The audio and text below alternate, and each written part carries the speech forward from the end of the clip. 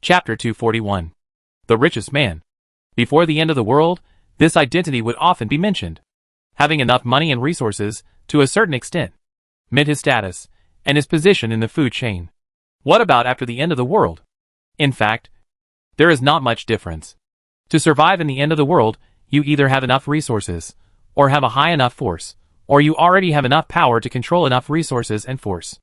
However, whether it is resources, military strength, or even power, they all rely on primitive accumulation. This is a very cruel reality. The richer and more powerful people are, the better they will live in the end times. The richest man in the city, he did not have the ability to predict the future, and he did not make any preparations.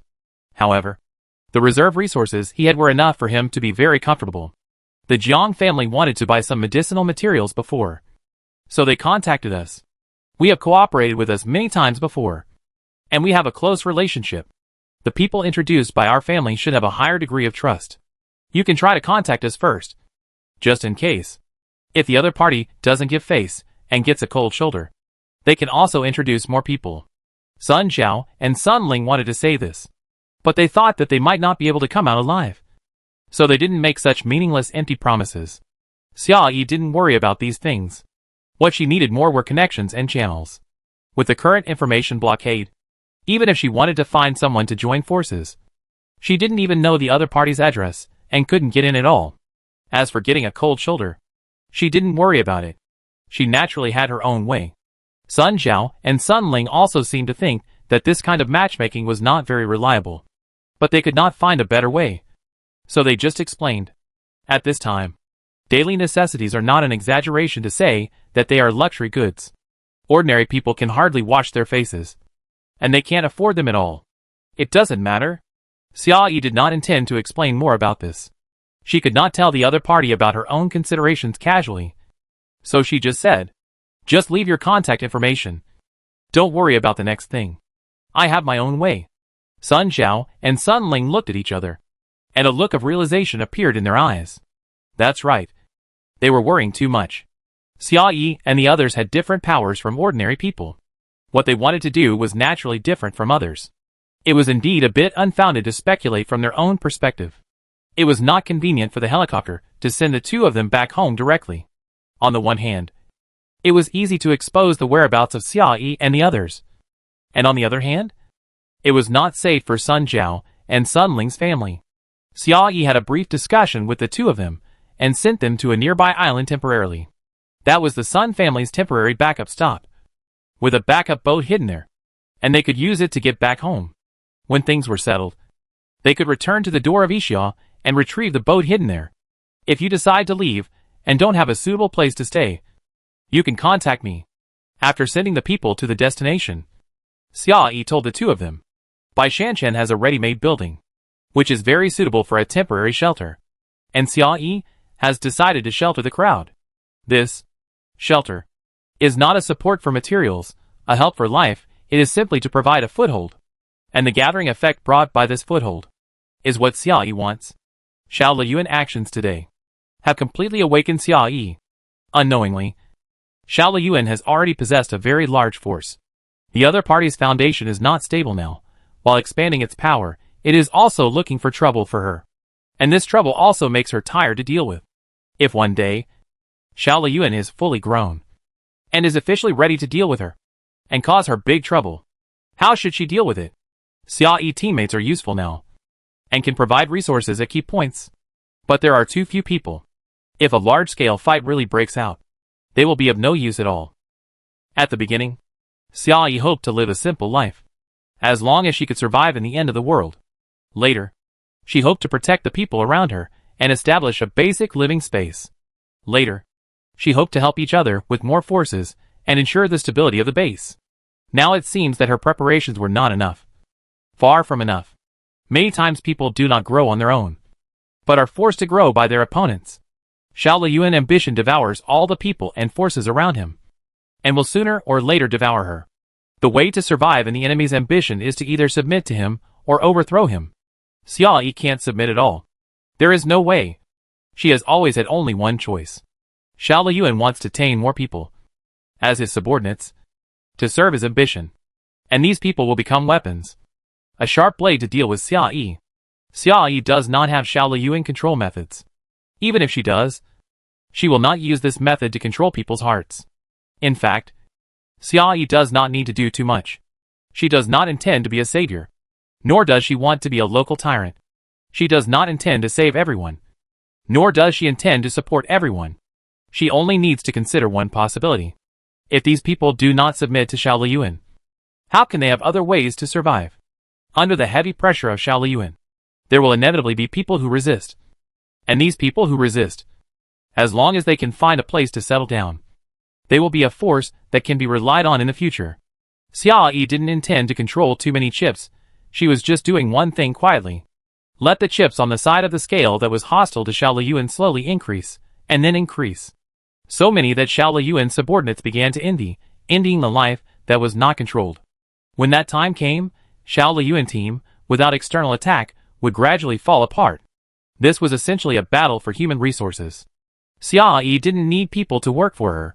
As long as people found that they could survive without working for Xiao Liyuan, no one would be willing to work for a pervert like Xiao Liyuan. As one side gains, the other loses. And Xiao Liyuan expansion plan will naturally suffer.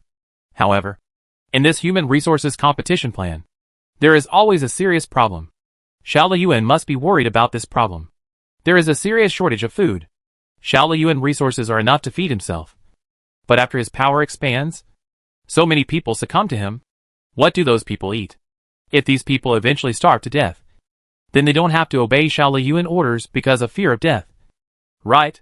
This is probably the fundamental reason why Xiao Liyuan was frantically plundering supplies and wanted to rob all families, including the Sun family, of everything. Of course, these are relatively long-term issues. Xia Yi would not talk to Sun Zhao and Sun Ling, but just sent the person to the designated location and watched the other party get off the helicopter. The helicopter rose to a high altitude again and circled a few times. After confirming that there would be no insects tracking it, it returned to the route and headed towards Ming Jiayi Garden. Ming Jiayi planned to treat the two to a good meal, but it would take 3 days. Xia Yi and Bai Shanshan have been in contact with many people these days.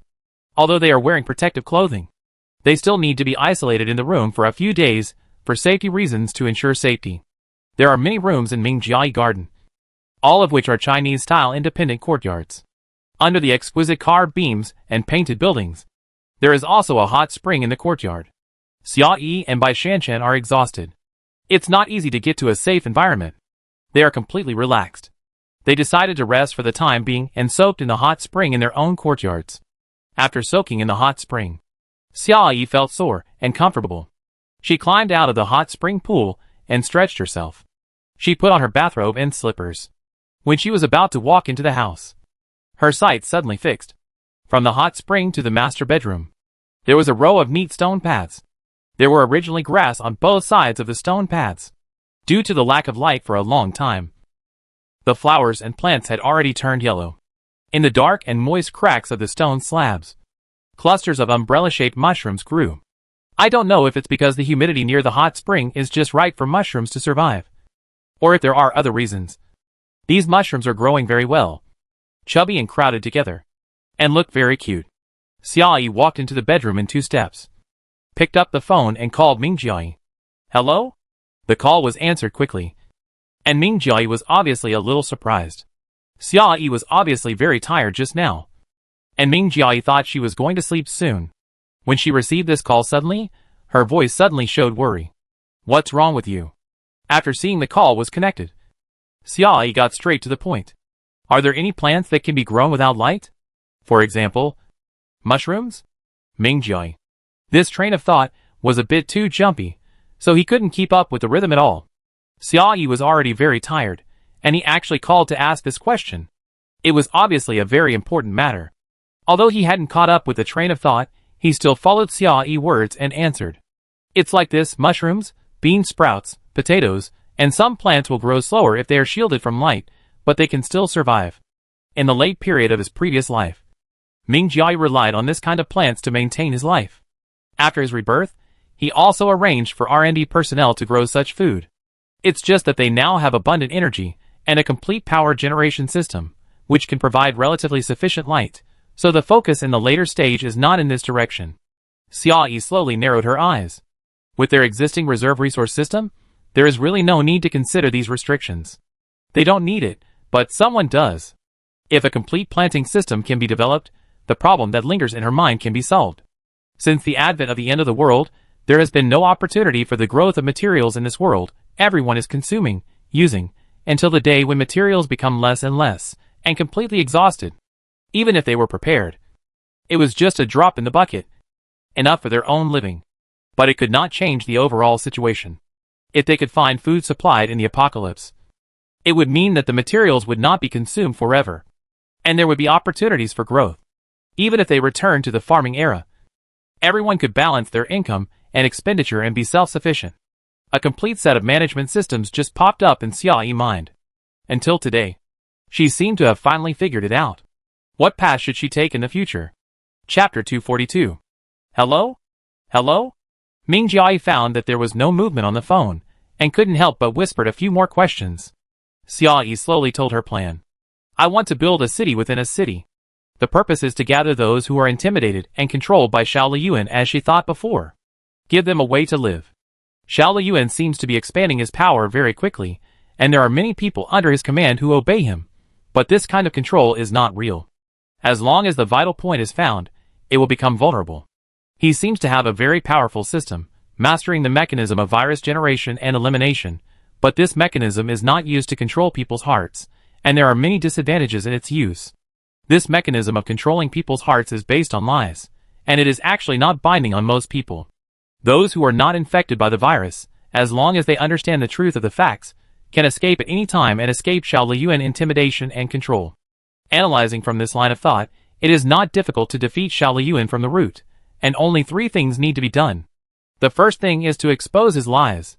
The second thing is to provide a place to stay. The third thing is to allow these people to be self-sufficient.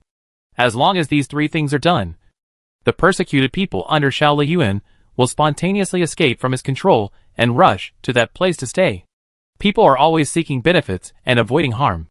If they can live freely and self-sufficiently, no one wants to be controlled by others in fear. This process may not be fast. At least it will not be effective in 3 or 5 days.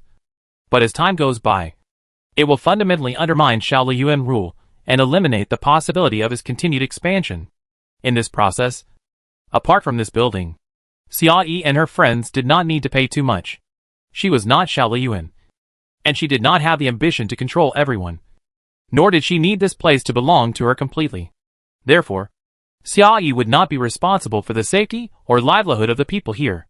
People here could choose to grow crops, rely on some light-proof plants to survive, or rely on existing resources and channels to do some business to survive. There might be conflicts here. It might become chaotic neutral, or it might establish its own survival rules.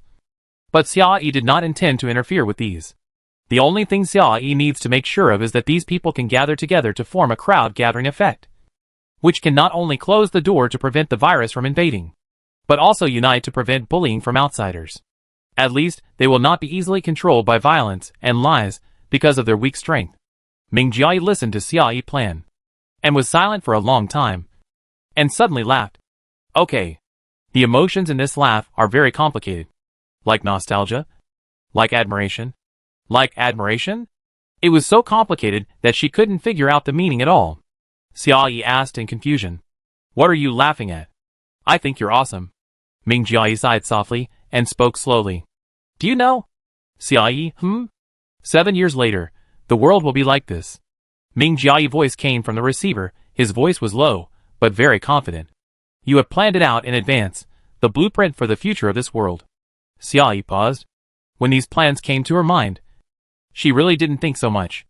If it weren't for Xiao Liyuan, the growing enemy, she would probably guard her family's small piece of land and live her life happily. Xiaoyi has never been ambitious. When she first learned that the end of the world was coming, she only thought that one person would be full and the whole family would not be hungry. Later, when she had more people under her, she tried her best to lead everyone to perform their duties and live a good life together. Now, the range of people she sees is a little larger. There are more people, and the core problems that need to be solved are still the same.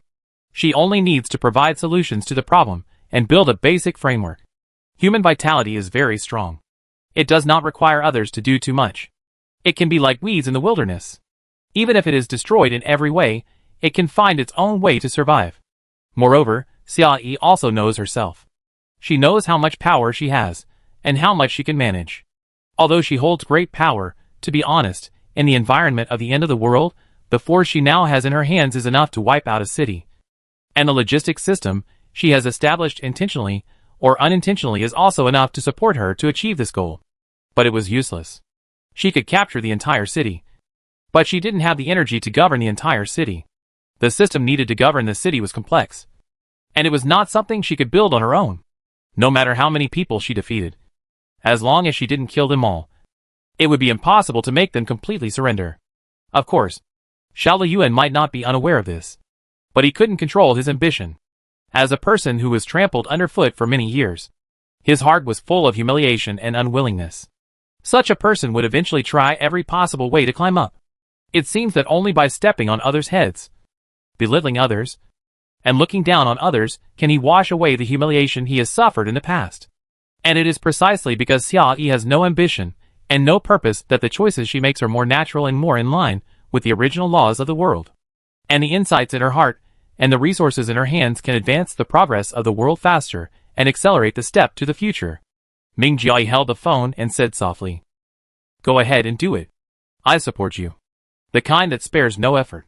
From the day Xia Yi came back until now, every step she took, everything she did, seemed to be paving the way for the choice she made now. Because of her kindness and insight. She is kind, so as long as her interests are not harmed, she will always do things that benefit others. She is insightful, so she never greedily wants too much, and only takes what belongs to her. The enemies and friends she met, the resources and support she obtained, are accumulating energy imperceptibly, and at the most appropriate time, the accumulated strength will burst out, changing the original situation. Xia Yi will not become a ruler. But she will always be a unique and transcendent existence in this force. Maybe this is the path she is destined to take. The height she is destined to reach. Xia Yi slowly clenched her phone. She savored Ming Jiayi's words carefully, and a warm current surged from the bottom of her heart. Thank you. She seemed to have said this more than once recently. She really wanted to thank Ming Jiayi for giving her flowers and applause when she climbed up a certain uncertain mountain road. Ming Jiayi may not realize it. In today's world, it is so rare for an excellent girl to not be envied by the men around her. You can be good, but not better than me. This is the main theme between many men and women, which cannot be easily exposed, but is difficult to get rid of. When the girls around them become better than themselves, more people will feel fear and loss of control, and endless jealousy will arise in their hearts. Finally, at the critical moment of the girl's choice, they will be meanly poured with a basin of cold water, blocking her way forward. You are a girl. What are you doing? What's the point of doing these things?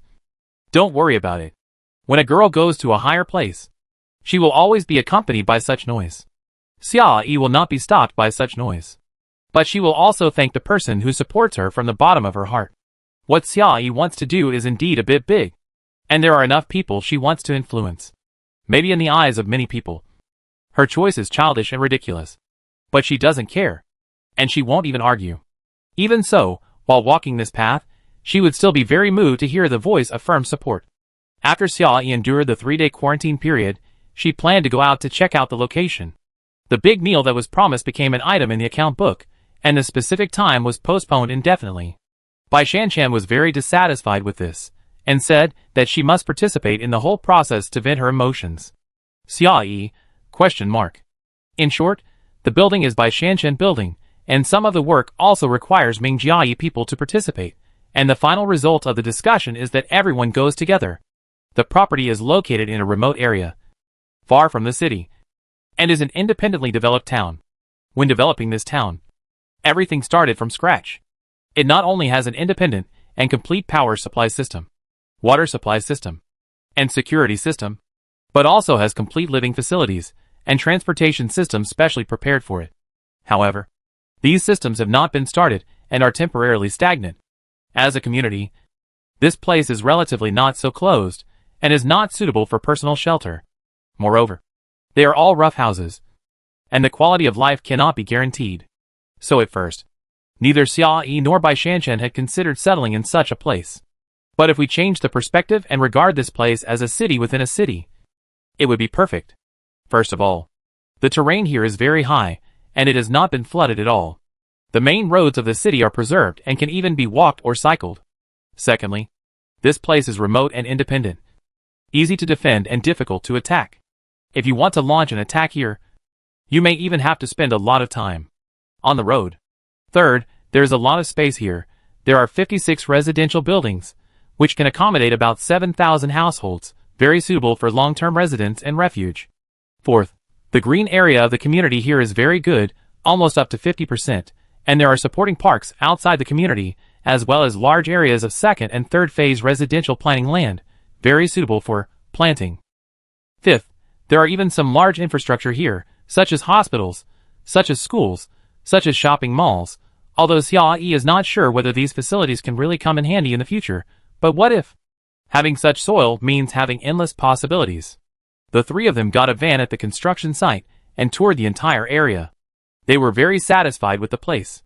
It can be said that this place is in line with Xiaoyi expectations.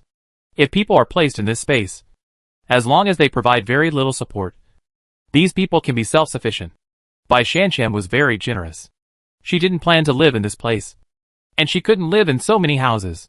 After listening to Xiaoyi's plan, she said it was no problem. Ming Jiayi was even more straightforward. He came directly with his staff, and without thinking twice, he did some rough sowing in the open space in front of the house. He kept a large number of seeds for cultivation, and he would continue to complete the cultivation work in the future. It would not hurt to contribute a little. They did these things, and they were only prepared to do these things. As for the people who came here, whether they could survive in the future, and what kind of life they would live, that was none of their business. After basically confirming the situation here, the three of them set out on the return journey. On the way back, Xiaoyi received a call from Sun Zhao. Xiaoyi was actually a little surprised. She could guess the decision that Sun Zhao family would make. If they could live freely and well, no one would want to be controlled by others. She just didn't expect that the Sun family would act so quickly. What Sun Zhao said on the phone was, "We have escaped." Xiaoyi? Chapter 243. This time the journey was quite long. Xiaoyi and the others drove a small yacht for comfort. After receiving the call, they simply did not return to the manor, but went to Sun Zhao to check the situation first. If everything went well, the community might welcome the first batch of residents today. Xiaoyi and the others drove the yacht to the place Sun Zhao told her. It was originally a small restaurant, opened by one of the business neighbors of the Sun family. There was no electricity in the restaurant, only a small flashlight was hung at the door as a light source, and they looked inside the restaurant along the beam of light. Sun Zhao and the other two were waiting at the door to receive them. They greeted them from a distance and led them into the house. When Xiaoyi entered the restaurant, he was shocked again by what he saw.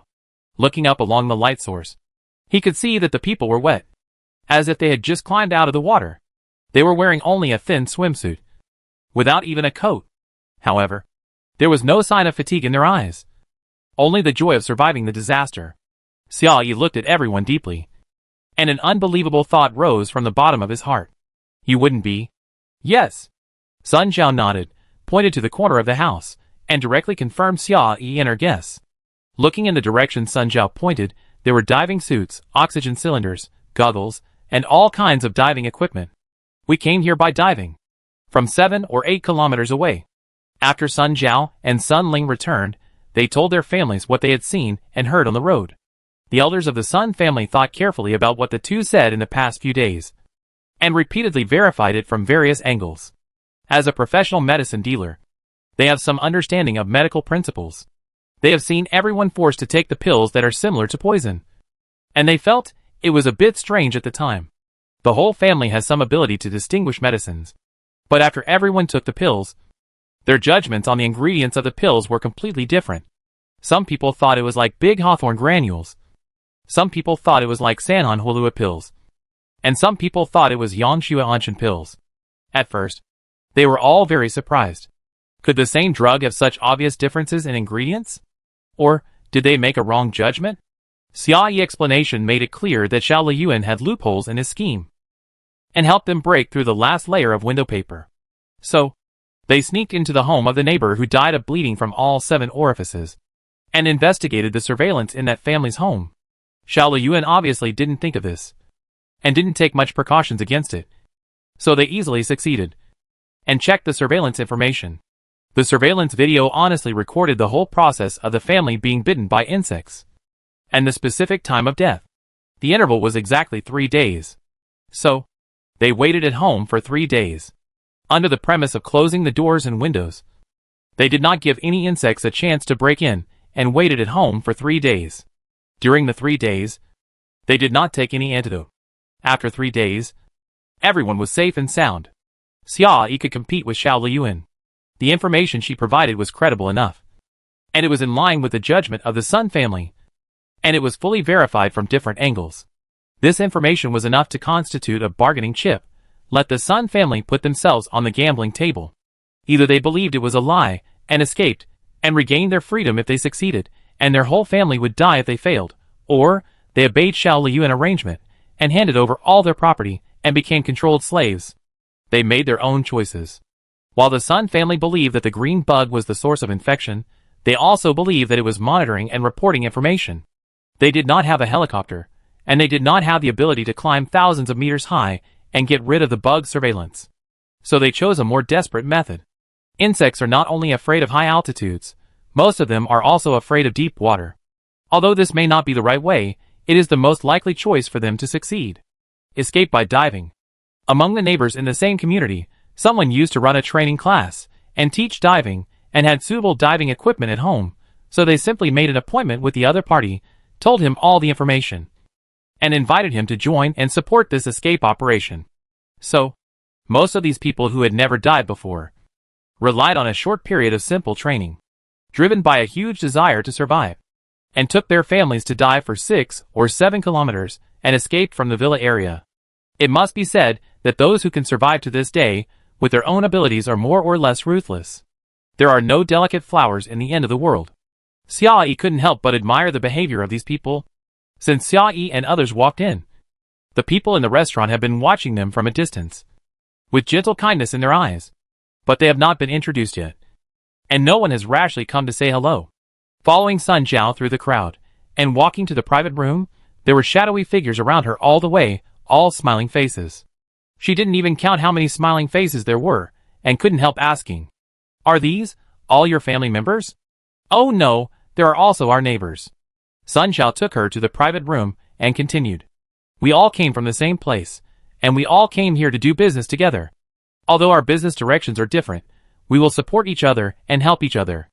And these people, without exception, all chose to follow them and dive away. That's why we have this grand scene now. There is indeed such a group of businessmen. Xia Yi had heard of it before, but now he saw it for the first time and was a little surprised. "How many people are there in your group? What are your plans for the future?" "We have more than 30 households and 60 to 70 people. We are all from the same community and are all merchants." Sun Zhao now trusts Xia Yi very much and tells him everything he knows. "We have a warehouse outside. It's not hard to find a place to stay, but we left in a hurry now. It will take time to arrange everyone. Businessmen are suitable. 60 or 70 people are suitable. The most important thing is, these people have no place to stay. It's perfect. Businessmen have their own network of relationships, and they have the skills to handle things, are good at balancing relationships, and don't need to worry too much. This group of businessmen has their own code of conduct. When a large number of people travel at the same time, everyone can obey the dispatch, and they are relatively united at present. This group of people builds a city within a city as a cornerstone, which is already a very good choice. Since there is no arrangement, I will arrange a place for you to stay," Xia Yi said lightly. This sentence was said easily, but it was like a thunderbolt when it landed, and the whole air was stagnant. At this time, Xia Yi just stepped into the box. The main seat in the box was empty, and several middle-aged people in their 40s and 50s were sitting on the side, both men and women. Seeing Xia Yi and the others, they all stood up. Seeing 3 people coming to Xia Yi's side, they moved to the side, leaving 3 seats in front. On the left side of the main seat, a middle-aged uncle in his 50s was standing. He was Sun Zhao's father. Hearing this, he showed excitement in his eyes. "Girl, what do you mean?" Not only this uncle, but also the others standing next to him. Their eyes showed some emotions. Xiaoyi looked around, looking at every face in the box, smiled softly, and said slowly, I say, since you have no place to stay, come to our place. I have a place to stay. Although it's just a few rough houses, there's no water or electricity, and the power plant needs you to figure out a way, but at least we can help each other like we do now. Everyone was stunned by this invitation. Although they said they had a warehouse and a place to stay outside, it was just a place, not even a residence, and it was completely unsuitable for living. Giving up their original living space, this is the price they have to pay. They have already made plans to be displaced. Who would have thought that at this point in time, someone would actually come to their rescue and provide them with a place to live? There is a power plant here. As long as you think of a way, you can have water and electricity. Everyone can live together. You can help each other. This is a surprise that you can't even imagine. What's a rough house? When they started their business from scratch, they lived in the cheapest house and ate the cheapest food, which is not considered hardship at all. As long as they are given time, they can live a colorful life. Everyone listened to what Xiaoyi said, and their eyes were filled with tears. There is a lot of space there, and there are many rooms. Not only you, but also if you have friends, people you can trust, you can invite them to live there. Xiaoyi continued. She was not afraid of others knowing about this place. And she was not even afraid of Xiao Liyuan knowing about it. This was an open conspiracy. Even if Xiao Liyuan knew about this place, he had no way to deal with it. The community is huge, with doors and windows, and it is high-rise. So no matter if it is an insect or a human, it is difficult to break through. Even if someone is infected with the virus, as long as other people close their doors and stay at home for a few days, they can prevent the possibility of infection. If you want to break through by force, you need enough manpower and tools. This place is far away, and if he wants enough manpower to attack, he will need a lot of water, a lot of gasoline, and a lot of supplies, which will cost a lot of money and labor. Not to mention Xiao Liyuan. He didn't even dare to let too many people know about that place. Otherwise, with the loyalty of his subordinates, they might become residents there in 2 days. As time goes by, there will be more and more people here, and a gathering effect will gradually form. It will become more and more difficult for Xiao Liyuan to destroy. When his lies are exposed, even his own subordinates will be quickly divided and gather towards this place. As for Xiao Liyuan various methods, Xiaoyi only needs to do one thing well: correct antivirus propaganda. As for this matter, she has arranged people to do it. They will use fluorescent pens to write on the walls of every household infectious disease prevention and control code. This includes basic knowledge taught in primary and secondary schools, controlling the source of infection, cutting off the transmission route, protecting susceptible people, forming an immune barrier, etc. I believe that with these people's desire to survive, they will understand the importance of this matter. Of course, even if they don't want to understand, it is their own choice. Xiaoyi respects it, and will never interfere. I can make my purpose clear. I just don't want you to be desperate and become Xiao Liyuan lackeys. Looking at the people with tears in their eyes, Xiaoyi did not intend to accept their gratitude and directly expressed his inner thoughts. I will not be responsible for anything you do. After you move in, I will not be responsible for your health, your safety, your livelihood issues. I hope you can understand. Xiaoyi's words ruined the atmosphere, and successfully made everyone present hold back their tears.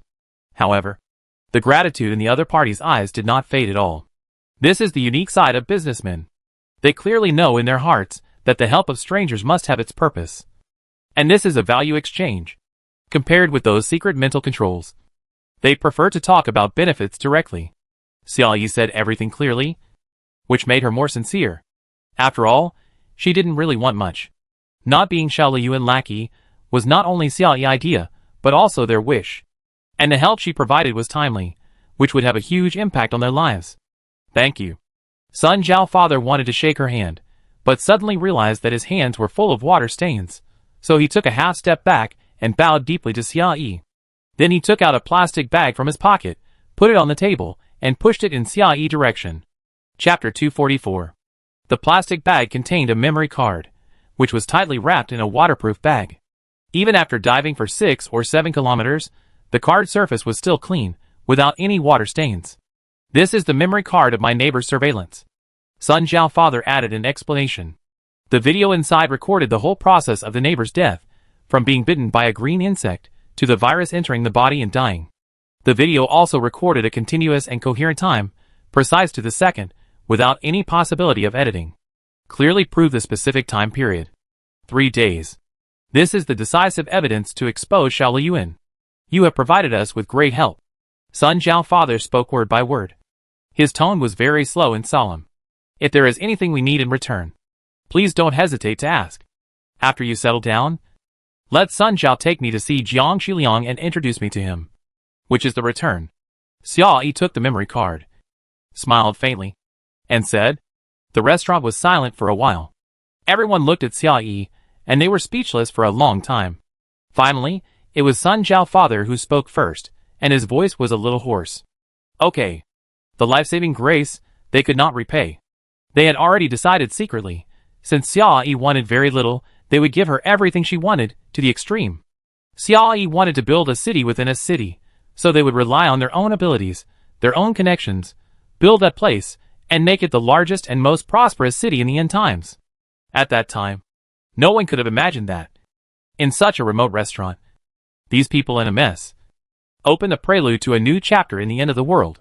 These people build with their own hands the most prosperous trading gathering area in the future. The most prosperous chaotic neutral country. Night City. Of course. This is all later. Now these people don't even have a bath towel. And Xiao Yi didn't bring that many on the yacht. So the embarrassed people can only get on the yacht like this. The load-bearing capacity of the yacht is not small. And it is not a problem to accommodate dozens of people. But the space is not suitable. And there are not enough seats. Everyone can only stand and squeeze, and head towards the destination. There were also several small boats and speedboats hanging behind them, which were the backup transportation tools they had hidden in the restaurant. And they were now taken away. They asked to stop several times on the way, went to several important places, took some basic supplies and clothes, more transportation tools, and brought more people. As they moved forward, by the time they arrived at their destination, the entire fleet had grown from 60 or 70 people to 200 people. Xiao Yi and his companions did not stop, but simply explained a few things. 1. The initial password of the security door is related to the initial house number of the room. When they move in, they can change the password by themselves. 2. The basic protection strategy for green insects, and the importance of anti-mosquito spray and protective clothing. 3. They did some simple sewing outside, and after waiting for a while, they can harvest some simple food. In addition, the other locations and uses here are left for them to develop on their own. Listening to their detailed explanation and thorough preparation, everyone couldn't help but feel a little tearful again. Xiao Yi didn't intend to continue the sentimental talk. After explaining everything, she took Sun Zhao and Sun Ling and left. Everyone was left standing there, watching them disappear into the night, unable to leave for a long time. After this trip, if they go back, they will have to be quarantined and recuperated. Xiao Yi had a brief discussion with Ming Jiai and Bai Shanshan. With basic living supplies on the yacht, they don't have to worry about food, clothing and rest. They simply didn't go back and headed directly to the next destination. Sun Zhao and Sun Ling were arranged in separate bedrooms on the yacht, where they could take a shower and rest temporarily. As for the route of the yacht, before going to the next destination, they went to the Meijiang Agricultural Products planting base and advanced to pick up Quan Lu and several others. In the previous cooperation with Xiao Yi, she was the first to lend a helping hand. After providing support to the other party, the two sides established trust and formed a cooperative relationship. And this Mr. Jiang Shiliang is the richest man in the city, although he has enough cooperation value. At the same time, he will not cooperate with others casually. If you want to get in touch with the other party's circle, you must show your strength. Only when you have enough strength and both sides are evenly matched can you sit at the same negotiation table and exchange conditions equally. Forget about showing financial resources. Xiao Yi doesn't want to expose her true situation. Whether it will attract people's covetousness is not the track she is good at. Although Xiao Yi family has some wealth, the material strength is obviously not the same as that of the richest man. Even if she is very well prepared and can be called a hexagonal warrior, it is not enough to be a bargaining chip. Compared to this, she is more willing to show her strength. She has the most violent armed forces in the city around her, although they will not show their fangs easily. As long as they show 1/10 or 1/12 of their strength, it will be enough to make people feel apprehensive and dare not underestimate them. This is the simplest and most brutal, and the most effective way to let the other party understand you. Now that Yuehu's sanatorium is being watched by Xiao Liyuan, Xiao Yi does not want to transfer people from home, which will easily expose her whereabouts. It happened that the Yuanlu team was resting at the Meijiang Agricultural Products planting base, so she decided to bring this team with her. The Yuanlu team hadn't gone back for a few days to change shifts, and they had a good rest outside. The Meijiang Agricultural Products planting base was large enough, and they even took the team to run a 5-kilometer armed race from time to time. When they finally saw Xiao Yi, everyone's faces were filled with excitement. "Sister Xiao Yi, you finally came to see us." Yuanlu smiled happily, trotting all the way to Xiao Yi and standing still, scratching his head. "We are so idle that we are growing hair." Xiao Yi helplessly stroked Yuanlu's long hair, said hello to Zheng Xiao, and took him to the yacht. Seeing the energetic appearance of Quan Lu and the others, she asked with a smile, "How is the situation here?" "Everything is fine. Super good."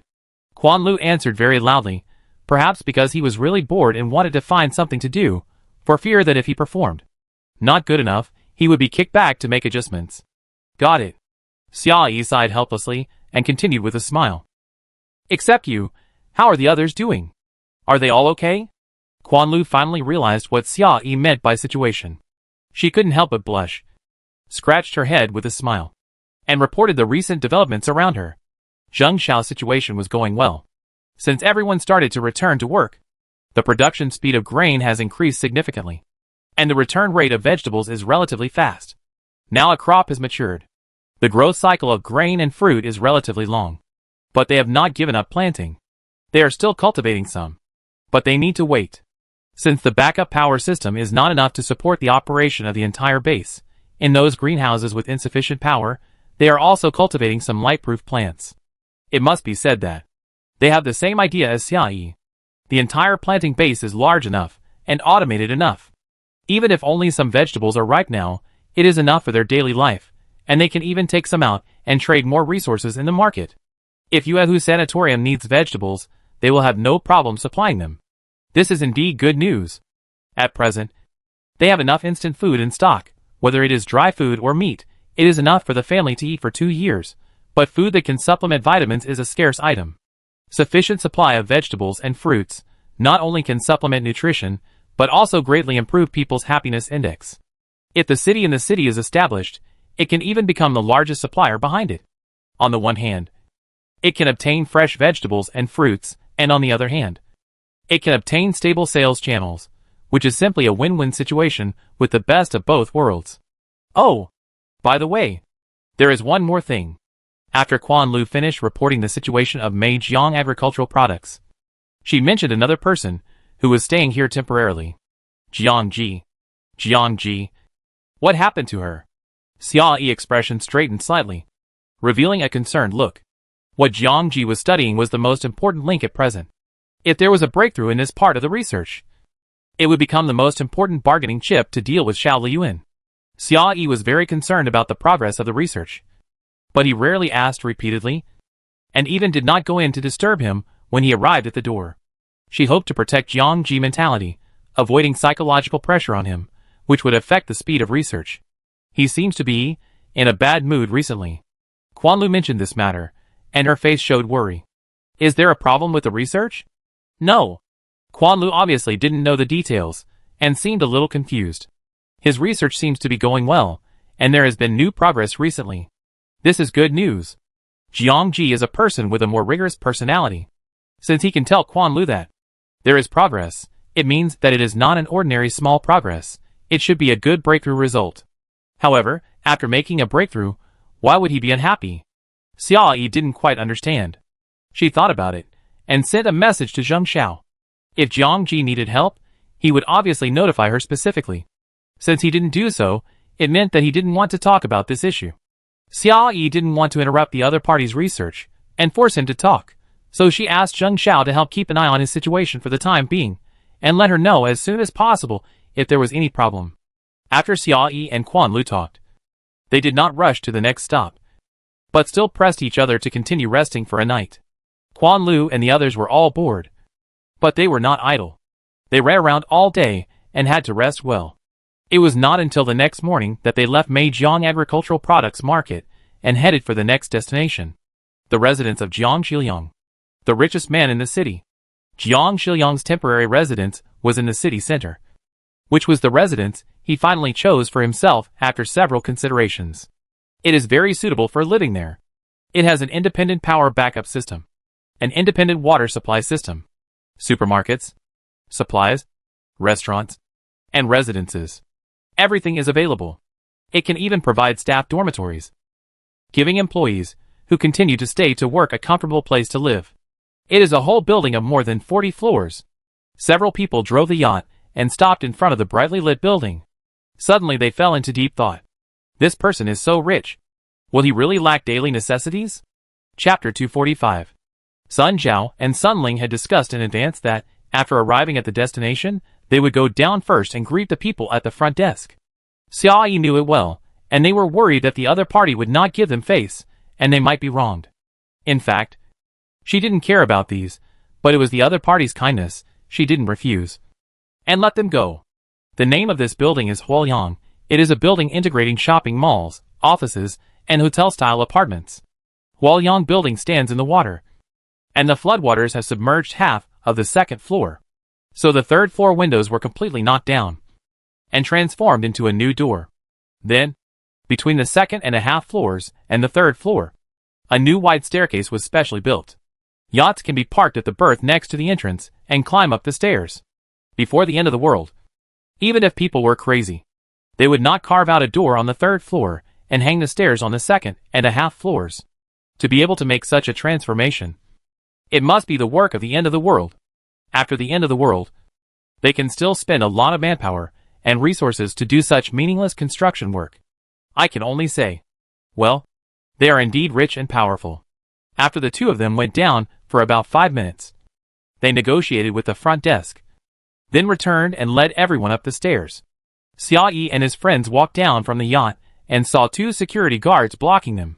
The security guards were wearing protective clothing, holding rubber sticks in their hands, and patrolling near the front desk diligently. They had already greeted them, but when they saw the guns on Xia Yi and his friends' backs, they still showed vigilance in their eyes. Let them come over. An order came from not far ahead. A girl in protective clothing stood at the elevator exit. She looked like the boss assistant who had just come down from upstairs. She seemed to be in charge of the reception. After hearing this, the 2 security guards each took a step back and made way for the entrance. But their hands were still tightly holding the handle of the rubber stick, never relaxing for a moment. Xia Yi and the others walked up the stairs and entered the main entrance of the building under the security guard's anti-theft gaze. Although the assistant was waiting at the elevator entrance, he did not take everyone upstairs, but found a meeting room on the same floor and walked in with everyone. Seeing the other party's action, Sun Zhao and the others felt depressed. Sun Zhao and the others knew that with the scale of their business, they were not qualified to talk directly with the owner of the building. They were able to establish a relationship with the other party because they were in the medicinal materials business and happened to be in need of the other party. So they had the opportunity to establish contact. Although they knew they were not qualified, they felt that Xia Yi was qualified. Sun Zhao and the others did not know Xia Yi well enough.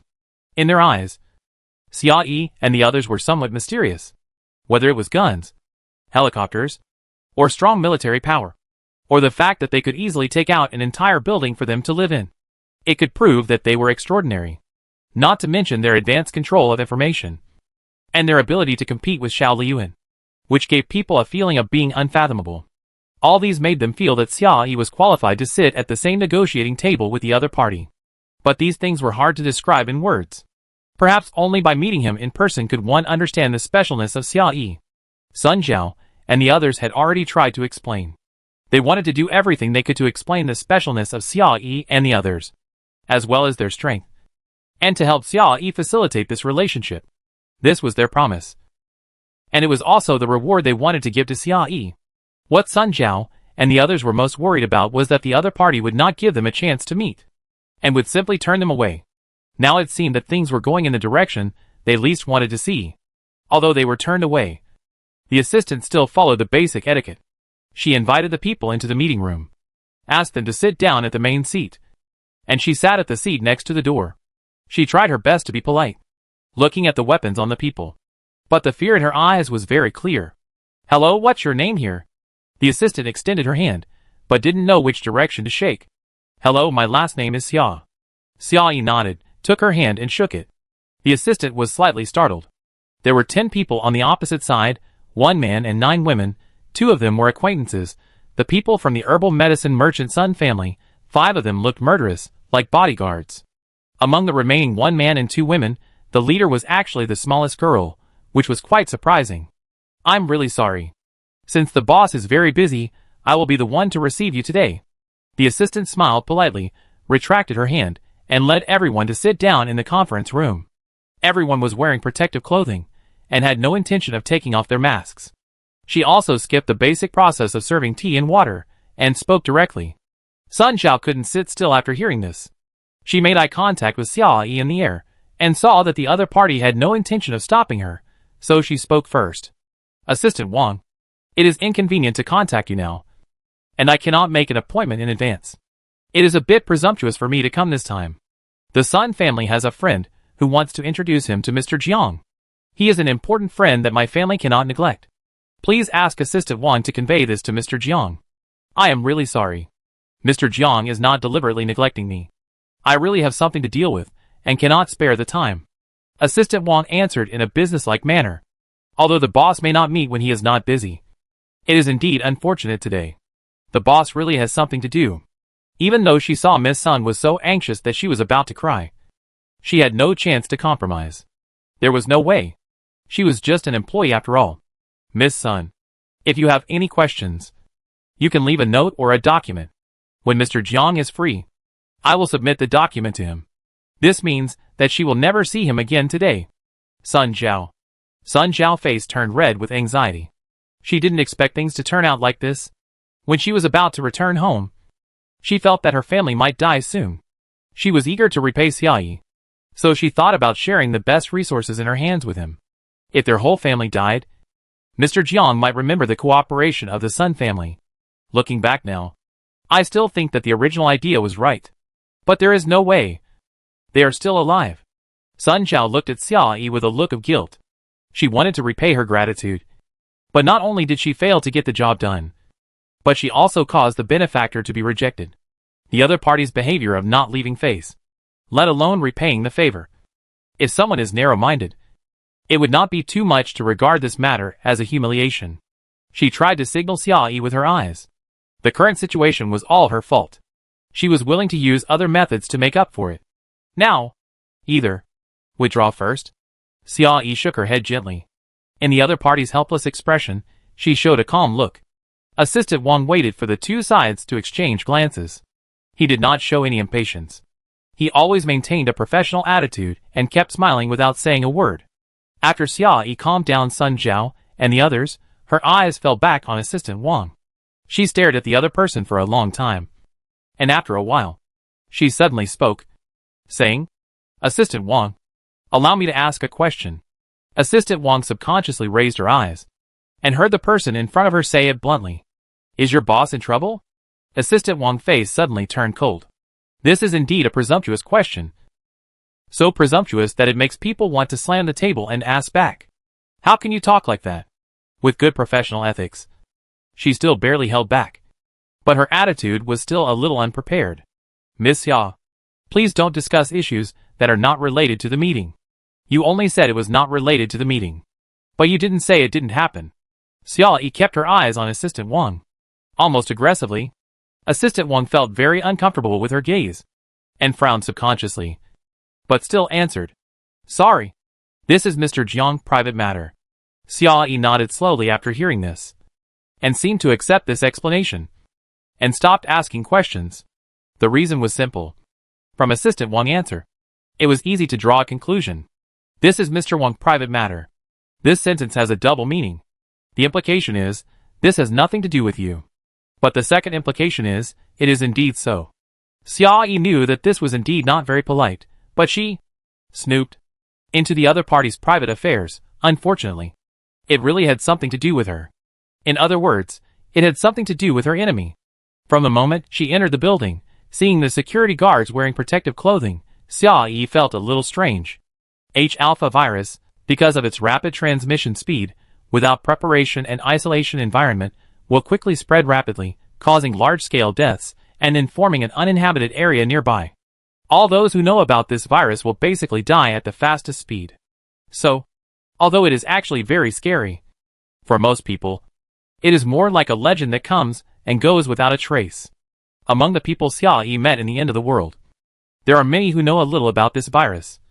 But not many people will really take precautions. On the one hand, everyone does not have the conditions. And on the other hand, everyone has not been fooled by it. They don't know how powerful it is. After all, the people who were cheated are basically dead. As far as Xia Yi knows, after having contact with this virus, the only people who are still alive are Xia Yi's people, and Xiao Liyuan's people. Xiao Liyuan still wants to control people's hearts with lies, so he will not easily reveal the nature of the virus, and he also has the ability to treat anytime and anywhere, so there is no need to ask others to wear protective clothing. As for Xia Yi, who has been rejected so far naturally, he will not have any contact with Mr. Jiang. Mr. Jiang is so cautious about the virus, which means that he has been exposed to it, has a scientific understanding of the virus, knows the consequences of the virus, and needs to be cautious about the virus. Therefore, Mr. Jiang is one of the people who is still alive after the third wave of the virus. He has also been tricked by the H-alpha virus. Mr. Jiang and Xia Yi are not completely unrelated. At least, they have a common enemy. Chapter 246. Xia Yi had a hunch that Mr. Jiang was not the one Xiao Liyuan had offended. Although Xiao Liyuan was very ambitious and did things without considering the consequences, from the current plan, he was mostly following the rules, and did not take any big steps, to the extent of being out of control. This person had been in the apocalypse for 7 years in his previous life, and had done very well, so he obviously had some brains. He should know when to do what. For example, in the initial stage of development, when he was still not fully developed, he should gather some small forces in advance, and wait until the rear was stable, and then slowly erode the larger forces, which should be basic common sense. Xiao Liyuan shouldn't be causing trouble at this time. Even if Xiao Liyuan doesn't want to cause trouble. Is there anyone else causing trouble for him? Xia Yi always remembers that when she first met Sun Zhao, they said they heard that Xiao Liyuan was particularly lustful, and didn't care about meat or vegetables. This is definitely true. With the system that Xiao Liyuan has, coupled with his huge ambition, it is enough for him to not die in bed.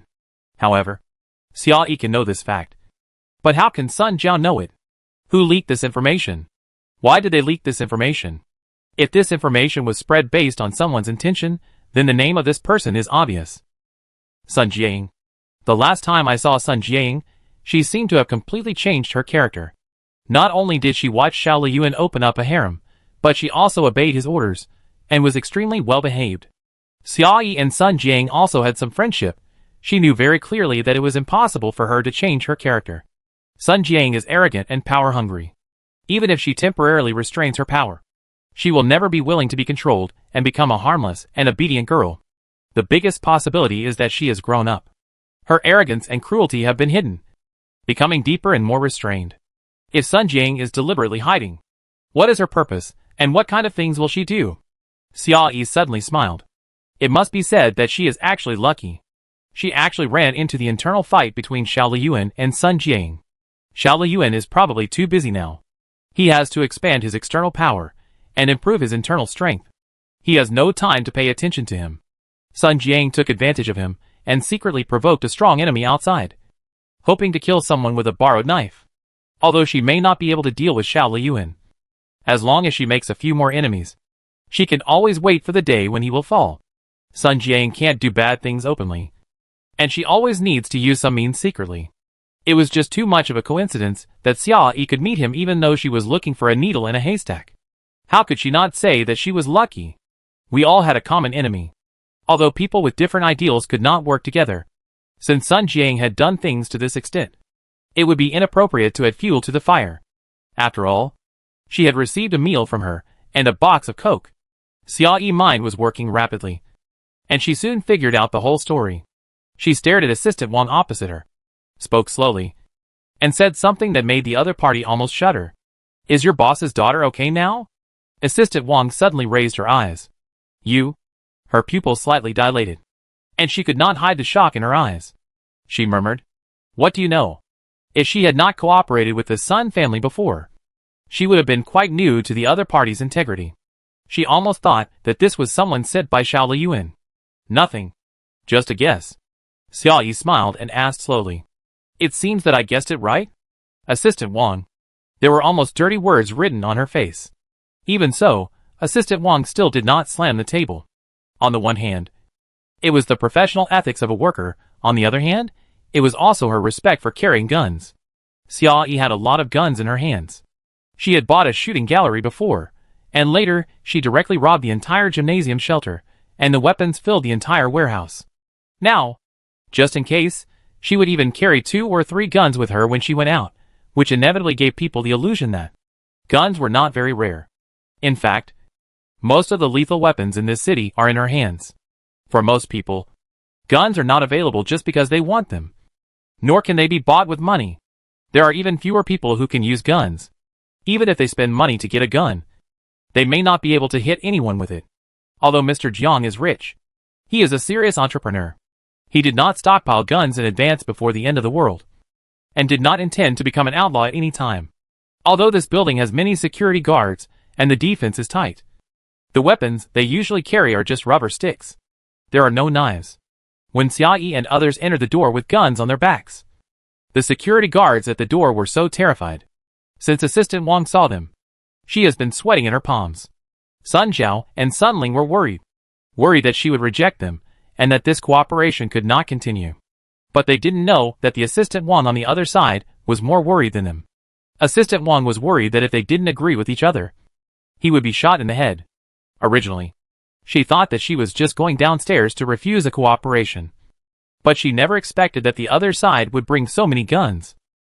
These guns are enough to flatten the entire building. If the other party just wanted to cooperate, it would be fine to talk and refuse politely. But now it seems that it is obviously more than that. What is the purpose of these people? If possible, Assistant Wang really wants to run away, instead of pretending to be calm and sitting at the negotiation table. But she knows that she can't do this. Her whole family relies on her work to survive in the end times. If she loses her job, it means she will lose her whole family's lives. She can't mess things up. Assistant Wang swallowed and almost used up all his strength to suppress the trembling of his body and asked, "What do you want?" Xiao Yi thought about it carefully.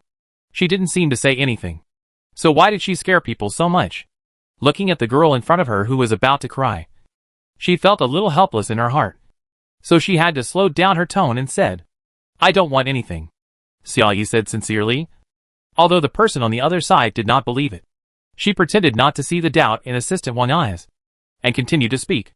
"I just want to say that if Mr. Jiang's daughter is really missing, I might know where she is." Assistant Wang stood up suddenly.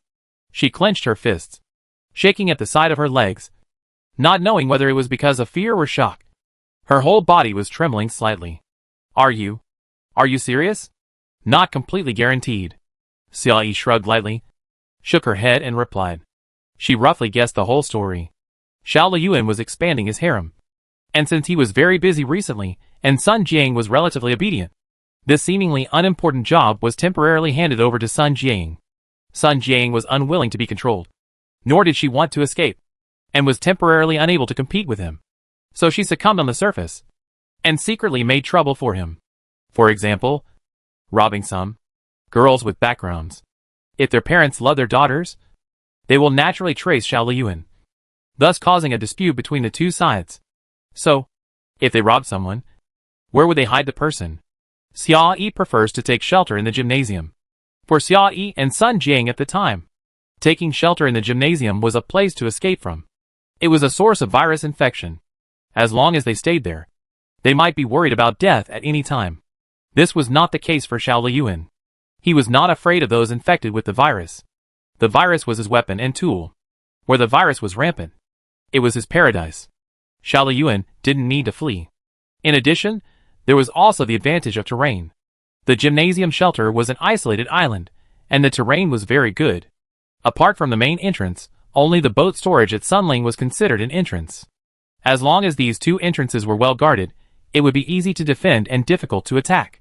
Moreover, there was a large space, sufficient supplies, water and electricity, waiters and chefs, and a very comfortable living environment. If they gave up this place, it would be difficult for them to find a place with the same quality of life. Even if they find it, the resources in the warehouse cannot be moved out in a short time. It will take a lot of manpower. The most important thing is that this place is hidden and almost no one knows about it. This is one of the reasons why Xiao Liyuan is determined to kill Xia Yi.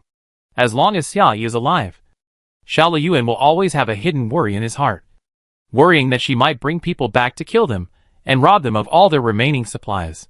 Considering all the previous information, Xia Yi felt that Xiao Liyuan would not move away easily. If the opponent that Mr. Jiang encountered was definitely Xiao Liyuan, and his biological daughter was abducted, the first place they needed to look for was the stadium shelter.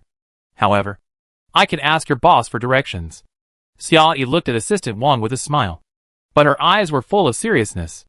If he is really looking for his daughter, then he should listen to my advice. Assistant Wang's expression changed.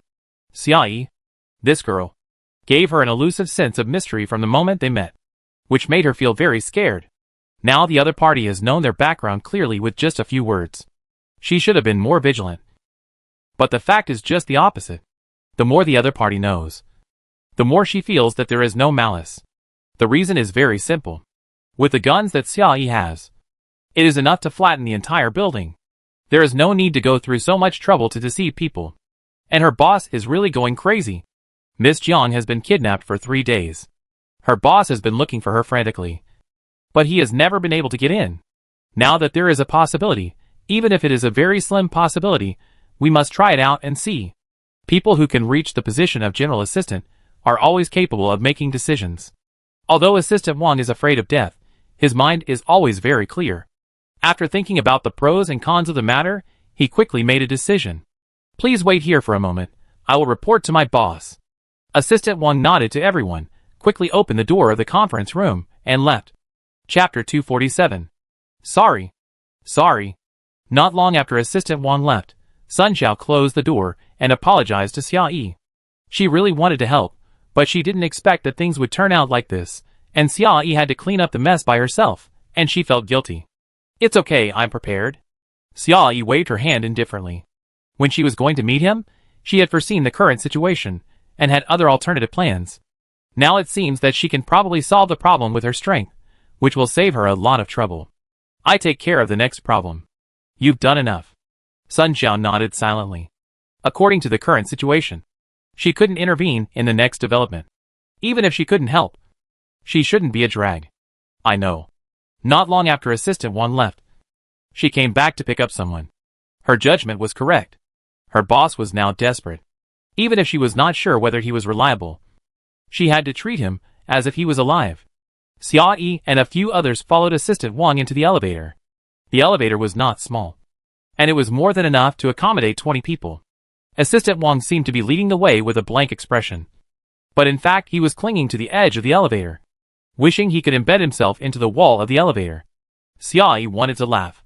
She didn't expect that she and a few others would look so scary in the eyes of outsiders. Considering Assistant Wang's face, she didn't laugh out loud.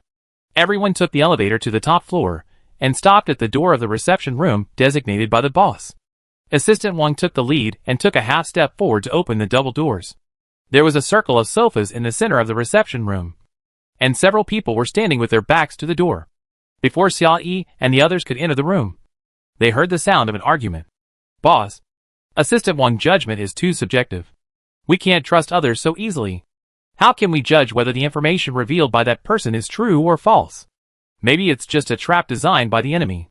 If we are tricked into a trap, we will be in danger, and it will also delay Miss Jiang's rescue.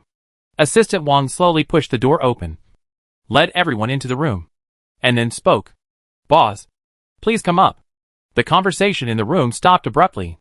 The people with their backs to the door turned their heads in unison, and the embarrassment on their faces flashed across their faces. These were 3 people dressed as security guards, and they were dressed similarly to the security guards on duty at the door.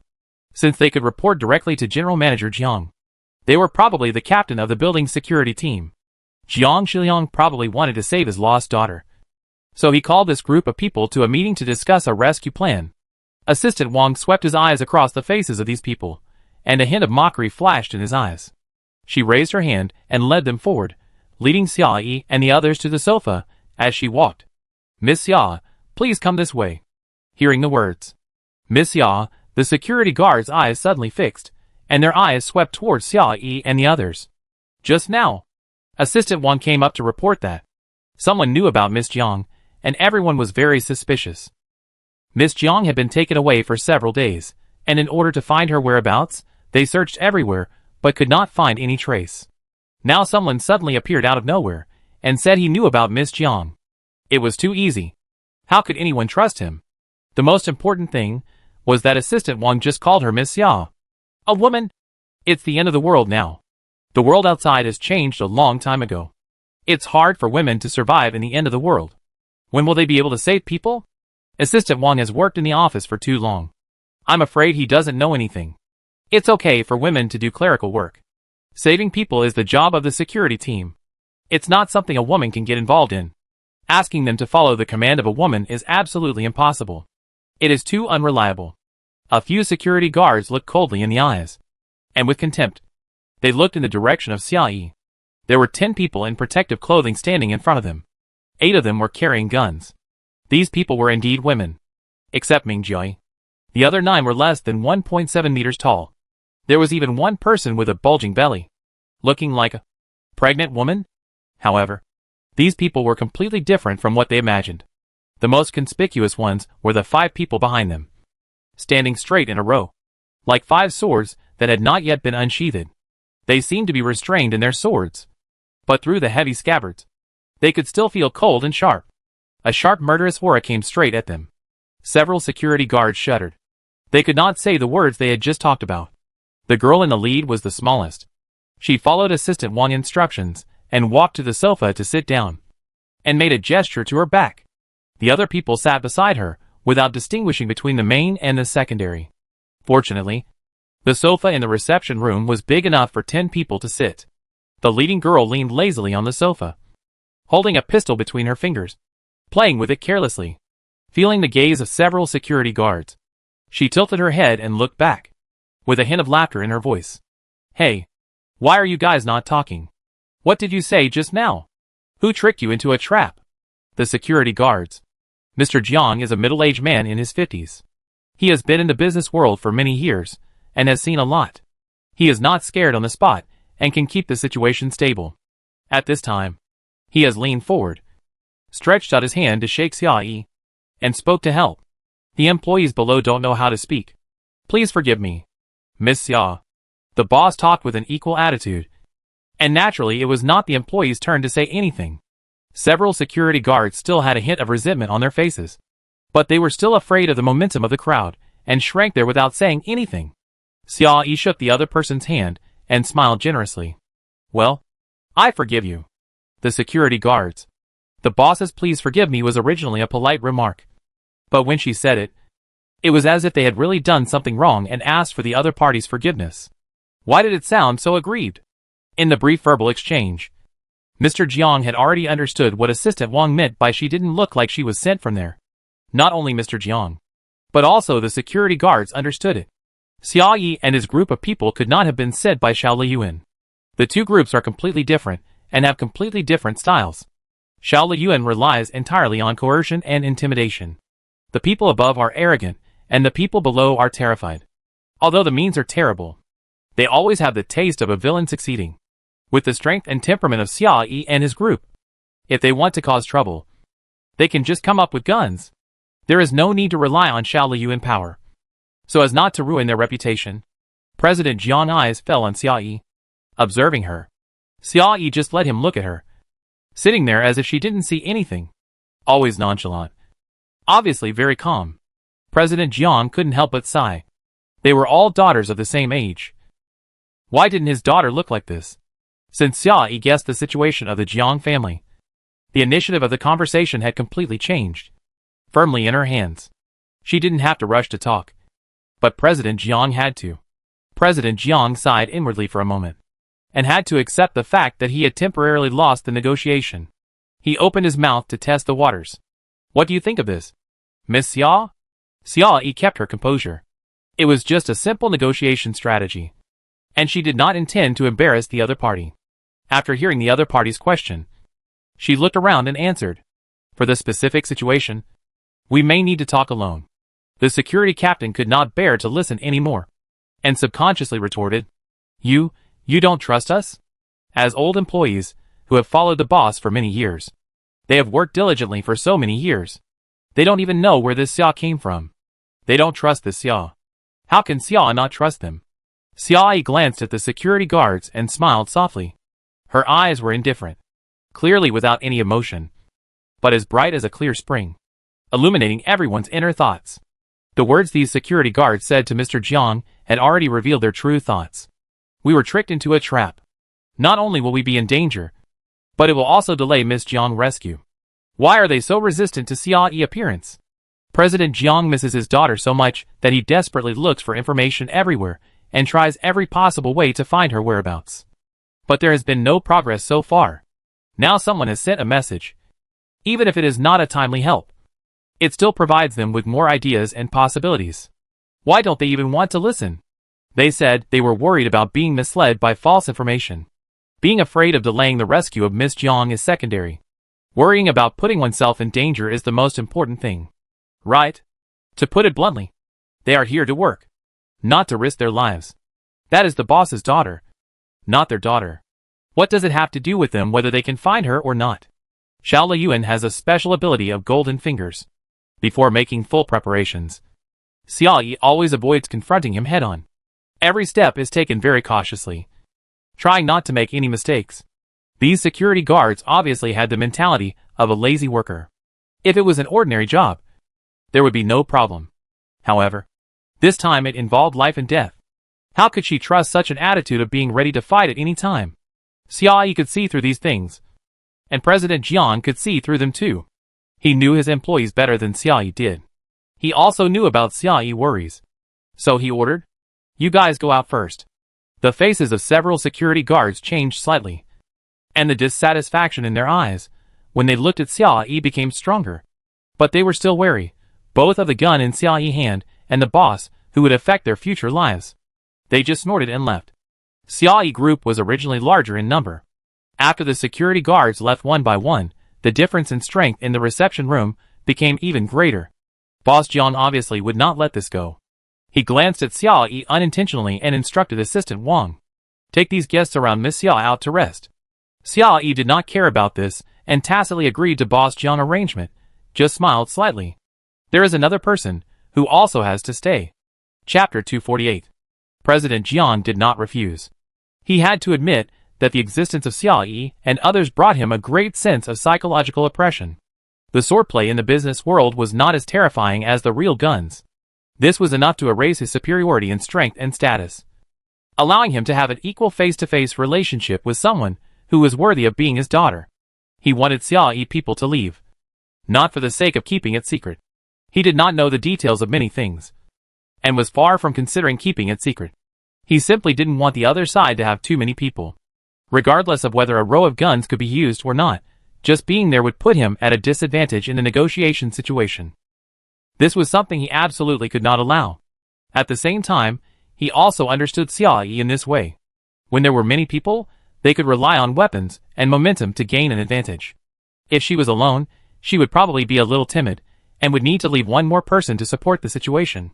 According to his guess, the only boy would be left, or the leader of the 5 girls behind. President Jiang folded his right leg over his left leg, crossed his fingers in front of him, and watched calmly as everyone followed Assistant Wang out. He found that he had miscalculated. Xia Yi did leave one person behind, but it was not the boy, nor the one who looked strong. The person she left behind was the pregnant girl with a slightly protruding belly. Assistant Wang led everyone out and closed the door. Hearing the door lock click, Mr. Jiang had doubts in his heart, but he didn't show them on the surface. He smiled faintly and spoke again. "Is it okay now, Miss Xia?" Before he finished speaking, the girl with a slightly protruding belly on the opposite side suddenly spoke first, with a bit of surprise in her voice. "Uncle Jiang."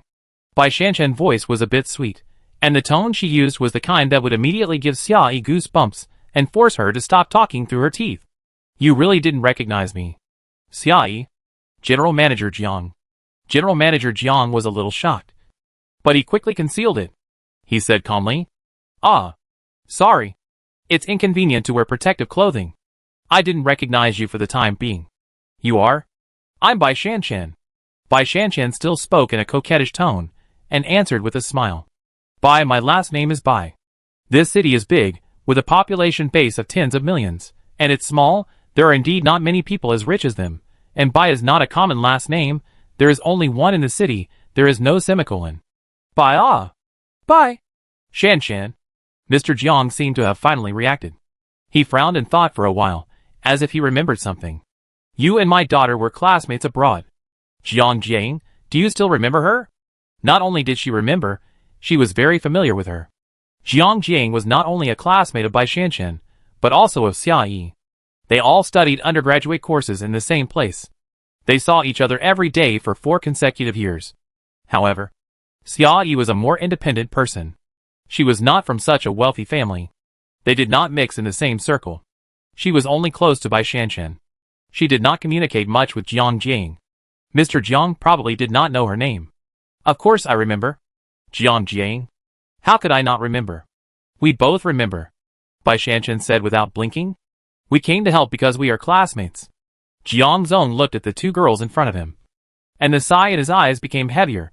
He never expected that the person he treated with caution, as if he was facing a great enemy, was actually his daughter's college classmate. It was not long after that.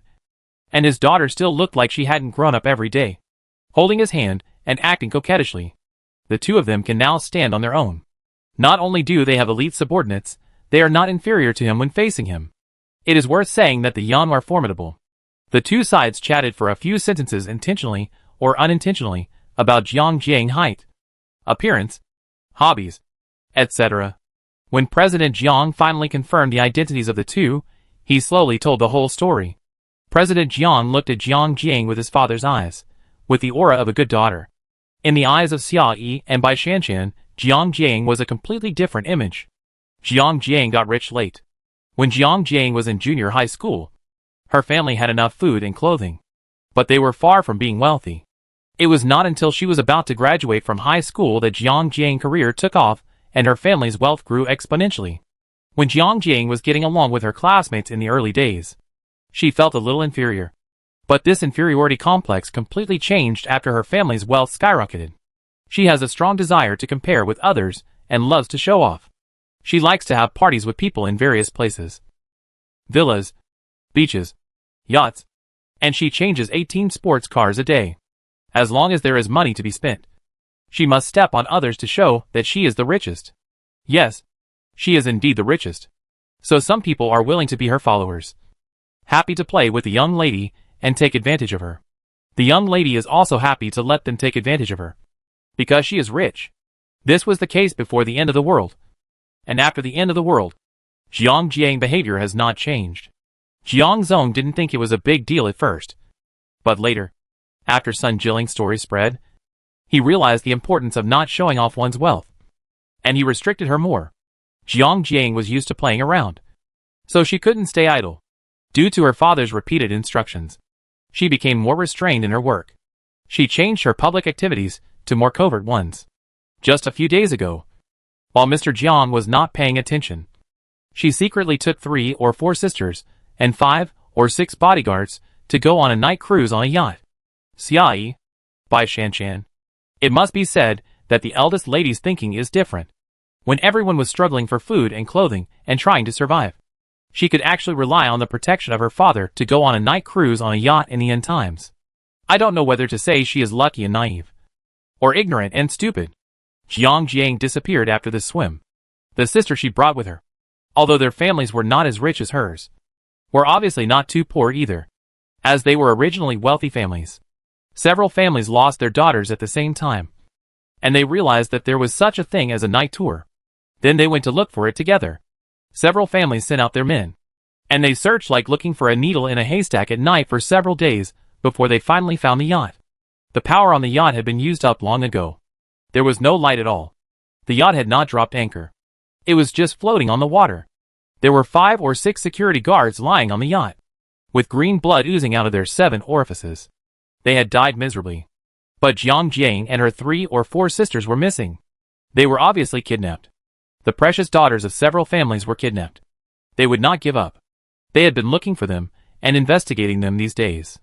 They learned about the H-alpha virus from the available online information. It was said that it could be transmitted through the respiratory tract. It was recommended to wear protective clothing to avoid it. Through my personal connections, I learned about Xiao Liyuan. It seems that he has similar control methods.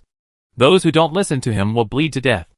There are also rumors that he seems to be very lustful and will not let go of any girls of the right age.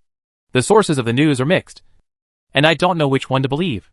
In order to be on the safe side, everyone decided to wear protective clothing first. The more protection they can get, the better. They try not to get caught and die as miserably as those security guards. As for the lustful Xiao Liyuan, who likes to rob girls, he only exists in rumors.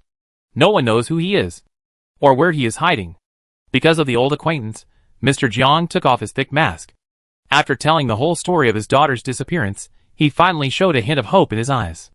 Ms. Xia, Shanshan, do you really know where my daughter is? Almost. After listening to the whole story, Xia Yi became more and more certain of her inner guess. This wave killed all the men and took all the girls away. Not only did he take Jiang Jiang away, he also took away several daughters of wealthy people. The intention was to offend as many people as possible at one time. It was indeed in Sun Jiang's interest. I know where Xiao Liyuan is hiding, and I can show you the way, Xia Yi said slowly after a moment of silence. Although I'm not sure if he will have 3 burrows, but the place I know has a high probability of finding him. What are you waiting for? Mr. Jiang slapped the armrest of the sofa, used the force to stand up, and showed an anxious look on his face.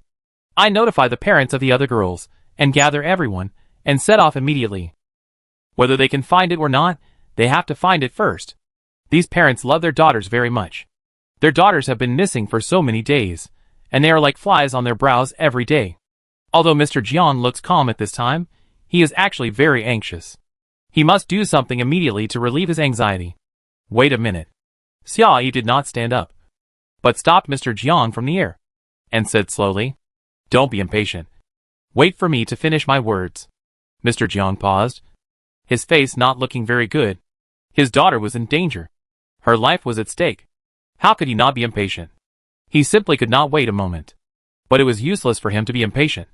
He had to rely on Xia Yi's help. Although he was extremely anxious, he still stopped patiently, and said, "You said, if you want to save Jiang Jiang, you can't set off right away. You must take a long-term view." Xia Yi looked up at President Jiang, and said word by word. She was very restrained in her expression. If she were to follow her true inner thoughts, with these people, going to Xiao Liyuan in a swaggering manner, it's not saving people at all. It's just a gift. They'd be killed the moment they land. One more second would be disrespectful to Xiao Liyuan. Take a long-term view? President Jiang looked back at Xia Yi, slowly frowned, after a moment, seemed to remember something. Did I forget something? Assistant Wang mentioned to me before, do you want that daily necessities transaction contract? As long as you take us there. The daily necessities order, I can sign it now. Chapter 249. Xia Yi.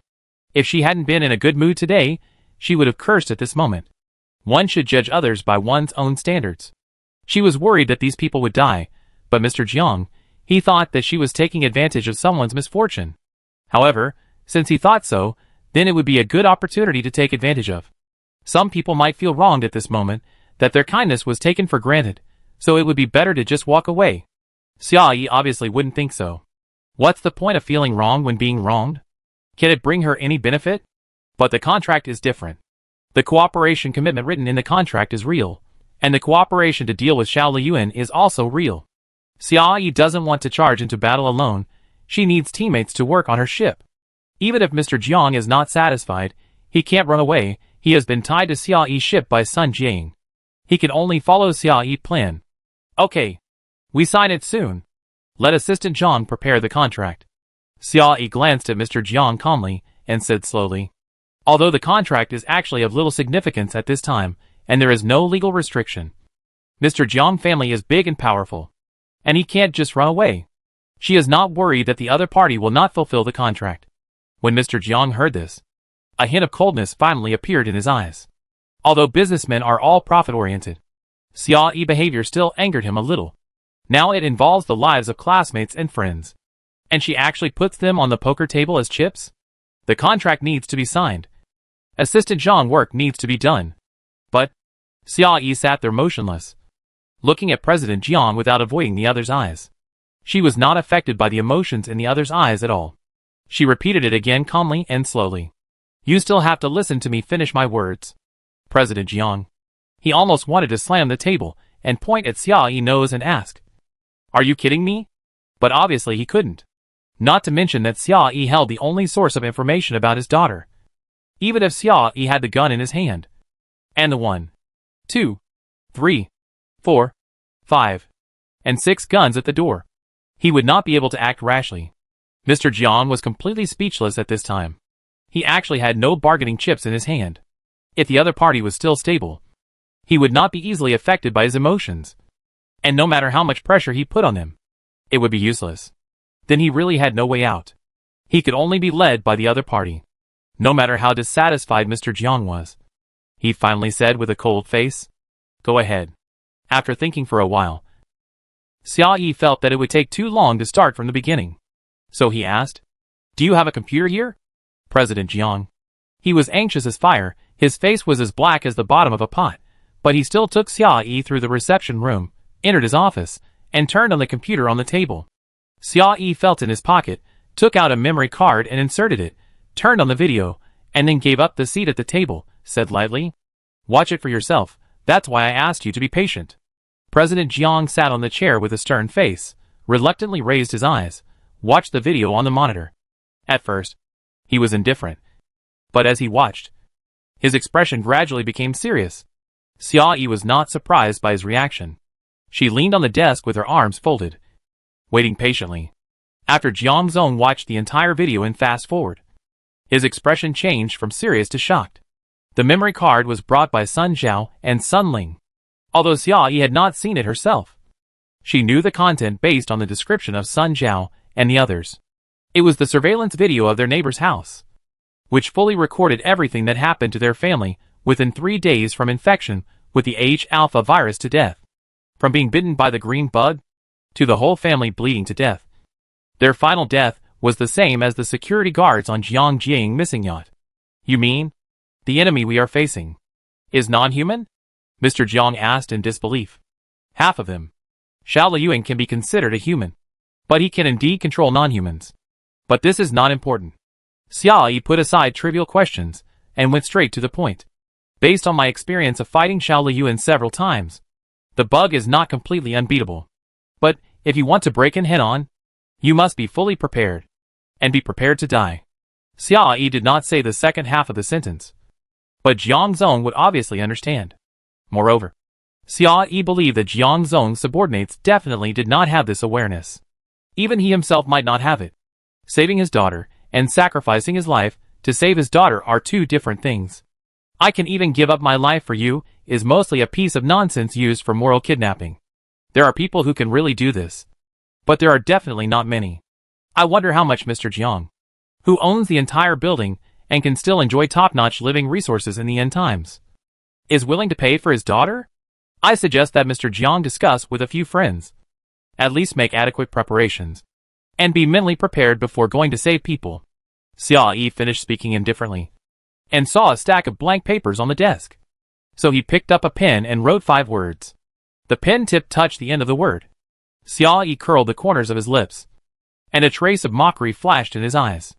The address is right here. You have navigation, you can go there anytime.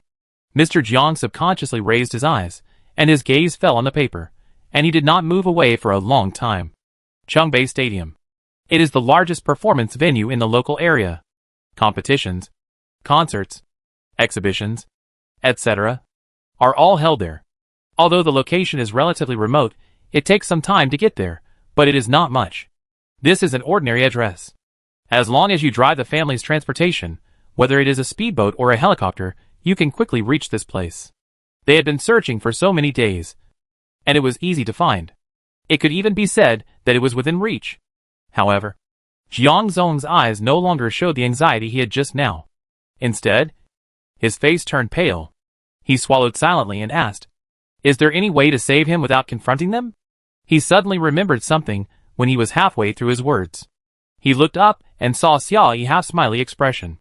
Even though he was very cunning, he couldn't help but blush. Until this moment, Mr. Jiang realized that he had completely misunderstood Xiao Yi. Xiao Yi was right. They were no match for Xiao Liyuan. With their passion, it was impossible to save him. Instead, they would lose their lives. Xiao Yi's purpose of stopping them was not as despicable as he imagined. It was just pure kindness. Thinking of this, Mr. Jiang felt a little anxious.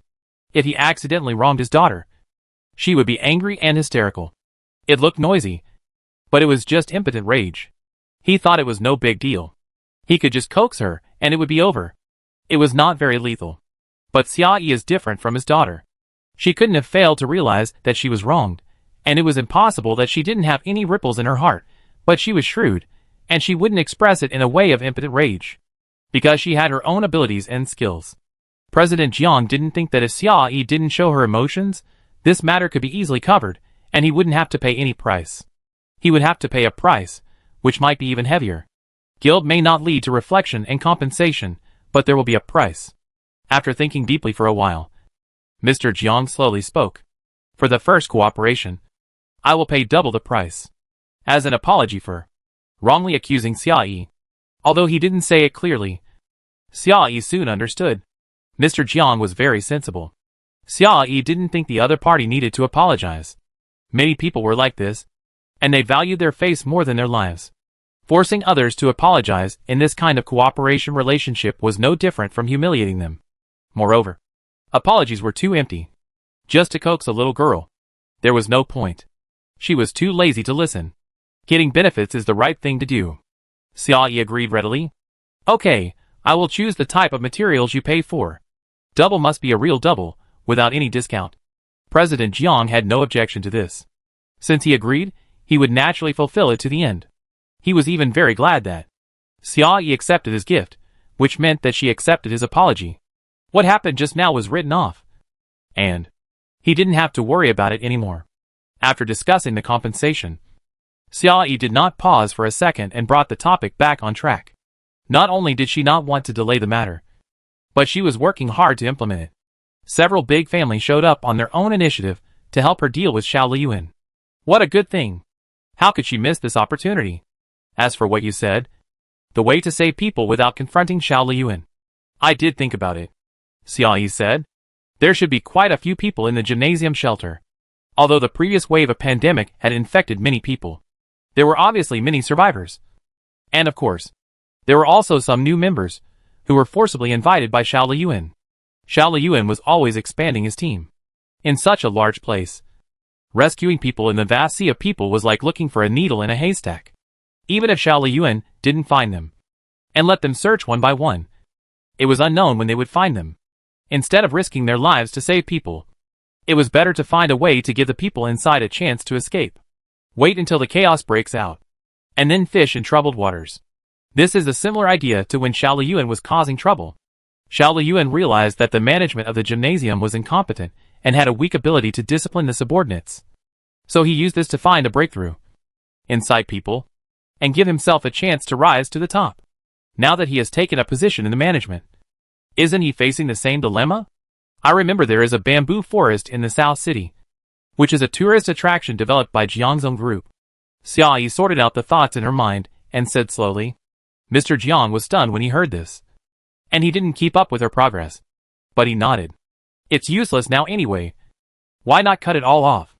Xiao Yi stroked his chin and sighed slowly. What a good thing. Mr. Jiang? Chapter 250. After Xiao Yi and Mr. Jiang discussed, they reached a preliminary conclusion.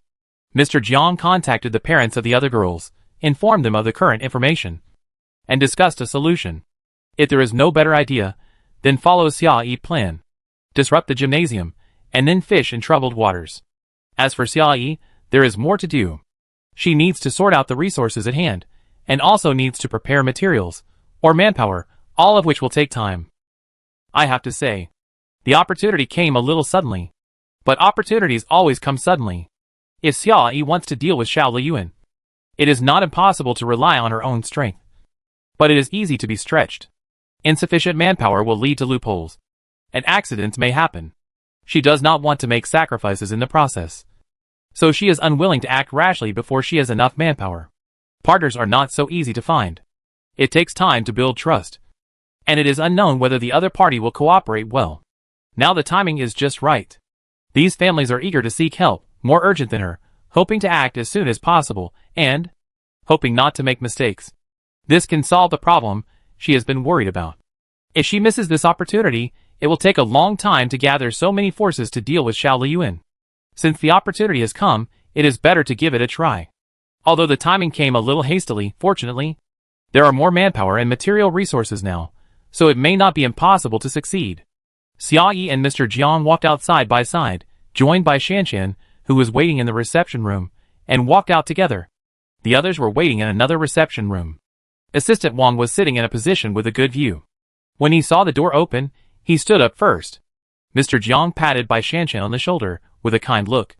That's it for now. I won't see you off. Bai Shanshan smiled and replied, Well, Uncle Jiang, call me when you're sure. When everyone just left, the three people stayed in the meeting room to confront each other. And the atmosphere was still tense. Now, in just an hour, they actually walked out like this, having a good chat. It shocked the people outside. When the security guards saw this scene, their hearts were alarmed. The leading security captain stepped forward and couldn't help asking, Have you discussed the rescue plan? That nervous look was like it was written on his forehead. You guys won't just talk about it for a few minutes and let us go to die. Right? Xia Yi and Bai Shanshan walked side by side, ignoring everyone. The question was not for her. And even if it was asked to her, she would not bother to answer such a stupid question. The security captain was hit by a soft and hard nail, and his face was a little ugly. Xia Yi could say nothing. But he couldn't. It was about his life and death. And he couldn't let his boss be fooled by this strange woman. The security captain stepped forward. His eyes fell on his boss, and asked subconsciously, Boss? General Jiang glanced at him coldly. The security captain shuddered and couldn't help shrinking his neck. He was very conflicted. He was worried that his boss was being fooled and forced them to die. He also thought that this woman was arrogant and wanted to teach her a lesson. He also felt that the person behind her was terrifying and couldn't afford to offend her. In addition, he was afraid of his boss's power. In short, he was afraid. Angry. And afraid. The emotions in his heart were like a mess. Red. Blue. Yellow. Green. And colorful. President Jiang frowned. Even though he was very cunning, he couldn't help it at this moment. He sneered and scolded. Don't embarrass yourself. After the end of the world, the boss and the employees were forcibly bound together. The employees dared not lose their jobs easily, and the bosses could not lose their employees easily. If there were no formal recruitment channels now, he would have wanted these people long ago. As an ordinary worker, it's okay to be passive and lazy, and it's okay to be afraid of death. These are human nature, and everyone has them. But his employees are not very capable. And they have a lot of little tricks, which are all written on their faces, fearing that others will not see them. They are so stupid and embarrassing. Go contact the warehouse and call for a few drones. Mr. Jiang frowned and ordered. This was the inspiration given to him by Xia Yi. It is not convenient for manpower to investigate Xiao Liyuan. And it is easy for the other party to find out and alert the enemy. The target of the drone will be smaller. If it is tracked, the worst case is to drive it into the water and destroy itself directly. And the source of the problem cannot be found. At most, it would be a waste of a few drones, which was not a big deal for him. These security guards, who were afraid of death, could just take on such a task. Since they were so afraid of death, they would be very careful and would not dare to expose their whereabouts at will. This was what Mr. Jiang had discussed with Xia Yi. He was just about to make arrangements after the people left. But who knew that these people were so impatient? Drones? What do drones do? The security captain looked confused. President Jiang looked at them calmly, without answering. Regarding the specific implementation plan, Xia Yi asked him to keep it secret for the time being. When it comes to dealing with Xiao Liyuan, one must be cautious enough. If it is leaked in advance, the other party will be prepared, and the situation will become more passive. What to do in each step will be announced before the implementation. But President Jiang obviously will not explain these to the other party. Several security guards felt that he had a bad look in his eyes, and finally did not dare to say any more nonsense, and left in disgrace. President Jiang waved away several people like flies, and seeing everyone relieved, His eyes showed more disgust. Looking at the security team under him. And then looking at the 5 people over there. President Jiang couldn't help but feel a little envious. The 5 young girls. Each one was more calm than the other. No matter what the atmosphere of the conversation was. They always kept their eyes on the nose and their noses on the heart. And sat calmly in the same place. I don't know where Xiaoyi got this girl from. But her quality is really extraordinary. President Jiang watched Assistant Wang lead Xiaoyi and the others downstairs before turning back to his office. They agreed to meet again in 3 days after completing their respective tasks. Judging from the current situation, it would be difficult for their daughters to escape the clutches of the devil. But they would not die. They would just have to stay one more day and suffer one more day. They had to prepare everything before taking action. But the faster the process of improvement, the better. 3 days later, the plan began. Assistant Wang helped Xiaoyi press the elevator button. Maybe because he had been with Quan Lu and the others for a long time. He gradually got used to it. At least, he didn't hide so far away when going upstairs. After watching everyone enter the elevator, he said, I will take care of the work at the factory later. Assistant Wang is a typical workplace person.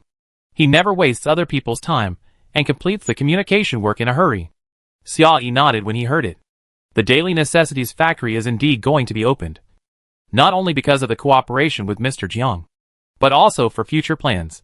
Xiaoyi had checked the machines there before, and all links were running normally and could be used at any time.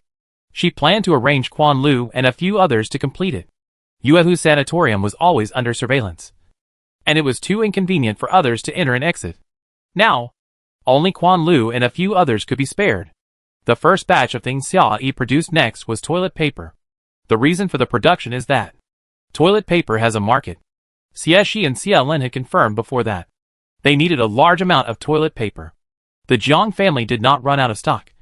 But they were also worried about the storage capacity of toilet paper. Even these families would have such a problem. I wonder if Xiao Liyuan has it. Maybe he doesn't have it himself. There are so many supplies in the warehouse. If he uses it alone, it will probably take several lifetimes to use it up. But he has many subordinates. These people don't know what methods they should use to solve the problem when they go to the toilet every day, as long as they have normal needs. Toilet paper will become an important part of the next plan. Xiaoyi is responsible for production, and the Jiang family is responsible for sales. With such a few big families, their connections are everywhere, even if the information flow is slow now. If they want to sell toilet paper to Xiao Liyuan people, it must be possible. After a brief communication with Assistant Wang, Xiaoyi and others drove the yacht again and sent Sun Zhao and Sun Ling back to Yixia. The surveillance there had been withdrawn long ago, and the 2 of them could take the boat away. Next, Quan Lu and the others were sent to the Daily Necessities factory. The raw materials were fully stocked in the warehouse. They were all prepared by Xiaoyi before the end of the world. In order to meet the needs of the next few decades, Xiaoyi's original reserves were all based on practicality. She only kept one formula for all the raw materials such as shampoo, bath liquid, and laundry detergent. In addition, a large amount of toilet paper raw materials were also stored. The production line in the factory is also fully automatic. Although it does not require mindless operation, it must be learned and trained in advance, but it is not tiring to supervise. Before, Xiaoyi was just busy all the time, and had no channels and no time to handle this part of the work. Now, please let all the people hear, only a small part of the time is to monitor the production line to prevent problems. More time is to maintain the safety of delivery and transportation after production is completed. Xiaoyi stayed here for a while, and did some tricks on the first batch of toilet paper shipped out of the factory. This is also an important part of her plan. Xiaoyi originally planned to go to Jiangji to see after finishing this part of the matter. The research on the specific drug for H-alpha virus is also a very important part of the next work. It just so happened that Quan Lu had reported the situation to her yesterday, and Jiangji seemed to have made some progress. If there was a breakthrough in this part of the work, they would have much fewer worries in the future. However, before Xiaoyi left the toilet paper factory, she received a call from the Meijiang Agricultural Products planting base. The call was from Zheng Xiao. Xiaoyi had asked Zheng Xiao to pay more attention to Jiangji's situation. The other party called at this time, and somehow, she had an ominous premonition in her heart. Will Jiangji be in trouble? Chapter 251. Miss Xia. Zheng Xiao's voice came from the receiver, with an inexplicable cautious tone. Xiaoyi's heart slightly lifted and asked, "What's wrong?" "Nothing, nothing, just..." Zheng Xiao hesitated and didn't say a few words for a long time. Xiaoyi was worried about Jiang Ji's situation, and now she couldn't get a clear answer for a long time, and she was so anxious. The voice suddenly became cold and urged, "What's wrong? Say it." Zheng Xiao was so scared of her that he shuddered when he heard her words. He bit the bullet and said what he had been holding back. "Jiang Ji told me that he wanted to eat fish." Xiaoyi. She was speechless. The minute Zheng Xiao held back, she almost scared her to death. She had prepared for the worst. And that's it? After Zheng Xiao said it, she didn't hear Xiaoyi answer for a long time. She became even more nervous and hurriedly tried to make up for it. I also think it's too much. Now he's sure of this and that. Why does he insist on eating fish? But he insists on... Okay. Xiaoyi interrupted Zheng Xiao chatter and slowly relaxed. It's okay as long as nothing happened. Eating fish is not a big deal. Jiang Ji was left alone in Zheng Xiao territory. He was not familiar with the people around him. He had to do a lot of research every day, which was very hard. Recently, the entrance of Yuehu's sanatorium was being watched, and no one at home came out to help Jiang Ji improve his food. Although Zheng Xiao Place had no worries about food and drink, the food was mostly vegetarian. After eating for a long time, it was normal to want to eat some meat, although it was not convenient for them to go home for the time being. And there were no fish on the boat, but there were fishing nets, and it was not difficult to fish some out of the water. Xiaoyi thought about it and said, "I send it to you today." She was concerned about the research progress over there, and took the opportunity to go and talk to Jiang Ji to confirm the situation. Zheng Xiao waited for a while on the other end of the phone, and finally heard Xiaoyi's response. She thought it must be a rejection, and said subconsciously, "Oh, I know. I tell him." Halfway through the conversation, he suddenly realized what Xiaoyi was talking about, and was surprised. "Oh no, you're coming?" "Yes, I come." Xiaoyi looked at the time, and replied with a smile. "I be there in 4 hours, you prepare the vegetables, I bring my own chef, and treat you to fish." Although they were running around outside, it was not convenient for them to take off their protective clothing and eat with each other, but it was still okay to share the food with them. Zheng Xiao hung up the phone in a daze. He was still in a daze, looking blankly at Jiang Ji beside him. Jiang Ji sat at his desk, his eyes unfocused, as if he was thinking about something. After realizing Zheng Xiao's gaze, he shifted his attention and asked, "Did you agree?" "Yes, I agreed." Zheng Xiao blinked and answered honestly, "I said I would tell you in 4 hours." "Okay, then you can go out," Jiang Ji replied indifferently. Then he lowered his head and started working again, picking up a pen and writing something on the notebook. After writing a few words, he looked up at the cage at hand, observed it for a while, and lowered his eyes to continue writing. In the cage was a little white mouse that was caught from somewhere, with snow-white fur and a little green in the eyes. Zheng Xiao stood there in amazement. He felt like a rag, which was thrown away after being used. He was extremely dissatisfied and wanted to curse, but he felt that the other party would not pay attention to him even if he cursed, and it was a waste of saliva. He was so angry that he tapped his fingers in the air a few times. In the end, he didn't say anything harsh. He just threw down the door curtain and walked away angrily. He muttered as he walked, "You have your own phone. Why do you have to ask me to call you?" Zheng Xiao left quickly, so he didn't see that the person behind him was looking at his back for a long time. After Xiaoyi finished the work at the daily necessities factory, he went to the water with Bai Shanshan and Ming Jiai to catch a few nets of fish. In about 4 hours, they arrived at the Meijiang Agricultural Products and Trade Planting Base on time with fresh live fish. Zheng Xiao brought people to the door to pick them up. Seeing the lively fish in the cabin, everyone was almost stunned. "You also have this skill." His craftsmanship. Xiaoyi pointed at Ming Jiai innocently, and mercilessly moved everyone admiring eyes to him, saying, "Please him. Cooking will also be his skill." As soon as the voice fell, Ming Jiai, as expected, received the warm and affectionate eyes of the audience. Ming Jiai. Xiaoyi sold out her teammates thoroughly. After leaving Ming Jiai in the kitchen, she quietly slipped away without mercy. Bai Shanshan was a little tired after all this tossing and turning. Pregnant women tend to be physically weak, she said, she was tired and wanted to rest. She didn't even get off the yacht. Wait for the chef to prepare the meal and leave a portion for her. Ming Jiayi smiled helplessly. I haven't cooked for a long time. Xiaoyi hasn't eaten well recently. Every meal is fast food. I'll be busy again soon. It's not bad to take advantage of this free time to give her a treat. Looking at the eager eyes around him, there shouldn't be a shortage of helpers. The three of them split into 3 groups, each doing their own thing. According to his previous memory, Xiaoyi found Jiangji office. Why is it called an office? Because that place can't even be called an office. It's just a desk in a vegetable greenhouse. There's not even a bed. He sleeps on an office chair. Both Xiaoyi and Zheng Xiao have repeatedly persuaded him not to make his life so miserable. Our family is not that poor. But it's useless to say anything. When it comes to adding a bed for him, he said the greenhouse was too small and there was no room. When it comes to asking him to sleep in a room a few hundred meters away, he said it was too far to walk and wasted time.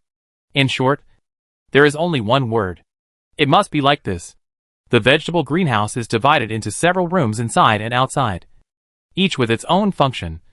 But the specific structure cannot be seen from the outside. Xiaoyi lifted the curtain of the greenhouse and went in. 2 layers of plastic cloth were laid on the original dirt ground, barely serving as the floor. And the floor was a mess with waste paper all over the floor. On the right is a large iron bookshelf, with used paper stacked on top, which seemed to record experimental data. On the left are several small iron cages, each containing a little white mouse, and a covered trash can next to the cage, which has some unspeakable smell. There is an office desk facing the shed, which is the only clean place in the whole room. There is a bottle of white wine on the table. It looks like the legacy left by Zhao Jing and his group. Jiangji sat behind his desk, with his chin propped up by one hand, as if he had been waiting for a long time. When he saw Xiaoyi coming in, he pointed to another chair in front of the desk and said straight to the point, "Have a drink with me." Xiaoyi, okay. Although it happened suddenly, it was not impossible. Xiaoyi understood Jiangji's state very well. He had been too busy recently. You could tell from the furnishings in the room that he was completely devoted to research. Whether the research results were good or bad, he needed to do something to relieve stress. Although Xiaoyi was busy, many things were being done step by step after being handed over. There was still time to drink with friends. Of course, although it was said to be accompanying, Xiaoyi was actually watching Jiangji drink. The 2 people had different movements and had never been isolated. It was not convenient for Xiaoyi to take off the protective suit, and it was naturally not convenient for him to drink. Jiangji saw Xiaoyi sitting down, so he picked up the wine glass from the side, unscrewed the bottle cap and poured himself a glass. He drank it all without blinking. Xiaoyi, before she could say anything, Jiangji had already finished 3 cups in a row, and his face was flushed. Jiangji usually has a standard doctor image. He looks rather rigid, serious, but extremely responsible, and has a strong sense of reliability. Now he is completely different from his usual image, which makes people feel a little surprised. Jiangji seemed to feel the surprise in Xiaoyi's eyes, hiccuped, and laughed softly. I have prepared everything, and I won't delay you. Things, are they ready? Xiaoyi's heart was slightly shaken. What was ready was things what? Could it be that Jiangji research really produced results? So now, Jiangji waved his hand and raised his voice a lot. Listen to me, Xiaoyi. Okay. I don't want to be a doctor. I haven't wanted to be a doctor since I was a child. Jiangji successfully attracted the attention of the person opposite him and began to mumble like a drunkard. My mom insisted that I become one. What's so good about being a doctor? It's tiring and hard, and I live worse than a dog. Xiaoyi, when something happens, I have to rush to the front line, and there are strange exposures and infections. Look at Lin Linglin, she almost died. I also have friends who died, and Jiangji seemed tired of talking, sighed deeply, supported his forehead with one hand, and began to talk incoherently. I don't dare to chase the girl I like. With my work and rest schedule, I don't eat regularly. Gastritis, gastric ulcer, duodenal ulcer, cervical spondylosis, lumbar disc herniation, and varicose veins. I'm still so young, I haven't even had a girlfriend. As she was talking, she didn't know what tragic thing she remembered, and she started crying while lying on the table. Xiaoyi, at this moment, in her heart, the image of Jiangji as a high-level intellectual had completely collapsed. At this moment, footsteps were heard outside the door. Zheng Xiaomin came over with plates. The kitchen had already started shipping, which were freshly slaughtered fish, steamed, and smelled very fresh. The other party put the food on the table and said to Xia Yi, "It's not convenient to eat here. Your meal is on the boat. Or come over after you finish eating. This dish is really delicious. It would be a pity not to eat it while it's hot." Xia Yi was hungry just by smelling the fish. Ming Jiayi's cooking skills seemed to grow on her taste buds. She was so greedy at the sight of it. She really wanted to go eat something first, and then continue the conversation after the drunkard at the table woke up. But she was not too sure about Jiang Ji. This person's condition today was too abnormal. It was really disturbing. Chapter 252. Xia Yi did not lead directly, but stood up and pushed Jiang Ji. "Hey, wake up, eat first." Jiang Ji snorted twice while lying on the table, muttering, "Don't rush me. I set the alarm, I sleep for an hour." Xia Yi. All right. No matter how anxious she was, it was useless to want to know the progress of the research. This man was already so drunk, it was obvious that he couldn't speak clearly. Jiang Ji was obviously in a very bad mood. It was just an hour's gap, and he still had to give it to him. Anyway, she had to go back to eat, so she just waited a little longer. Xia Yi returned to the yacht. Ming Jiayi cooked in the kitchen of the planting base, brought a few side dishes on board, and placed them on the dining table. The food on the plate was steamed fish, smoked fish, boiled fish, garlic greens, oyster sauce greens, and cold greens. Xia Yi. It can be seen that there are only fish and greens here, and there are probably not many kitchen utensils and seasonings. Even the clever woman in front of her can't cook without rice, no matter how monotonous the ingredients were. Ming Jiayi's cooking skills were there. The fish was fresh and delicious. The vegetables were crisp and sweet, and Xia Yi was satisfied with the meal. Bai Shanshan was greedy for longer than her, and she was so full that she couldn't get up. "Mr. Ming." "I agree." Bai Shanshan waved her hand, holding her stomach inside. "With your cooking skills, I fully agree. You marry into the Xia family and become my son-in-law." Ming Jiayi. Xia Yi? Question mark. There were too many flaws in this sentence. For a moment, I couldn't find a place to start. Xia Yi glanced at him coldly and threatened. "You don't want to eat lobsters anymore, right? How can I do that?" Thinking of the lobsters in her warehouse that had nowhere to go, Bai Shanshan's face changed immediately, and she said righteously, "How can I let President Ming marry into the Xia family and be my son-in-law? I have to. I will marry into the Xia family and be your son-in-law." Ming Jiayi. Xia Yi, shut up. You are farsighted and have foresight. Bai Shanshan sighed and laid back in the chair. She couldn't control her mouth, and could only barely control the direction of her mouth. Why didn't I think of sleeping with a handsome cook? Xia Yi. She hasn't slept with him yet. This explanation that makes things worse is obviously not suitable to be said now. Xia Yi gritted his teeth in anger. Bai Shanshan said halfway, and her mind turned to some crooked way again. Suddenly she sat up straight, and looked at Xia Yi solemnly. "I suddenly remembered something. This task is too difficult. I originally thought that only I could complete it, but now it seems that there may be no chance." As she spoke, Bai Shanshan's face slowly showed sadness, and she sighed softly. "I can't fulfill my wish, so I can only rely on you." Xia Yi suddenly had a bad premonition, and interrupted her with a cold look. "I advise you not to say anything more." This obviously didn't work. Bai Shanshan's mouth was faster than her brain, and of course she couldn't be controlled by threats. Before she could think clearly about the consequences, the words had already slipped out of her mouth. "Those thousands of boxes of condoms you bought for me, you probably have to digest them yourself." Cough. Cough, cough, cough. Ming Jiayi coughed violently, picked up the used tableware on the table and walked out, pretending not to hear anything. Xia Yi. She suddenly covered her eyes. What kind of boomerang is this? It's been so many months. How can Bai Shanshan still remember it? It can even stab back at her. Bai Shanshan looked at Ming Jiayi embarrassed back, blinked and smiled. "Hey, your ears are red. Shut up." Xia Yi hated how this woman was pregnant. She couldn't let her beat her up quickly to vent her anger. She could only grit her teeth and throw down the final verdict. "Bai Shanshan, your lobster is gone." Bai Shanshan. With such a wicked and smoky friend, Xia Yi didn't know how unlucky she was. Until Ming Jiayi came back with the tableware, the two were still in a state of awkwardness, and it was a bit difficult for them to meet each other's eyes. I go take another look at Jiangji. Xiaoyi looked at the ground randomly. Yeah. Ming Jiayi looked up at the sky. In short, it was a mess. After finishing this messy meal, it took almost exactly 1 hour. Xiaoyi put on the protective clothing again, and prepared to get off the boat to find Jiangji. As soon as she reached the dock, she saw the swaying lights in the night, and small boats were floating over the water. There were 2 elderly people sitting on the boat, about 60 years old. This was Zheng Xiao territory, and Zheng Xiao should have been the one to receive them.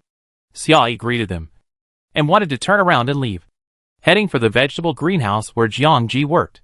But before she took 2 steps, she heard the couple behind her ask cautiously, "Excuse me, is Jiangji here?" They even stretched out their hands and gestured in front of them. He is about this tall, not fat, not white, but pretty handsome. With such a detailed description, it is impossible to be wrong. The Jiangji that the 2 couples are looking for is the Jiangji who was drunk and lying in the vegetable greenhouse, and Xiaoyi was about to wake him up. Zheng Xiao and the others were stunned when they heard this, and their eyes all turned to Xiaoyi. Although Jiangji is here, he is not one of them. To be precise, Xiaoyi fostered him here. So, should Jiangji be there or not? This question still needs to be answered by Xiaoyi. Xiaoyi has turned around again at this time, looking at the couple in front of him, slowly narrowing his eyes. Are you looking for Jiangji? Who are you to Jiangji? You know him. Girl. The couple stepped forward together, looking at Xiaoyi eagerly, with tears in their eyes. Jiangji is our son. Since the day when the weather was bad, he was on night shift in the hospital. We were separated, and we haven't seen each other for almost half a year. Hospital, night shift. This information does match up. When Xiaoyi first met Jiangji, it was with Lin Lin in the hospital. What happened next? Later he said he was coming back, said he had found a way, and asked us to wait, and he would come back to pick us up. It's inconvenient for the elderly to buy things, and there's a lot of inventory at home, so it's okay to hold on for a year or 2, so we said, it's okay, don't worry. What happened next? Later he said something happened, and he couldn't come back. The couple's eyes showed anxiety, looking at Xiaoyi expectantly, asking repeatedly, Girl, do you know where Jiangji is? Why doesn't he go home? Did something happen? Is he sick? The elderly couple looked miserable and pitiful, running thousands of miles to find their only son, which made people cry. Think about Jiangji's daily life. He didn't even have a bed to sleep, and he worked day and night on research, putting the information from both sides together. Zheng Xiao and the others looked at Xiaoyi with strange eyes. She looked like a pervert who kidnapped a top scholar and forced him to do research for her. But Jiangji parents. In Xiaoyi memory, this word was not completely unfamiliar. Jiangji had talked about this matter. After Xiaoyi left the gymnasium shelter, he went to find Jiangji and planned to send him back to see his parents. But he refused. Jiangji looked very sad at the time. He said his parents had passed away. It was after that time that Jiangji decided to stay with Xiaoyi and insisted on researching drugs to fight the H-alpha virus. Jiangji had clearly said that he had passed away. Why did he suddenly appear here? Xiaoyi's face was slightly gloomy, and he looked at the couple in front of him steadily, and asked slowly, Where did you get the boat? Jiangji had not had the opportunity to meet his parents for so long, and he had always stayed in the mall because Xiaoyi was outside at the time, and there were no more boats to help Jiangji transport supplies. But if his parents had a boat, why didn't they go to the mall to pick him up? Did they have to separate the 2 places? We picked it up. Picked it up? Xiaoyi raised an eyebrow when he heard this. This is a boat, the most useful means of transportation in the apocalypse. How could it be picked up so easily? And why did they pick it up at this time instead of earlier? Don't you think it's too coincidental? The couple looked at each other blankly for a moment. Maybe it's a bit of a coincidence, so? Xiaoyi sighed in his heart. The feelings these 2 have for Jiangji don't seem fake, they seem like Jiangji's real parents. But they obviously knew nothing, and were completely unaware of the situation behind them. She stared at the other person's eyes, not missing any changes in them, and asked, Then, where did you get the news? Knowing that Jiangji was here? The rescue team downstairs told us. The couple finally felt something was wrong at this time, and they looked at each other and said, The rescue team also said that we are old. and they will take special care of us and give us more supplies. Since the two took other people's supplies, they took it for granted that the other party was a good person. So they didn't think. The world is so big, and even a phone call can't be reached. How could the other party just happen to know the whereabouts of their son? After the couple figured it out, their faces suddenly turned pale, and they asked with a trembling voice, They lied to us? No. Xiaoyi shook his head. It was not a lie. But the result was worse than a lie. Take them to a place to rest first. I'll be back soon. Xiaoyi explained to Zheng Xiao and the others. What's wrong with Jiangji parents? Why did they lie to me that they were dead? I have to ask Jiangji himself. As for whether to come out to meet him in the end, I also need to confirm with Jiangji before making a decision. The couple was taken away by Zheng Xiao and the others. Their eyes still contained confusion, looking expectantly at the direction where Xiaoyi left. Is my son here? Xiaoyi thought that as she went to find Jiangji, she would get the answer to this question. What was unexpected was that the person who was still chattering and drunk just now turned into a corpse in just 1 hour. Chapter 253. When Xiaoyi walked to the door, she smelled a strong smell of blood coming from the tent. She tried to suppress the shock in her heart, raised her hand to lift the door curtain, looked at the situation inside, and was stunned. Jiangji was lying on the desk. His eyes were closed naturally, as if he was asleep. His expression was calm and peaceful. But if you look at his neck, you will see a different scene. His right hand was holding a fountain pen. His 5 fingers were tightly grasping the pen body. His fingertips were clenched white, and the tip of the pen was stuck straight in his throat. A large amount of blood gushed out from the wound. Scarlet color covered the entire desk and dripped onto the ground. The wine bottle and the bottom of the plate on the table were soaked in blood.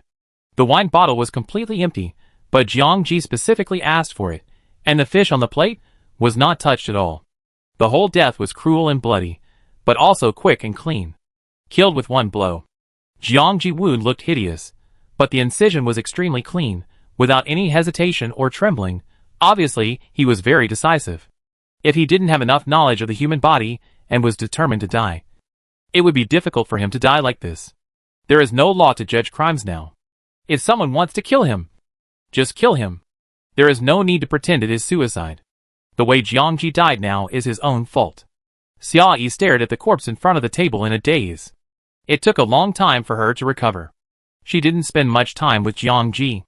Their relationship was not very close. They talked about things when they had something to do, and they basically didn't contact each other when they didn't have anything to do. If you have to say it, today was the time when they talked the most. I didn't expect it would be the last time. Even though he had seen the uncertainty of life and death in the apocalypse, Xiaoyi still found it hard to accept that the drunk man in front of him just now died without any warning. Why was this? If Jiangji committed suicide, then everything that happened today should have been planned in advance. He made an appointment with Xiaoyi to come back and meet her in advance, and after talking to her for the last time, he pretended to be drunk and tricked her to leave, and took the opportunity to die in front of her. Oh, and he forced her to bring back fish meat, but she didn't eat it in the end.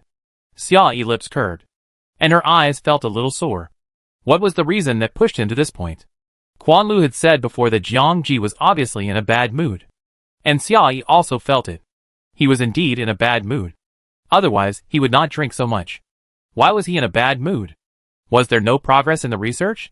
It doesn't matter if there is no progress. Although they have high hopes for this, they also understand the difficulty, and will not force Jiangji to come up with a result. No one will blame him. Wait, no. Xiaoyi suddenly came to her senses. There is no way there is no progress. Quan Lu had clearly told her when she reported before that although Jiangji was not in a good mood, there was progress in the research. And Jiangji himself had just said that.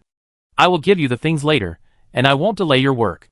This was his promise before he died, and it didn't seem like a delay or perfunctory. Things? Xiaoyi stopped at the door for a while, and finally walked into the house, checking the conditions of several rooms. This vegetable greenhouse was originally very large, but it was divided into many rooms, each with the same function. Some were used to store data, some were used to do experiments, and some were used to store the old corpse in a freezer. In the end, the range of activities became very narrow. Jiangji should not be so bored that he would pose a puzzle for others to solve before dying. Xiaoyi looked at this messy room, thought for a while, and reached into Jiang Ji's pocket. As expected, she took out 3 things from her pocket. An alarm clock with a countdown of 55 minutes. A list full of medicines and weights. And a suicide note. The list is a complete list. The handwriting is very clear, there is no sign of crossing out, every stroke is written very carefully and confidently.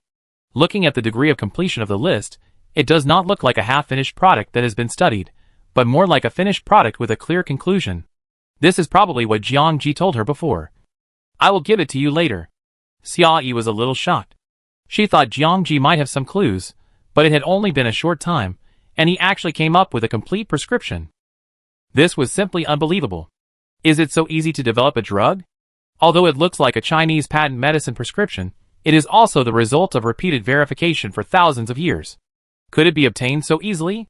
Xia Yi took 2 deep breaths and calmed down. Although she was quite skeptical about the speed of this development, she still took up the list, took a photo, and quickly sent it to Yuan Xiang and Lin Linglin. Please ask the medical team to judge whether this prescription can fight the virus. Although the prescription must be verified for the sake of caution. She felt from the bottom of her heart that this prescription should be real and usable. This should be something worth celebrating. But she obviously couldn't be happy now. Regardless of why Jiang Ji was able to research so quickly. Since he had successfully developed the prescription. Why did he want to die? Xia Yi frowned slowly. Looking at Jiang Ji's circumstances before his death. Whether it was asking her to come back, drinking, or writing a suicide note. It seemed that he had prepared to die long ago. Maybe. He was already prepared to die. But he had to research the prescription before he died. Researching the prescription was not Jiang Ji's goal or ideal. It was his last wish before he died. Xia Yi opened the suicide note again and read the words carefully. The suicide note was very short. Only 2 lines. Fortunately, I was lucky. Mom and Dad. I'm sorry. The first line seems to be for Xia Yi, telling Xia Yi that his luck is pretty good. And he actually succeeded. The second line seems to be for his parents. This is very interesting. Since Jiang Ji left a suicide note for his parents, it means that he knew his parents were still alive. Then why did he lie to Xia Yi and say that his parents were dead? What is the meaning of this deception? This sentence seems a bit offensive. But the life and death of Jiang Ji's parents, in theory, has nothing to do with Xia Yi. So there is no need for him to lie to Xia Yi. The only thing Xia Yi could do was to help him find his parents. Or bring his parents back to his side. Thinking of this, the information in Xia Yi's mind finally became clear. Maybe this was the problem. Jiang Ji's parents were still alive. But he couldn't bring them back to his side. He couldn't even explain to Xia Yi why he couldn't bring his parents back to his side. Jiang Ji's parents were kidnapped. Seeing that his parents knew nothing about it. This kidnapping might be unconscious to them. They might think that their lives were still normal. And there was no impact on them like in the past. But their lives and deaths are under the surveillance and control of others. The people who kidnapped them were the rescue team that distributed supplies at their doorstep. Xia Yi felt very strange when she heard this information. It was already so late. The only official stadium shelter had already fallen. How could there still be people out there diligently distributing relief supplies? And they were given special care because of their age? If they were normal people in the end times, they would have eaten them up and plundered all the supplies. How could they still be allocated supplies? But if the rescue team was the one who kidnapped and surveilled, then everything would make sense. They not only monitored Jiang Ji's parents, but also monitored Jiang Ji, so that they could accurately tell his parents where Jiang Ji was now. Who kidnapped Jiang Ji's parents? Did all the above work? And forced Jiang Ji to lie? This question doesn't seem difficult to answer. Jiang Ji's attitude became abnormal when Xia Yi left the stadium shelter. Went back to isolate and recuperate for a few days. And then came to the mall to pick up Jiang Ji. They had originally agreed that, when everything was settled, they would take Jiang Ji to find his parents. But Jiang Ji suddenly changed his mind and said that his parents had passed away. At this time, Xiao Liyuan was expanding rapidly and was eager to recruit soldiers. Xiao Liyuan's method of dealing with Xia Shi was exactly the same as it was now. He used coercion and inducement to threaten the people around Xia Shi, including Xia Lin playmate Lao Zhang, and took the opportunity to fill the oil depot with the green bugs. Xia Shi was killed tragically, and the people in the oil depot were almost wiped out. It was not until recently that they were slowly replenished. This is very similar to what happened to Jiang Ji. Xiao Liyuan used all means to deal with Xia Shi, Sun Zhao and Sun Ling, and recruited troops by all means, in order to expand his territory and power. He regarded Xia Yi as a thorn in his side. How could he not take action against Xia Yi? He even found Xia Yi's parents and tried to join forces with Lin Yongzi and Su Jiawan to exhaust all possibilities to deal with Xia Yi. How could he forget that mall where they stayed for so long? And where Jiang Ji, who was powerless, was? After verifying information from several parties, the full picture of this matter is almost revealed. Just when Xia Yi had just escaped from the shelter in the gymnasium and had to be isolated, Xiao Liyuan took the opportunity to kidnap Jiang Ji's parents and force Jiang Ji to work for him. This is why Jiang Ji deceived Xia Yi, why he worked so hard to study the H-alpha virus, and why he finally chose to end his life. And now, the other party finally released Jiang Ji's parents and let them return to him. Maybe it was because Jiang Ji had completely met the other party's requirements. At this moment, Xia Yi completely connected all the clues. Jiang Ji decided to stay with Xia Yi temporarily, not because he had nowhere to go, but because of the nails deliberately planted by Xiao Liyuan, a deliberate conspiracy. Now Jiang Ji is dead, but Xia Yi still doesn't know what is the truth of the conspiracy. What did Xiao Liyuan force Jiang Ji to do? Why did he not even want to see his parents for the last time, and just ended his life decisively without any nostalgia? Xia Yi had a hunch that Jiang Ji doing this would be the most terrifying bomb planted by her side. Chapter 254. Xia Yi stood in the greenhouse with 2 pieces of paper in his hand. His mind was in turmoil, and could not calm down for a long time. After an unknown amount of time, the door curtain behind him was lifted, and Zheng Xiao walked in without noticing anything. Jiang Ji had lived here for a long time. Zheng Xiao was familiar with him, and spoke relatively casually. "Hey, Dr. Jiang, have you thought about it? Your parents are so old, it's not appropriate to let them wait at the door. If you really don't want to see them, just tell them straight I fool them." Zheng Xiao blurted out these words like a machine gun, and only realized that something was wrong when he was about to finish. Fuck. Zheng Xiao looked at the large area of blood in front of him, and couldn't help but exclaim, and fear slowly appeared in his eyes. This. Xia Yi met his eyes that looked at the murderer, and a wave of fatigue surged in his heart. He was too lazy to explain, and just said, "Don't tell his parents about this. You only need to tell his parents that Jiang Ji is not here for the time being, and let them go back.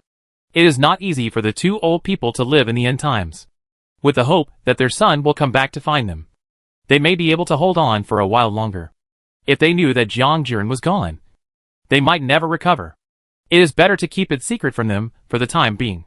If there is a suitable opportunity, it is better to tell them.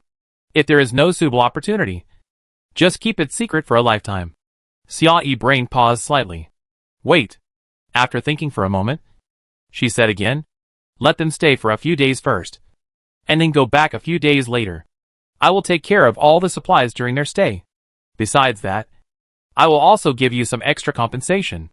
They will stay until after the decisive battle with Xiao Liyuan." Xiao Liyuan was able to inform the couple of Jiang Ji's location in time, which means he was monitoring the whereabouts of both the couple and Jiang Ji. Although nowhere is absolutely safe, at least there are people to take care of them in the Meijiang agricultural products and trade planting base. Jiang Ji's body is still warm, and we can't let them fall into the tiger's mouth again. After everything is settled, let them go home. Zheng Xiao had already seen Jiang Ji's condition at this time, realized that he had misunderstood Xia Yi, and looked a little embarrassed. Xia Yi didn't care about it. The previous thinking took a lot of energy. She was too lazy to care about such a small matter. Xia Yi almost numbly worked with Zheng Xiao, dealing with Jiang Ji's funeral. The body needed to be burned and packed, and the information also needed to be sorted, taken back to Yuehu Sanatorium, filed for the doctors, and kept for further research. Jiang Ji's death brought a great shock. Xia Yi's emotions were extremely complicated, so complicated that it was difficult to describe them in words. As long as she closed her eyes, Jiang Ji's smile, when drinking, and the blood on the table would appear in her mind. She was so angry that she couldn't control herself. Xia Yi wanted to cut Xiao Liyuan in half, to see what his core was made of. Why could he be so unscrupulous? It was like this in the gymnasium shelter, it was like this in Xieshi and Xialin, and it was like this in front of Jiang Ji. This person completely treats human life as a joke, using other people's lives again and again, for his ambition. Open your eyes, and look at the world around you. Xia Yi has hidden worries in her heart. The conspiracy behind Xiao Liyuan has not been exposed yet, and troubles may come at any time. All kinds of complicated emotions are intertwined in her mind, making her exhausted. But Xia Yi must calm down. The more critical the time, the more she cannot be dominated by her emotions. She must make the most correct decision. After finishing all the things, Xia Yi said goodbye to Zheng Xiao. When she returned to the yacht, she was almost exhausted. Seeing Ming Jiayi sitting by the boat, she rolled over and lay on his lap. This man always used her favorite perfume secretly. Xia Yi always forgot where she put the perfume when she was busy, but she could smell the familiar bit of her scent on him. Comfortable, quiet, smelling it can make people relax slowly. A pair of warm index fingers were placed on the temples, gently rubbing a few times. Xia Yi sighed comfortably and slowly closed her eyes. After being silent for more than 10 minutes, she slowly came to her senses and said, "We are probably under surveillance."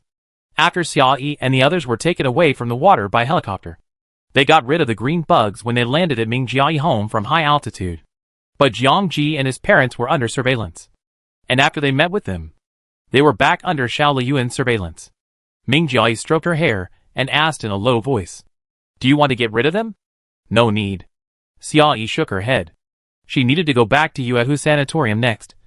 Whether to check what pit Xiao Liyuan had dug for her, or to verify the prescription provided by Jiang Ji, she had to go back. That place was already under Xiao Liyuan's surveillance. Too many lice don't itch. Too many deaths don't worry. And hiding them is useless. It's just that the way back may be a little difficult. The two stayed quietly in the night for a while, and the phone rang from his pocket. Xia Yi tilted her face to the side, as if she had no arms, looking at Ming Jiayi indifferently. Ming Jiayi sighed, took out the phone from his pocket for her, pressed the answer button, and put the phone to her ear. Xia Yi curled her eyes and smiled, and listened attentively. The voice coming from the receiver was Yuan Xiang's. She didn't say hello, but spoke concisely to the point. At present, some preliminary conclusions have been drawn. First, the ingredients of the drug have antiviral effects, but whether it is effective against the H-alpha virus, we need to obtain virus samples to confirm it. This part is easy to understand. A sample of the virus is necessary to verify whether the drug is effective. There are long-preserved corpses and many mice in Jiangji freezer, which should be used for verification. Xia Yi will take these research materials back and give them to Yuan Xiang. It shouldn't be a problem. Second, when Yuan Xiang said this, his tone was a little hesitant, as if he was not very sure, looking at the ingredients and formula. It seems a finished medicine. Xia Yi frowned slightly and asked, "What does finished medicine mean?" "It means this finished medicine that has been processed and formulated and marked with dosage specifications is available on the market," Yuan Xiang said slowly. "We checked the database, and the formula is exactly the same as what is written on this prescription." Xia Yi, "Ah? There is such a thing?" "Yes. This is not an exception." Yuan Xiang gave Xia Yi some popular science knowledge. Some researchers will study whether a certain drug can treat other diseases. And in fact, there are many successful precedents. And there are also papers that specifically publish similar research results. Xia Yi, no wonder Jiang Ji, a doctor rather than a researcher, can actually develop such a special medicine, and no wonder he said he was lucky. Recalling what the system had said to Ming Jiayi before, 7 years after the last life, someone also developed a special medicine to fight the H-alpha virus. As time goes by, the research environment should become worse, and those people may not have developed drugs from scratch. It just happened that some of the current drugs happen to be the special medicine for this virus. So, if we rob a pharmacy and get this medicine, we can fight against the virus that can cause sudden death within 3 days? The good news came so unexpectedly that Xia Yi was a little unbelievable and repeatedly confirmed it. It's not that simple. There are not many such medicines on the market, and they can only be bought in specific hospitals, Yuan Xiang replied. Xia Yi pondered and hung up the phone. She understood what Yuan Xiang meant. It can basically be broken down into 2 things. One is to send the virus samples around her back to them for research, and the other is to go to a specific hospital to find medicine after confirming that the prescription is available. In addition, there are a few things to do. Xia Yi briefly sorted them out. Xiao Liyuan used Jiang Ji to realize some conspiracy. This matter seems to have a minor impact, but there is no clue at present. We need to go back and investigate. The scope of the investigation is around Xia Yi. In addition, Jiang Zhong's daughter, her classmate Jiang Jiang, and several sisters were captured in Shaoliyuan territory. Their families are trying to rescue them. And this is a very good opportunity to divide and disintegrate Shaoliyuan power. To put it simply, there are 3 things. 1. Transport samples to confirm the antidote to the virus. And go find it. 2. Uncover Shaoliyuan conspiracy. 3. Launch an attack on Shaoliyuan. After sorting out the whole story, Xia Yi determined the entire course of action. First, go back to Yuehu Sanatorium. Send the samples back. And check in detail at Yuehu Sanatorium to find out what conspiracy Shaoliyuan might have. After arranging things, he will launch a general attack on Shaoliyuan with Mr. Jiang and others. If the antidote to the virus is confirmed, then set off immediately and go to a suitable hospital to find the medicine.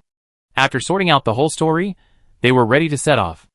Xia Yi informed Zheng Xiao of the situation and dangers inferred from Jiang Ji's death. Jiang Ji's parents were of no use now. Shaoliyuan should not come to Meijiang agricultural products planting base to kill people. There was no big danger, but some precautions were still necessary. Afterwards, they sorted out Jiang Ji's belongings, moved all the information in the greenhouse, the corpses in the refrigerator, and the mice to the yacht. After all this was done, the speedboat retrieved from Ixia was hung behind the yacht. The 2 boats, one large and one small, sailed towards Yuehu Sanatorium. The siege at the entrance of Yuehu Sanatorium was not removed.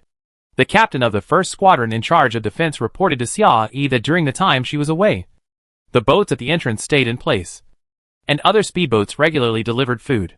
They ate and slept here, and there was no shift change, as if they were ready to stay. It seemed that they wanted to waste time. If they didn't leave, the people from Yuehu Sanatorium would not be able to enter or leave. Xia Yi yacht was targeted since the Meijiang agricultural products planting base, when they were less than 10 kilometers away from their home. The siege at the entrance seemed to have eyes, and took a defensive posture.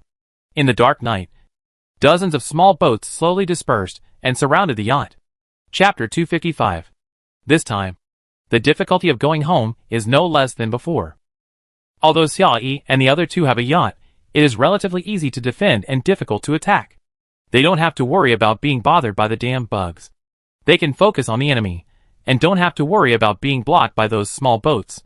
If they are in a hurry, they can go full throttle and crush them all the way.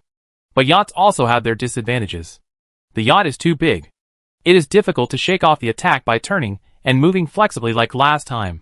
The only way is to force it. Ming Jiai had persuaded Xia Yi to drive the yacht back to his place first, and then take a helicopter back. But Xia Yi refused. The route of their yacht had been exposed. If they drove back to Ming Jiai's place, it would mean that Ming Jiai's shelter would also be discovered by the other party. Xia Yi was unwilling to do this. One less place known to Shaoliyuan. One less target to be distracted and defended. Xia Yi also considered depositing Bai Shanshan, temporarily depositing her at the planting base, and then taking her back after their affairs were settled. But this plan was also rejected. Bai Shanshan is afraid that the world will not be in chaos. This person has eaten and slept enough, and found that he can make trouble again. He wants to fight with others with a big belly. How can he stay idle? Xia Yi and Ming Jiai are discussing the route of travel. Suddenly, they find that this psychopath sticks his head out happily and asks, "Let's go!" Xia Yi, "Let's go!" Woohoo! Take off. Bai Shanshan picked up the gun at hand and loaded the bullet neatly. Xia Yi, if Bai Shanshan was not pregnant, the 3 of them should be able to have fun. But the child is there after all. No matter how Bai Shanshan doesn't take it seriously, she still has to take it into consideration. Take it easy, go to the stern and guard. Bai Shanshan smiled. Just watch. Xia Yi. She went to the stern of the yacht with a gun. There was a small sentry box there. The cover of the sentry box was like a UFO, which could rotate 360 degrees.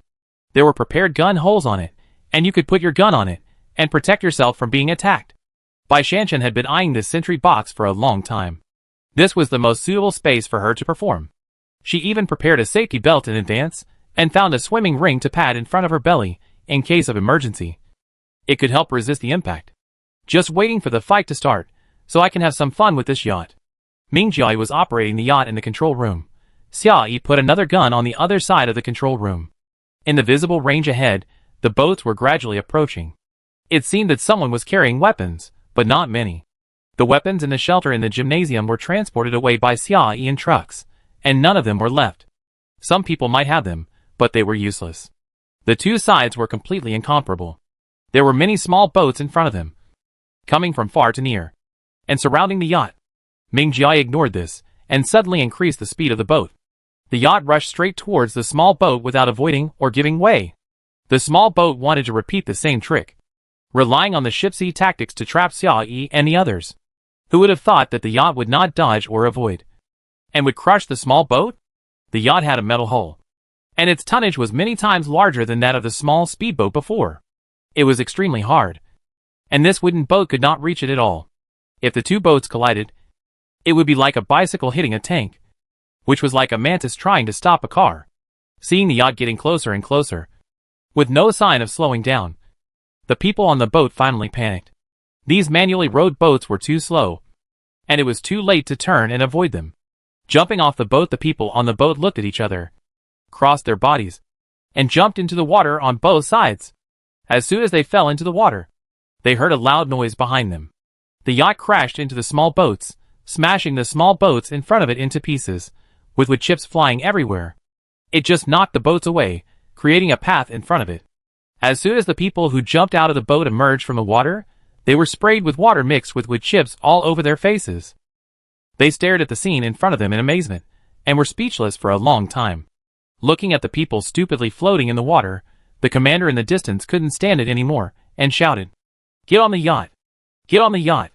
At this time, everyone woke up as if from a dream, wiped the water off their faces, and swam forward in a hurry.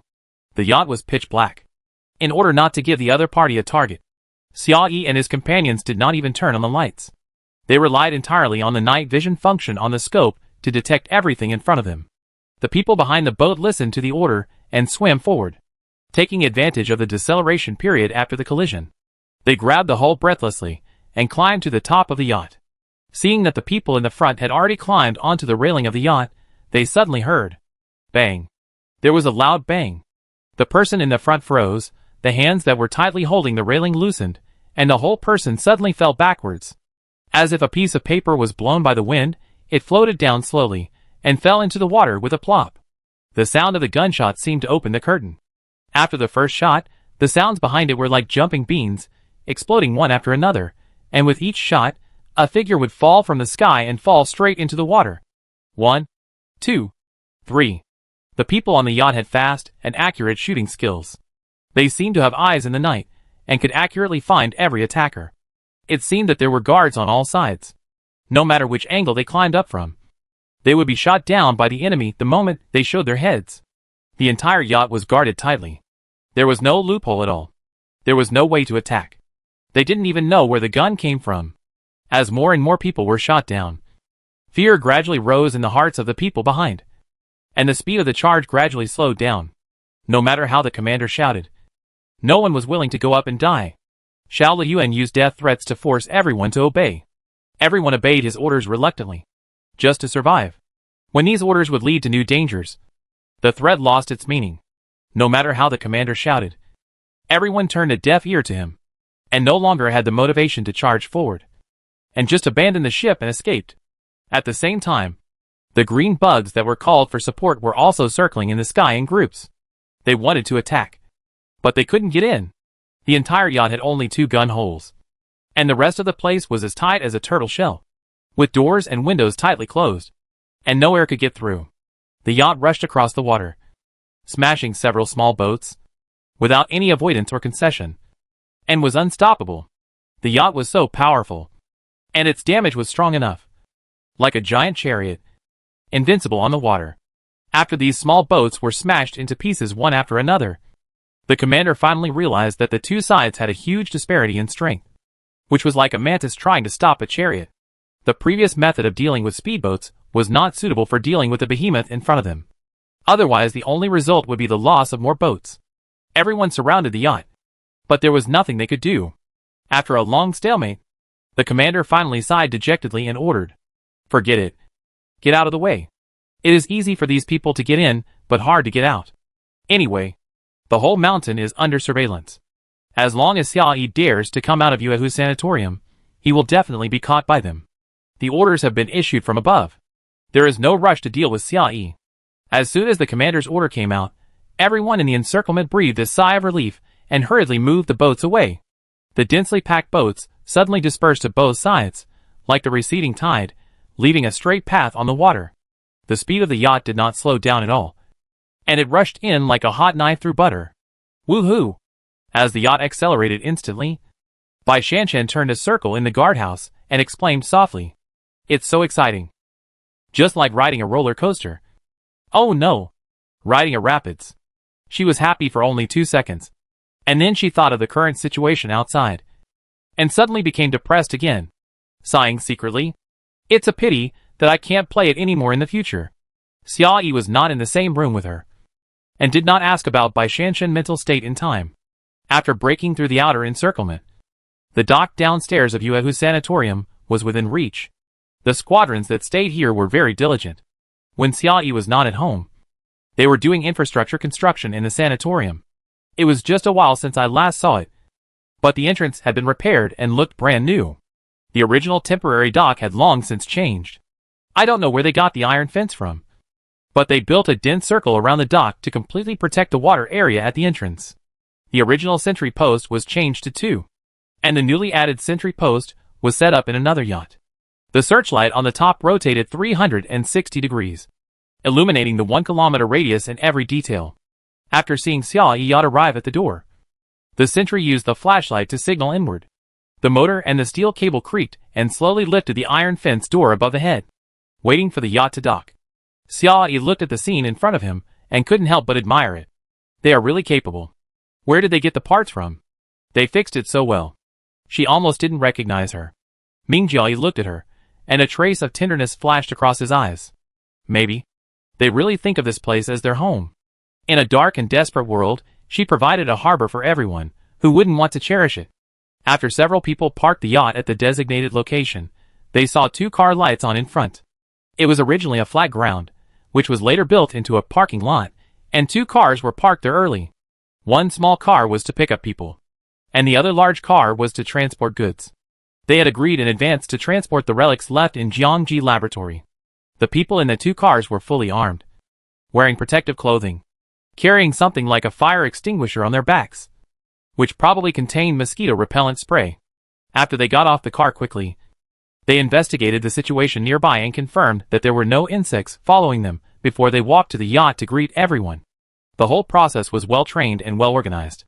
Xiaoyi, Ming Jiayi and Bai Shanshan got into the car together, leaving the yacht and its belongings to others to move. She followed the instructions obediently along the way, and felt relieved for some reason. After closing the car door, she saw Lin Linglin leaning over from the driver's seat and looking at her with a smile. With a boastful tone. "Look, how is the situation at home? Are you satisfied?"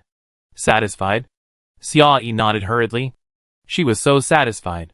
Before, all the work here required her to consider and arrange everything in detail. Now, whether it is infrastructure or process, everything seems to be able to run on its own. Yuehu's sanatorium seems to have undergone a transformation from the inside out. It has been upgraded from a shelter to a shelter base. You did a great job. Better than I thought. Xiaoyi praised generously. I think so too. Lin Linglin smiled. During this period, as the shelter grew, she herself also underwent a transformation. After leaving the constraints of her family and coming to Yuehu's sanatorium, Xiaoyi assigned her extremely heavy work, which were all problems she had never dealt with before. But as the work became more and more, the burden on her became heavier, and the things she needed to manage and decide became more and more. She became more and more confident. Compared with when the end of the world just came, she was completely different. Sometimes Lin Linglin would be in a trance, and she couldn't believe that was herself at the beginning. Xiaoyi looked at Lin Linglin's tail-raising appearance, and her heart inexplicably relaxed, and the fatigue brought by the battle was not so strong. She smiled and teased. "Boss Lin, I have a meeting. Can you help me arrange it?" Chapter 256. Mr. Lin is very efficient. After Xiaoyi went back, he rested for more than half an hour. Just after taking a shower, the meeting was ready. In the space capsule in the middle circle, there is a room dedicated to the meeting room. Among the participants in the meeting were Lin Linglin, Miao Fangfang, and several squadron leaders. Lin Linglin briefly explained the situation in Yuehu Sanatorium. After Xia Yi provided the idea of raising fish, they quickly started to act, digging fish ponds, diverting water, and moving the fry into them. So far, it has been basically streamlined. Before the end of the world, Xia Yi had randomly released some animals and plants outside. At that time, she was not sure whether these animals and plants could survive. So she just let them roam freely outside and left everything to fate. After expanding the breeding inside the sanatorium, she added the search for traces of these animals and plants to her daily work. Although not many animals survived, there were indeed some. And there was a trend of continuing to reproduce. They decided to observe for the time being, and wait until they reproduced to a certain scale before considering breeding and slaughtering. The plants are more pleasing. Among the seeds that Xia Yi planted, there are many plants that grow in the dark. Not only are those plants still alive, they are even growing very lushly, and they can be served on the table. They will also include the cultivation of these plants in their daily work, and may open up a few small fields on the mountain to cultivate and plant them. Although they are not as professional and diverse as the greenhouses, they are more than enough to maintain daily life. After completing these two parts of work, they plan to build more houses. With the help of Xia Yi, they will connect water and electricity to these houses to expand everyone living space. Living conditions and food supply are becoming more and more sufficient. With water, electricity, food and drink, it is not a problem to live here for a lifetime. Everyone gradually sees hope for the future. It is precisely because of the good expectations for the future that everyone's mental state is particularly good, and they are very motivated to do things. It is really like building their own home, improving the living environment bit by bit. Listening to Lin Linglin's story, Xia Yi's previous worries about Yuehu's sanatorium were swept away. Being able to be self-sufficient in food, other things will inevitably get on track slowly, which is indeed an exciting thing. They also agreed that everyone would have a fish feast tonight to celebrate.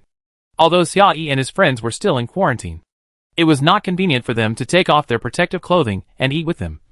But the dishes would be prepared in the small kitchen and delivered to their rooms. Xia Yi readily agreed. This was a very celebratory achievement in the sanatorium, and she would naturally not dampen the joy of her teammates. After all, compared to Lin Linglin's report, the news Xia Yi brought back was not so exciting. Whether it was Jiang Ji's death, or the possible conspiracy behind him, it was very heavy. After hearing about Jiang Ji's death, Lin Linglin was silent for a long time, and her eyes were a little red.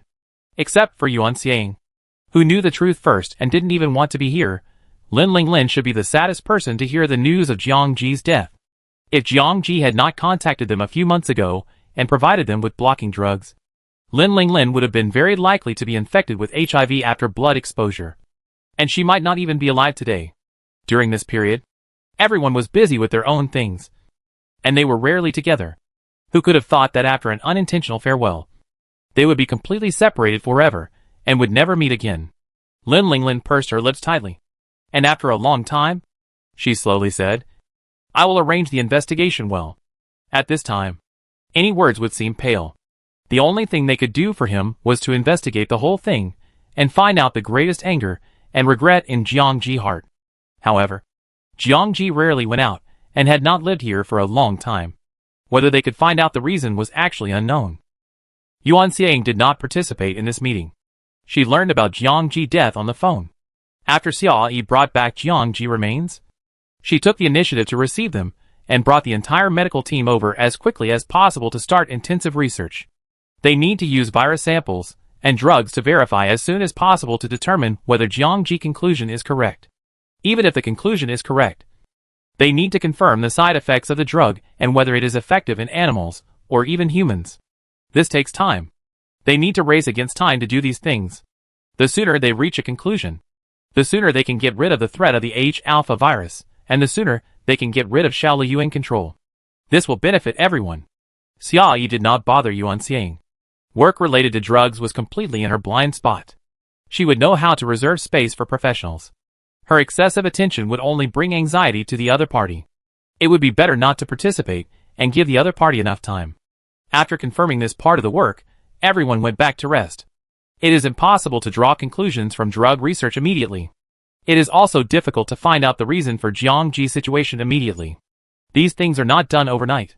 Even if she was anxious, she could only take her time.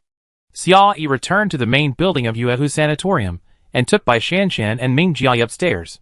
There was already a room for Bai Shanshan upstairs. She had prepared it for her before the end of the world. But due to some strange circumstances, she never had the chance to come and see it. After Xia Yi rescued Zheng Xiao's wife, she went to the mall and took back a lot of maternal and child supplies to prepare for Bai Shanshan in the room. After Xia Yi sent Bai Shanshan into the room, she roughly told her the switches and storage locations of household items, and then briefly explained, "I have a lot of things to do next, you just fend for yourself here." Bai Shanshan blew Xia Yi a kiss in return. His eyes wandered between her and Ming Jiayi for a moment, finally landing on their clasped hands, raised his eyebrows, said, "Have a nice evening." Xia Yi turned and left, slamming the door. The next day was the time she had agreed with Mr. Jiang. The missing daughters were all born in wealthy families, and their parents were also separated from each other. It was not realistic for them to leave their homes and gather together to meet. This meeting was an online meeting arranged by Mr. Jiang using his own satellite network. Xia Yi stayed in his study, waiting for the video to connect. 5 windows popped up on the monitor. There were men and women, and their ages were hard to tell. Some looked as young as 30, and some looked gray-haired. They were all the fathers or mothers of the missing girl, including Xia Yi and Mr. Jiang. There were 5 windows in total, and the other 4 people were accompanied by assistants. The 3 families were named Feng, Wang, and Zhu. After introducing themselves to each other, they all cast inquiring eyes at Xia Yi. There was no way. Xia Yi looked too young, no matter how President Jiang explained and endorsed her, talking about her background and abilities, as well as her battle experience with Xiao Liyuan. It was hard for everyone to be convinced, and there was always some doubt in their eyes. Xia Yi saw these looks, but did not intend to take them to heart. After everyone finished their greetings, she set her sights on Assistant Zhang and got straight to the point. "How is it, are you ready?" Assistant Wang is familiar with Xia Yi. He is responsible for the connection of all work. He came here to report on his work. Hearing this, he skillfully opened his notebook and started reporting directly. First, the toilet paper in the daily necessities factory has arrived. Now it has been distributed to various subsites and has begun the sales process. Second, the bamboo forest mentioned earlier is also ready. All the bamboo has been cut cleanly and processed according to the requirements. It can be put into use at any time. The third thing is, protective clothing, sprayers, and mosquito repellent sprays are all ready. All configured in sets, and hundreds of sets have been configured. The fourth thing is, thousands of drones have been deployed, all debugged, and a small number have been put into use to conduct long-distance reconnaissance and surveillance of the gymnasium shelter. Being able to be the general assistant to General Manager Jiang, his ability to handle affairs is extraordinary. His report is clear and concise, and very organized. He has implemented the details of the plan discussed by Xia Yi and General Manager Jiang very well. What about manpower and ships? Xia Yi asked again. This part needs to be solved by the bosses in front of us. Solving the manpower and ships, and clarifying the specific steps of the action plan are the 2 core topics of our meeting. Assistant Wang replied.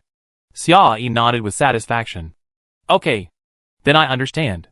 Thank you for your hard work. Please continue. Okay. Assistant Wang nodded in response. The 2 of them asked and answered each other like this, and they were very familiar with it. Just like a boss asking employees about their work progress, which stunned everyone who was listening. Assistant Wang is CEO Jiang's right-hand man. Even though Xia Yi ordered him around, CEO Jiang was calm, as if it was a common thing, and he had no objections. After Assistant Wang finished talking to Xia Yi, she turned her attention back to the meeting and continued. Hello, bosses. I am CEO Jiang's assistant. I am in charge of hosting today's video conference. Let's discuss today's meeting agenda. She had just started hosting the meeting, and before she finished her first sentence, she was suddenly interrupted. Wait! The person who spoke was the woman from the Zhu family. Her appearance was well maintained, and her real age could not be seen at all. She even did not know whether the missing daughter of the Zhu family was her daughter or her sister. After being interrupted by her, Assistant Wang still looked normal and raised his eyes to ask. What did you say? What are you talking about here? Bamboo, toilet paper, protective clothing, and the manpower and ships that we will discuss later. We need to prepare all these. The woman from the Zhu family spoke casually, seemingly asking Assistant Wang, but every word was directed at Xia Yi. Then can you please tell me, what can this Miss Xia give? Chapter 257. This sentence is really rude. It's like who are you? Is written on her face. Although it was said by a woman from the Zhu family, it was actually the same question in the hearts of the three people on the opposite side. What right do you have to point fingers at us?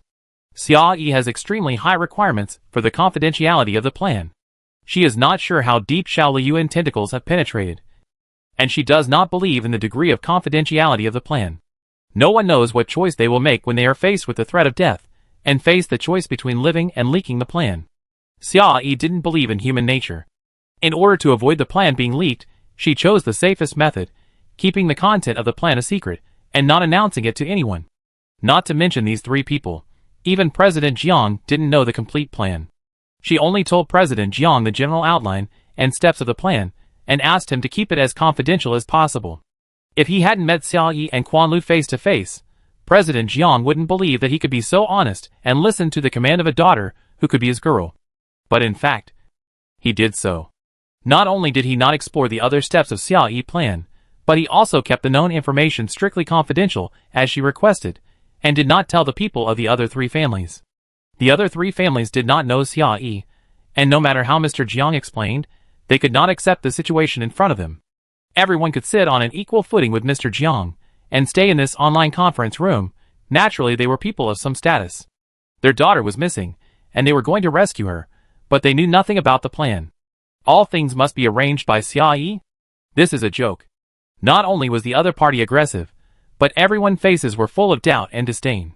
In the entire online conference room, the atmosphere of the conversation became depressing. Xia Yi leaned lazily on the chair, took the coffee cup beside her, and took a sip. Facing the collective pressure from everyone, she seemed to be unaware. As for me, you asked me what I can give? Xia Yi raised her lips slowly, and said lightly, I provided you with the possibility of rescuing your daughter. Everyone. This sentence stunned everyone. The other party seemed to not believe his ears, asking in disbelief. You asked us to do so many things, and you only provided a possibility? Is this reasonable? Why not? Xia Yi took another sip of coffee, and said slowly, if you think you don't need this possibility, and you can rescue your daughter, then choose not to cooperate with me. She had a smile on her lips, and her attitude was very sincere. I'm fine. You don't have to force yourself. The other three. They didn't really think so. The three didn't really want to expel Xia Yi from the cooperation. If it weren't for Xia Yi information, they wouldn't even know where Xiao Liyuan was, let alone going to the other party's territory to rescue their daughter. They just didn't like being led by others. If the plan was under their control, and Xia Yi's understanding of Xiao Liyuan, they would be willing to listen to her suggestions. The three of them just wanted to take back the right to speak from Xia Yi. That was all. She was just a little girl, and they just said a few words to scare her. If it worked, she would be obedient. If it failed, there was no need to pay any price. Why not give it a try? With this mentality, everyone tacitly agreed to use words to pressure Xia Yi, force her to reveal all her plans. But Xia Yi refused to listen. As soon as the words of pressure started, she showed no signs of being scared. Instead, she seemed to be irritated and was about to quit and leave. Everyone couldn't help but feel a little uneasy. If Xia Yi wasn't in the next plan, they were completely in the dark, and didn't know how to start. No matter how much Mr. Jiang praised Xia Yi before, it was all just words, which always made people feel unreal. When they really faced Xia Yi, and saw that she really didn't change her face under the pressure of the superior, they realized that this girl was extraordinary. Xia Yi lowered her head, and sipped her coffee again. Facing the increasingly awkward atmosphere in the online conference room, she looked completely indifferent, as if she really didn't mind the collapse of the cooperation between the two sides. There is no way negotiations are like this.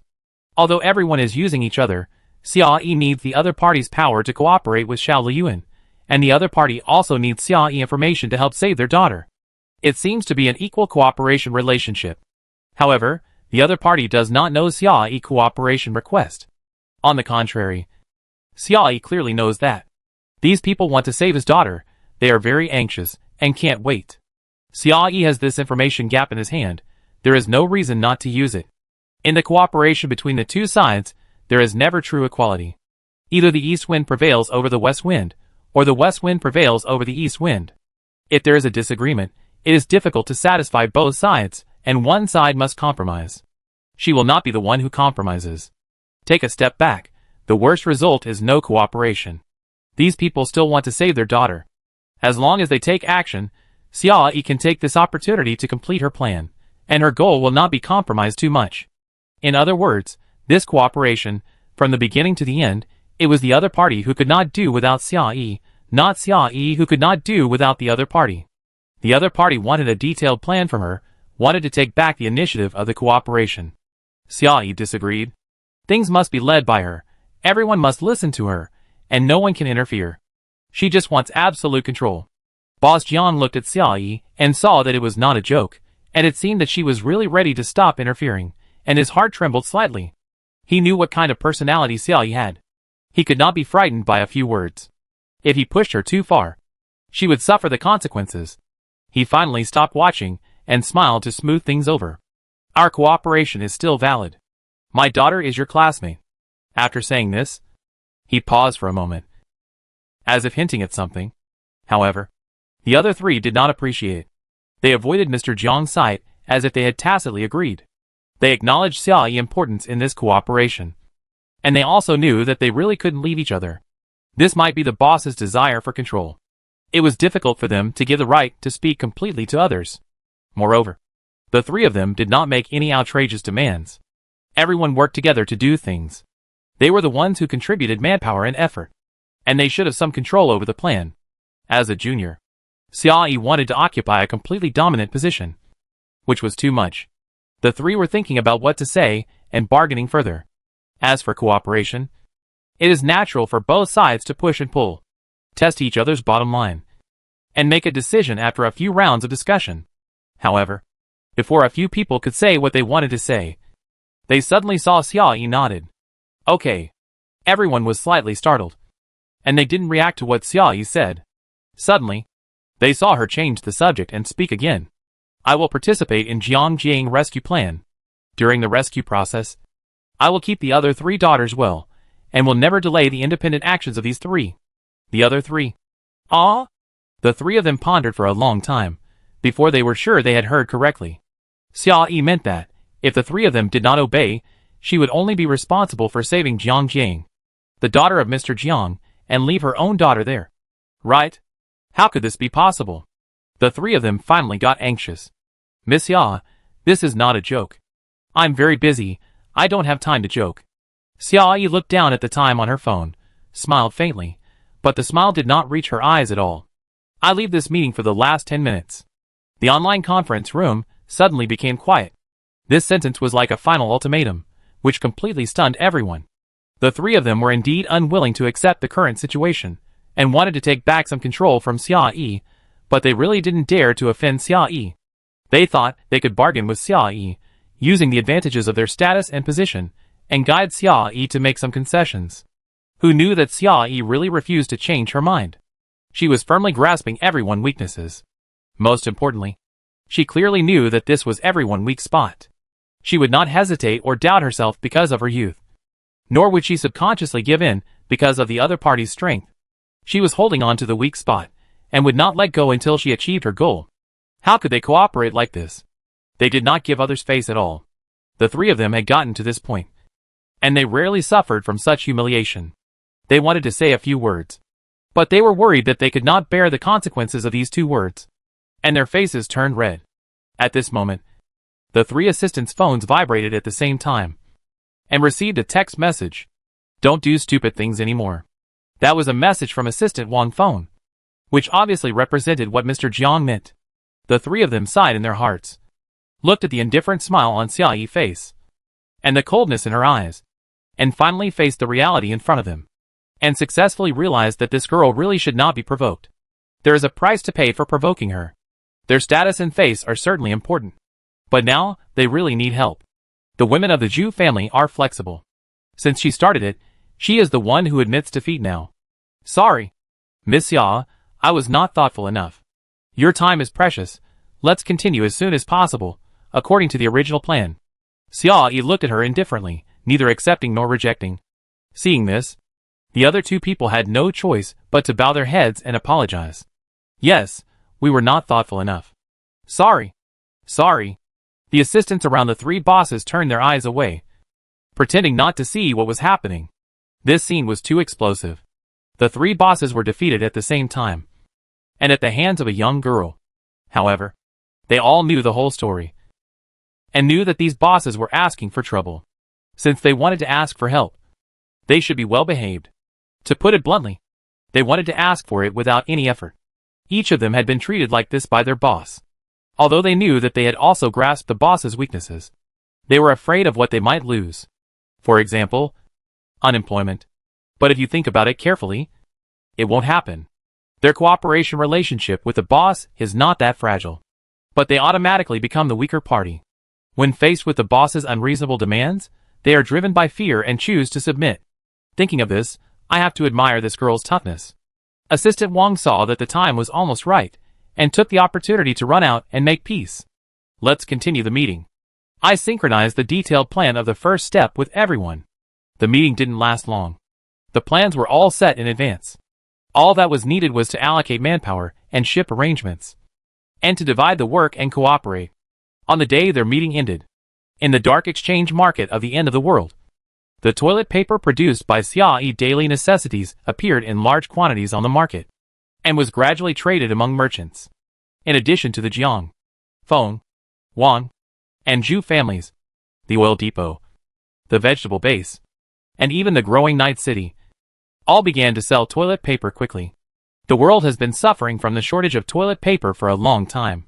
Anyone who has a little money at home, when hearing that toilet paper can be bought outside, will go out to buy it by any means. The toilet paper that the factory has been working overtime to process these days is sold out within a few hours. The plan to deal with Shaoliyuan also kicked off at this time. Chapter 258. Toilet paper is an absolutely scarce resource in the end times. All industrial products are considered scarce resources in the end times.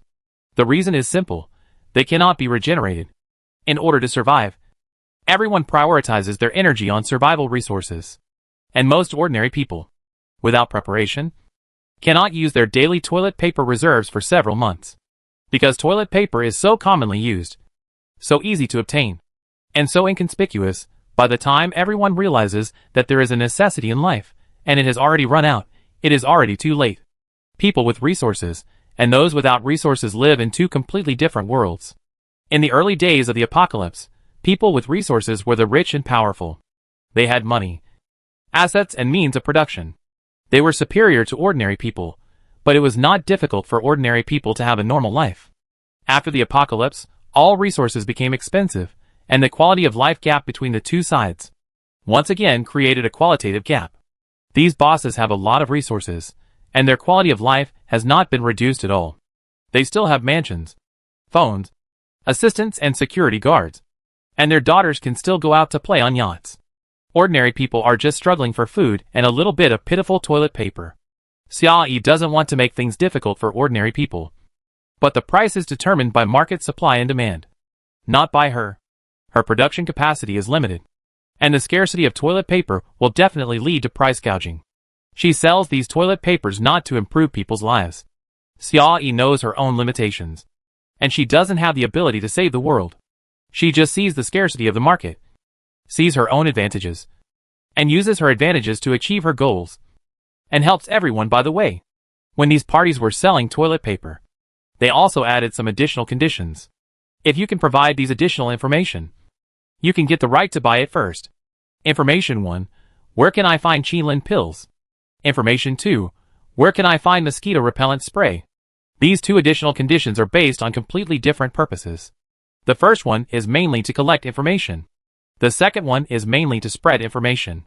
Regarding Qinlin pills, the news they spread to the outside world was that a big boss's family was sick and urgently needed this medicine. The prescription Jiangji provided before his death. Yuan Xiang confirmed that the ingredients were exactly the same as a finished medicine, the name of which was Qinlin pills. Although the effect of this medicine on the H-alpha virus is still being confirmed, it does not affect Xiaoyi collection of information and early preparation while doing other work. If the medicine is confirmed to be effective, it can be obtained and put into use as quickly as possible. As for the mosquito repellent spray, It is naturally used to deal with the green insects. But Xia Yi did not tell everyone its purpose, and remained silent and mysterious. In fact, neither Xia Yi nor her teammates lacked these.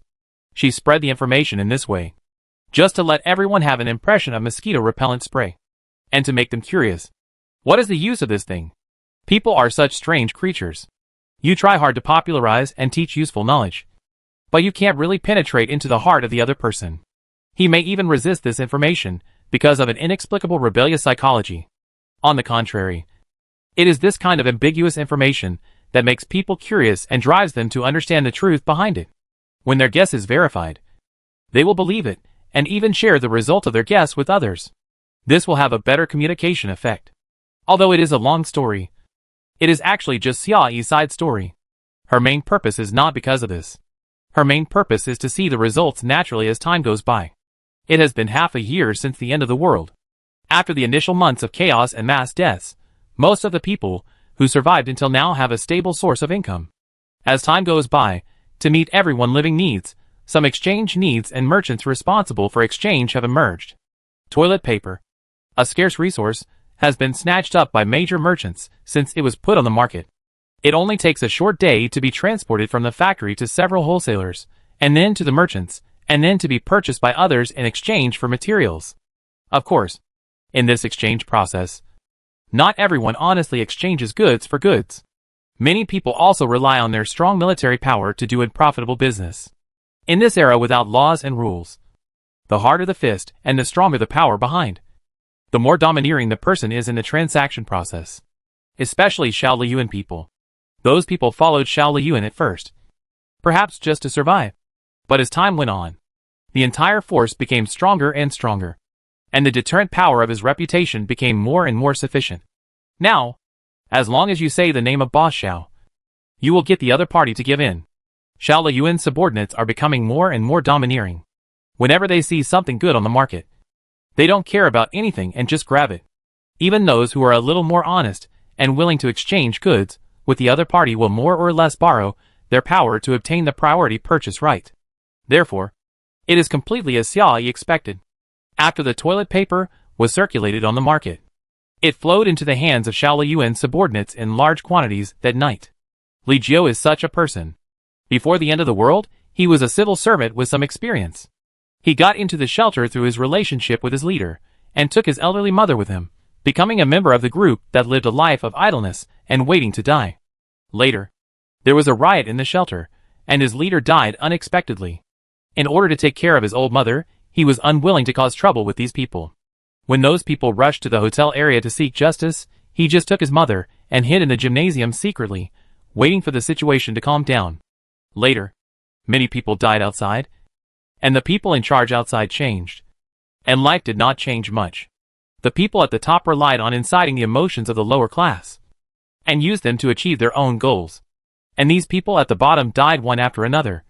And those who survived, their lives would not change much, and they would eventually return to the bottom.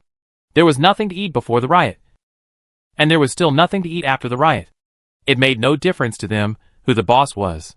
The new boss's surname is Xiao. Everyone calls him Boss Xiao. Boss Xiao has some extraordinary abilities. No one knows what these abilities are. People at the bottom don't have many channels to get information.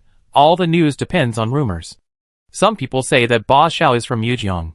Some people say that he has superpowers awakened after the end of the world. Some people say that he can use poison. The rumors are all outrageous. But all the rumors basically point to one message. Boss Xiao can control people's life and death. Every 3 to 5 days, Boss Xiao would use his power. Sometimes he would use his power on an enemy who was unwilling to surrender, and sometimes on a subordinate who was not doing his job well. At this time, everyone in the stadium would watch the execution. The prisoners would be tied up and hung upside down in a row on the gate of the stadium. No one knew what Boss Xiao did.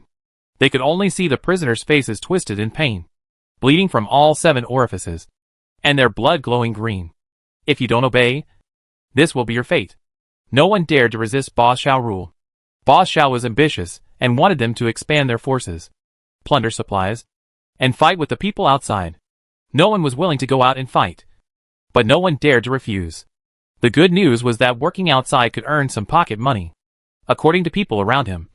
People outside were very afraid of Boss Xiao. And as long as he threatened him, he could get gifts from others. These pocket money were big and small. Sometimes 2 boxes of instant rice or instant noodles.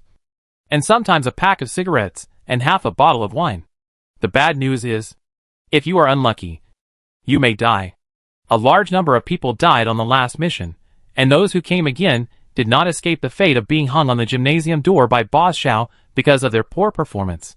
Li Jiu was very scared, and he was terrified every time he went on a mission. He didn't know when he would die. Maybe he died outside accidentally, or maybe he died at the hands of Boss Xiao because of poor performance. What he was more afraid of was that after he died, no one would take care of his elderly mother. He had thought of running away more than once. But seeing the rows of corpses hanging on the gate, he quickly gave up the idea. If he was obedient, he could still survive for a few days. If he ran away and was caught by Boss Xiao, he would really die without a burial place. So Li Jiu still obeyed orders obediently. He did whatever Boss Xiao asked him to do, even if it was murder and arson. Fortunately, his luck was pretty good this time. Although he didn't bring back any food, he really got a large amount of tribute. A whole box of toilet paper. A few months after the apocalypse, there was no toilet paper left in the shelter. This was something everyone knew, but it was hard to talk about.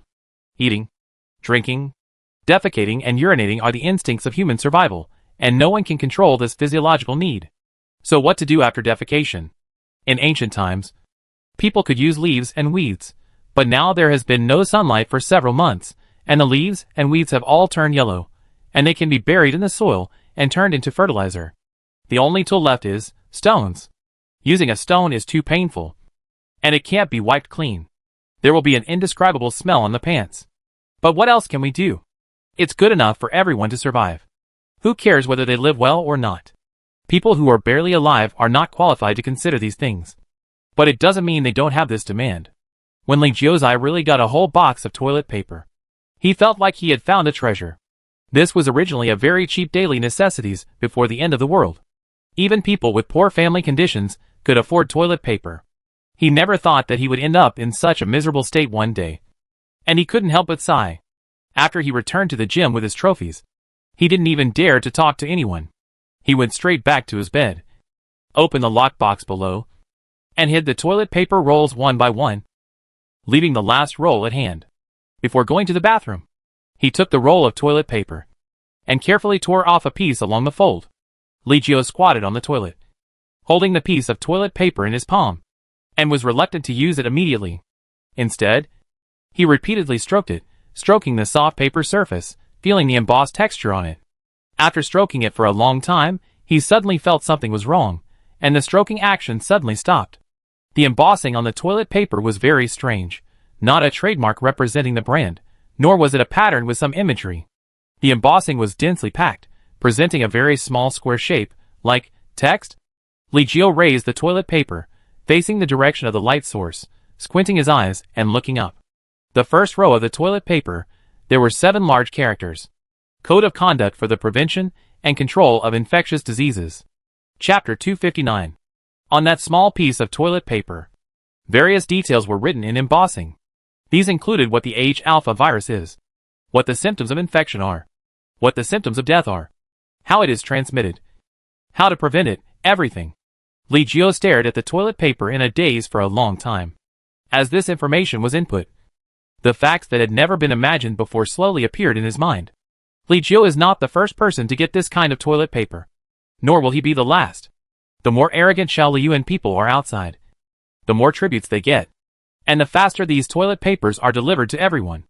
All people who have experienced scarcity will unconsciously feel reluctant to give up.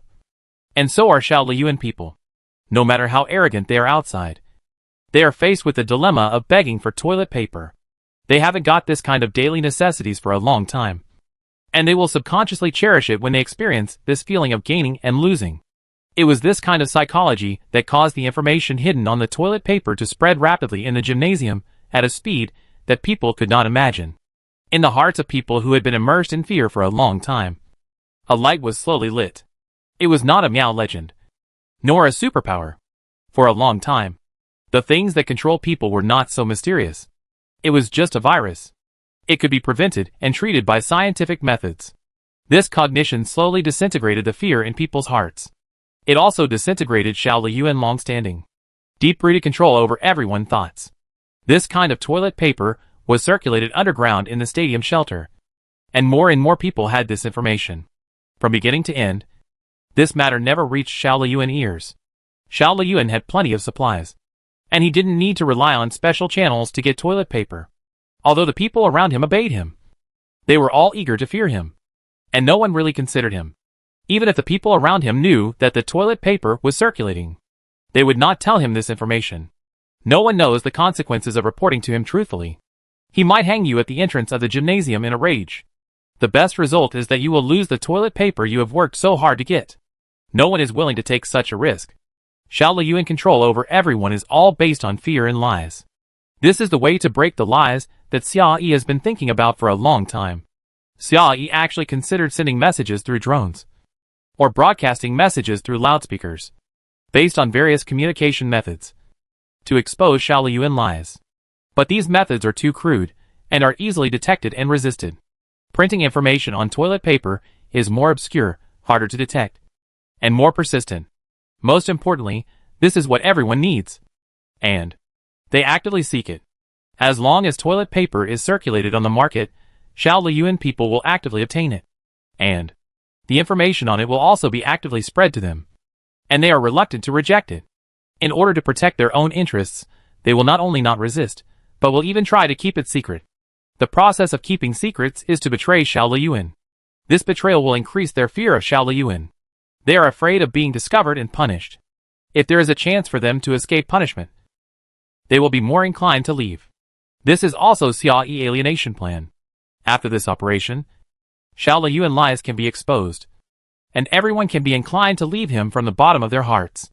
In the future, as long as the right opportunity is provided, this seemingly strict and disciplined organization will be shattered into a pile of loose sand in an instant.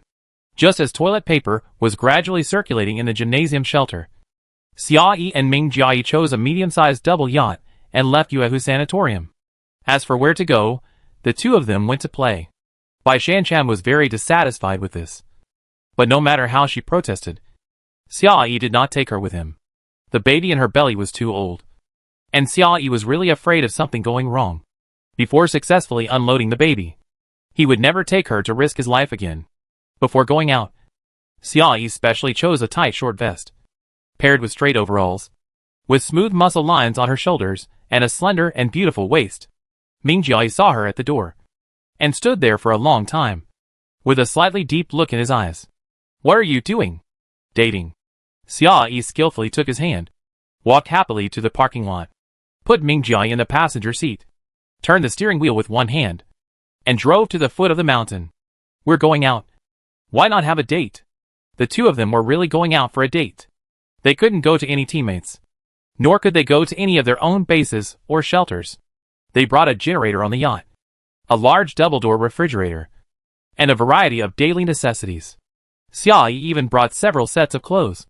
Before the end of the world, she had stockpiled a lot of clothes for all 4 seasons, in different styles and colors, but she rarely had the chance to wear them. Even if she did wear them, she would be covered with thick protective clothing, so she couldn't see what she looked like.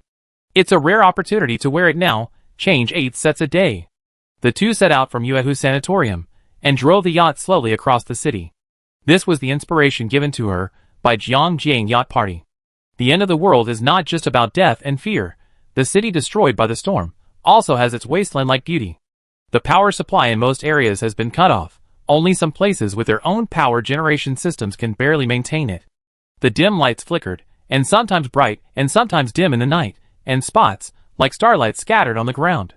Since a month before the end of the world, Xia Yi has been busy, or on the way to being busy. There is rarely any time like now to stop at something or a moment, and quietly observe the beautiful scenery around her. Her eyes fell on Ming Jiayi's profile. Her eyes outlined that clean outline, and after a long time, she suddenly asked, "I remember asking you, is it difficult for the world to return to its original state in the future?" "Yeah." Ming Jiayi was also immersed in the atmosphere at the moment, and replied softly, "I don't remember the exact words you said at that time, but I still remember what you meant." Xia Yi took a deep breath and said slowly, The end of the world will also have the scenery of the end of the world. Although she went out alone for a date now, she also had this special purpose. Not just for the sake of dating. This created conditions for Xiaoyi, allowing her to stay in the scenery of the end of the world, which was a kind of very rare experience. It made her feel comfortable and peaceful for the first time. Ming Jiayi's eyes flashed with tenderness. He switched the yacht to the automatic driving mode, gently put his arm around Xiaoyi's waist, pressed the back of her head against his shoulder, and a familiar smell came towards her.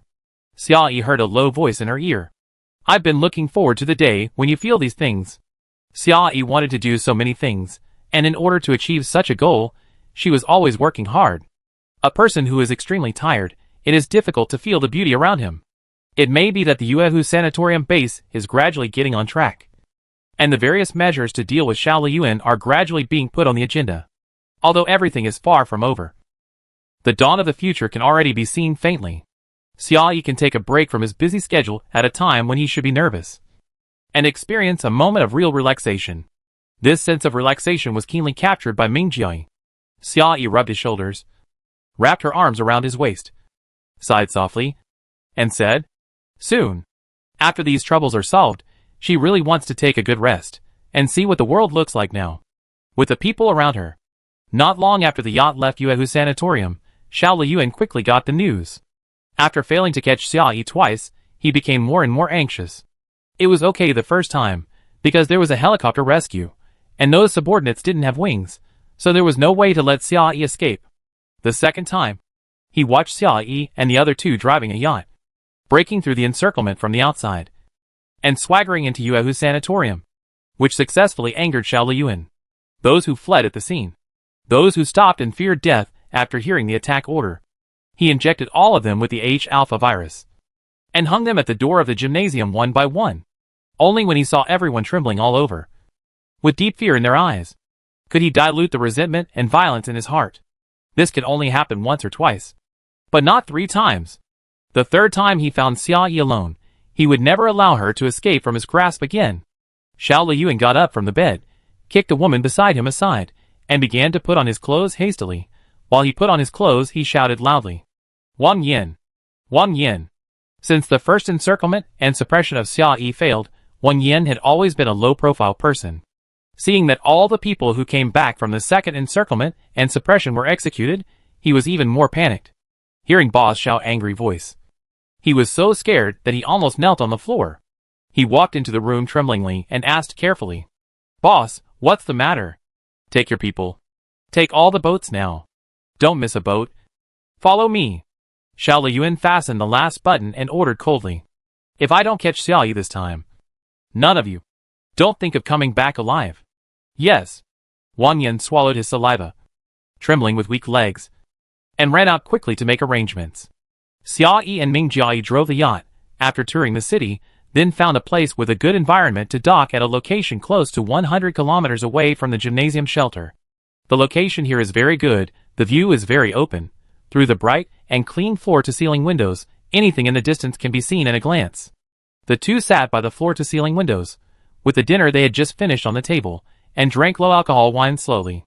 After waiting quietly for a long time, finally saw on the night vision camera many ships slowly approaching from a distance.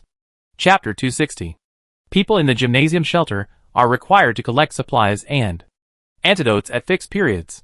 Boss Xiao told everyone here that, if they do not collect antidotes regularly, they will bleed to death like those people hanging at the door. To avoid this outcome, they must take antidotes regularly. Li Jiu just came back from work outside, and it happened to be his turn to collect antidotes today. After seeing the information on the toilet paper last night, he almost did not sleep all night, tossing and turning, constantly thinking about the above possibilities. Everything Boss Xiao said was actually a lie. They were not infected with the virus at all, and they did not need to receive the antidote. This possibility, even though he felt that this possibility was extremely reasonable, he still decided to get the antidote this morning. What if the paper was a lie, and what Boss Xiao said was the truth? He was unwilling to take this risk. The antidote was distributed every 7 days, and the people who received the antidote on the same day as him accounted for about 1/7 of all people. Not all of these 1/7 of the people got the message on the toilet paper. But no matter who got it or who didn't, most of them had the same mentality as him. Although they doubted the truth of Boss Xiao's words, they still had to get the antidote. There was no need to experiment with their own lives. However, no one could have imagined that Xiao Liyuan, who was supposed to distribute the antidote in the morning, suddenly got up in the early morning, took all the boats out, left the shelter of the gym, and went to encircle Xia Yi. There were originally 2 people in charge of distributing the antidote. One was Wang Yan, and the other was executed for not doing his job well. He is still hanging at the entrance of the gymnasium. Wang Yan left with Xiao Liyuan. The person who was supposed to distribute the antidote to them is gone. Everyone waited at the door early in the morning, but the warehouse never opened. While waiting, someone couldn't help but whispered, "Boss Xiao, won't you forget about us?" This sentence directly touched everyone's heart. As this sentence fell, the crowd gradually became noisy, and everyone gradually fell into panic. If this medicine is not taken on time, won't it be death? And it will be like those people at the door. Hideous and painful. Boss Xiao never cares about the lives of his subordinates. He kills them at will, and then quickly catches the next batch. It is possible that he will forget about them. Even someone like Li Jiu, who knows some information, can't be completely free of anxiety. After all, it was their own life, and no one could afford to gamble with it. What to do, what to do? The people outside were as anxious as ants on a hot pot. But no matter how anxious they were, there was no news from inside. After Xiao Liyuan drove the boat out, another group of people got the news. A few days ago, a small yacht was parked a few kilometers outside the gymnasium shelter. The doors and windows of the yacht were closed, without any light, in the dark night, like a ghost floating on the water. There was a drone hovering near the yacht, and from time to time it would wander around the gymnasium, observing the movements at the door. After Xiao Liyuan led the group out of the yacht, the drone soon detected their whereabouts. There were 4 people inside the yacht, sitting on the sofa, staring closely at the big screen, where the scene from the drone camera was projected. These 4 people looked familiar. They were the security guards in General Manager Jiang's office. They were watching the big screen, while muttering, "Fuck, she really hit the nail on the head, he really went out." The security captain stood up, and whispered while holding the intercom, "He's gone out, getting ready to go." "Got it. Got it. Got it." As the 3 people responded in turn, the other 3 yachts, which also had no lights, slowly came out of the night, following the first boat silently. The security captain looked down at his phone. The destination had been marked in advance by Xia Yi on the electronic map, and the red dots representing the other 3 speedboats were flashing behind. "Let's go!" The 4 yachts avoided the main entrance, made a short half-circle, and went around the side and back of the gymnasium. That was where Sun Lingji hid his boats, the route Xia Yi took when she left. The entrance at the back was more hidden, and there was no surveillance. The fences there were completely submerged in water, and there were no fences blocking the water for several hundred meters, forming a defensive vacuum zone. Fortunately, there was vegetation barely covering it, so the vacuum zone was not very visible, but the battle line was too long, and it was not realistic to build a new wall temporarily, so it was very difficult to defend. All Xiao Liyuan could do was to add more manpower, and strengthen the guard of the warehouse. 4 teams came down from the 4 yachts, including the Jiang, Feng, Wang, and Zhu families. Each team had only 4 or 5 people, all wearing full-body protective clothing, carrying a pesticide sprayer, and holding an electric baton. In addition, each team would bring a spare sprayer and a spare protective clothing. The 4 teams came down from the yachts, tightened their weapons, and walked quietly towards the hotel area. Everyone crouched and moved forward, moving very cautiously, and they were obviously a little uneasy. Even though Xia Yi had told them that there would be no danger on the way to rescue, and no one would fight to the death, they still didn't quite believe it. The whole gymnasium was so big, there were hundreds of people coming in and out every day, and they were only a dozen people. There was a huge disparity in manpower between the 2 sides. Even if the other side used human wave tactics, they would drown people to death. But there was no other way. Believe it or not, the boss couldn't just sit back and watch his young lady being kidnapped. Now that many people have been transferred out, the defense inside is already empty, and the next step can only be left to fate. Under the guidance of Xia Yi Mark, everyone landed at a location far away from the warehouse.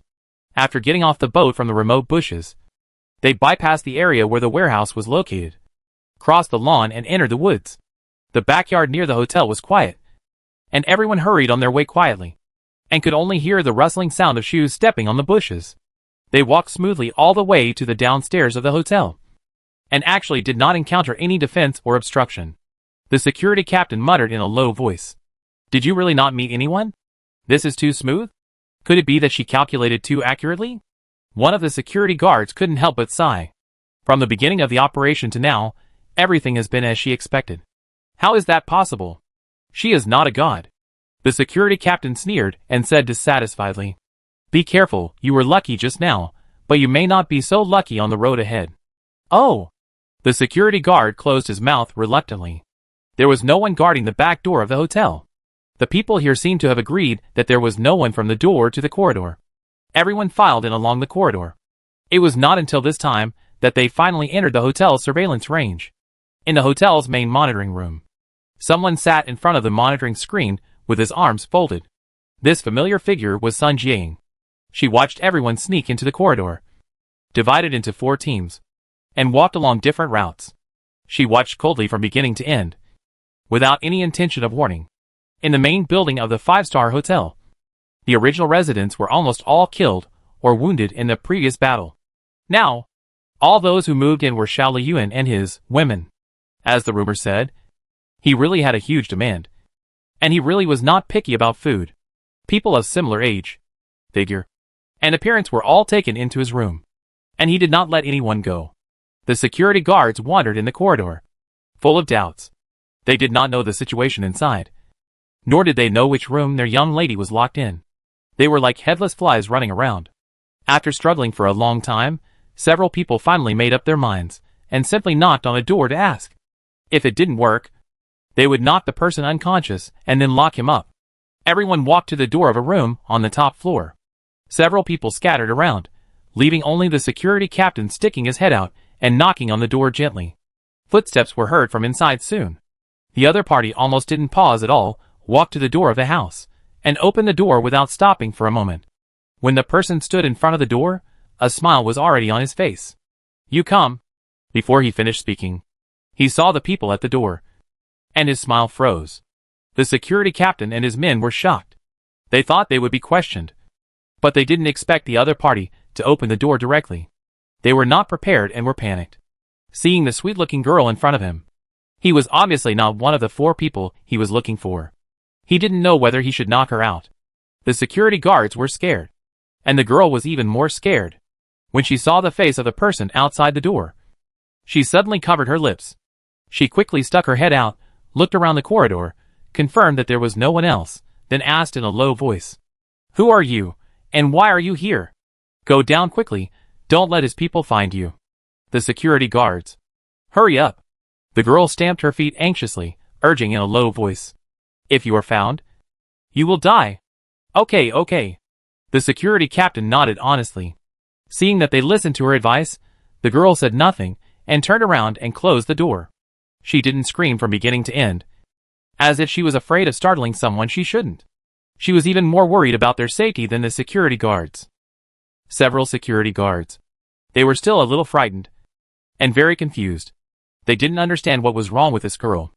At this time, everyone couldn't help but think of what Xia Yi said before. Don't worry. Before you rescue the person, no one will find out. This sentence was too outrageous.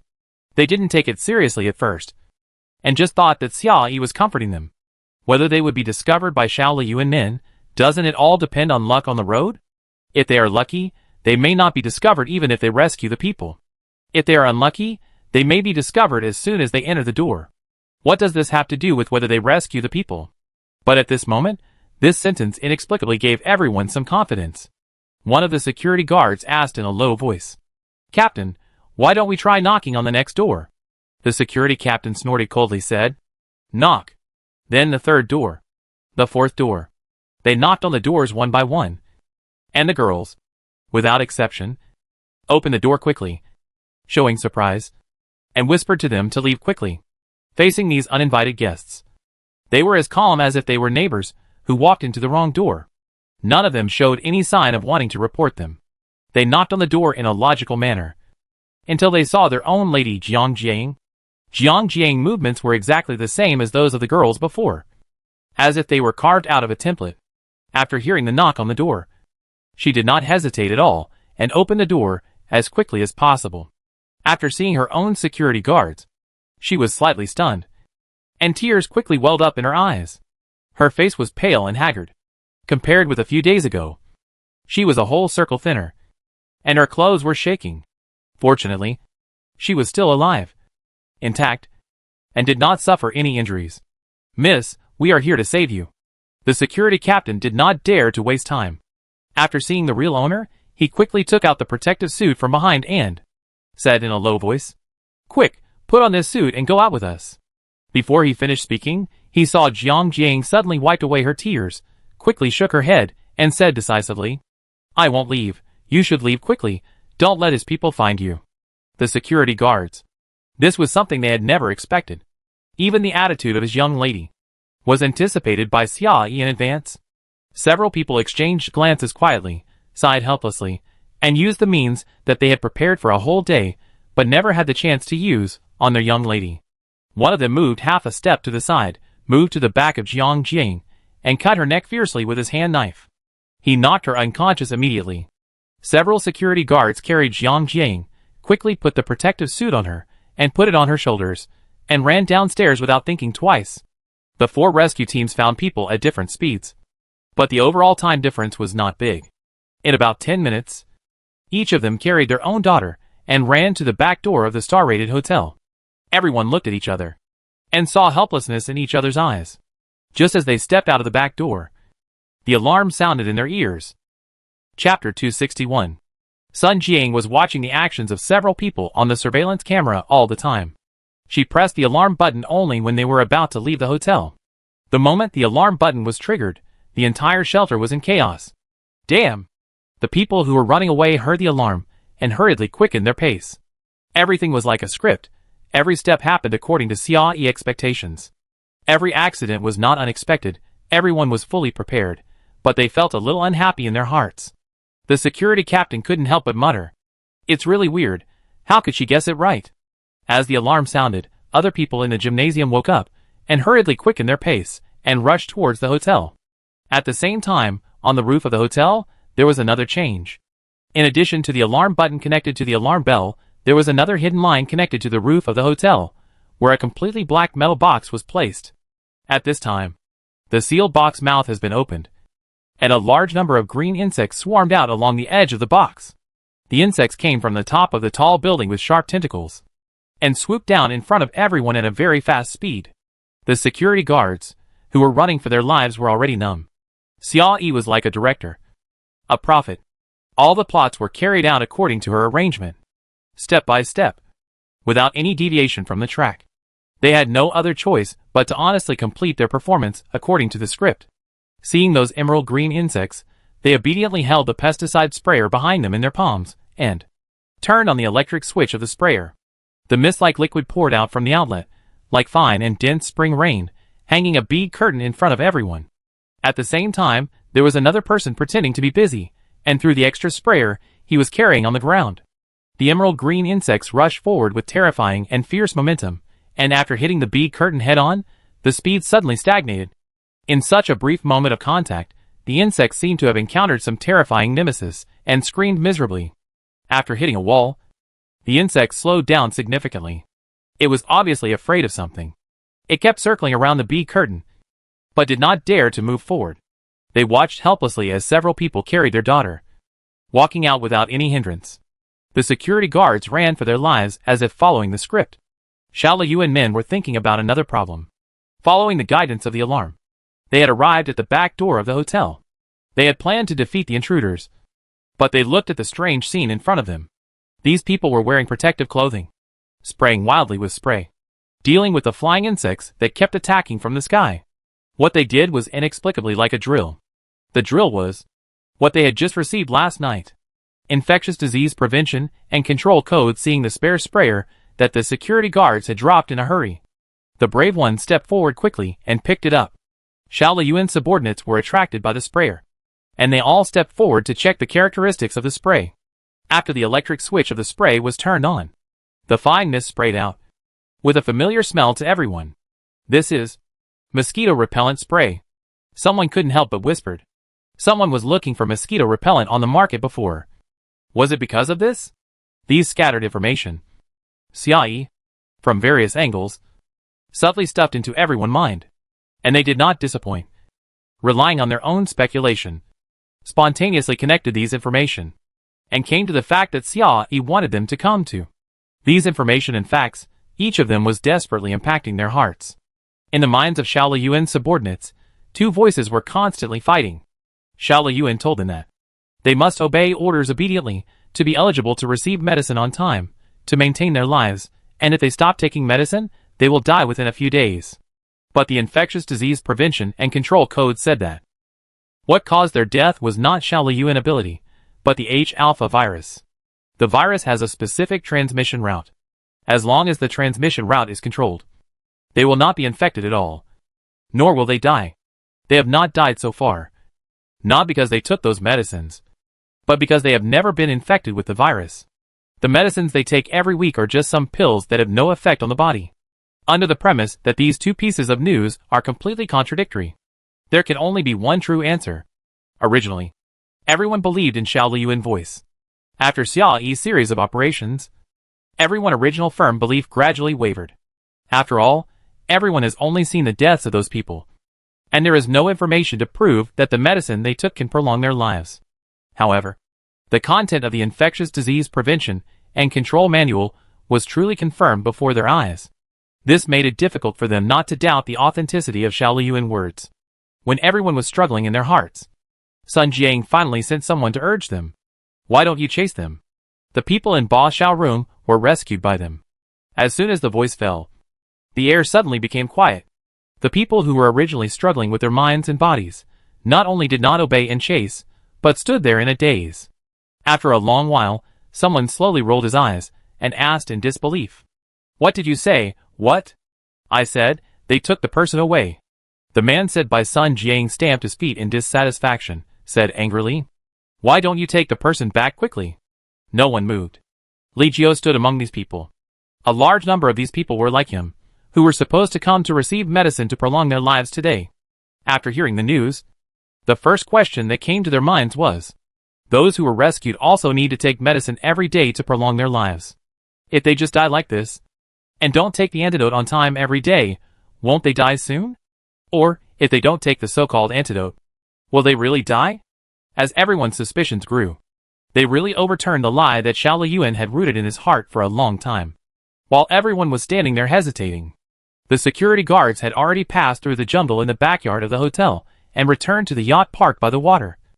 Against the dense green insect swarm, right in front of everyone, they were about to leave. Everyone had been struggling for a long time, and now they were finally anxious. If they let these people run away in front of them, given Ba Xiao's irritable personality, they would probably all die. Should we chase them? Someone asked hesitantly. Li Jiao was silent for a moment, and then slowly lowered his head to look at his watch. While everyone was struggling, an hour and a half had passed. The minimum timeline for him to take the medicine today was 1 hour ago. "I'm not going." Li Jiao looked at the time on his wrist, recalled the information he received from last night to today, and suddenly a look of relief appeared on his face. He looked at the people around him, and suddenly laughed. "My time has come. I haven't died yet." "Why do you say that?" "Your time has come." The person next to him was startled, looked down at his watch, and exclaimed in disbelief, "The time has come. And I'm not dead yet." This sentence was like a huge rock thrown into the water, suddenly stirring up huge waves in everyone's hearts. Ba Xiao once said with certainty that if they did not take the medicine on time, they would bleed from all 7 orifices and die at the designated time. And even gods could not save them. Everyone believed it. And they all took the medicine on time. No one dared to joke about this time. Now, due to a combination of reasons, 1 in 7 of them did not take the medicine on time. And they are still alive. The lies that Xiao Liyuan had worked so hard to weave were all disrupted by Xia Yi, causing all his efforts to fail. Assuming that Xia Yi had not laid the groundwork in advance, and that the news of scientific prevention and control of infectious diseases had not spread among the people, Xiao Liyuan might have been able to make up with a new lie, so that everything in front of him could be saved. However, there is no if, and the code of conduct for the prevention and control of infectious diseases has now taken root in everyone's heart. Now, the situation is over. All the cages made of fear, when the lie was exposed, were already shattered, and no longer existed. While Boss Xiao is not here, run! Someone shouted in the crowd. Everyone suddenly woke up. What happened today will definitely anger Boss Xiao, and make everyone die without a burial place. While the other party is out, if we don't run now, when will we run? But everyone was still a little hesitant. When Boss Xiao left today, he not only took a large number of people with him, but also took away all the boats in the gymnasium. Although they did not have much supplies, they had some reserves hidden in their own residence. Did they have to give up everything and swim away? Everyone wanted to escape, but they were reluctant to leave their supplies, and they were caught in a dilemma for a while. One side was determined to escape, and the other side was hesitant to defend. The result was predictable. Under their hesitant pursuit, the rescue teams had already used mosquito repellent spray to repel the pursuit of the green insects and boarded the yacht safely. In full view of the crowd, the yacht started the engine and quickly disappeared into the night. Just before they left, the dazzling lights of the yacht flashed in front of everyone. Under the illumination of the lights, everyone keenly captured the scene in front of them and widened their eyes in disbelief. Just at the shore where the yacht left, there was a row of neatly arranged bamboo rafts. No one knew who the owner of the bamboo rafts was. Those bamboo rafts were made of fresh bamboo tied together and floated quietly on the water. It was as if in the endless darkness and despair, a road was paved for them to escape from hell. Chapter 262.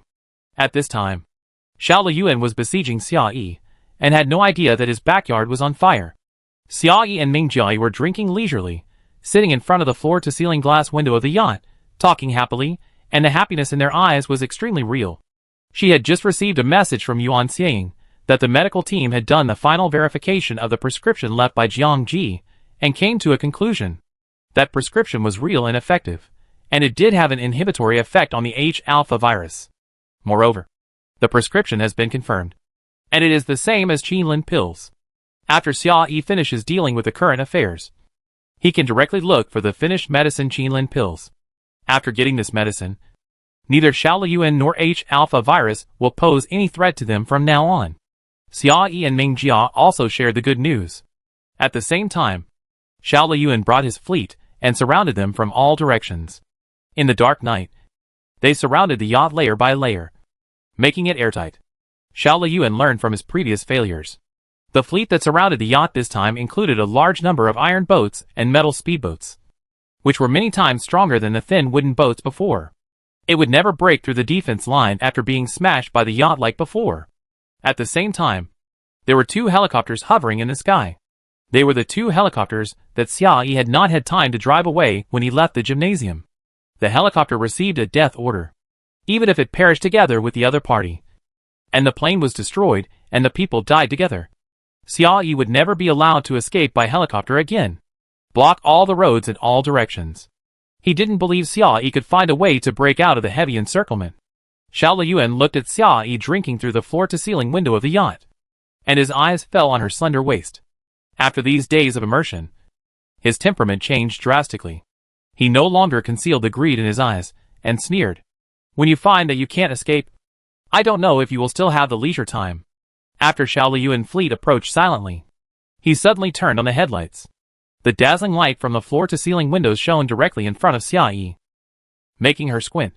Xiao Liyuan smiled maliciously, and was about to send someone to attack the boat when he suddenly heard a voice from the front. Xiao Liyuan, no one is dating you yet. Why do you have to disturb others' dates? There was a sound transmission system hanging on the outside of the yacht, which included a speaker and a receiver. The receiver could transmit the sound outside to the yacht, and the speaker could broadcast the sound inside the yacht to the outside. Xia Yi saw Xiao Liyuan fleet, and turned on the voice transmission system to talk to him. Xiao Liyuan was surprised by the equipment, and couldn't help but wonder. You have prepared everything? Yes. It is very complete. At least enough for the two of us to eat, drink and have fun here for a week. Xia Yi smiled gently. So what are you doing here? She seemed to know nothing, and asked slowly. Bring your family on hundreds of ships. You are not here just to watch me date. Right? Xiao Liyuan. You're really stubborn. You're not going to give up until you see the Yellow River. Xiao Liyuan's eyes suddenly turned cold. With a wave of his hand, countless boats slowly approached, gradually approaching Xia Yi yacht. Since you're playing dumb, I might as well tell you clearly that I'm here to interrupt your date today and take you home with me. So that's how it is. Xiao said softly, and his eyes fell on the monitor, squinting for a while, seemingly observing nearby planes and ships. You brought so many planes and speedboats. And so many people. Seeing her indifferent reaction, Xiao Liyuan felt a little uneasy. But after thinking carefully, he didn't find any flaws. You are completely trapped here. Even if you have wings today, it will be difficult to escape, Xiao Liyuan said coldly. Instead of being stubborn, you might as well surrender. Yeah. Indeed. Xiao Yi rarely agreed with him, and nodded very seriously. It's really hard to escape. Xiao Liyuan didn't expect her to agree with him. He was stunned for a moment, and didn't know how to react. However, before he could digest this half of the sentence, the second half of the sentence ushered in a turning point. But, who said I want to escape? I came out for a date. There are enough food on the boat to live for more than a month. There is food, clothing and entertainment. Why should I escape? Xiao Yi sighed softly, looking at the ship surrounded by layers of ships outside. And there was a bit of pity in his voice. But how many days of supplies did you bring? Xiao Liyuan was stunned. There are so many helicopters in the sky, they are quite fuel-intensive. I wonder how long the remaining fuel in the gymnasium can last you. Xiao Yi's voice was lazy, and he gave him a fatal blow without hurrying. There are so many ships in the water, there must be hundreds or thousands of people. I wonder if the dry food you brought with you is enough for a week. Xiao Liyuan. He had always thought that Xiao Yi would escape. And he had made all kinds of preparations, blocking all her escape routes. But he found that she had no intention of escaping at all. Her plan was to fight him? The most infuriating thing was that Xiao Yi really hit his sore spot. Xiao Liyuan left in a hurry, thinking only of going as fast as possible, and did not bring any supplies. Not to mention spending 10 days or half a month here. The subordinates around him didn't even have a meal. You are not going to use this method to deal with me, are you? Xiao Liyuan sneered.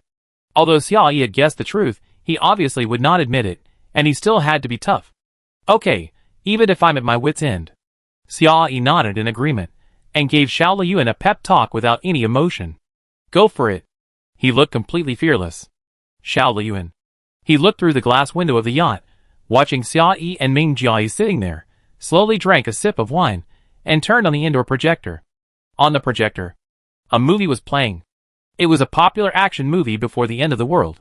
Xiao Yi had obviously downloaded the resources in advance, and now he played it and enjoyed it.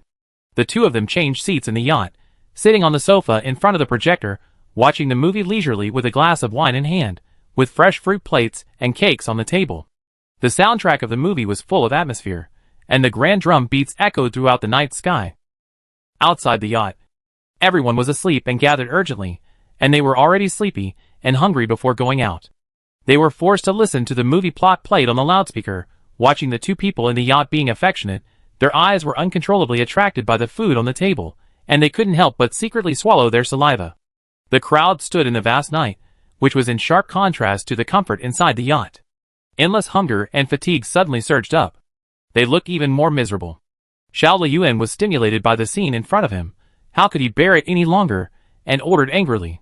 Hit me. The current situation was unbearable not only for him, but also for his subordinates. Hearing his order, they immediately became excited, picked up their weapons, and attacked the yacht. These people left their boats, quickly climbed onto Xiao Yi's yacht, and did not encounter any setbacks throughout the process. When they showed joy on their faces and tried to attack the cabin, they encountered a huge obstacle. The yacht's hull was made of unknown material, and knives, sticks, and clubs were completely useless. Xiao Liyuan men were of mixed composition. Some were originally from the gymnasium shelter, and some were from outside who attacked the territory and conquered people. These people had mixed weapons, ranging from kitchen knives to clubs. There were also some people who were originally from Sun Jiang men who defected. They had some more advanced weapons, but the reserve arsenal was taken away by Xiao Yilan, so they didn't have many bullets. Those with guns fired a few shots at the seemingly fragile glass of the yacht with reluctance. But found not even a bullet mark was left. Everyone just lay outside the yacht, hitting and hammering at the hull for a long time, but there was no progress at all. The hull of the yacht was as solid as a turtle shell, and it remained completely motionless despite the wind and rain. Every harsh slapping sound, it was as if the yacht was laughing at the attackers. Laughing at their IQ being crushed, laughing at how low level and stupid their behavior was. Xiao Liyuan's chest was heaving, and his anger was slowly rising. Although he brought enough ships and enough manpower, he was unable to capture the enemy's fortress. They did not even have enough supplies. Even if they fought a protracted war, they could not stay here for too long. Of course, Xiao Liyuan could also send a letter to his family, asking them to send supplies. Just like he surrounded the Yuehu Sanatorium, and surrounded the yacht for a long time. No matter how much supplies Xiao Yi yacht had, the space inside was bound to be limited.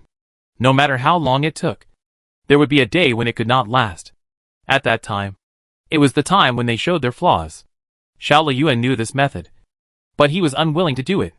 Xiao Yi could come out for a date at this time, which meant that everything at home had been arranged, and there was no need to worry too much. He hurried out, and there were too many things that he didn't have time to arrange in detail, so he couldn't spend too much time here. If Xiao Liyuan chose to waste time here, it would be equivalent to being dragged into Xiao Yi rhythm, which meant that he had already lost. Xiao Liyuan couldn't stand the way things were going. Do you think I can't do anything to you? He looked at Xiao Yi coldly, and swung his wrist back violently. A woo sound of struggle came from the cabin behind him. The sound of struggle was quickly suppressed, and then two people were forced out of the cabin. The two were gagged with towels, and their bodies were tied up, and they couldn't move at all, looking pitifully in the direction of Xiao Yi. At the same time, another subordinate of Xiao Liyuan followed the two out, holding a thin and long syringe in his hand. The inside of the syringe was filled with emerald green liquid. Chapter 263. These two people looked very familiar. They were Xiao Liyuan guests a few days ago. At the gate of Yuehu Sanatorium, they were in collusion with his subordinates. They probably didn't expect that the relationship between the two sides would break so easily. They were so-called partners a few days ago, but their identities changed drastically in the blink of an eye, and they became prisoners in an instant. These two people are Lin Yongzi and Su Jialan. Xiao Liyuan glanced at the embarrassed figures of the two, raised his voice, and said to Xiao Yi, "Stop watching the movie. Don't you look up and see who these two people are?" Xiao Yi scooped a piece of cake with a spoon, ate it slowly, and then turned around. The two people outside saw her movements, and their bodies struggled, and they cried for help again. When her eyes fell on the faces of the two people, Xiao Yi paused and was really stunned. Xiao Liyuan thought he got the key point, and his face suddenly showed a smug look. "You don't even take your own biological parents seriously, do you?" Xiao Yi. This. She didn't know how to complain for a moment, so she just listened to Xiao Liyuan's endless chatter. "I see that you are very protective of Lin Linglin. You won't let your own parents die without saving them, right?" As he finished speaking, the person next to him raised the syringe. The emerald green liquid swayed slightly, and the tip of the syringe slowly stuck to Su Jialan's skin. With just a little push, the terrible liquid would flow into her blood vessels. Looking at the suspicious liquid, Su Jialan's body trembled, and she dodged backwards desperately. Xiao Liyuan casually pulled out the towel from her mouth. Su Jialan regained the opportunity to speak, but her throat was so tight with fear that she squeezed out a few trembling words from her throat after a long while. What is this thing?" It was complete nonsense.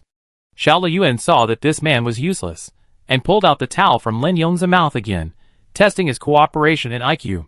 Fortunately, Lin Yongzi was more sane, and he quickly realized Xiao Liyuan's intention and asked cooperatively, "Can this thing kill us?" Of course. Xiao Liyuan showed a satisfied smile, and he observed the expressions of the two excitedly, with a little madness in his eyes. "As long as this is pushed into the vein, you will bleed from all 7 orifices within a few days, and die without a burial place. Why do you do this to us?" Su Jialan widened her eyes in disbelief, and asked tremblingly, "Didn't you invite us to cooperate?" "Stupid." Lin Yongzi couldn't bear to watch it anymore, and sneered. "What kind of cooperation can they have with Xiao Liyuan? Only when both sides are evenly matched, helping and restraining each other, can they talk about cooperation. With such a huge disparity in strength, they are just clinging to others at best, and the other side just wants to use them. It's just that he miscalculated Xiao Liyuan's idea of using him. He thought Xiao Liyuan was just taking advantage of the rift between him and Xiao Yi to find Xiao Yi's weakness. Now it seems that Xiao Liyuan has a second plan. He wants to use their relationship with Xiao Yi to break through Xiao Yi's heart.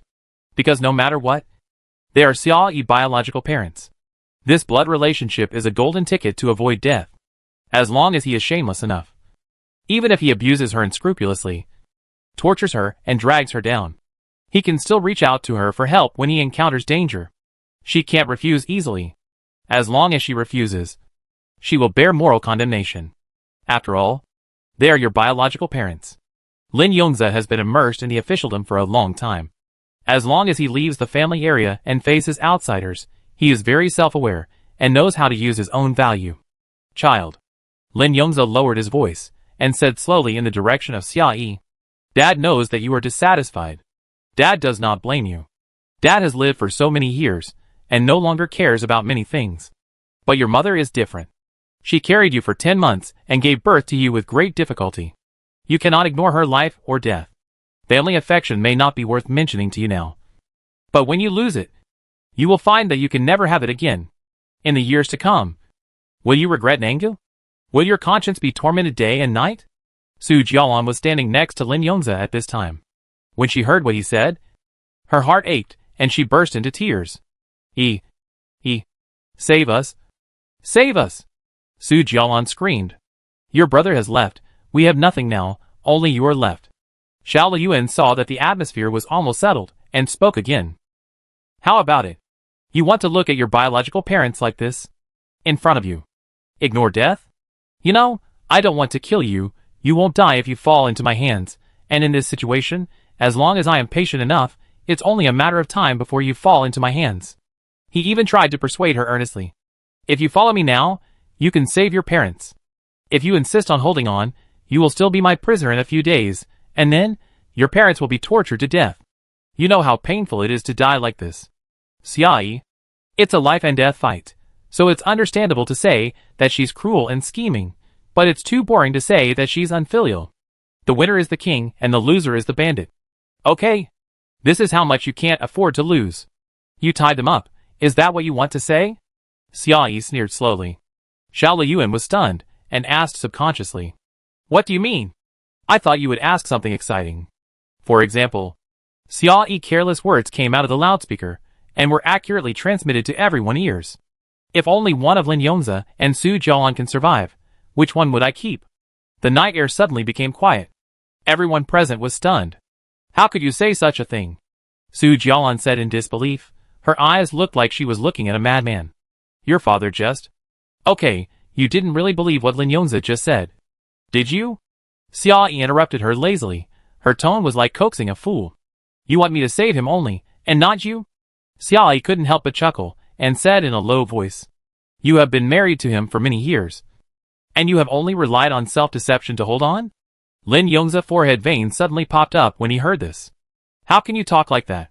I asked you to honor your biological mother. Is that wrong? Sure. I will do as you said. I will honor my biological mother. Don't worry about you. I agree. Xia Yi laughed out loud, and said slowly, as long as you kill yourself now, I will go out to save Su Jialan immediately. How about it? It was quiet again. How could you say such a thing? Lin Yongza shook his head in disbelief, and his face became more and more disappointed. How could I give birth to a cold-blooded daughter like you? Humph.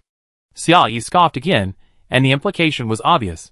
She really despised Lin Yongza's hypocrisy. He said, who can I die for? He almost believed it, and was moved by himself. It was just moral kidnapping, a strategy of retreating to advance. Let him die. He ran faster than anyone else. Ha ha ha, wonderful, wonderful. Xiao Liyuan was stunned. He almost forgot the failure of his plan, and laughed. Ha ha ha, you are so interesting. After all the operations, you look more like a villain than me. Xia Yi. She paused for a moment, but still couldn't help complaining. Xiao Liyuan, if you want to deal with me, just do it with real knives and guns. Everyone wins or loses based on their own ability, but at least you should have some martial ethics. Don't discuss me with these hypocritical things. These two people actually had the nerve to show off their affection in front of her, so hypocritical that it made her want to vomit. Su Jialan seemed to be extremely sad. She sobbed softly when she heard this. How can you say I'm hypocritical? I'm your biological child. Ah. You suddenly reminded me. Xia Yi suddenly remembered something and... spoken suddenly. Su Jialan felt something was wrong when she heard the beginning, and hurriedly tried to stop them, but how could she stop him? Xia Yi just ruthlessly exposed her secret that she had hidden for many years in front of everyone. Does he know that I'm not Lin Yongza's biological daughter? The whole world was silent. Everyone could foresee that this was a big drama. But no one could have imagined that this drama would go this way. Even the script director Xiao Liyuan was shocked. Lin Yong's years of cultivating qi and facial expression management had all failed at this moment. He turned his head to look at Su Jialan, and anger was already in his eyes. Su Jialan's face had already turned pale. Xia Yi, the instigator of all this, dropped a nuclear bomb in front of everyone, and ended the conversation as if he was bored. He turned on the movie again. Lin Yongze and Su Jialan were left staring at each other. What does that mean? What did she mean? Lin Yongze's neck veins popped up, like a hungry wolf about to jump out of the ground, ready to devour the person opposite at any time. Why was the wife not surprised at all when she found her biological daughter outside? Why didn't the wife like this daughter? She didn't even want her to live in the house. After meeting Xia Yi, all the abnormalities of the wife were connected in this moment. You gave birth to someone else's child, and you were afraid that I would find out. So you deliberately hid her. Lin Yongze is now a fallen tiger.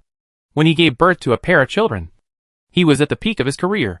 At that time, he thought his wife was obedient. But who knew that she was actually ambitious and dared to betray him like this? Lin Yongze's eyes turned blood red, and he roared, I will kill you. I will kill you. If it weren't for the evil you planted, how could we have fallen to this point today? You ruined our lives. Chapter 264. I ruined it? Su Jialan muttered this sentence. The layers of defeat on her face faded away, and she actually laughed softly. At most I ignored her. Even if I couldn't use kindness to threaten her, at least I wouldn't retaliate with hatred. She looked at Lin Yongze's red eyes, curled the corners of her lips, and asked back. Who coveted what she had, wanted her inheritance, tried every means to plot against her, and failed, and was helpless, mad, angry at home? After being completely driven to the edge, the anger accumulated over the years broke through the cage, blowing away the fear that had bound her for a long time. She had never been so clear-headed before, and she clearly saw through the hideous face of the man in front of her. The greed, cowardice, and incompetence deep in his soul. It had almost become an instinct for Lin Yongze to blame his wife after doing something wrong. This was the so-called unspoken rule that had been agreed upon for thousands of years, and it had been deeply rooted in the hearts of many people. All the wrong things a man did outside, such as eating, drinking, gambling, and smoking, must have been because his wife did not manage him well. If he was violent and beat people at home, it must have been because the woman did something wrong first, was not obedient enough, and provoked him. Everything he did right, getting promoted, getting a raise and making money, he would never admit that he was sucking his wife's blood, sucking away her time, future, career, emotional energy, sucking away everything that supported him. Lin Yongze could enjoy all the success and glory with peace of mind, as well as the free womb and Nani, and could find a suitable scapegoat to take responsibility for his lifelong failures and mistakes. He was buried up to his neck in the dirt. His son was buried up to his neck in the dirt, but he was still a giant baby who was unable to take responsibility. Su Jialan's eyes were filled with contempt, and she laughed uncontrollably. You did a shitty job, and you didn't even dare to admit it. You talked about everything, and you still put the blame on me. That's all you can do. The two of them almost wrestled into a ball. The subordinate took the green syringe, turned his head to look at Xia Yi, who was watching the movie calmly, and then looked at Lin Yongze and his wife, who were wrestling with each other, and was at a loss for a moment. After a long while, he stepped forward and humbly asked Xiao Liyuan for advice. These two people, are we still going to kill them? Xiao Liyuan was almost amused by his anger. He kicked the cabin with his foot and sneered. Don't fucking waste such good medicine. Tie these two people up and gag them, and throw them into the water to feed the fish. The virus kills people too fucking slowly. It takes 3 days. He's going to be annoyed to death. Hurry up and throw them into the water to save trouble. Xiao Liyuan found Lin Yongze and his wife. He thought he had found a nuclear bomb to deal with Xia Yi. I didn't expect that the nuclear bomb was really a nuclear bomb. It just didn't target Xia Yi, and almost killed himself. Whatever Xiao Liyuan said and did outside the yacht afterwards, he failed to wake up Xia Yi. He watched the two people opposite him watching a movie, and after the movie, they closed the curtains and went into the bedroom hand in hand. Xiao Liyuan had no way to deal with the two people, and was so angry that his eyes were about to spit fire. Send a message to the family, and ask them to send supplies. Xiao Liyuan sneered twice, and wasted time. Did you think he couldn't afford it? Jiangji should be almost ready. In the next 2 days, something will happen to Xia Yi family. He really didn't believe that after the fire in the backyard, Xia Yi would still have the leisure to date here. Let's see who will get anxious first. What Xiao Liyuan didn't expect was that before he could wait for Xia Yi's backyard to catch fire, his own backyard caught fire first. Not long after the Jiang, Feng, Wang, and Zhu families left the gymnasium with their daughters on a yacht, Xiao Liyuan's subordinates rushed into the warehouse. Although this place was guarded, it was not as tight as in Sun Ling's time. Everyone knew that the supplies were there, but they did not dare to cross the line. At this time, the minefield no longer existed. Since they were all going to escape, who would be afraid of Ba Xiao punishment? Everyone rushed up, knocked several guards to the ground, took out the key to open the door lock, and robbed all the supplies in the warehouse. There were many supplies in the gymnasium warehouse, but not that much. If only Sun Jiang and Xiao Liyuan were given the supplies, they would be able to live comfortably until the end of time. But if they were divided equally among everyone under them, the huge amount of supplies would be like a drop in the bucket, and would not be enough for everyone to consume for long. This is also the fundamental reason why Xiao Liyuan, who owns the warehouse, still forces his subordinates to go out and burn, kill and plunder. At this time, everyone in the shelter rebelled, and everyone only wanted to escape, and they would not be greedy for too much supplies. Everyone was able to move and divide the supplies calmly, and soon the entire warehouse was cleared out. The scale of this riot was even bigger than the last one. Last time, they were just protesting and going crazy. But now, under the guidance of Xiao Liyuan, they became much more direct. Even after the warehouse manager woke up, he did not report the news to Xiao Liyuan, but joined the robbery camp without hesitation. After the entire warehouse was emptied, they took the bamboo raft that Xia Yi deliberately left for everyone, and each took their relatives and went away in different directions. Xiao Liyuan and Xia Yi had been arguing outside the yacht for a long time, repeatedly considering and struggling. By the time he made up his mind to surround the other party, and sent his men home to ask for supplies, it was already too late. When Xiao Liyuan men returned to the gymnasium, it was quiet everywhere. The huge stadium stood in the dark, and there was no sound of people around. Every time he walked, he could hear his own footsteps. In the gymnasium, young and old, men and women, all left cleanly. It was as if he had disappeared overnight. This person mustered up his courage and ran all the way to the upper floor of the hotel. Only then did he see Sun Jiang fainted on the ground. Boss Xiao, Boss Xiao. This person almost crawled back to Xiao Liyuan and reported in a hoarse voice. Something happened. It was not until this moment that Xiao Liyuan realized what had happened at home. Looking at Xia Yi, who was dating safely in the yacht, he finally realized that he had been tricked. Xia Yi. Xiao Liyuan's forehead veins popped out. He almost roared. You did all this? Xia Yi went to bed after watching the movie. She had already turned off the internal and external communication systems of the yacht, so she naturally wouldn't answer him. Xiao Liyuan didn't need her to answer. He already had the answer. He thought that Xia Yi's trip at this time was a great opportunity to capture her. But he didn't think about, why did Xia Yi go out at this time? Why did she choose a yacht like a turtle shell? Why was the date so remote? So far away from the gymnasium shelter? She was trying to lure the tiger away from the mountain. Xia Yi obviously hated talking nonsense with people, but why did she talk to him for a long time today? She was also showing them a movie here? She was stalling for time. All this was planned in advance. Xia Yi wanted to keep him dozens of kilometers away, so that he could not detect the movements at home in time, and then turn his backyard upside down, and plunder all his supplies.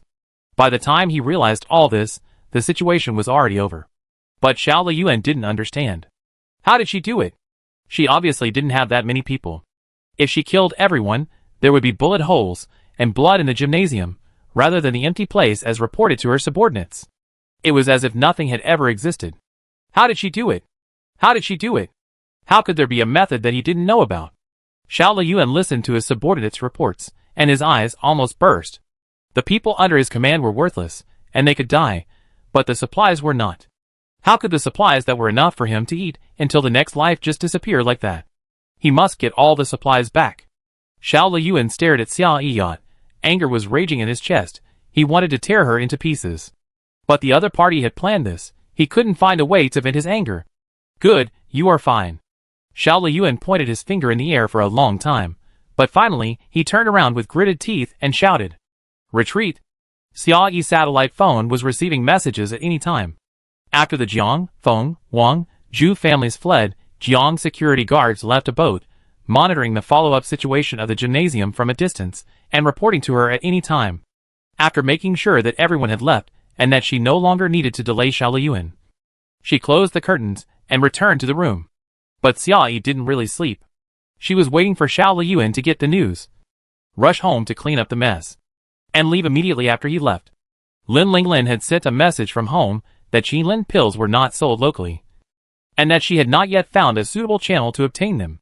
If she was in a hurry to get the medicine, she could try the hospital where she worked before, where the medicine inventory was more complete. It's just that Lin Linglin Hospital is far away, in the next city, hundreds of kilometers away from here, and it takes several hours to go back and forth by yacht. However, it is a first-tier city, with more large hospitals and more complete medicines. Even if a hospital doesn't find the right medicine, it can go to another one. They have already agreed that Lin Linglin will take a helicopter from home, and after Xia Yi escapes from the encirclement, he will go to the target hospital with the other party.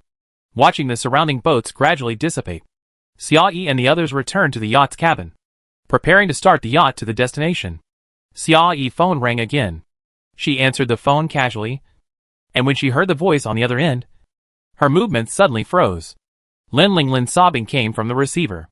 Xia Yi. Lin Linglin tried hard to stabilize her voice, but it was obviously to little avail. Every word she spoke was trembling.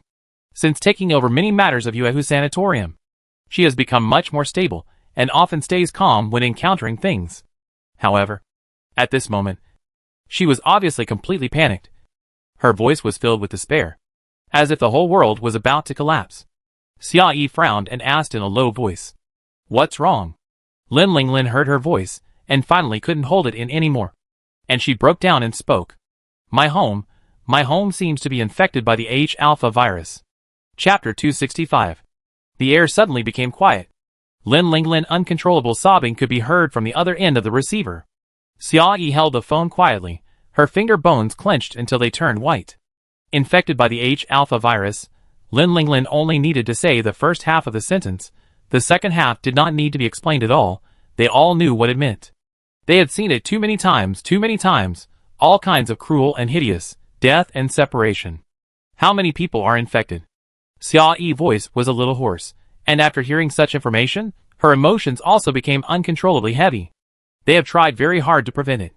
In the entire Yuehu Sanatorium, all people entering and leaving wear protective clothing, and they can only enter the room after strict disinfection. Each team is even divided into different duty zones, and different living zones. People in different shifts and different jobs will not take off their protective clothing and stay in the same space. All are strictly isolated. Since everyone moved in, there has never been a trace of infection. With the current duty system, theoretically, there should not be a large-scale infection. But listening to Lin Linglin's emotions, it was clear that things were not that simple. After hearing this question, Lin Linglin breathing tightened a little, and her sobbing became more severe. You should know that you have a heavy responsibility now, and crying won't solve any problems. Xia Yi asked again with a heavier tone. Tell me clearly how big the impact is. Lin Linglin's breath was choked, and she broke down and cried. Dr. Yuan did tests on all of us, she said. Lin Linglin's voice was shaking like a sieve, intermittent, and she couldn't form a sentence at all. She said, no one was spared. Xia Yi was stunned. She opened her mouth to speak, but found that her throat was extremely dry, and she couldn't even utter a word. After a long time, she slowly found her voice. What do you mean? No one was spared. It means everyone in the 4 squadrons. Dr. Yuan and all the doctors under her, as well as me and Miao Fangfang, my sister and Bai Shanshan. We were all infected with the virus. Lin Linglin spoke each word with great difficulty, but she still finished her words one by one. No one escaped. It's all my fault. It's all my fault. Lin Linglin finished her words. Finally she couldn't control her voice anymore, and burst into tears. Xia Yi took a deep breath. She had experienced life and death situations again, and every time she faced a desperate situation, she always remained calm and survived in the dark. Now everything is on the right track. When the situation is getting better and better, she had just disintegrated Xiao Liyu in power, and was about to win, when she suddenly heard such news. All the teammates, including her sister, are facing a life and death crisis. She has been trying to avoid this. How did things develop to this point? Xiaoyi slowly calmed down, suppressed the chaotic situation, and reviewed everything she had experienced in the past. All kinds of isolation and protection in life have been done very well. Even if there are some omissions, it is only an infection within a few people. It should not be such a large-scale incident. The cause of such a large-scale problem can only be. Xiaoyi suddenly remembered something and asked in a deep voice, "Is it the food?" Lin Linglin paused for a moment, and after a long silence, she answered in a low voice, "Yes." Xiaoyi's throat was a little dry. She finally figured out the situation that had puzzled her. She sighed softly and used an affirmative sentence. "It's Jiangji." Lin Linglin was silent for a moment, and answered, "Yes." Xiaoyi continued, "Fish pond." "Yes." Lin Linglin had investigated all of Jiangji movements and surveillance videos, but she didn't know what he did. It wasn't until everyone was infected with the virus that she thought of starting with the food to investigate. At this time, she just remembered that in Jiangji route, there was one time when he went to the fish pond. Jiangji had planted a virus in the fish pond, and all of them had eaten fish in the fish pond. So they were all infected with the virus, and no one was spared. This was probably what Xiao Liyuan threatened Jiangji to do. Xiao Liyuan regarded Xiaoyi as a thorn in his side, and had dealt with her long ago. Since he had Jiangji as a card, he naturally had to make good use of it. The defense in Yuehu Sanatorium was very strict, and it was difficult to break through directly on weekdays. However, the food in the fish pond was a huge defense loophole. Xiao Liyuan took advantage of these two conditions and gave Yu Xiaoyi a fatal blow. This was probably what pushed Jiangji to the edge of his rope. His parents' lives were threatened, and he knew how terrible the virus was. But he still put it into his teammates' food. Even though he worked hard and found a solution to the virus in such a short time, he still couldn't face what he had done. That's why he committed suicide, and chose such a decisive and tragic way to die. Before he died, Jiangji tried to remind him. When he asked to see Xiaoyi for the last time, he found an excuse to eat fish. But until he died, he never ate a single bite of that fish. Recalling the incident to this point, all the details at the time were basically connected. Xiaoyi closed his eyes and asked slowly in a low voice, "Is it the batch of fish we ate after I went back?" "Yes." Lin Linglin's voice was still shaking. At that time, the fish pond had just grown to a certain scale, and everyone was very excited. She was eager to show off her achievements to everyone, and specially asked the small kitchen to cook the fish and sent it to each teammate's room. She personally pushed all the teammates to the brink of death. "It's all my fault. It's all my fault." Lin Linglin burst into tears. She wished she could go back to the past and slap herself hard. The entire Yuehu Sanatorium, including the team stationed there, doctors, teammates, guests, and Xiaoyi, everyone, all suffered because of her one wrong thought, and no one was spared. "Yes, it is indeed your responsibility." Xiaoyi's voice came from the phone. Lin Linglin paused for a moment. Tears welled up in her eyes, and her body began to tremble uncontrollably. "So, you must take responsibility as soon as possible." Xiaoyi's voice was still calm and steady. She said slowly, "Try every possible way to solve the problem." Their luck was not too bad. After all, through the efforts of Jiangji and Yuanxiang, the specific medicine for the H-alpha virus had been confirmed. Now they also got clear information and knew where to look for the specific medicine. Although the virus spread quickly from infection to onset, it only took 3 days, which was a race against time. But the good news was that their luck was not bad. It had only been more than 30 hours since they had eaten the fish. They still had more than 30 hours to get the medicine and solve the problem. As long as they found it quickly enough, they could avoid the tragedy. "So, don't cry." Xiaoyi's voice suddenly became stern, and he said in a low voice. Lin Linglin pursed her lips and slowly stopped sobbing. "As long as everyone gathers and sets out immediately, leaves Yuehu Sanatorium, and rushes to the next city hospital, they will disperse as quickly as possible to find Qinlin pills. With everyone's speed and efficiency, it is entirely possible to successfully find the medicine within 36 hours and get rid of this catastrophe." Xiaoyi said word by word. "You must cheer up immediately. Everyone needs you." Xiaoyi was too far away from Yuehu Sanatorium, It would be a waste of time to go back to stabilize the situation. The organization and coordination there should be handed over to Lin Linglin. Lin Linglin must stand up. When people are facing high danger and high pressure, they must face and defeat their inner fear and cowardice to survive. Lin Linglin wiped her tears and hummed softly. After Xia Yi saw that she had barely cheered up, he issued a series of orders. Everyone in Yuehu Sanatorium will set off. Divide the teams according to the original squadrons. Each team will have an equal distribution of combat power and doctors. No one is allowed to fall behind. Bring all the weapons. Bring all the communication tools. Set off at the same time via speedboat and helicopter. Go to the next city to look for Qinlin pills.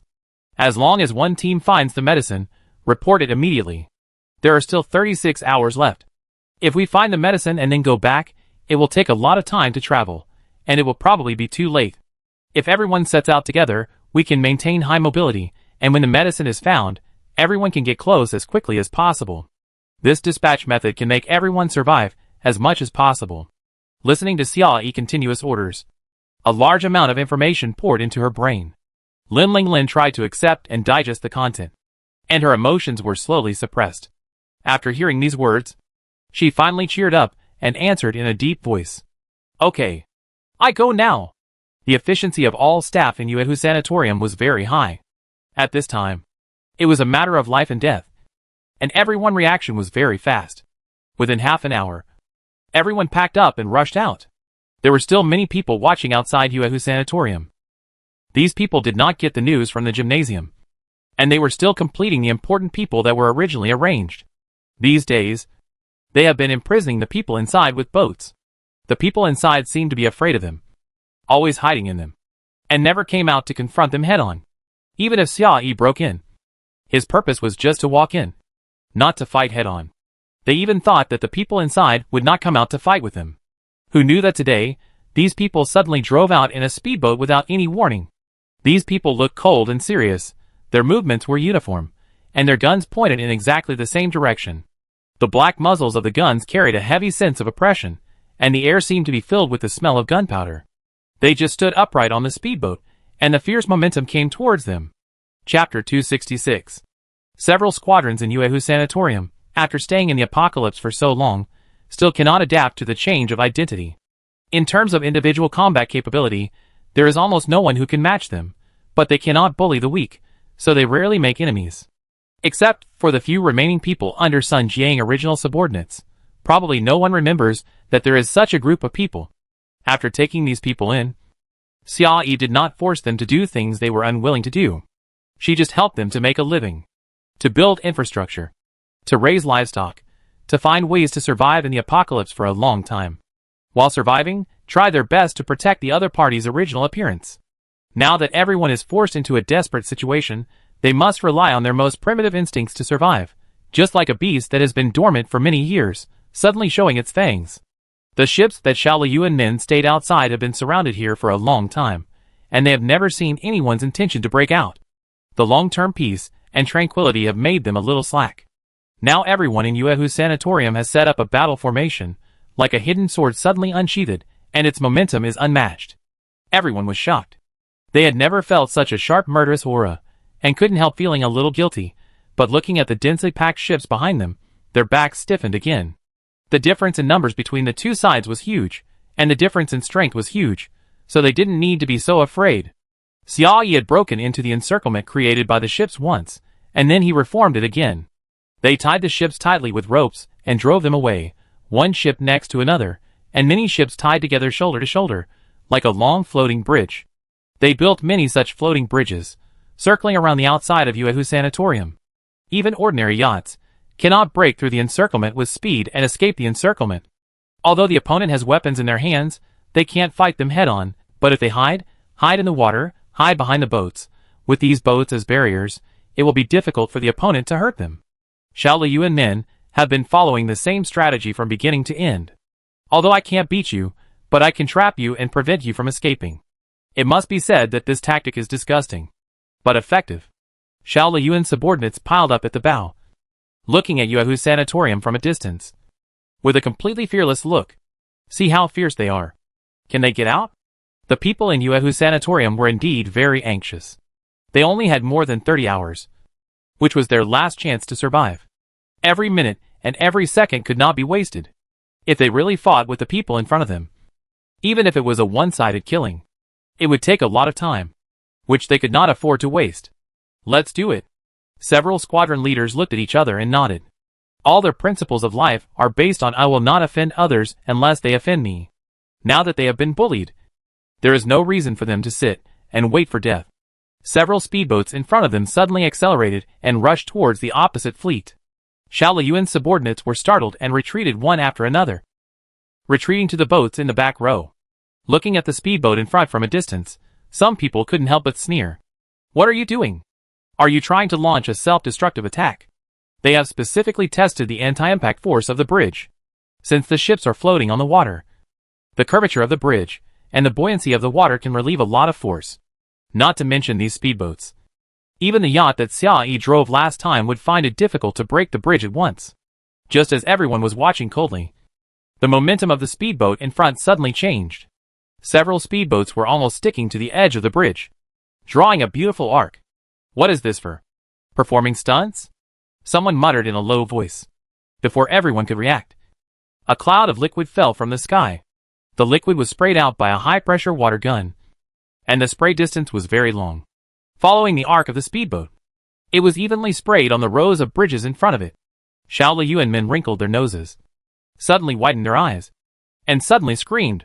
It's bad. It's gasoline. Not to mention that everyone was unprepared. Even if they tried their best to defend themselves, it was difficult to resist the gasoline spray. Everyone was terrified.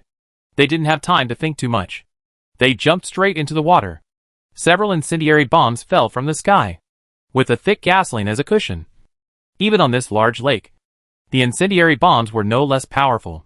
The moment they fell, they soared up and set a prairie fire on the water. Fuck. Xiao Liyuan and his men were horrified and desperately jumped into the water. The fire burned towards the water, the boats, and the ropes connecting the boats. Those ropes were made of hemp ropes, which were vulnerable to high temperatures, and were soon melted by the flames. The bridges that were originally tied together also slowly cracked at this moment. Bang! Bang! Bang! A yacht rushed to the front, and rushed straight towards the scattered ships.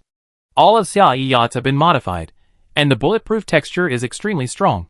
After the other party's bridge was destroyed, there was no fear at all facing the scattered ships in front of him.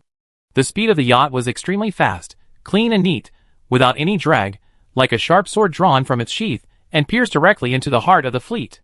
Soon, the obstacles ahead were smashed to pieces. As the yacht achieved victory in front, the other speedboats behind came out in droves.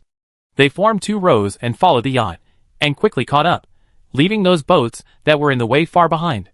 Then, they moved in unison, and spread out to both sides. A yacht brought several speedboats, accompanied by several helicopters in the sky, spread their wings, and rushed out of the vast sea of fire. Like a phoenix reborn from the ashes, it spread its wings, and was ready to fly. They rushed out of the encirclement in a mighty stream, and went off into the endless darkness. After the flames gradually died down, Xiao Liyuan's subordinates poked their heads out of the water in a panic. At this time, the yacht had already disappeared completely. Really rich. Someone wiped the water off his face, looking at everything in front of him in amazement. You can make gasoline like this. This was the inspiration that Xia Lin brought to Xia Yi. When she first met Xia Lin, he was trying to rob her, wasting gasoline to burn her boat, and at that time she still disliked him for wasting resources. But the present is different from the past. Now time is too precious. No matter how precious the gasoline is, it is not as good as the chance for everyone to survive. Moreover, with Xia Lin Oil Depot as a backup, they can still afford to waste some occasionally. The arrogance of the people just now is completely gone. The encirclement they racked their brains to create was completely vulnerable in the hands of the other side. The number of speedboats rushing out is very dense, and the number of people they carry can be imagined. They received the order from Boss Xiao, don't let a fly out. Now, it is not just a fly that has been released, but the entire Yuehu sanatorium. Boss Xiao's orders were executed in a mess, and he would be furious, and the result of his fury is known to everyone. What should we do? Everyone soaked in the water with sad faces, and their hearts were full of despair.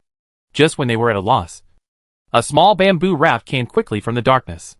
That day, The fleet that Xiao Liyuan left at the gate of Yuehu's sanatorium finally disappeared completely, and never came back.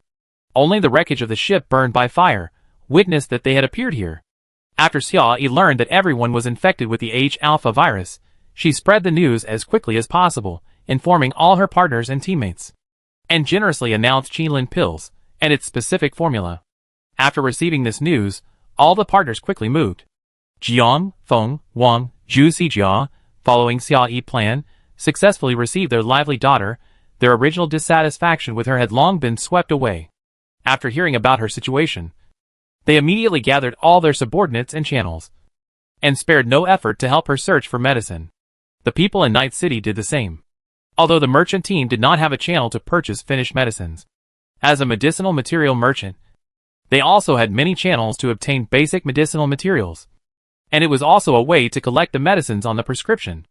Meijiang Agricultural Trade Planting Base and Oil Depot.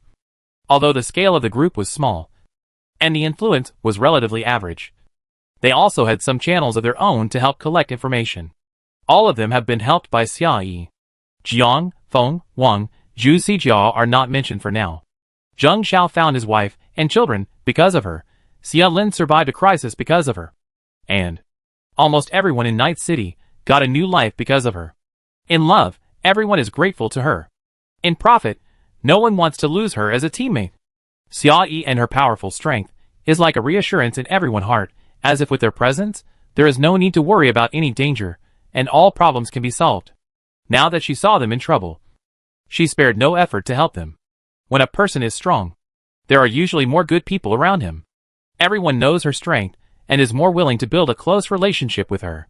They are also more willing to help her when she is in a critical moment. At this time, Xiao Yi and Lin Linglin were already driving the yacht towards the hospital in the next city.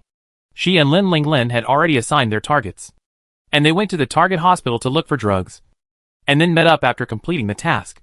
The next city is not close to here. It will take more than an hour for the yacht to reach full speed. Ming Jiayi pursed his lips and sat in the driving seat. He tightly grasped the joystick with both hands.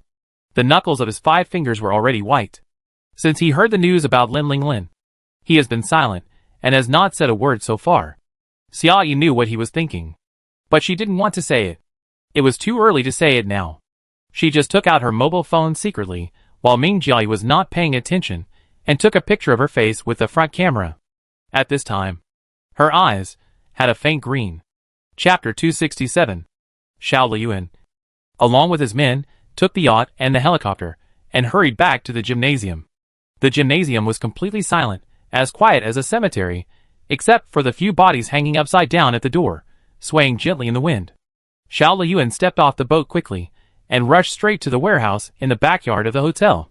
There was no one on the road, and everywhere was garbage that people had not taken away in a hurry to escape. He stumbled along the way and almost tripped several times, and his face became more and more ugly. When he reached the door of the warehouse, his face was as dark as the bottom of a pot, and his emotions were on the verge of exploding. There were hundreds of rooms in the warehouse, and every door was open. There was nothing inside. All the supplies were robbed clean, not to mention food and water. Not even a pair of socks were left for him. Those open doors were like laughing mouths, laughing at his scheming, but in vain. Xiao Liyuan's chest rose and fell wildly, and his teeth were clattering. In the end, he couldn't help it. Bang! With a thud, he kicked the warehouse door hard. All his subordinates were silent. No one was willing to share his worries, and no one would help him think of a solution. Everyone stood dozens of meters away, hiding as far as they could, and did not dare to come over and say a word, fearing that his anger would affect them. Xiao Liyuan looked at those subordinates who were so submissive, and he was even more angry. He wanted to kill the two to vent his anger, but now he had limited manpower around him, and he could not stand his tossing, so he could only stand there alone, letting the anger in his chest burn more and more. He thought he was going to win. In the recent encirclements, he thought he was going to win. He had clearly trapped people in desperate situations, but he always let Xiao Yi escape. This time was the same. He was almost on the edge of life, but he capsized in the gutter, and the other party cut off his source of income, causing such a big incident in his hometown. Not to mention that his house was looted, but he didn't know any details. There were so many cameras in the stadium and the hotel, but they were cleaned up, Not even a video file was left. It was indeed a good deed that only Xiaoyi could do. If she was not so familiar with the gymnasium, it would be impossible for her to find the warehouse skillfully, take away everything, and clean up the camera completely, leaving no trace. Xiao Liyuan smashed and smashed, kicking the empty shelves in the warehouse into pieces. Until he was too tired to kick anymore, he suddenly remembered something, turned around and asked, "Where is Sun Jiang?" The subordinate trembled when he heard this, and did not dare to speak.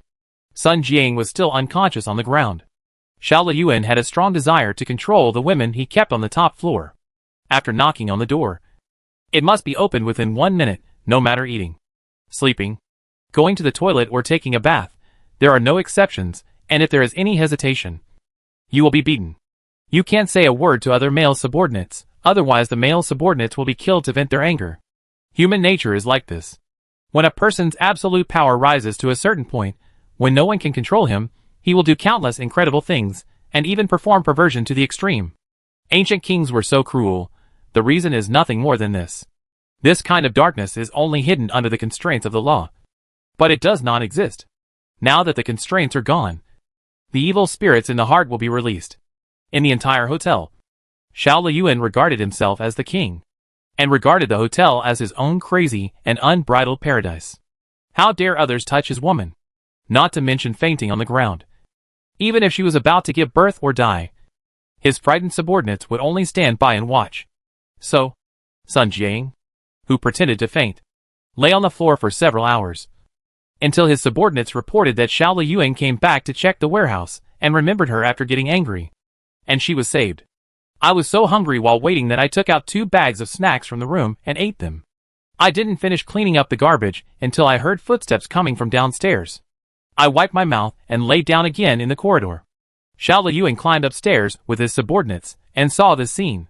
Sun Jiang's thin body fell to the ground, blood oozing from her forehead, and there was a broken vase beside her. Her eyes were closed. Her long eyelashes hid her eyelids.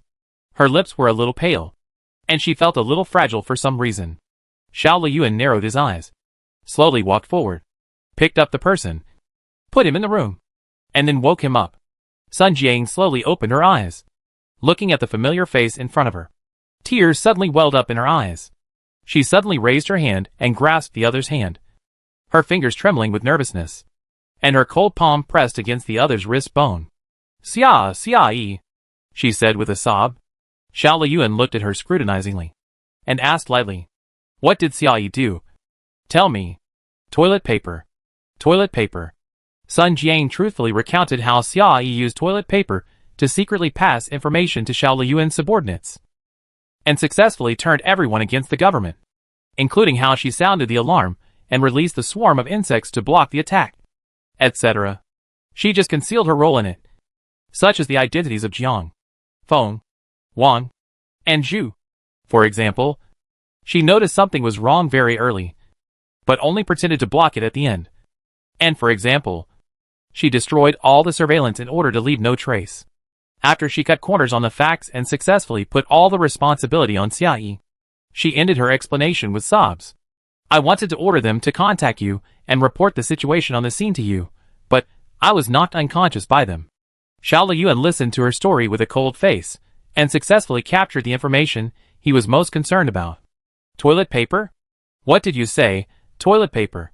Sun Jiang reached into her trouser pocket and felt around, pulled out a crumpled piece of toilet paper, and handed it to Xiao Liyuan.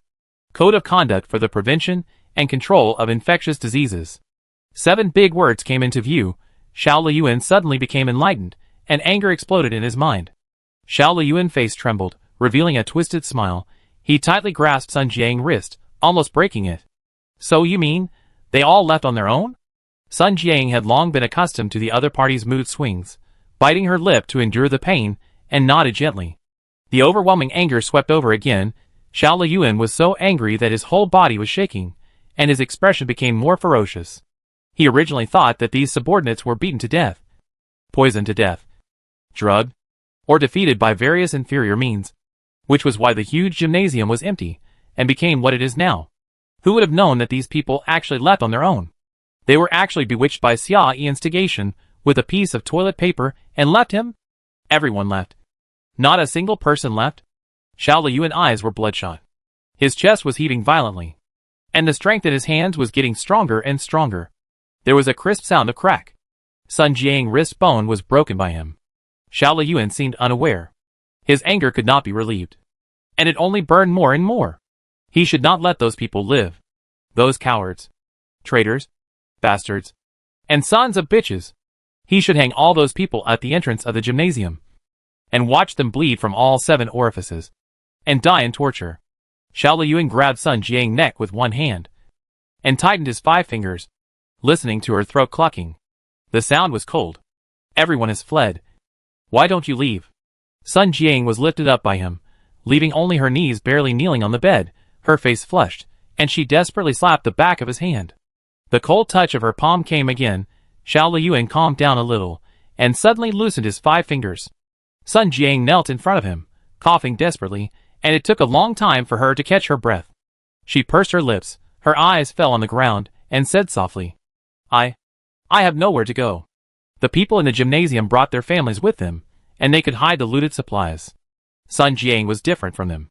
All her family members died, and she was weak, and there was no way to survive in the end times, so she could only rely on herself. Xiao Liyuan looked down at the kneeling woman in front of him, and a subtle sense of satisfaction appeared on his lips. Looking at the woman who had looked down on him before, now struggling in front of him, letting him slaughter her, this kind of straightforwardness actually made his anger dissipate a little. Xiao's inflammatory remarks may be effective in inciting others, but Sun Jiang already knew all the facts, so she would not be affected at all. Compared with those fence-sitters, Sun Jiang was the most loyal one around him, and the least likely to leave him. Xiao Liyuan gently opened his arms, embraced Sun Jiang, and gently stroked her thin shoulders. He was like a lonely man now, with such a serious incident around him. His subordinates were like rats crossing the street, hiding as far away as possible, and no one was willing to stay with him. There were so many women coming and going around him, except Xiao Ting, who died in front of him. Whether it was his first love girlfriend who shared hardships with him, or the many women in the shelter, they all left him. Now, after all, the only person left by his side was Sun Jiang. Feeling the slender hands around his waist, Xiao Liyuan slowly calmed down. A night of love is 100 days of grace. After all, she was his bedmate, and the things that happened before should be over. Xiao Liyuan patted Sun Jiang's shoulder, and finally softened his voice, soothing her. Okay, I believe you. Well, Sun Jiang seemed to accept this answer. She didn't even complain about the injury on her hand. She just snorted and said agreeably, well, it's all Xiao's fault for stirring up trouble. Xiao Liyuan slowly tightened his arms after hearing this, pressed Sun Jiang deeper into his arms, and said coldly, it's okay. She won't be able to jump around for a few days. He was immersed in his own thoughts, so he naturally didn't see that Sun Jiang in his arms had cold murderous intent in her eyes. Chapter 268. I have planted a nail around Xiao, and it should be about time soon. Xiao Liyuan said to himself, with a hint of self-comfort. It doesn't matter how badly he is defeated now, as long as the poison needle takes root and sprouts, he can make a comeback in an instant. Sun Jiang felt the severe pain from her wrist. After the wrist bone was broken, Xiao Liyuan forgot to connect it for her, but she seemed to be completely unaware of it, and still had an impeccable smile on her face. She hugged Xiao Liyuan, gently stroking his back, and calming his emotions without rushing or slowing down. She silently analyzed and listened to his next plan. Xiao Liyuan often imparted his experience to Sun Jiang. Not long ago, when Sun Jiang suffered the most painful blow, in order to enjoy the pain on her face, he carefully imparted his experience on power to her. It was the same now, because he needed to comfort himself, so he took Sun Jiang, the woman who seemed to be the least threatening, as a listener, and shared his experience with her unscrupulously. This teaching was not because Sun Jiang wanted to listen, but was based on his strong desire to show off. Xiao Liyuan talked to Sun Jiang about business, and was essentially no different from many men. He was just looking for a woman who would obey him in everything and accept his beatings, scoldings, show-offs, meanness, shamelessness, and cowardice. He felt that Sun Jiang was naturally willing to listen to him, and had no complaints about his beatings and scoldings. Even a woman like Sun Jiang was just a stereotyped wild lady in Xiao Liyuan's eyes. As long as he used both soft and hard methods in bed, she would surrender to him sooner or later. The consciousness accumulated over thousands of years has made them objectify women in their bones. They do not understand them as human beings. They do not know, and do not intend to know, that women have their own joys, sorrows, anger, and hatred. A man cannot obey another person in everything. He is also full of resentment when facing his leader. The other party still pays him a salary, but they are still unwilling to give up. The women around them are likely to not even get a salary. Why do they think women can be obedient? Love? They don't have something, but they actually imagine that the women around them have it. It's really ridiculous. Only those who daydream every day would imagine that women would obey them for love. There are only two possibilities for people who really obey them. The first one is called a complaining woman. Every day, she is dissatisfied and complains about everything, big or small. She blames the man for not understanding her, for not loving her enough, and for not doing housework for her.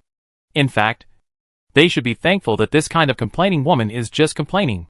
This kind of complaining person is the one who has no courage to leave them, and will serve them and tolerate them for their whole life. If she is not the first type, she always has a smile on her face, and can do everything she wants without complaint, no matter when, where, or in what situation. Then she is not a fool with a soft personality who can be bullied and manipulated by others. Nor does she love you hysterically and do things without any bottom line. She just had other intentions. Sun Jiang was very patient. She gently stroked Xiao Liyuan back, listened to him talking about those things that had nothing to do with her, and moderately revealed some feedback that he was willing to receive. She obeyed this man, but at the same time, she thought he was ridiculous. How conceited was Xiao Liyuan to dare to keep her by his side, and think he could control her. Xiao Liyuan had said almost everything he wanted to say, and then he mentioned another thing. You still have food in your warehouse, right? Take it out for me. Sun Jiang was the most domineering young lady here, and her food, clothing and daily expenses were different from others. Since the end of the world, Sun Lingji left her a small treasury, where she could store the supplies she wanted.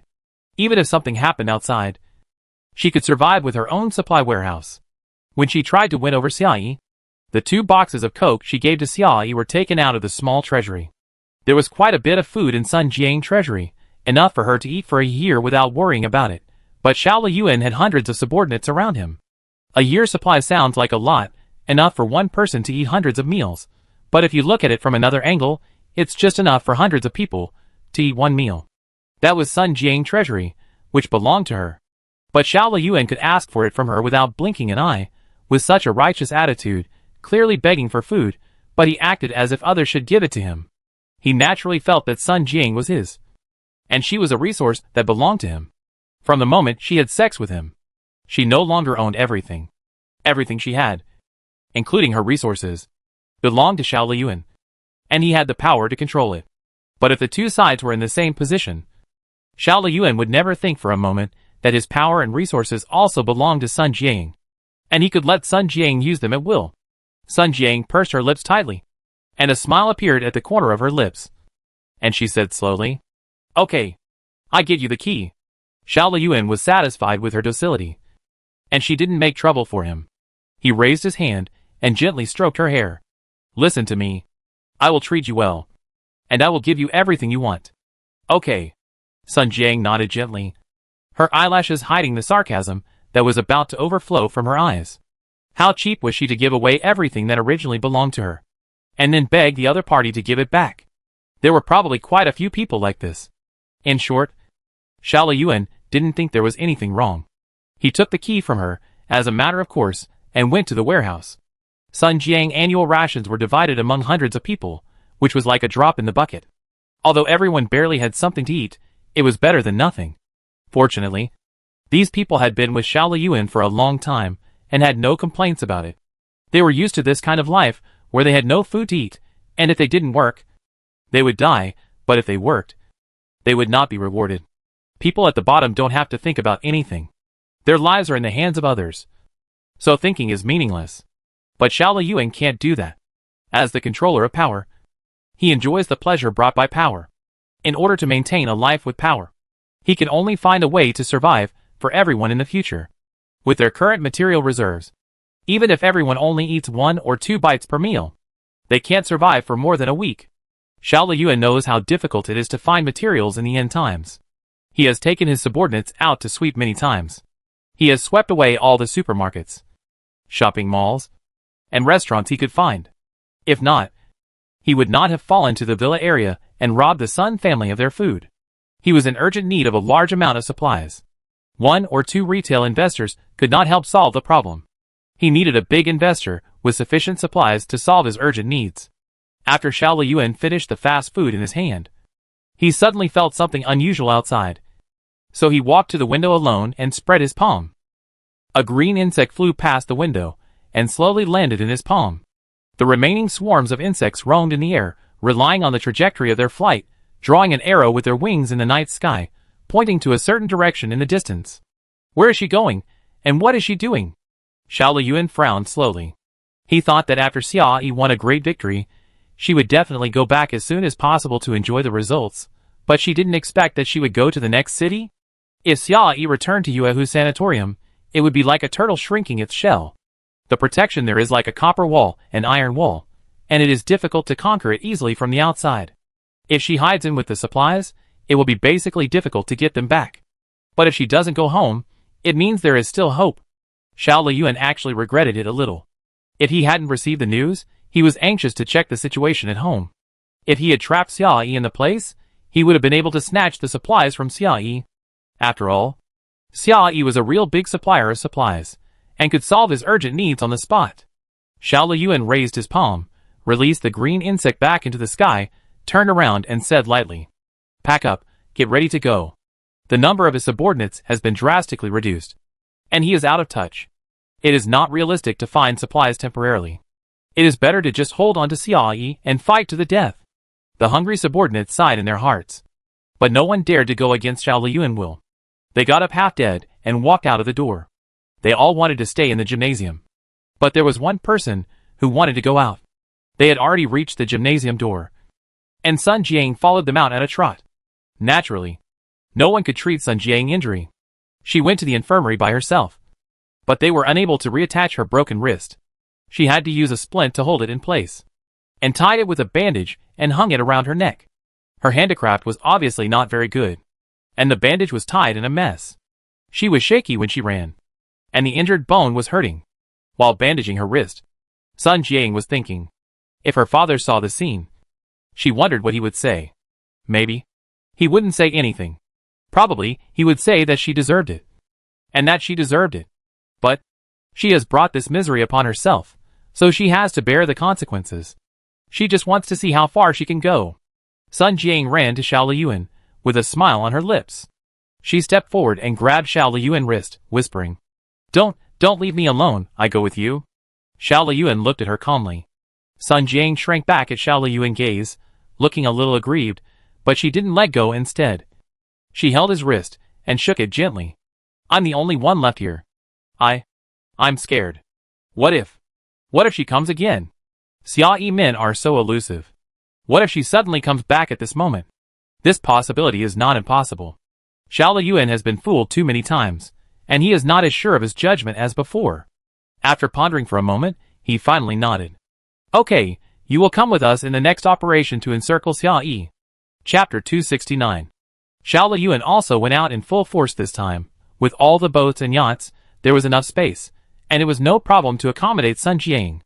And Sun Jiang followed him, just like carrying a power bank and supplements, and he could use her to replenish points whenever he needed. "You should be more honest, and don't make trouble casually," Xiao Liyuan said with a cold face, teaching him a lesson. "How many times have you suffered at the hands of Xia Yi? Now, you should learn your lesson. Have you suffered enough from Xia Yi? How much have you learned now?" Sun Jiang almost sneered. However, during the time she spent with Xiao Liyuan, she had already learned to hide her thoughts. No matter how much resentment she had in her heart, she could pretend to be calm. At this time, she nodded obediently. "Yes, I know." Xiao Liyuan saw that she looked obedient, and thought that he had trained her well, and had tempered her to a certain extent. He said calmly without any embarrassment, "Get on board." Xiao Liyuan led his fleet, and set off for the next city. At this time, Xia Yi yacht, Lin Linglin large force, and Xiao Liyuan fleet were heading to the same destination in 3 groups. In addition, there was also a group set by Ming Jiayi men. However, before the medicine was found, Xiaoyi people would not join them. They did not want to implicate the other party and infect the other party with their virus. Lin Linglin took a helicopter and headed straight to the 9th hospital, which was the hospital where she used to work. She knew clearly that there would be Qinlin pills in the pharmacy, and this route was the highest priority route. However, it has been half a year since the end of the world, and no one can guarantee whether the pharmacy is still intact. It may be soaked and contaminated by water, or it may be taken away by others. They cannot put all their hopes on this hospital. To be on the safe side, the other groups took different routes, searching separately, and according to the maps downloaded in advance, they tried their best to cover every large hospital in the city. This city is an old city. The buildings in the city have a history of hundreds of years. In order to preserve the style of the original buildings, the planning of the road access in the city is based on the old buildings. Hundreds of years ago, transportation was not well developed, and cars were not the mainstream means of transportation. The original streets were very narrow, and there were scattered alleys everywhere. Even if the streets were to be renovated later, based on the original urban structure, there was no room for expansion of the roads. In addition to the main roads in the city, there were not many wide roads. Unfortunately, all large hospitals have a long history, and are located in the old city with complicated roads. This kind of road is a disaster when you look at the map. After experiencing typhoons and floods, many buildings collapsed, and the roads were closed. The distance is clearly drawn on the map, but you don't know how many turns you have to make to get there. The road is dark, and there is no light at all. The high and low dark buildings are intertwined, which makes it look more and more gloomy and terrifying. Every alley is like a monster with a bloody mouth, ready to devour people at any time. Xiaoyi's search target was the Chinese medicine hospital. Neither of them was familiar with the city, so they could only squint their eyes to look at the map. After going around 7 or 8 bins in the alley, they finally found a passage suitable for yachts to pass through, and walked forward tentatively. They were still about 100 meters away from the alley exit, and as long as they accelerated a little, they could reach the hospital in front. Xiaoyi glanced to the side, and suddenly saw a few green lights flying from the flank. Shaoliyuan people followed. These people are like dogskin plasters. Once they stick to her, it is very difficult to get rid of them. Even if they failed last time, they will never give up easily, and will always monitor her whereabouts. Xiaoyi knew that there must be a tail behind her, but she just didn't have time to get rid of it. If she wanted to get rid of this green bug, she would either go up to the sky or down to the water, which would take too much time and energy. They were in an emergency now, and really didn't want to hide from others. Now they were fearless. The virus has already been contracted. Being bitten by the bug for the second or third time will not accelerate the onset of the virus. Rounding it off means that the bug has lost its effect on them. Let them follow. It doesn't matter if they are attacked. They have already given it their all. It is easier for Shaoliyuan fleet to find Xiaoyi than for Xiaoyi to find a hospital. Xiaoyi needs to find a map to find a hospital, confirm the location, and then enter it to search for a pharmacy. And they only need to follow the trajectory of the bug's flight to find Xiaoyi. Shaoliyuan then caught up with Xiaoyi when she left the first hospital and was about to arrive at the second hospital. As the two sides got closer and closer, Shaoliyuan's subordinates finally plucked up the courage and whispered, "Boss Xiao, what should we do next?" The yacht was still the same yacht, still with the same configuration as a turtle shell. There was no way to break through the armor of the yacht before, and there is still no way now. If Xiaoyi yacht was only trapped in place, the two sides would have to remain deadlocked for a long time, and there would be no way to get the supplies as soon as possible. They had to find a way to force them out of the turtle shell. He had left some room for maneuver before, and was not ruthless enough in his actions. But now that he has been forced into a desperate situation, the worst that can happen is that both sides will die. Shaoliyuan's eyes were filled with coldness, and he spoke coldly. Hit her with a helicopter. If a knife can't break her, or a gun can't break her, then use a more lethal method. Create an explosion on the yacht. He just didn't believe that everyone was made of iron. And if they were blown up on the yacht, they wouldn't be able to blow a hole in her. Ah! The subordinate's eyes widened in shock. After a while, he slowly swallowed his saliva and said in disbelief, We don't want our helicopter anymore." When Xiaoyi left the gymnasium, all the helicopters were driven away. The only one left now was the one that happened to be on a mission and escaped. It is the only helicopter, and the only pilot left in the gymnasium. If this helicopter is crashed, it will be difficult for them to find the next one. I said crash? Don't you understand? Xiao Liyuan suddenly raised his voice. The subordinates were frightened and didn't dare to say anything. They nodded their heads in agreement. After watching the people below honestly convey the order, Xiao Liyuan's anger dissipated a little. It's just a helicopter, what's the big deal? Xiao Yi has many helicopters, as long as she can be caught from the turtle shell, whether it's a helicopter or a ship, it's easy to get. As for the pilot, that's even less of a problem. He is just a pilot. Anyone can learn to drive a car. And the same is true for piloting a plane. As long as he is willing to provide materials for employment, there are many people willing to come and risk their lives. The least valuable thing in the end times is human life. It is just to let one person die. He doesn't care at all. The pilot listened to the order from the headset and froze in the driving seat. He clearly knew how much Xiao Liyuan was short of manpower. As the only pilot in the team, he always had a sense of superiority. As a professional talent, he thought he was irreplaceable in the team. No matter who the boss wanted to give up, he would not give up him easily. He had never thought that, when Xiao Liyuan was about to take action, he would be the first to be sacrificed. The pilot pressed the call button, wanting to say something to the ground. But he could not speak for a long time, and could only mutter. Aye. Boss Xiao said that if you have the ability, you can jump out before the plane crashes. Aren't there many pilots who can do it? The messenger snorted sarcastically, listening to the panicked voice of the pilot, who always looked down on others. And a sense of pleasure of controlling the life and death of others actually rose in his heart. He imitated Xiao Liyuan's tone and threatened calmly. If you don't follow the order, you know the consequences. The pilot's face turned pale. Of course, he knew the consequences. The row of corpses hanging at the entrance of the gymnasium reminded them every day and every moment of the consequences of disobeying orders. The messenger's mocking voice was extremely harsh. But the content of the message was an unquestionable fact. If he chose to obey, he would have a chance to escape before the plane exploded. But if he disobeyed at this time, he would only die. The pilot held the joystick tightly, and the helicopter hovered in the sky, looking down at the yacht below from a distance. The yacht was moving forward slowly, carefully crossing the narrow alley. If you want to achieve the best effect, it is best to hit its fuel tank, so that the helicopter and the yacht will explode at the same time. The fuel tank of this yacht is at the front and bottom. If you have to do it, when it drives out of the alley, it will be the best opportunity to hit it. The pilot hesitated for a long time in the sky. Seeing that the yacht was about to sail out of the alley, he made up his mind. He pressed the joystick suddenly and rushed towards the yacht where Xiao Yi was. Xiao Yi knew that Xiao Liyuan was following her, and she also knew that the other party was spying nearby, ready to give her a fatal blow at any time. But she never expected that the crazy Xiao Liyuan would be so desperate. The first encounter was a self-destructive attack. The yacht was moving slowly forward.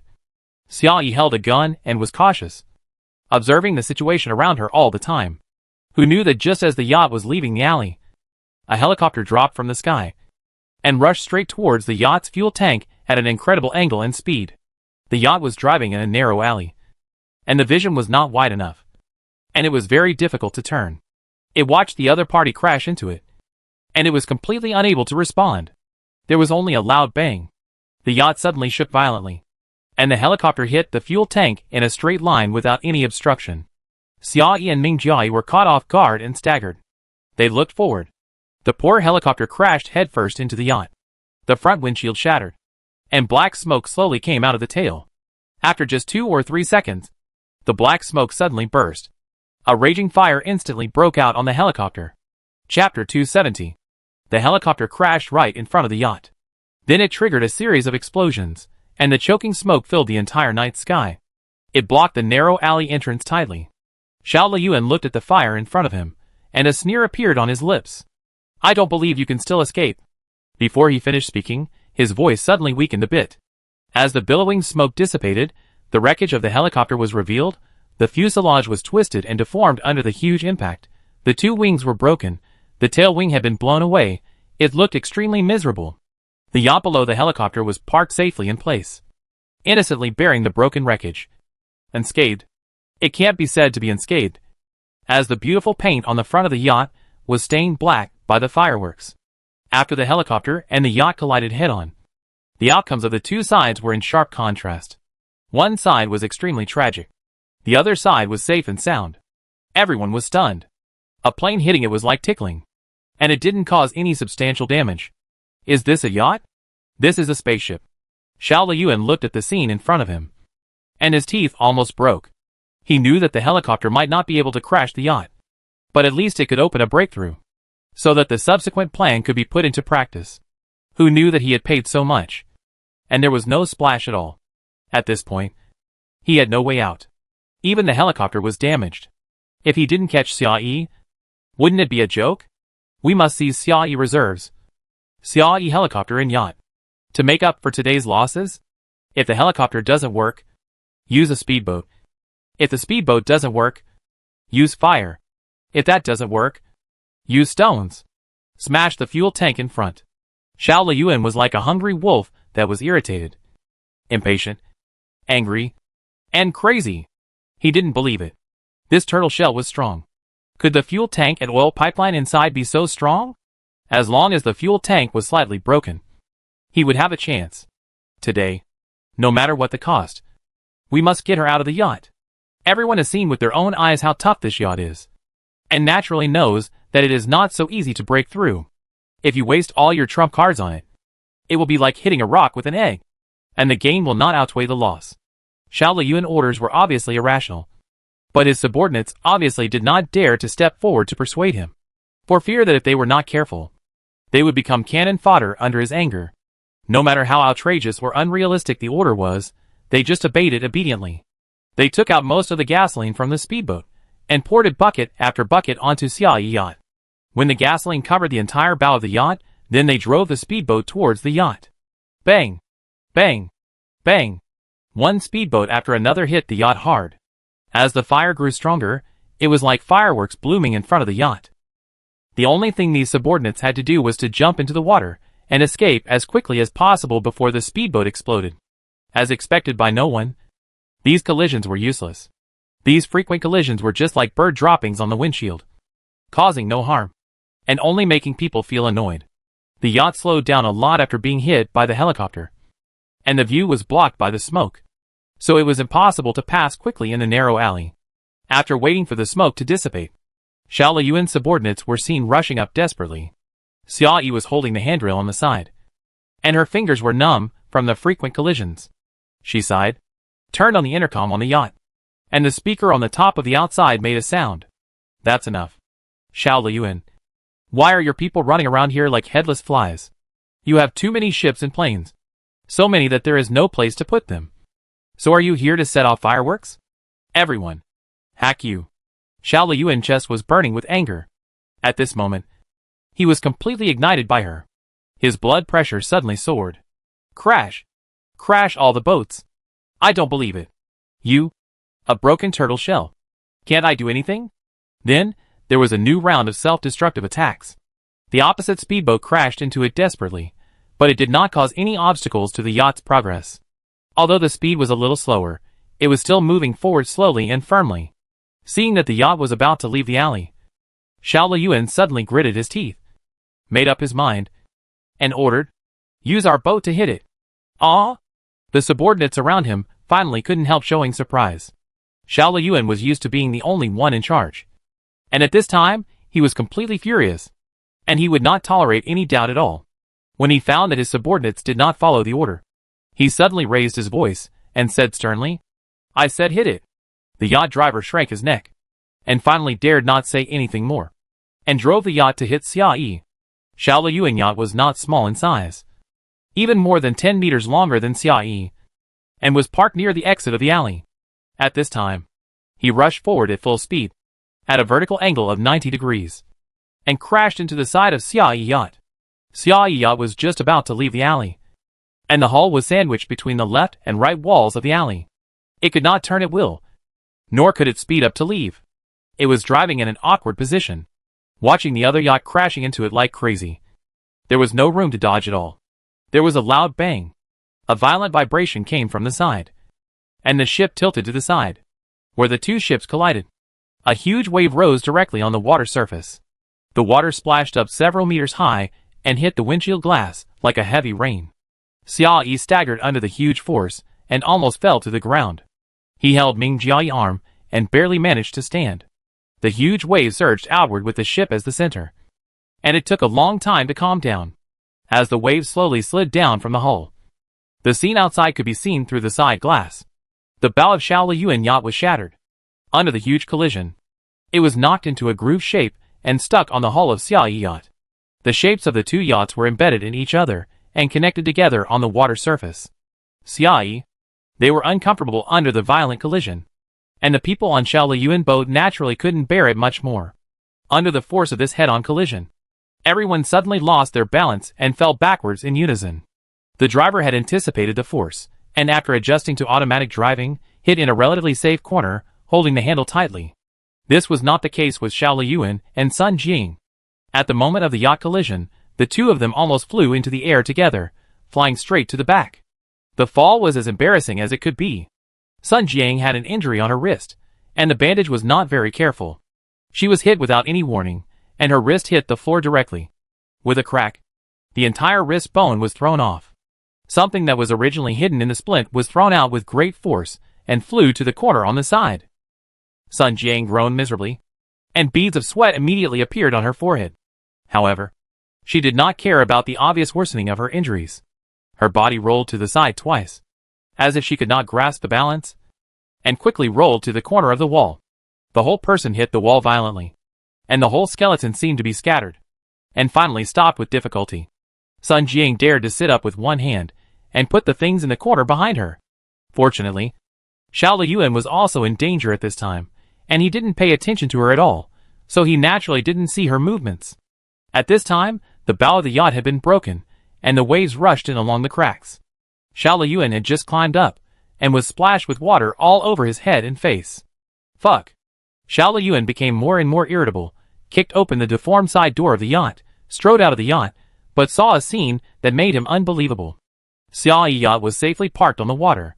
The hull was hit to the side, and forced to stop in place. But it was still unscathed. However, although Xiao Liyuan yacht was not as strong, it brought a lot of impact. This violent collision successfully knocked Xiao Yi yacht off its original track. Xiao Yi yacht was in a small alley, and there was not much room to move left or right. After deviating from the track, it immediately hit the building next to it, and the wall was smashed into pieces. The left side of the yacht was against Xiao Liyuan yacht, and the right side was stuck on the wall of the alley, forming an awkward angle between the left and right. Although it was still unharmed, it could not move forward with two heavy yachts and the right wall at the same time. It was stuck in the passage uncomfortably, unable to move forward or backward. Ming Jiai tried to start the yacht several times, but failed. The two yachts were stuck on the water, forming a kind of balance. Xiao Liyuan saw an opportunity, and a grim smile suddenly appeared on his face. He strode over his own yacht and rushed to the deck of Xiao Yi yacht. After walking a few steps forward, he turned around and looked around, but found that there was no one around him. Where the hell are you all going? Hurry up and catch up. As Xiao Liyuan finished speaking, many subordinates hurriedly poked their heads out. Some temporarily stopped on the boat, and some jumped into the water to save their lives. Everyone was soaked and miserable, looking at the messy appearance of his own people, and then looking at Xiao Yi and the other person sitting in the yacht. Quiet and comfortable. Calm. The two sides formed a sharp contrast. Xiao Liyuan's anger suddenly surged, and his anger was like surging magma, bursting out at this moment. He casually took out the gun from his waist and fired a shot at the front. One of his subordinates was standing on the deck. He had just hurriedly chased out of the cabin, and before he could walk forward, he suddenly felt a pain in his body, and blood bloomed on his chest. He immediately widened his eyes and fell to the ground in disbelief. He didn't figure out what had just happened until his death. Looking at the blood slowly spreading on the ground, Xiao Liyuan showed a ferocious smile on his face. Don't you charge me. Chapter 271. Xiao Liyuan has a classic loser mentality. After being frustrated in comparison with others, he suffered a huge shock in his heart and could not calm himself down at all. He could only rely on bullying the weaker ones, and releasing his malice on them to satisfy his inner sense of superiority and control. He used the pain and blood of others to wash away his shame. As his subordinates fell to the ground, a large amount of blood was spread on the deck, and everyone was shocked. Xiao Liyuan often killed people in public to vent his anger, but he was not in a hurry every time, and tortured people to death slowly. This was the first time he used a gun to kill someone. As the gunshot rang out, no one dared to hesitate for a moment, and they rushed towards Xia Yi's yacht.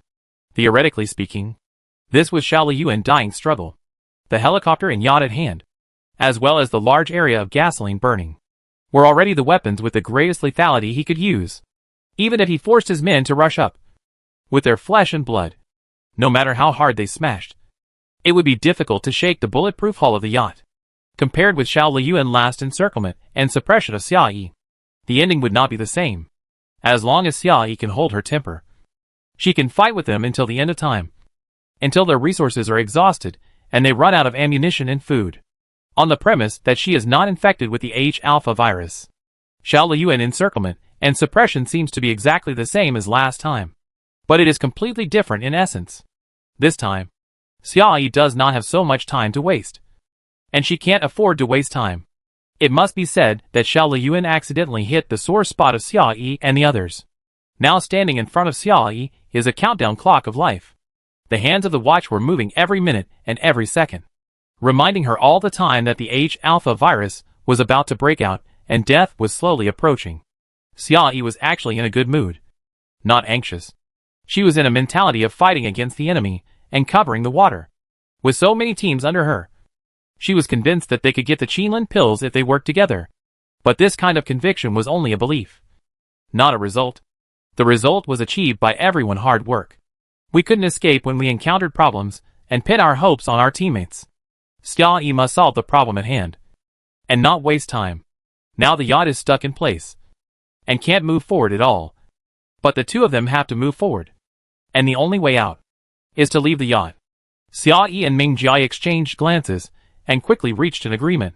He packed up his belongings and put on his survival backpack, which contained various necessary survival supplies, 2 days of food and water, a mobile phone, 3 rifles, 100 bullets, and 2 daggers. After packing up everything, they opened the door of the yacht without warning in front of everyone. Xiao Liyuan brought hundreds of people with him. Although he crashed a lot of ships, except for the one he destroyed with his own hands, the rest of the people were not hurt. Xia Yi and Ming Jie opened the door, as if no one was around, and stood in front of everyone. It was the first time for the two of them not to wear protective clothing. Facing enemies like Xiao Liyuan, there was no need to wear protective clothing, which would affect the convenience of activities. Xia Yi was still wearing a short vest with overalls. The pure black color made her skin look white. She had a backpack on her back, a submachine gun hung upside down on her waist, a pistol hung on her right index finger, and her left hand was holding the dagger upside down. Ming Jie was also wearing a tight short-sleeved shirt and overalls, which looked like a couple's outfit with Xia Yi. The same backpack and knife and gun made her look straight and slender, and her thin muscles were full of explosive power. The two stood side by side. Thick smoke rose from the sky beside them, standing in the circle of hundreds of people, on the deck covered with broken rocks and debris. They were calm and unhurried, with a look of contempt in their eyes. Xiao Liyuan's subordinates saw the two men's calmness and were stunned by their aura for a moment. "You, how did you come out?" Although Xiao Liyuan looked very tough, he actually knew how tough the yacht was in his heart. He did not hold out any hope, but just held on for the sake of face. He never thought that he could really force people out, and he was also shocked at this time. Xia Yi did not give him an answer. Her peripheral vision searched the crowd, looking for the best escape route. They did not have much time, and they did not have the time to argue with Xiao Liyuan. Xiao Liyuan still had enough deterrence in the hearts of his subordinates. Instigation requires preparation and the right time. Unlike the last time in the gymnasium, it was difficult for Xia Yi to convince everyone to turn against them on the spot. The only way now was to force his way in. Xiao Liyuan stood more than 10 meters away, watching them from a distance, and did not get close. Xia Yi and the other person were surrounded, and it seemed that they could not escape. As long as everyone rushed over to catch them, it would be fine. He did not understand the logic of Xia Yi's behavior. He could hide, but why did he come out to fight head-on? Did he have a hidden card? Xiao Liyuan had approached Xia Yi many times without changing his expression. That was because he had no one to rely on at that time, and could only rely on courage to survive. Now he is more and more, and enjoys a life of superiority. But he has become anxious about gains and losses. He was afraid that his life would be threatened.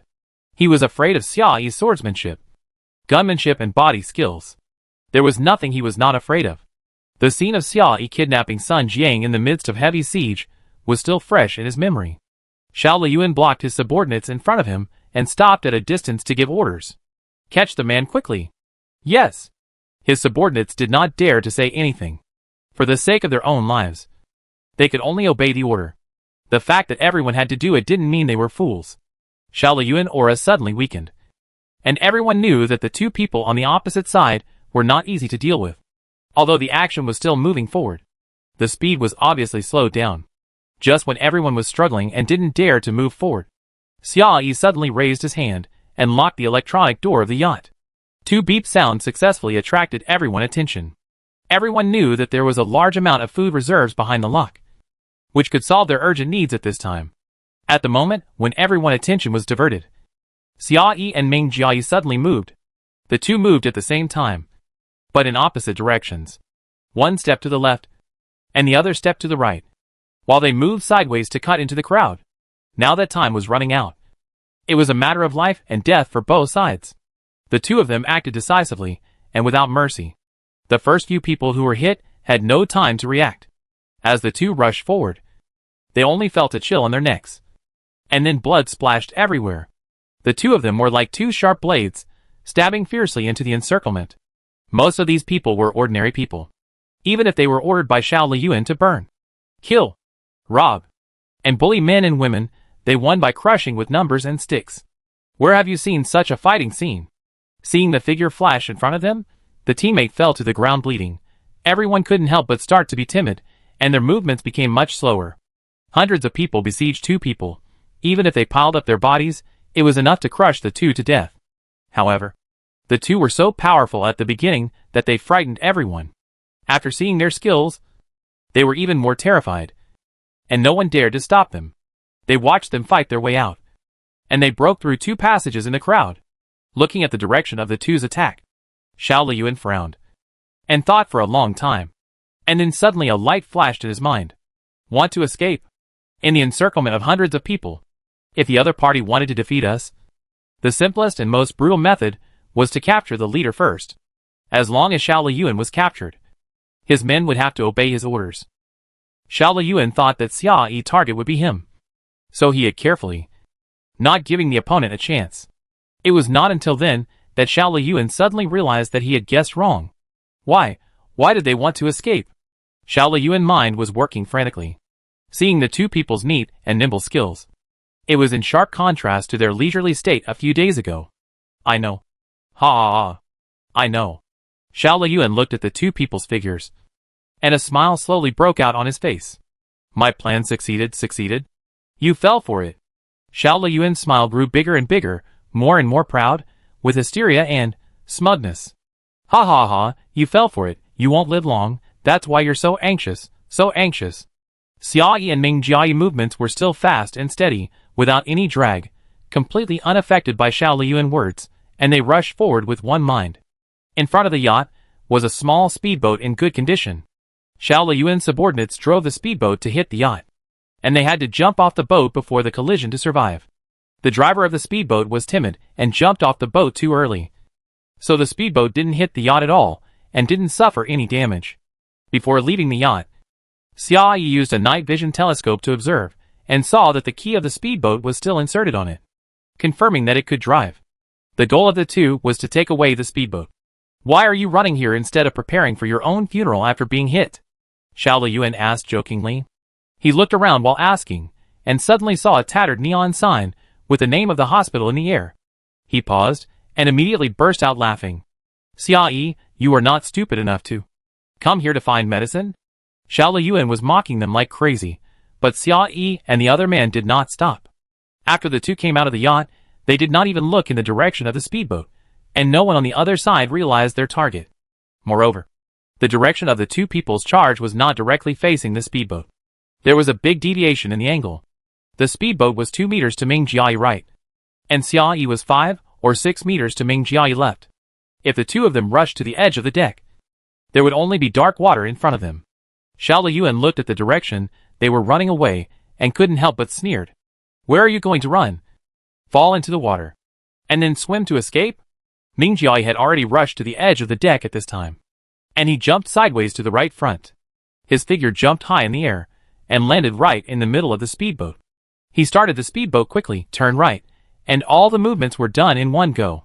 The speedboat rushed forward at lightning speed. At the same time, Xiaoyi also stood on the edge of the deck, with her back to the water. She didn't even look back, and immediately jumped into the air, kicked her legs hard against the side of the deck, and jumped out with her back. At the moment when her figure was in the air, her single eye narrowed slightly, and the muzzle of the gun drew a beautiful arc in the air. Then he pulled the trigger hard. Xiao Liyuan was still laughing at the two people's desperate fight, but suddenly he felt a pain in his chest. The volley shot hit him squarely. Xiao Yi's body fell backwards gracefully. Ming Jiayi's speedboat just arrived at the right place, and he grabbed her with one hand in the air, and held her steadily in his arms. The speedboat accelerated suddenly, and sailed away into the night. Chapter 272. Xiao Liyuan covered his chest with difficulty. Blood gushed out from between his fingers. Ming Jiayi and Xiao Yi's trick of making a feint to the east and attacking in the west, the crowd had no time to react. When they found Ming Jiayi jumping off the boat, everyone's attention was on him, wanting to stop him. Who knew Xiao Yi would suddenly kill him? Xiao Liyuan was hiding so far away, and behind several subordinates, Xiao Yi was able to adjust the angle by jumping back from a very long distance. From the gap in the dense crowd, he fired a tricky shot. Looking at the wound on Xiao Liyuan's chest, all his men were stunned and terrified. They were still counting on Xiao Liyuan for the antidote. If Xiao Liyuan died like this, wouldn't they be buried with him? Xiao Liyuan coughed twice, and spit out a mouthful of blood. Just as everyone was trembling, he raised his hand to wipe the blood from his lips. Not only did he not show any signs of death from the injury, but he even sat up slowly. Xiao Liyuan's sight passed through the crowd of people, and fell on the backs of the two people leaving in the distance. His eyes were as dark as ice. After a moment, the corners of his lips curved slightly, and he smiled softly. Chase. Ming Jiayi controlled the speedboat with one hand, and drove towards the hospital at full speed. Xiao Yi leaned on his shoulder. The night wind blew past her face. A trace of warmth rubbed against her ears, and Ming Jiayi's voice came through. We have to hurry up. Xiao Liyuan will catch up soon. Xiao Yi's ears were numb, and she still leaned against his arms, and whispered a word. Yeah. Although Xiao Yi's attack hit the vital point, they both knew clearly that it was difficult to kill Xiao Liyuan in one go, since the system is closely tied to the host. The system does not want the host to die easily, so there is a special mechanism. Using or overdrawing a large number of points can redeem the life-saving function once. This is beyond the capabilities of this world, and the system can only be used once, and it consumes a huge amount of host points. Before, when Xiao Yi was surrounded by Sun Jiang men downstairs in the mall, and was almost in a desperate situation, Ming Jiayi had considered this plan. If there was no way to rescue her at that time, then the last chance to save her life would be left to her. However, Xiao Yi was not a person who would sit and wait for death. She had found a way to survive in a situation where she was doomed to die. So Ming Jiayi's original plan was not implemented. Xiao Yi was unwilling to take action against Xiao Liyuan easily before, and she was guarding against this. If she failed to hit the target with one strike, Xiao Liyuan would have no chance to recover.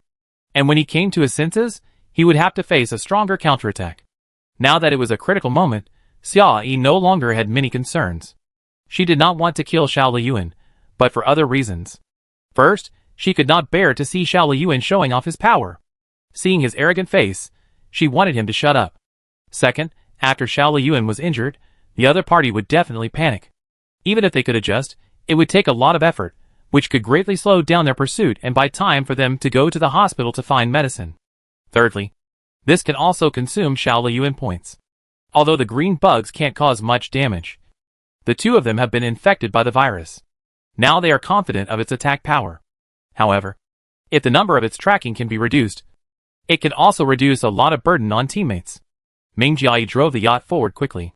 The yacht was driving in a narrow alley, and the movement seemed very slow and clumsy.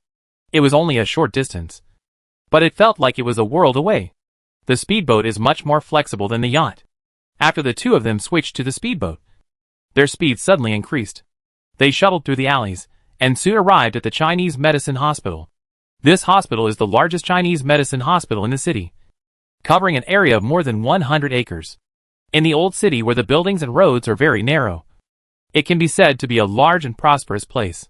As can be seen from the map, This hospital has 8 entrances, including more than 10 buildings, and the internal roads are very complicated. Fortunately, Xiao Yi had made sufficient preparations before the end of the world. He downloaded and stored complete maps, as well as detailed information about various regions, so that he could accurately find the destination he wanted to reach in the hospital that was as complicated as a maze. The entrance to the pharmacy was on the first floor of Building 7. They didn't even need to find the building to confirm in advance that the pharmacy had been completely submerged by water. However, although the pharmacy was on the first floor, according to the map, there were more than 20 medicine windows there, and the space behind the windows was not large, which was not enough to store a large amount of medicine. Nowadays, many hospitals have arranged automatic dispensing systems to improve the efficiency of dispensing medicines. All medicines are directly sent down from the slide. It can be inferred from this that the pharmacy's warehouse is likely to be on the second floor. Although the result may not be so, it is also a great possibility. We must go up to see the situation. The two found a relatively hidden passage, hid the speedboat in it, broke the glass on the second floor of Building 7, and slipped in through one of the windows. Each of them held a flashlight and groped forward in the corridor. At this time, Xiao Liyuan had recovered from his shock and reorganized his men, and chased after them immediately. Although Xiao Liyuan's yacht was scrapped, and many speedboats were also damaged, there were still more than 20 intact speedboats left. Although they could not accommodate everyone, they could still be used to carry some people forward. As for the remaining people, they could only pick up the wreckage of the damaged boats, or find wooden boards that could be used for floating, and rely on floating and swimming to travel. Xiao Liyuan was also forced into a desperate situation at this time. He had used up the last resources in his hands. Even the boats and helicopters were brought in, but he was unable to stop Xiao Yi and the others, letting them walk away in front of him.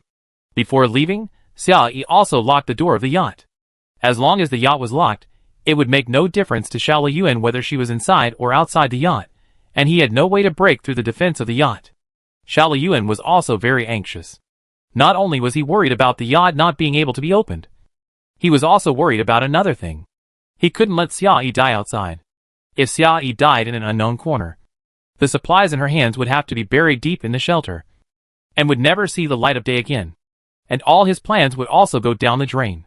Even if Xiao Yi died, her body would be in his hands. He could use the key in Xiao Yi's hand, her fingerprint, her iris, to open her yacht, her shelter, and the door of Yuehu's sanatorium. But thinking of Xiao Yi's choice, Xiao Liyuan couldn't help but sneer again. This woman is really stupid. The person is about to die, but she can't face the reality and wander around the hospital looking for medicine. There is no cure for the virus in this world. Only he can come up with medicine to treat the virus. Ming Jiayi wasted his talent and couldn't get enough points to save people. The only person who can change Xiao Yi's current situation is him. People are forced into a desperate situation, but they don't even come to him to beg for mercy. They really can't face the reality. Fortunately, he already knew Xiao Yi's destination in advance. Now Xiao Liyuan has few speedboats, and not many people to bring with him, so he prioritizes bringing Sun Jiang former subordinates. They are the group of people who defected to Sun Lingji after the end of the world. All of them have received professional training, and still have guns and ammunition in their hands. They are the most powerful team in Xiao Liyuan's hands. On the yacht, Xiao Yi and the other two were too fast, and they quickly rushed into the crowd, so this team could not show their strength. If they could have reacted in time, they wouldn't have let Xiao Yi and the others leave so easily. When they joined Sun Lingji, although their fighting power was far inferior to that of Lin Yongqing's men, they were always able to eat and drink well, and get the best supplies, and were kept fat and strong.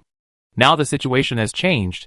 Lin Yongqing's men have joined Xiao Yi's army, and their lives are very rich, while these people have not had enough food for a long time. These people have seen Xiao Yi leave the gymnasium shelter with their own eyes, and they know best what Xiao Yi has.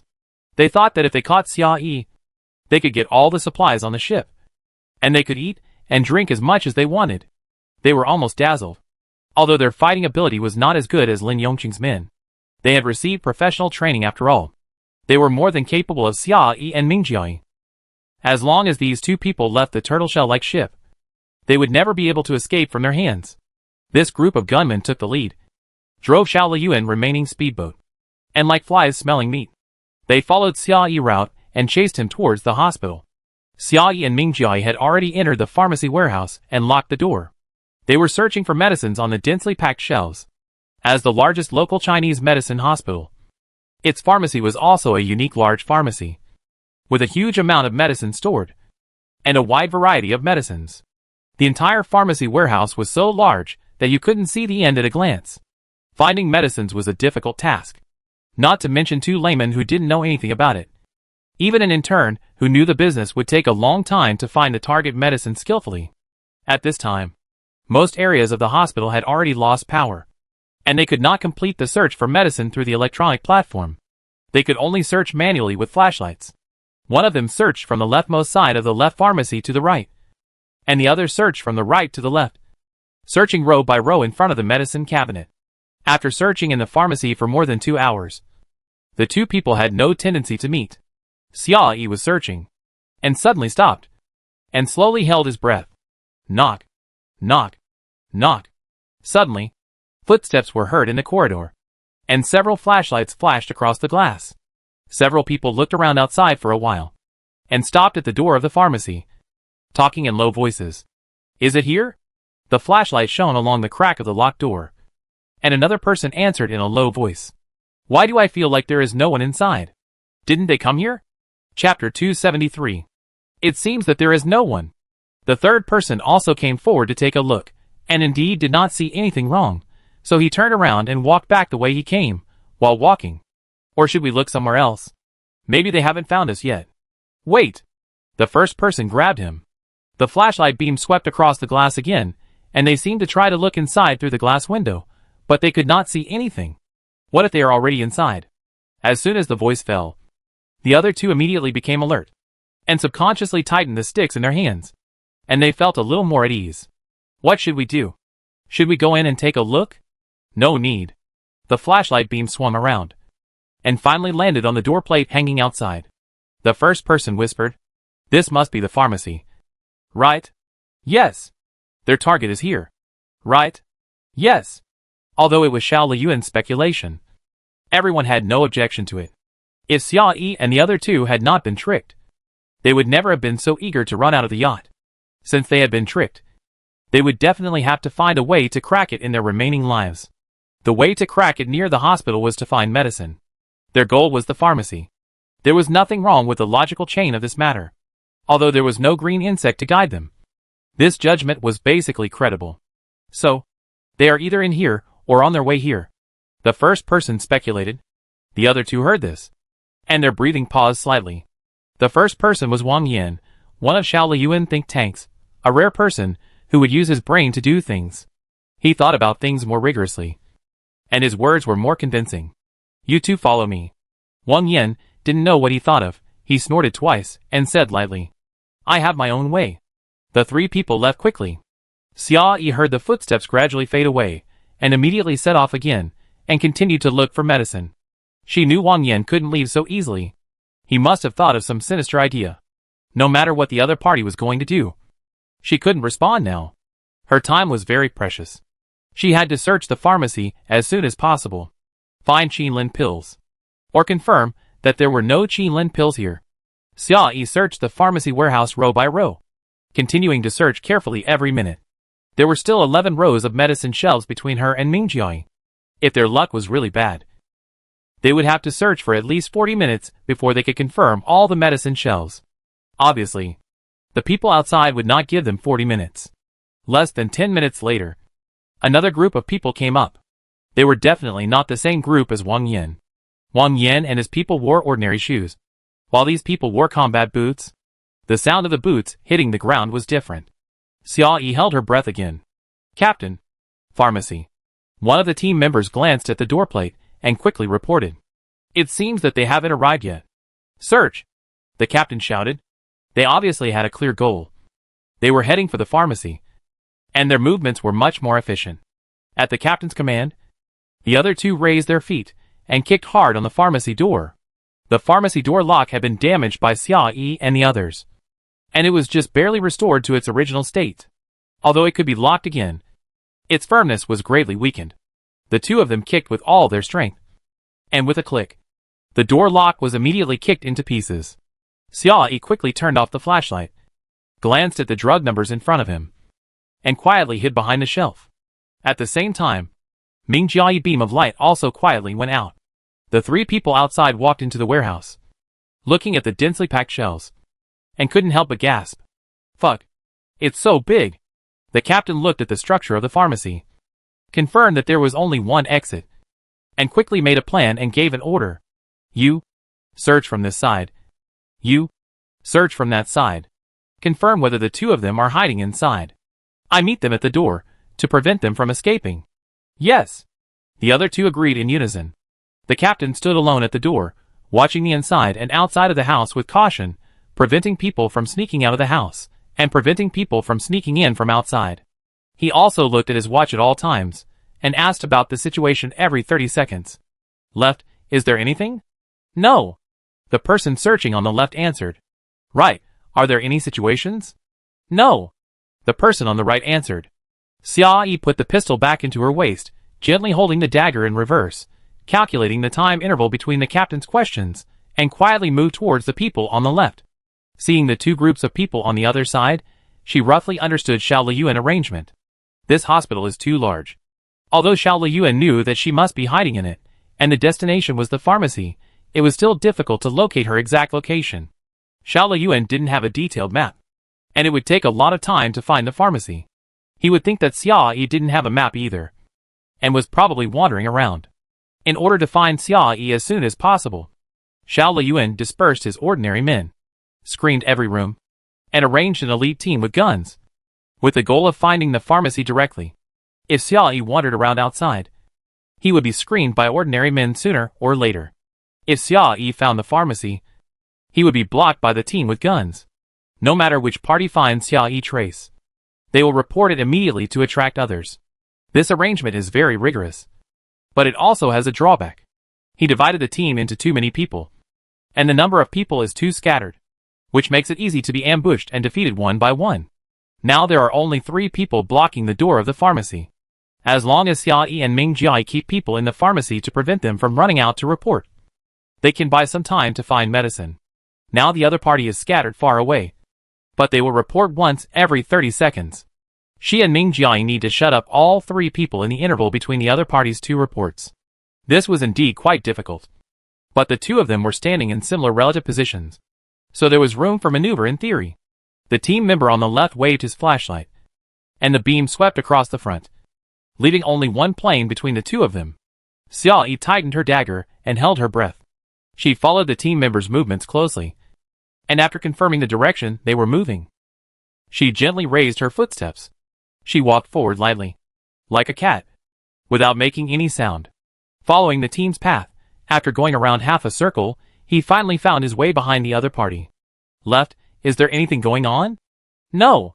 The person searching on the left answered. The moment his voice fell, Xiao Yi's body suddenly jumped up. He covered the other party's mouth and nose with his left hand, preventing him from making any sound. At the same time, his right hand dagger suddenly slashed horizontally. Right, is there anything going on? No. The person on the right answered. After Xiao Yi slowly put down the person in his hand, he quickly raised his hand and grabbed it. Before the other party's pistol fell to the ground, he accurately caught it in his palm and gently placed it on the ground. Then he tapped the ground with his toes and rushed towards the captain at the fastest speed. Xiao Yi was about to rush out of the medicine shelf and was about to rush in front of the captain. Suddenly, he heard voices coming from outside the door. Do you really want to do this? One of them spoke in a very low voice. However, the pharmacy was too quiet, so quiet that you could hear a pin drop, and this level of low voice was like a huge bell, and it was clearly heard by everyone. You'd be right if you listened to me, Wang Yan replied confidently. As long as we do this, the 2 of them will definitely be finished. The 2 were still talking, and the third person had already walked to the door of the pharmacy and said in surprise, Why is the door open? Xiao Yi paused and slowly disappeared behind the medicine shelf. At this time, the captain had already walked to the door, pointing the muzzle of the gun in his hand at the 2, and said dissatisfiedly, Who asked you to come here? Get out of here. Don't delay my business. Wang Yan and the other 2 were startled by him. After seeing the other party's identity, they slowly breathed a sigh of relief. Captain Zhang, This is also an accidental discovery. Wang Yan came forward and greeted him. Smiling. I just thought of an idea. Why don't we do this? Captain Zhang's original search plan was disrupted. He was in a hurry to go back to inquire about the situation. He didn't have time to listen to his ideas. He said irritably. This is my business. You don't need to think of ideas. Get out of here. After saying that, without listening to what Wang Yan wanted to say, he slammed the door in the faces of the three of them. He turned around and asked again. Left. Is there anything going on? Left. Is there anything going on? Xia Yi had just been forced to stop, and was in an awkward position. He had to lower his body as much as possible, and approach Captain Zhang again. Captain Zhang had already noticed that something was wrong, and asked again. Right. Is there anything going on? Right. Xia Yi crouched and rushed towards Captain Zhang. The captain was halfway through his words, without intending to finish his question, and suddenly pulled up the gun on his waist. A volley of bullets swept towards him. Xia Yi fell to the ground in a hurry. With fine gunshots, dense bullets passed by his scalp. After firing a volley, the captain actually pointed the muzzle of the gun at the medicine rack, and swept past without distinguishing between friend and foe, or right or wrong. When he first noticed that there was no response from his left side, he knew something had happened. He prepared himself, pretended not to check, and deliberately attacked when he was halfway through his words, just to catch the other party off guard. Although Xia Yi dodged his bullet, she was still shocked when she saw his action. It was a small matter for this person to come and fight, but it would be a big deal if he destroyed the medicine. She moved faster, rolled forward, and fell sideways to stand under Captain Zhang's elbow. With both hands, he held the opponent's arm and lifted it up suddenly. Captain Zhang's arm was unstable, and the bullet immediately rushed to the ceiling. A series of da-da-da. The bullet drew an irregular semicircle on the ceiling. As the series of gunshots ended, Captain Zhang's body suddenly softened, and with a plop, he fell to the floor and did not move. Just as Xia Yi lifted the opponent's wrist, Ming Jiayi also rushed behind him and twisted his throat. After being rejected by Captain Zhang, Wang Yan was unwilling to give up his plan and still wandered at the door. Hearing the sound of gunfire coming from inside the house, I was suddenly startled. Some idiot beside him hissed softly and asked quietly, Fuck, there's a fight going on inside, do you want to go in and help? Help. They both have guns, how many heads do you have to blow them up? Wang Yan glared at him coldly. Then what should we do? Should we do nothing? The person beside him asked cautiously. He didn't want to go in and die. Who wants to go into a hail of bullets for nothing? But if he didn't go in, if Ba Xiao knew, wouldn't they die even more miserably? Listen to me, follow the original plan. Wang Yan put down the things in his hands, slowly unscrewed the bottle cap, and poured it into the house. That was the gasoline just taken out of the yacht. I don't know who started it. Now no one regards gasoline as a scarce energy source. All of them are free to pour. The person next to him took a breath, showed an unbelievable expression, and asked in a low voice. Where are Captain Zhang and the others in there? So what? Wang Yan snorted coldly. When did Ba Xiao care about the lives of these people?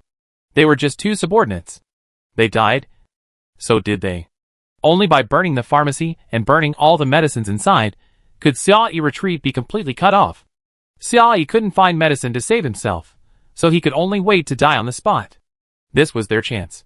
Wang Yan slowly poured the gasoline in the hands of the three people into the half-open door, leaving not a drop. The yellow-brown liquid with a pungent smell spread out in a winding manner, and spread to the inside of the pharmacy, and soon flowed under the heavy medicine shelves. After the two people in the house dealt with Captain Zhang, they immediately smelled something wrong and quickly raised their flashlights to shine towards the source of the smell. Xia Yi's pupil shrank suddenly. The ground was covered with yellow-brown liquid. A lit lighter was thrown in from the door. The small flame fell on the liquid, and a raging fire suddenly ignited. Chapter 274. The flames rose from where the lighter had landed, licking up along the surface of the gasoline, and rushed straight towards the neatly arranged medicine shelves. The medicine boxes were all made of paper, and the boxes were stacked close together. The flames climbed up the medicine shelves, sweeping the paper boxes fiercely, and immediately devoured them, turning them all into ashes. The pharmacy is a naturally flammable area. Now there is no electricity here, and the fire sprinkler head has long been unusable. Once the flames rise, they are unstoppable, and there is no room for recovery. The flames ignited and burst forth in just a moment. They had harmed many people with gasoline before, but this was the first time they were victims. The sound of medicine racks toppling over and collapsing could be heard frequently. As the flames approached rapidly, the heat waves soared into the sky, burning people's cheeks painfully, and the billowing smoke poured into the nose, making people cough uncontrollably. "It's too dangerous here. Get out." Ming Jiai took off his t-shirt with his backhand, quickly tore it in half, took out half a bottle of water from his backpack, and soaked his clothes. He covered his mouth and nose with half of it, and gave the other half to Xia Yi. He rarely ignored Xia Yi's refusal, stretched out his arm, and held her horizontally in his arms. He stepped on the scorching sea of fire, used his body to protect the girl in his arms, and ran away from the door. Only after completely escaping from the range of the fire, Xia Yi was put back on the ground. He hurriedly turned his head to look at Ming Jiai, and his eyes suddenly showed shock. The star-like flames had climbed up his clothes. When he slapped to extinguish the flames, he accidentally turned around, and a wound burned by the flames ran across his back, revealing his hideous skin and flesh. Xia Yi suddenly felt a little sour in her nose. Ming Jiai also came out of the sea of fire. Her clothes were ragged, and she was injured like this, but she was safe and sound, and there was not even a piece of skin on her body. You just wanted to say something, but you were interrupted by the voice next to you. Why did you come out?" Xia Yi turned her eyes slowly, and suddenly saw Wang Yan and the other two. At this time, they were carrying a gasoline barrel, carefully hiding a few meters away, with a vigilant look on their faces. She looked at the three people with her face sideways. The red in her eyes had not yet faded, and a sneer slowly appeared at the corner of her lips. "Did you set this fire? The environment in the end of the world is harsh, and everyone is more injured and sick than before. However, due to the scarcity of medicines, there is no suitable purchase channel, and many times they can only rely on their bodies to fight. This medicine warehouse has a large amount of medicines in stock, with a wide variety of categories. I don't know how many lives it can save. Moreover, the pharmaceutical factories have long disappeared, and these medicines may never be reproduced again. These precious, hard to regenerate drugs were burned to ashes by these three bastards." Wang Yan and the other two saw the murderous intent in Xia Yi's eyes, and they immediately showed fear. These people had seen Xia Yi's strength with their own eyes, and it was easier to kill them than to chop melons and vegetables, not to mention going head-on with her. They didn't even dare to resist. Wang Yan and the other two's legs softened, and they knelt on the ground with a thump. They had planned to escape after setting the fire, and come back to pick up the bodies when the inside was almost burned out. Who knew that Captain Zhang and his men were so disappointing? They didn't even have a chance to meet each other, and they left quietly in the room. Xia Yi and the other two were not even hurt. They didn't even have time to prepare to escape. The three men couldn't even kneel straight. They were trembling on the spot. Their legs were stiff, and they almost fainted from fear. We had no choice. Wang Yan crawled forward 2 steps, trying to pull Xia Yi's trouser legs, but was kicked away by the other party. He quickly withdrew his hand, trembling and panicking. "It's all Ba Xiao's fault. Our lives are in his hands. There's nothing we can do." Xia Yi's eyes were filled with anger. She and Ming Jiai searched the entire pharmacy warehouse. Only the last 11 medicine shelves were missing. If she was given another 40 minutes, oh no, half an hour, she could search the whole place thoroughly. With the size of this hospital, and the amount of medicine in stock, if she could find Qilin pills, the amount would be enough to save Yuehu Sanatorium, and there would still be some left. She could easily help the 3 people in front of her escape from Shaoliyuan mental control. With the structure of this pharmacy, the entrance is very narrow, and easy to defend and difficult to attack. Even if Shaoliyuan men come in large numbers, she and Ming Jiai can guard the door by themselves, and complete the search work by themselves. And these 3 vicious idiots in front of them use the most extreme means, completely cut off Xia Yi's hope, and also cut off their own retreat. Xia Yi suddenly raised her wrist, twisted Wang Yan's neck, and kicked forward fiercely. She kicked the man into the sea of fire. "Since you like fire so much." She did it expressionlessly, and kicked the other 2 people into the pharmacy, and locked the door. "Let's stay with this sea of fire forever and ever." Listening to the screams coming from the warehouse, Xia Yi slowly closed her eyes. The damage to the pharmacy warehouse was irreparable. Those precious medicines were really burned, and disappeared from the world, and never saw the light of day again. Even if these people died 100 times, it would be difficult to recover these losses. Xia Yi dealt with the three instigators with a cold face, until the voice inside completely disappeared. She then turned her eyes back to Ming Jiayi. The flames on Ming Jiayi's body had gone out at this time, but his pants were burned to tatters, his t-shirt was taken off, and his cold white skin was stained with black smoke. He deliberately faced Xia Yi from the front, hiding the scar on his back. Xia Yi slowly raised her eyebrows and whispered, "Turn around. Let me see." Ming Jiayi took a half step forward, as if he wanted to touch her hair. But his body did not move at all, showing no sign of obedience. Xia Yi was inexplicably furious and said angrily, "Don't force me to do it. Turn around yourself." Ming Jiayi's eyes flashed with helplessness, and he slowly opened his arms and wrapped them around her shoulders. His warm skin pressed against her cheek, and his chest felt warm, shaking slightly with the sound. He whispered to persuade her, "You better not look at it. Skin to skin can easily help people calm down." With this sudden hug, Xia Yi's breathing slowed down. When the anger in her heart subsided, she suddenly realized something and explained in a low voice, "I haven't fainted in blood for a long time." Since her sister woke up, they had a deep talk about that time, and many things that Xia Yi had been weighing on her mind were slowly eliminated with time. After that, she would be fine when facing blood and wounds for a long time, and she no longer felt the palpitations and dizziness that she had at the beginning. "So, turn around and let me see you." Xia Yi hugged Ming Jiayi, patted his waist gently, and said softly, "Burns need to be treated as soon as possible. Otherwise they are very easy to get infected. I have medicine in my bag. I help you take a look." Ming Jiayi's waist shrank slightly, and the tip of his ear turned red. Hearing this, he finally stopped insisting and turned around according to Xia Yi's movements. But his voice seemed to be a little deeper. "Okay." Xia Yi took Ming Jiayi's arm, took him to the side stairs and sat down, held the flashlight in his mouth, and carefully observed his wound. The wound was really serious. The skin burned by the flames rolled up, and there were large blood-red blisters all around. Under this hideous burn, you can see another scar. It was a long time ago. He was also trying to protect Xia Yi. He was attacked by Xia Jiping. Ming Jiayi originally had a perfect figure, with fair and clean skin and smooth muscle lines. There are only these two hideous scars on his body, and they were all caused by her. Xia Yi gently stroked his back, and there was an indescribable feeling in his heart. Ming Jiayi sat on the steps, his elbows propped up on his knees, and waited for a while, but found that there was no movement behind him. He was about to ask. A drop of hot liquid suddenly fell on his back. Ming Jiayi's back trembled, and his heart trembled. He turned around suddenly.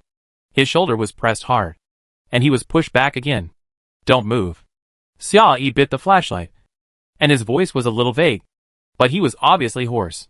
There were not so many tools in the portable medical kit, and the alcohol was poured directly on his wound with the bottle cap. Then the medicine, and then the bandage. Ming Jiayi really didn't move. The severe pain stimulated the wound, and his back didn't tremble at all. Xia Yi treated the wound step by step, and then put the remaining items into the backpack step by step. Finally, she couldn't control herself and hugged Ming Jiayi's head and neck into her arms. Every time at this time, she couldn't help thinking that Ming Jiayi had a golden finger that was comparable to Xiao Liyuan. And even better, because of the characteristics of rebirth and prophecy. He could be prepared in advance and avoid harm. He could have lived very freely, or at least lived comfortably. If he had ambition, he could have expanded his base and carved out his own territory, instead of following her inexplicably. Not only did he not get anything, but he also made enemies everywhere and was covered in wounds. Whenever Xia Yi thought of this, she couldn't say it. It reminded her of the look on his face when he left Ming Jiayi outside the helicopter before the end of the world. She didn't want to see him look like that again. But she felt like a scum who made Ming Zhu feel guilty by keeping him by her side every day. Xia Yi slowly hugged his head, and her fingers stroked his hair, one by one, gently stroking it. She wanted to say something, but couldn't, as if her throat was choked. "I'm fine, it's not serious." Ming Jiayi noticed her emotions, gently patted her knee, and whispered, "Don't be sad." Xia Yi. It felt like there was a heavy stone in her chest, making her feel uncomfortable for no reason. She slowly lowered her waist, leveled her eyes with Ming Jiayi, and clasped her fingers behind his neck, and clasped them tightly. The warm breath hit her face, and Xia Yi slightly tilted her face, trying to touch his lips. Xia Yi stared at Ming Jiayi's profile, and slowly moved closer to them. They had come together until now, and they had experienced so many things, enough for her to fill a whole memoir, and it was a big book that was heavy enough to kill people. At this point, it seemed a bit hypocritical for her to say thank you or apologize to Ming Jiayi. Asking him if he was okay, or if it hurt seemed like she was just talking nonsense, and it was redundant. With such a serious wound, how could it not hurt? But the injuries he had suffered before were much more serious than this one. Compared to saying these words, another strong impulse came from the bottom of her heart. She wanted to kiss him. Just when the two of them were getting closer and closer, and their lips were about to touch. Suddenly, footsteps were heard in the corridor, accompanied by the noisy conversation of several people. Did the gunshot come from here? Chapter 275. Xia Yi suddenly took a half step back, and with a backhand hook, she quickly grasped the long gun hanging on her waist in her palm. She half crouched gently, and looked down along the gap in the corridor. A faint sigh came from her ears, and she was obviously a little disappointed. Although Ming Jiayi was not very satisfied, he also stood up and stood behind her. The two formed a horn, and took a defensive posture at the same time. Each of them held a backpack and a weapon, and walked slowly into the darkness, and after turning a few corners, they disappeared into the bathroom in the corner. Xiao Liu and men were guarding all the exits of the hospital. The crowd was evenly distributed in every corner of the hospital, conducting a carpet search. Since Captain Zhang had just fired his gun, Xiao Liu and men would have heard it first, and rushed over immediately. Now there was a raging fire behind him, just like a bright light in the dark night, guiding everyone in the direction. In less than 10 minutes, everyone would come here from all directions. If you run away at this time, it will be easy to run into others. It doesn't matter if they run into one or two people head-on. They can be dealt with at will. But being surrounded or attacked in the process of dealing with them will cause trouble for them. The buildings in the hospital are too complicated, and it is not as easy to escape by boat as on the water. If they are accidentally blocked in a dead end, it will be a waste of time. This is why Xia Yi did not leave in a hurry. Instead of escaping against the flow of people, it is better to stay in a corner that is not easily discovered. At this time, everyone will definitely be attracted by the flames and gather in the direction of the pharmacy. With the attitude of Xiao Liyuan's subordinates, who refused to give in to each other, it would be difficult for others to organize and discipline their actions as long as he himself was not present. When the crowd was the most noisy and chaotic, they took advantage of the cover of darkness and quietly slipped out. After getting on the yacht for easier movement, they quickly broke out. The crowd gathered inside, and the defense outside would become weak, making it difficult to effectively stop them. After they left this hospital, they quickly rushed to the next hospital. We must find Qinlin pills before the countdown ends. If we can't find it in this hospital, we will go to the next one. The two locked the bathroom door and stayed quietly in the cubicle without saying a word. Their speedboat was parked outside the bathroom window. As long as they found the right opportunity, they could climb out of the window. People were coming and going outside the bathroom. Footsteps were moving around in the corridor, and flashlights were flashing outside the window. Everyone was rushing to the location of the gunshots and fire. Although they were all parked on the same floor, no one stopped at the bathroom door. As time went by, the noise outside became quieter and quieter, and the light outside the window gradually weakened, and everyone gathered in the direction of the pharmacy warehouse. They looked at each other, and quietly opened the bathroom window. Xia Yi supported herself on the windowsill with both hands, and was about to go out through the window, when a beam of dazzling light hit her face. She squinted her eyes suddenly, pulled Ming Jiayi, and the two of them squatted down quickly at the same time, and hid under the windowsill together. Xiao Liyuan's arrogant voice came from outside the window. "Ha ha, I found you." Xia Yi's heart sank slowly. At the moment when she dodged the strong light, she caught a sharp sight. A green insect stopped at the edge of the speedboat. It exposed the location of the speedboat to Xiao Liyuan. Although Xiao Liyuan deployed a lot of manpower outside, he did not participate in the search, but waited here, waiting for her to escape, and blocked her at the last step. Theoretically, Xiao Liyuan's current physical condition is difficult for him to summon the insect swarm. But it's probably Xia Yi who pissed him off. Xiao Liyuan was furious, to the point of risking his own health, and fighting her to the end. "Don't hide from Xia Yi, come out." Xiao Liyuan sneered and shook the flashlight. 7 or 8 beams of light flashed in front of the window, searching for the location of the two of them. At the same time, footsteps were heard in the corridor. Xiao Liyuan's subordinates had probably just received an order, left the pharmacy warehouse, and rushed back to the direction of Xia Yi.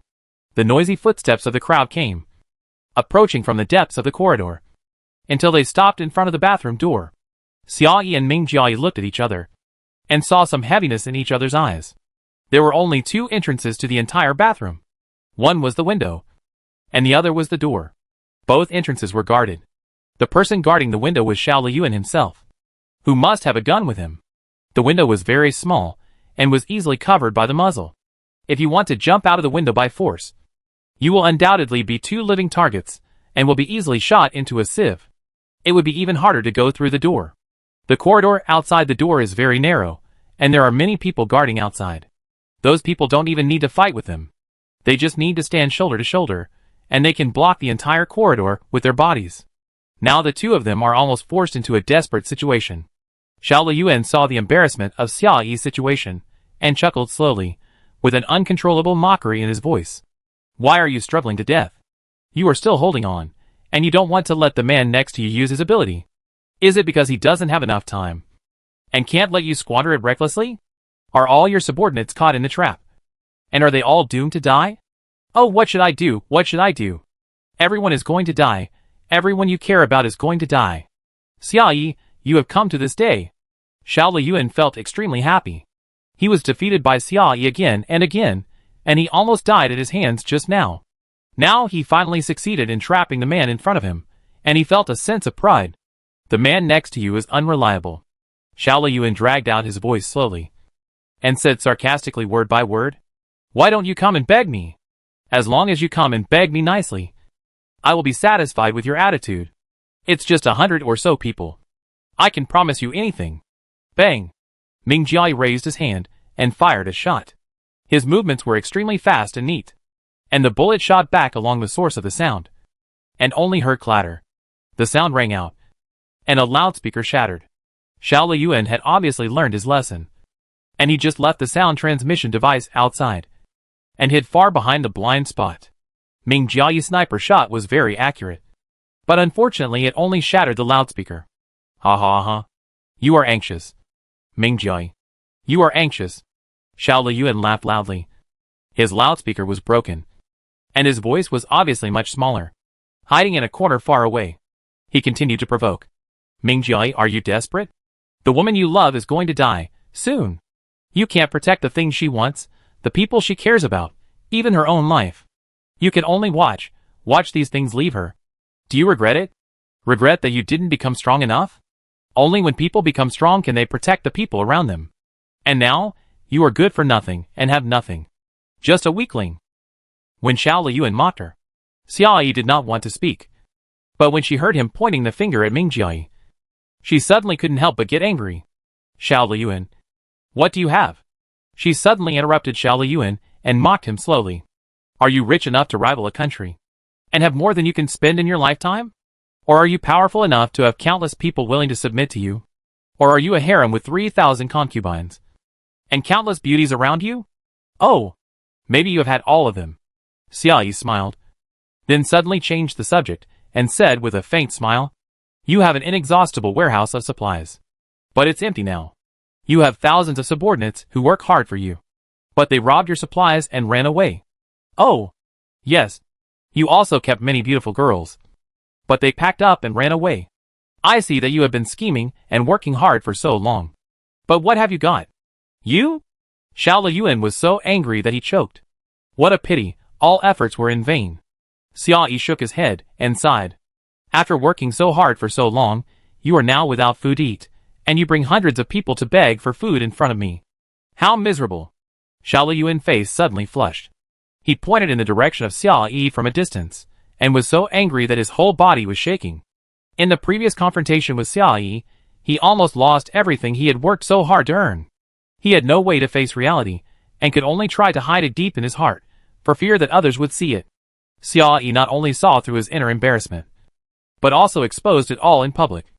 And every word she said was a blow to his lungs.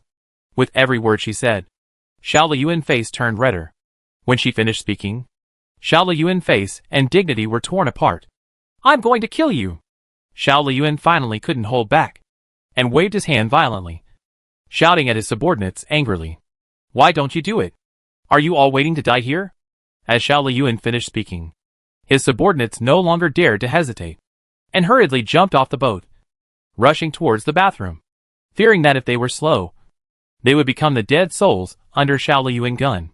Xiao Yi held the gun with both hands, squinting his eyes and aiming forward.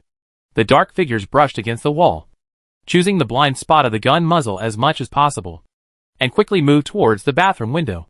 The people at the bathroom door also held sticks and weapons. Bang, bang, bang. The door was slammed. The wooden door of the bathroom was fragile to begin with. As the people outside became more and more aggressive, it soon became shaky. Ming Jiai hurriedly bent down, moved quickly from the window to the door, found some items such as mops and buckets, and tried to block the door as much as possible. Listening to the fierce banging at the door, watching the heavy shadows approaching outside the boat, Xiao Yi and Ming Jiai stood back to back, slowly took a breath, and pointed their guns in different directions. At this point, the two of them really had nowhere to escape. They could only fight to the death. Chapter 276. Bang, bang, bang. The sound of knocking on the door kept coming, making people upset. Everyone inside and outside the house was tense, focused, and extremely cautious in dealing with everything in front of them. Xiao Yi put her finger on the trigger, quietly aiming at the window. Just when the atmosphere was about to explode, suddenly, a slight vibration sound came from her trouser pocket. The vibration sound was not loud, but the frequency was very stable. Obviously someone called in. Xiao Yi. This call came at the right time, but she could not answer it. Everyone was looking for medicine at this critical moment. Every minute and every second was precious. If any team made progress, or found medicine, or encountered difficulties, they had to coordinate as soon as possible. She still held her right hand horizontally, maintaining the aiming action steadily. She touched her right trouser pocket with her left hand, took up the phone with great effort, and pressed the answer button. Hello? Lin Linglin's cheerful voice came from the other end of the phone. At the same time, a dark figure flashed past the window. You say? Xiao Yi responded to the phone. His hands did not stop at all, aiming at the flashing figure, and suddenly pulled the trigger. Bang! The man was shot in the forehead and fell into the water. Lin Linglin. She heard the gunshot through the receiver, and obviously felt that something was wrong. She subconsciously lowered her voice and said carefully, Is it inconvenient for you now? Xiao Yi.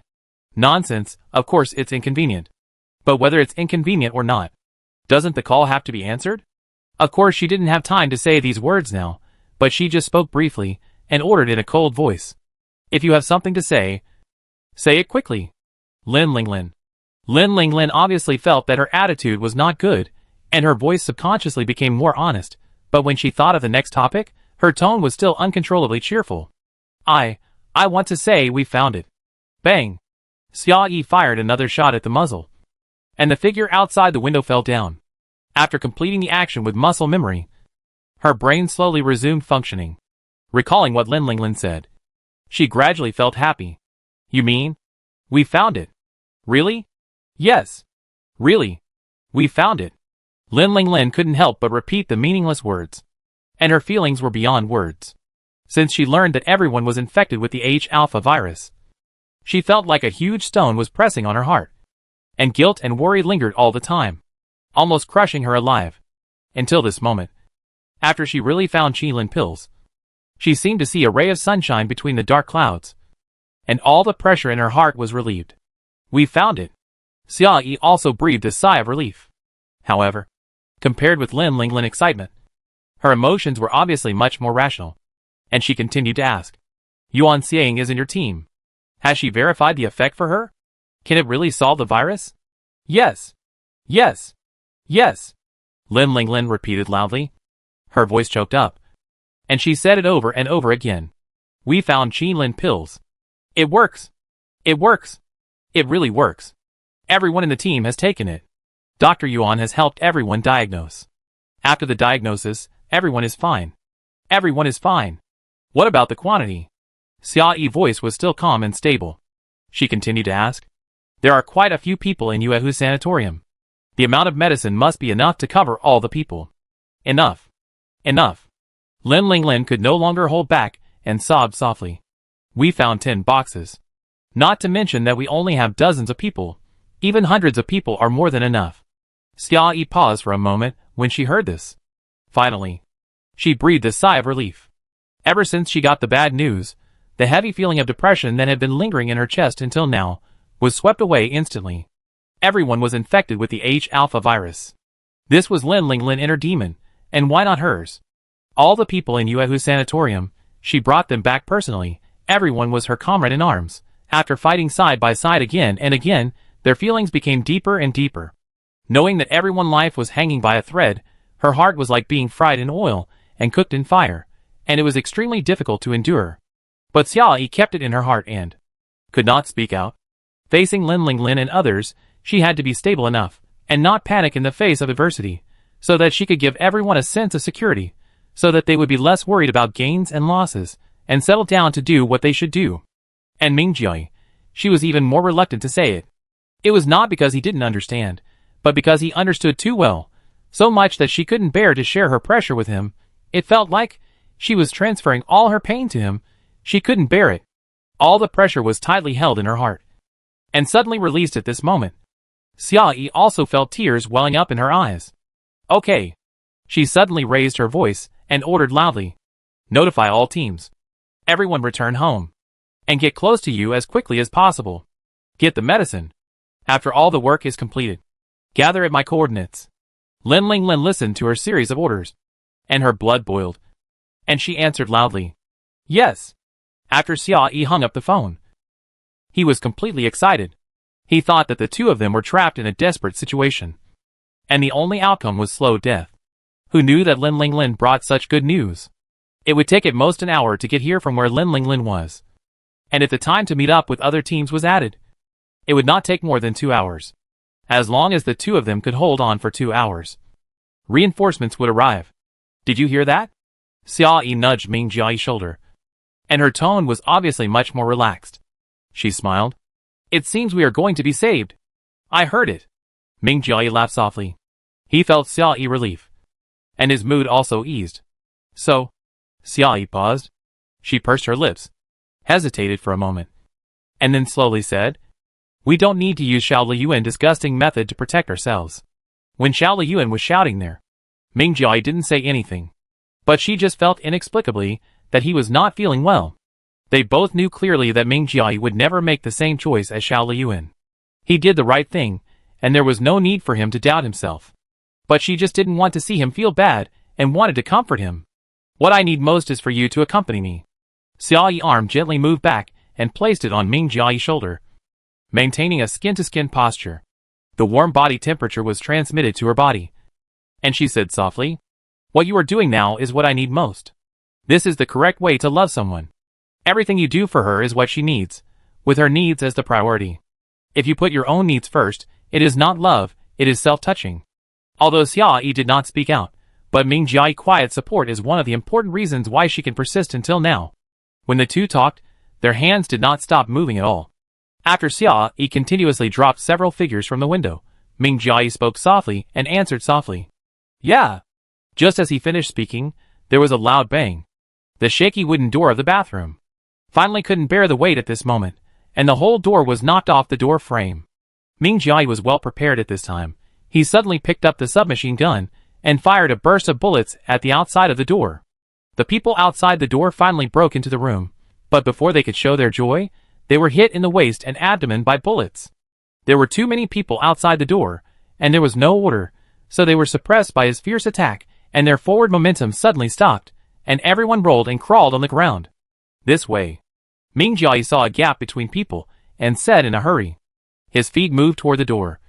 His hands did not stop at all, and he continued to suppress the fire, making the people outside the door unable to raise their heads.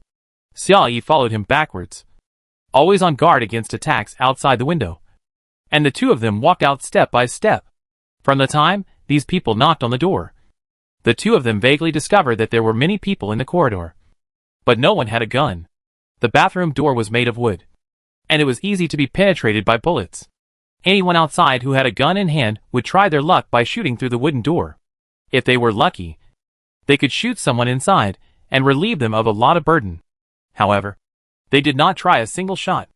After the virus broke out in the gymnasium, there were not many people left in Sun Jiang Gun Squad. After Xiao Yi and the others left, there was another big fight. And in the end, only 6 or 7 people were left. 3 of them were lying in the pharmacy warehouse, and the other 4 were taken by Xiao Liyuan. It made sense to think about it.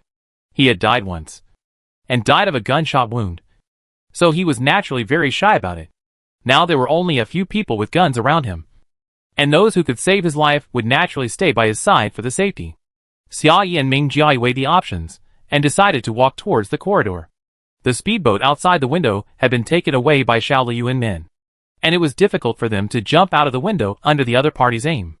It would also be difficult for them to go far without a boat after going out. If they stayed in the bathroom, there would be surprise attacks from both directions, which was too difficult to defend. They chose the lesser of 2 evils. Although there were many people in the corridor, they had the advantage of weapons. They did not dare to get too close, but it was relatively easier to deal with them. Although the people in the corridor did not have guns, they could not cause effective damage to the 2, but their numbers should not be underestimated. Seeing the 2 rushing towards them, they were extremely timid, but they did not dare to let them run away, so they had to use all kinds of evil tricks, putting the bodies of their companions in front of them, like shields, and block the 2's way with all their hands and feet. This was exactly what Xiao Yi had thought. Hundreds of people were blocking the narrow corridor. Even if they were blocked by corpses, it was enough to block them. The 2 were forced by human shields, slowly walking and retreating in a certain direction. At the same time, Xiao Liyuan and his subordinates had broken through the bathroom window and climbed back into the room. Hiding far behind his subordinates, he raised his voice and laughed. "Where are you 2 going? Are you going to settle down in this hospital? This hospital building is in the shape of a U-shaped character. The windows of the rooms inside are not connected to the outside, and can only barely connect to the patio. If you go to the rooms inside, you will be forced into a dead end, without even a chance to escape." Xiao Yi swung the flashlight upwards, scanned a glance at the hospital map, and kept moving. The 2 of them flashed and quickly hid in the corner. The direction was exactly inside the U-shaped character. There was a CT operating room there. In order to prevent radiation, the entrance of the CT operating room was an automatic lead door, which was relatively strong and difficult to be broken by bullets. The fireproof performance was also quite good, making it a good place that was easy to defend and difficult to attack. Xiao Liyuan was right. The 2 of them were planning to settle down here. Before Lin Linglin called, Xiao Yi's goal was to escape. They naturally had to run out, as close to the water as possible. Now the situation has completely changed. Since Lin Linglin has obtained the Qinlin pill, everyone will gather soon and converge towards the Chinese medicine hospital. She has no need to escape at all. Xiao Yi can choose to delay time until the reinforcements from Yuehu Sanatorium arrive. As long as they are there, the strength of both sides will be reversed immediately. What level are those squadrons at? What level is Guzhou Quanlu at? This mob under Xiao Liyuan, even if they have more people, how can they be their opponents? Before, Xiao Yi was unwilling to confront Xiao Liyuan head-on, because she was worried about the H-alpha virus. She didn't want her people to be accidentally injured by the virus, and it was never because she was afraid of the people under Xiao Liyuan. Xiao Liyuan asked his subordinates to surround Yuehu Sanatorium every day, forcing everyone to stay at home every day. She had endured enough. Now that they have the antidote to the virus, there is no need for such unnecessary worries, which means that the last shackles have been completely removed. The people in Yuehu Sanatorium have been holding back their anger for a long time, and now the time has finally come, they can take revenge completely. The only thing Xiao Yi has to do is find a place to hold on, and delay the time for 2 hours. When the people in Yuehu Sanatorium arrive, that will be the time for the final battle with Xiao Liyuan. Chapter 277. Xiao Liyuan wanted to catch Xiao Yi as soon as possible, but due to the limited terrain of the corridor, his manpower was stuck in place and he could not move quickly. There was a group of timid subordinates in front of him, and they did not dare to move forward at all when facing Xiao Yi's gun. Although Xiao Liyuan was angry at his subordinates' cowardice and forced everyone to rush forward, he was actually afraid too, and hid far away, ensuring that there was a wall of people in front of him to block the bullets, so that he felt at ease. The few people left by Xiao Liyuan's side were probably relatively less afraid, but Xiao Liyuan was afraid and refused to move forward, so they naturally could not rush too far. Although they had guns in their hands, they were suppressed by the enemy's firepower, and there was a bunch of rubbish blocking their sight in front of them, so they had no way to move. Hundreds of people were stuck in the constipated corridor, and they were struggling to move forward. They were obviously the more numerous. But when facing Xiaoyi, they were always hindered everywhere, and fell into a situation where they could not move. Xiaoyi and the other men fought and retreated, bypassed the last turn, and entered the CT room according to the location marked on the map. After groping around at the door, they found the manual switch and closed the door. After hearing the lead door close behind them with a bang, the two of them slowly breathed a sigh of relief. They sat side by side on the bed of the CT machine and took a short break. Since getting off the yacht, the two of them had been tense for several hours and needed to relieve their mental stress. There was no electricity in this CT room, and the door could only be closed by manual switch. They closed the door from the inside, and people outside could not open it or come in, which was enough for the two of them to rest for a while.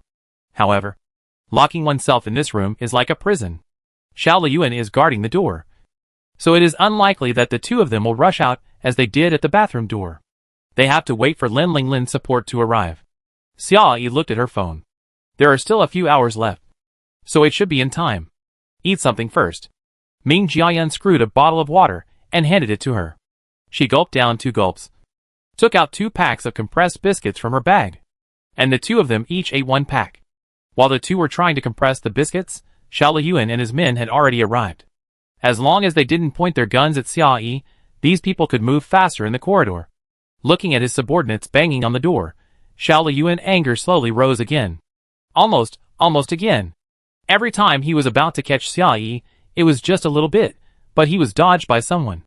Now that he had trapped people in the hospital, he could actually find a new turtle shell like the CT room, where he could hide inside and not come out. This damn door is heavy and solid. If Xiaoyi treats this place as a coffin and dies in it, his plan will still fail. Think of a way. Break it. At any cost. You must open this broken door for me. Xiao Liyuan couldn't help but said angrily. Even if you can't get her alive, you must get her body. He has come to this point today, and he has already risked everything, and there is no way out. If he can't get Xiaoyi's supplies, not to mention his men, he himself will starve to death. Subordinates. From 2 days ago to now, they can't get rid of the matter of smashing the turtle shell. The door of the CT room is very solid, and the sound insulation is also very good, which completely divides the indoor and outdoor into 2 worlds. Xiao Liyuan ridicule and rage were locked outside the door. No matter how violent his emotions were, no matter how bad his curses were, it was just impotent rage, and it couldn't exert any influence on the room. Xiaoyi and Ming Jiao were eating in the room, and when they heard the faint noise outside the door, their mood was completely unmoved. You can fight hard for a while, but you still need to conserve your energy before you fight hard. The two of them munched on compressed biscuits. Xiaoyi thought about it carefully, and it seemed that as long as Ming Jiao was by her side, she usually had a hot meal to eat. Whether it was a big meal or a quick dish, it never treated her stomach harshly. This was the first time that she had to eat compressed biscuits when Ming Jiao was around. Xiaoyi smacked the compressed biscuits and couldn't help but make a hellish joke.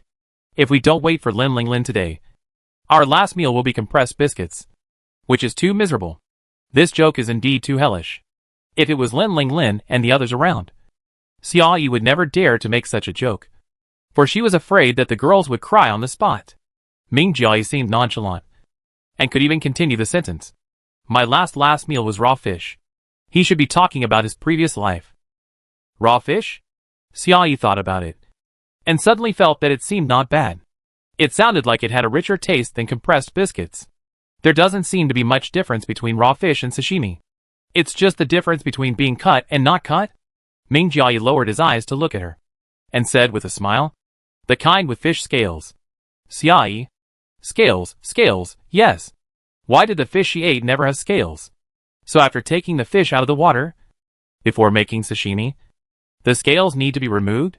She is a complete kitchen idiot, without any common sense, and she bought so many kitchen utensils with great confidence before the end of the world, but half a year has passed, and she has never been to the kitchen. Luckily, she bought enough compressed biscuits. If she had bought lobsters like that woman by Shanshan, she would have starved to death. Your last meal will not be compressed biscuits. Ming Jiao rubbed Xiaoyi's hair helplessly. He can do very little now, but with him around, there is no way he will let her eat her last meal today. Xiaoyi understood his implication. Ever since she received the message from Lin Linglin on the yacht, she knew what Ming Jiao was planning. But she couldn't change this matter. No matter what she said or did, it couldn't change Ming Jiayi's mind, nor stop him. This topic was wrapped in a thin coat, and inside was a complex emotion that neither of them wanted to touch. Every time it was brought up, they only touched on it briefly, but never talked about it in depth. Xia Yi gently narrowed her eyes, and said slowly, "Yes, my last meal will not be compressed biscuits." She would not die today no matter what, not only for herself, but also for Ming Jiayi. She would never let Ming Jiayi make an extreme choice between the two. Xia Yi is a very self-centered person, doing things based on her own likes and dislikes, and rarely caring about other people's opinions. She did not expect that there would be such a person, who would become one of the most important reasons for her to strive to live. The two chewed the compressed biscuits in silence. After a long while, Xia Yi suddenly spoke again, said, "Hey." Ming Jiayi raised his eyes. Cooking, fighting, you do these two things most of the time you are with me." Xia Yi blinked, curiosity in her eyes. "I seem to have never asked you, what do you want to do?" Ming Jiayi was paused by this question. He stared at her for a long time, and inexplicably remembered a question he had thought about for a long time ago. After a moment, he suddenly laughed for a while. He tilted his head slightly, his eyes fell on the floor, and the smile on his lips still lingered. "You want to know?" "Yeah." Xia Yi didn't know what he was laughing at, so she had to answer his literal question. Ming Jiayi didn't answer her directly, but instead asked a new question. "Besides that, what else do you want to know?" "What do you want to know?" Xia Yi tilted her head and thought for a while, and answered while thinking. "What do you like to eat? What do you like to do? When you have nothing to do, would you choose to play ball or games? If you are alone at home, what do you usually do? I want to know." Ming Jiayi's eyes still did not move away from the floor, but he chuckled again when he heard it. "What are you laughing at?" Xia Yi wondered. "Happy," Ming Jiayi said in a low voice. The two of them have been together for so long. She finally set her sights on him, and began to pay attention to him. The two chatted casually. Xia Yi's vigilance was not that high, and she was inexplicably led away by him. At this time, she reacted and condemned. "So you still didn't answer my question?" "Yes, I didn't answer." Ming Jiayi smiled for a long time, raised his hand to help her wipe the food residue from the corner of her lips, said slowly, "I tell you after I go back. If he can't go back, don't tell him." The two of them finished their food, and they rested for a while. Xia Yi packed everything into the bag, reorganized the gun and bullets in his hand, and filled all the magazines. The faint noise outside the door stopped unconsciously. They are probably going to make some moves. Xia Yi put the gun back on her waist, supported the CT bed with one hand and jumped down, wanting to get close to the door to listen for any movement. But as soon as she jumped off the bed, her legs softened and she stumbled and fell to the side. Ming Jiayi was startled when he saw this, and hurriedly raised his hand to hold her elbow, asking in a low voice, "What's wrong with you?" "I feel a little dizzy." Xia Yi gently supported her forehead, slowly closed her eyes, and opened them again. She didn't know what was going on, as if the organ responsible for judging balance in her brain was malfunctioning, and the whole house tilted to the left, and the wall was no longer perpendicular to the ground. No matter how many times she opened and closed her eyes, the world was spinning in front of her. Xia Yi was a little slow to react. The last time she felt so dizzy was a few months ago. She hadn't fainted from blood for a long time. It shouldn't be because she just saw Ming Jiayi injured. She tried to support herself with both hands and tried to stand up, but it was difficult to do it no matter what. "Don't move." Ming Jiayi touched her forehead with the back of his hand, and his brows slowly locked. "You have a fever. In the late stage of viral infection, you will have a fever, and your physical strength will become worse and worse," Ming Jiayi said softly. "Will I feel better if I take a short rest?" Xia Yi pressed her temples, trying to suppress the nausea in her throat, and said slowly, "No. Her condition will not get any better. It will only get worse and worse, until she dies." Chapter 278. "Thank you, Mr. Jiang, for the news." Lin Linglin was on the phone with Assistant Wang, and thanked him for the news. She failed to enter the pharmacy in the first hospital she went to, for a similar reason. The pharmacy was connected to the warehouse on the first floor, and all the medicines were completely flooded without any escape. Not to mention that it was difficult to find medicines. Even if they were found, the medicines that had been flooded could not be taken casually, as it was easy to get infected with other germs. After learning about Xia Yi's situation, all the partners came out in full force to help find the news about Jilin pills. The Jiang family found a private hospital and sent the address. Xia Yi observed the relative location and found that it was close to Lin Linglin team. So she dispatched them to check the hospital. Unexpectedly, they were lucky enough to find it. It's the best thing to help you. Let's have a happy cooperation in the future. Assistant Wang was as concise as always, but he could clearly hear a sigh of relief in his tone. Xia Yi has already convinced all the bosses with her strength. She has enough strength. And she does things in a thorough and appropriate manner. Most importantly, she has no ambition to swallow up everyone. As long as no one is blind and irritates her, everyone can work together in the same boat, and no one will sink. Such a partner is hard to find even with a lantern. Both she and her boss sincerely hope that Xia Yi will be well. As long as Xia Yi is well, they will have a well thought out and powerful backer. The two sides exchanged a few pleasantries on the phone, and then hung up. At this time, the team that Lin Linglin was searching for was already on the way. After she called Xia Yi, she finally calmed down after venting all the grievances and fears she had felt before. Xia Yi was obviously in a bad situation on the phone, and he hung up after leaving the order. He obviously had no time to dispatch and arrange other work. So Lin Linglin took the initiative to take over all the tasks. She first called General Jiang to express her gratitude, and then confirmed the routes and meeting points of each team. The teams outside were each in different parts of the city, responsible for searching hospitals within an hour's radius. Xia Yi and Ming Jiao were also on the south side of the city, while Lin Linglin was on the east side of the city.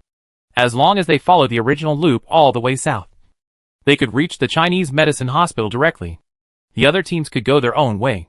If everything went smoothly, everyone would gather in front of the Chinese medicine hospital within 2 hours. These teams were well trained. After all the teams received the news, they all turned around within 5 minutes. The yacht led the team in front, and several speedboats followed behind. All the boats were running at full speed, like a row of arrows, and they flew towards the Chinese medicine hospital. First squadron, everything is normal. Second squadron, everything is normal. Fourth squadron, everything is normal. All the reports sounded in the headphones one by one, and Lin Linglin gradually felt at ease. Everything went according to plan, and the problem could certainly be solved on time. After traveling about 2 or 3 kilometers, the yacht, which was moving steadily and rapidly, suddenly slowed down a lot. There's something going on ahead. The voice of the investigator sounded from the channel. Lin Linglin was slightly startled, and hurriedly walked out of the cabin with a night vision telescope, and stood on the deck to look forward. There was an overpass leaning in front of her, which accidentally collapsed during the typhoon a few days before the end of the world, and stood obliquely on the water surface, cutting the water surface in half. The viaduct was half tilted in front of us, like a broken bowl in a wash basin, with its edges undulating and sharp protruding from the water. It was unusable, and could not be taken away. If you tried to force it, it would easily get scratched. It was simply in the way. Lin Linglin hurriedly took out the map on her phone, and checked the direction of the road. Her heart slowly sank. The bridge ran through the entire city from east to west, blocking almost all the main roads from north to south. The bridge might not block all the roads. There might be a suitable place to cross the water, but there was no way to get information from the map, and it was completely a matter of luck. If the luck is too bad, it may take a full 10 kilometers to reach the other side of the bridge. It's a waste of time. For those teammates who need medicine, every minute and every second is precious now, and they can't afford to waste it. The captain of the 3rd Squadron pointed at the map again and again with his index finger, and said slowly after a while, "Let's split into 2 groups. One group goes from the left, and the other group goes from the right. Both sides carry medicine. Whoever arrives on the other side first will distribute it first. This can save a lot of time. This seems to be the most reliable way at present. They can't cross the bridge by force.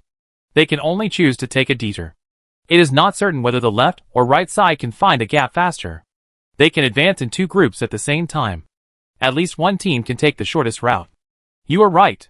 Please divide the fleet and medicines. We will set off immediately." Lin Linglin quickly exchanged opinions with the captain of the 3rd Squadron and made a decision. However, she still had another layer of worry in her heart. Even if their team can successfully reach the other side, what about the other teams? Will they also be blocked by this bridge? They are closest to Xia Yi and are the first to discover that something is wrong with the bridge. Other teams will also have to travel from north to south, and will encounter the same problem. The people in the 3rd Squadron have already taken medicine, so they don't have to worry about time. However, this is not the case for other squadrons. They are all waiting for medicine to save their lives. If they are unlucky and fail to find a suitable gap and arrive at the destination on time, the whole army will be wiped out. Squadron 1. Squadron 4. Please arrange a helicopter as soon as possible, and come to my coordinates. Lin Ling Lin turned on the intercom and added quickly. Squadron 3 did not bring a helicopter, but Squadron 1 and Squadron 4 each brought one. Helicopters are much faster than ships. Regardless of whether each team can arrive on time, at least give priority to helicopters to drop medicines to ensure that everyone is healthy. Although there was a small incident, it was solved without any danger. However, after the helicopter delivered the drugs to each squadron, when they tried to contact Xia Yi and deliver the drugs to her, they found that they had lost Xia Yi's signal. After the helicopter arrived in the air above the Chinese medicine hospital, they tried to contact Xia Yi, but found that the call was inexplicably unreachable. It wasn't that Xia Yi's phone had a problem, but it seemed that there was a problem near the Chinese medicine hospital, and the signal seemed to be blocked by some kind of blocker. As long as the helicopter entered the hospital area, it could not send any messages. Watching the time go by bit, the helicopter circled anxiously in the sky, round and round. A raging fire broke out in the Chinese medicine hospital. Xiao Liyuan's subordinates were everywhere. Flashlights were interlaced, as if they were looking for someone.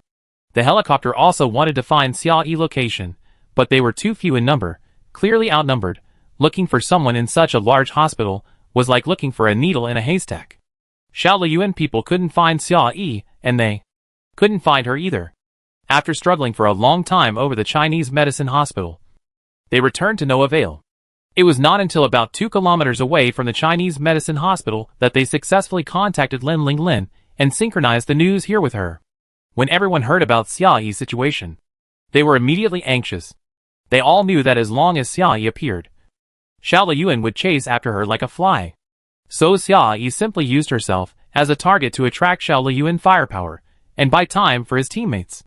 They knew that Xia Yi's situation might not be very good, but it was not until now that they realized what kind of crisis Xia Yi would have to bear, and what a huge price he would pay for such behavior. Everyone's eyes suddenly turned red. If the main force can't get there, let's send a helicopter with a few people.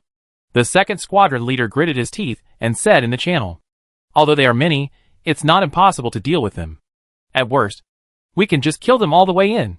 Kill them until they are bloody, and send the medicine to Sister Xia Yi. Yes, kill them in. The 1st Squadron leader also said, I lead the team. Take 7 or 8 sisters with me, and send the medicine to her even if I die. I go. I go. Everyone's eyes turned red, and they rushed to grab this opportunity. In the originally orderly channel, there was noise and chaos for the first time. No. No one is allowed to go. Lin Ling Lin suddenly raised her voice, suppressing everyone's words. 7 or 8 people broke into the encirclement of hundreds of people. Even if they were made of steel, how could they be completely unscathed? These girls said such things, completely with the intention of dying. Xia Yi and the other person were hiding in the place, and they were still in danger. If they went in to look for someone, it would definitely make a noise, and they would easily become the target of public criticism. Lin Ling Lin knew very well how much Xia Yi protected this group of people. She put herself in danger every time, just to avoid danger and loss to everyone as much as possible. She would never allow these people to rush to their deaths. Everyone was stunned by Lin Ling Lin's crying voice, and the whole channel was silent for a few seconds, while everyone was trying to calm down. Bai Shanshan suddenly spoke up. I go. No. No. No. No. No. Before the words fell, everyone in the channel suddenly had a tacit understanding and opposed without hesitation. No matter how good Bai Shanshan's skills were, she was far less professional than these squadrons. Not to mention that she was still 6 or 7 months pregnant. She was treated like a treasure by everyone on weekdays. How could she be allowed to take risks at this time, after being rejected by everyone?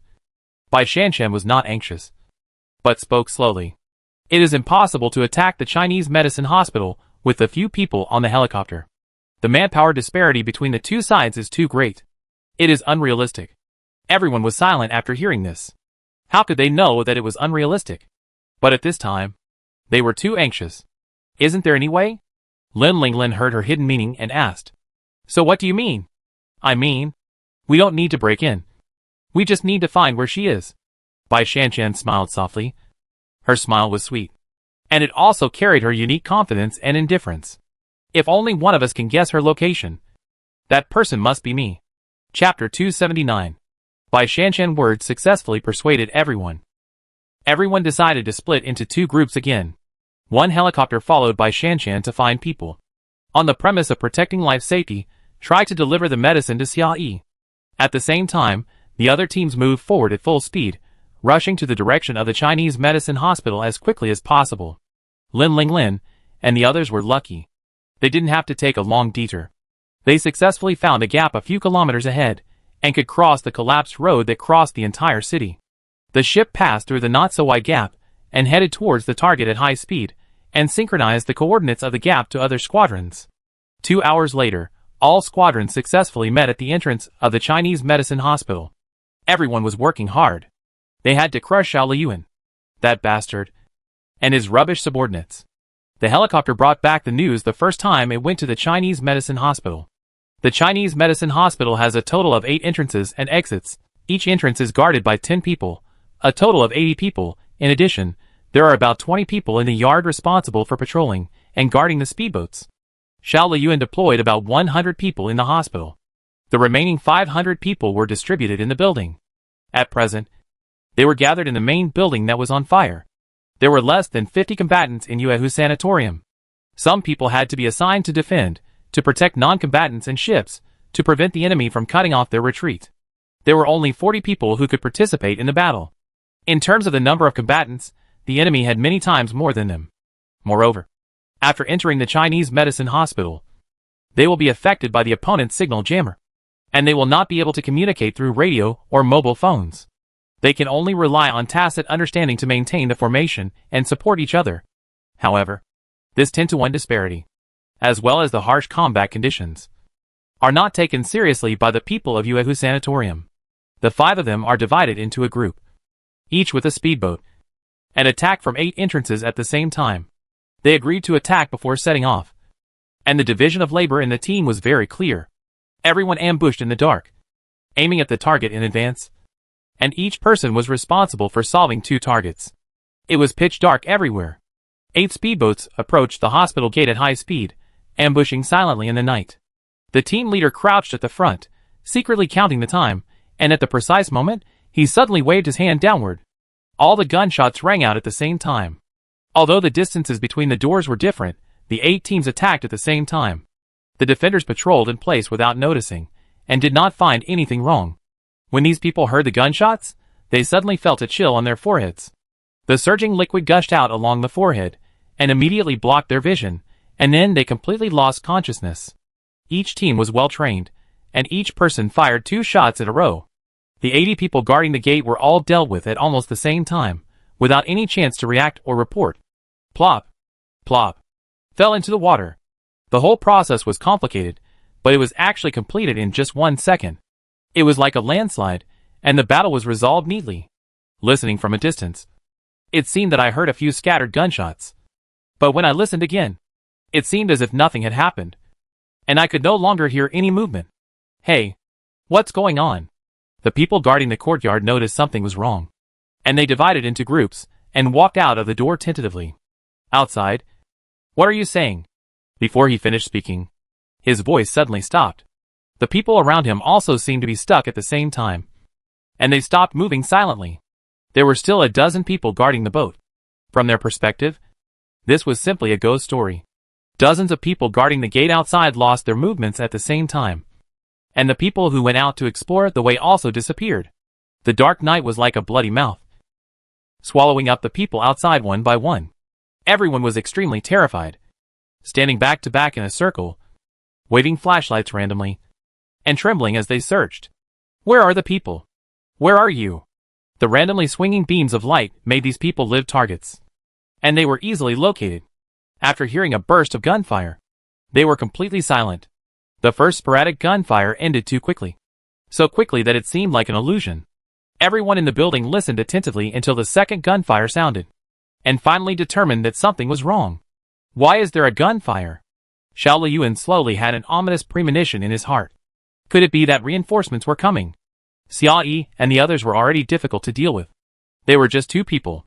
But they actually roamed in the encirclement of hundreds of people, killing 7 people in and out. And they lost so many people. But he was not hurt at all. If there are other people coming to support, what will happen? Xiao Liyuan slowly cooled his expression, waved his hand, and gave an order. Go and have a look. He was unwilling to give up the encirclement of Xia Yi, and did not want the 4-man team with guns to leave his side. So he could only send others to check the situation. Several squadrons of Yuehu's sanatorium had completely eliminated the hundreds of people outside. 8 speedboats, under the cover of night, rushed towards the building at a high speed. It was like 8 sharp swords coming towards them, piercing the enemy's heart fiercely. The first floor of the main building was submerged in water. Black smoke filled the air outside the second floor, and a raging fire engulfed it, burning most of the U-shaped corridor of the building. There is still a trend of further spread. If the fire expands further, the corridor will completely become a dead end, completely cutting the inner and outer circles apart, so that people outside cannot get in and people inside cannot get out. Xiao Liyuan's subordinates crossed the corridor fearfully and rushed head-on with the people from Yuehu's sanatorium. The people from Yuehu's sanatorium moved quickly and lightly, and almost no sound could be heard when walking in the corridor.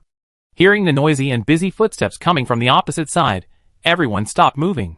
Following the instructions of the captain in front, everyone pulled the mask from the top of their heads and put it on their faces. As soon as Xiao Liyuan's subordinates turned the corner, they heard a few strange sounds of sizzle and pop, as if a few things were thrown on the ground. Before they could react, white smoke suddenly appeared on the ground, which quickly spread to the entire corridor, and the pungent smell rushed towards them. Their noses suddenly felt sore. Tears immediately flowed out of their eyes, blurring their vision. The gas burned their throats, making them cough uncontrollably. Everyone fell to the ground, holding their eyes and howling. The effect of this weapon was overwhelming. Some teams were responsible for guidance, and some were responsible for attacking. The division of labor and cooperation was very smooth, due to the tacit understanding of combat cultivated over a long period of time.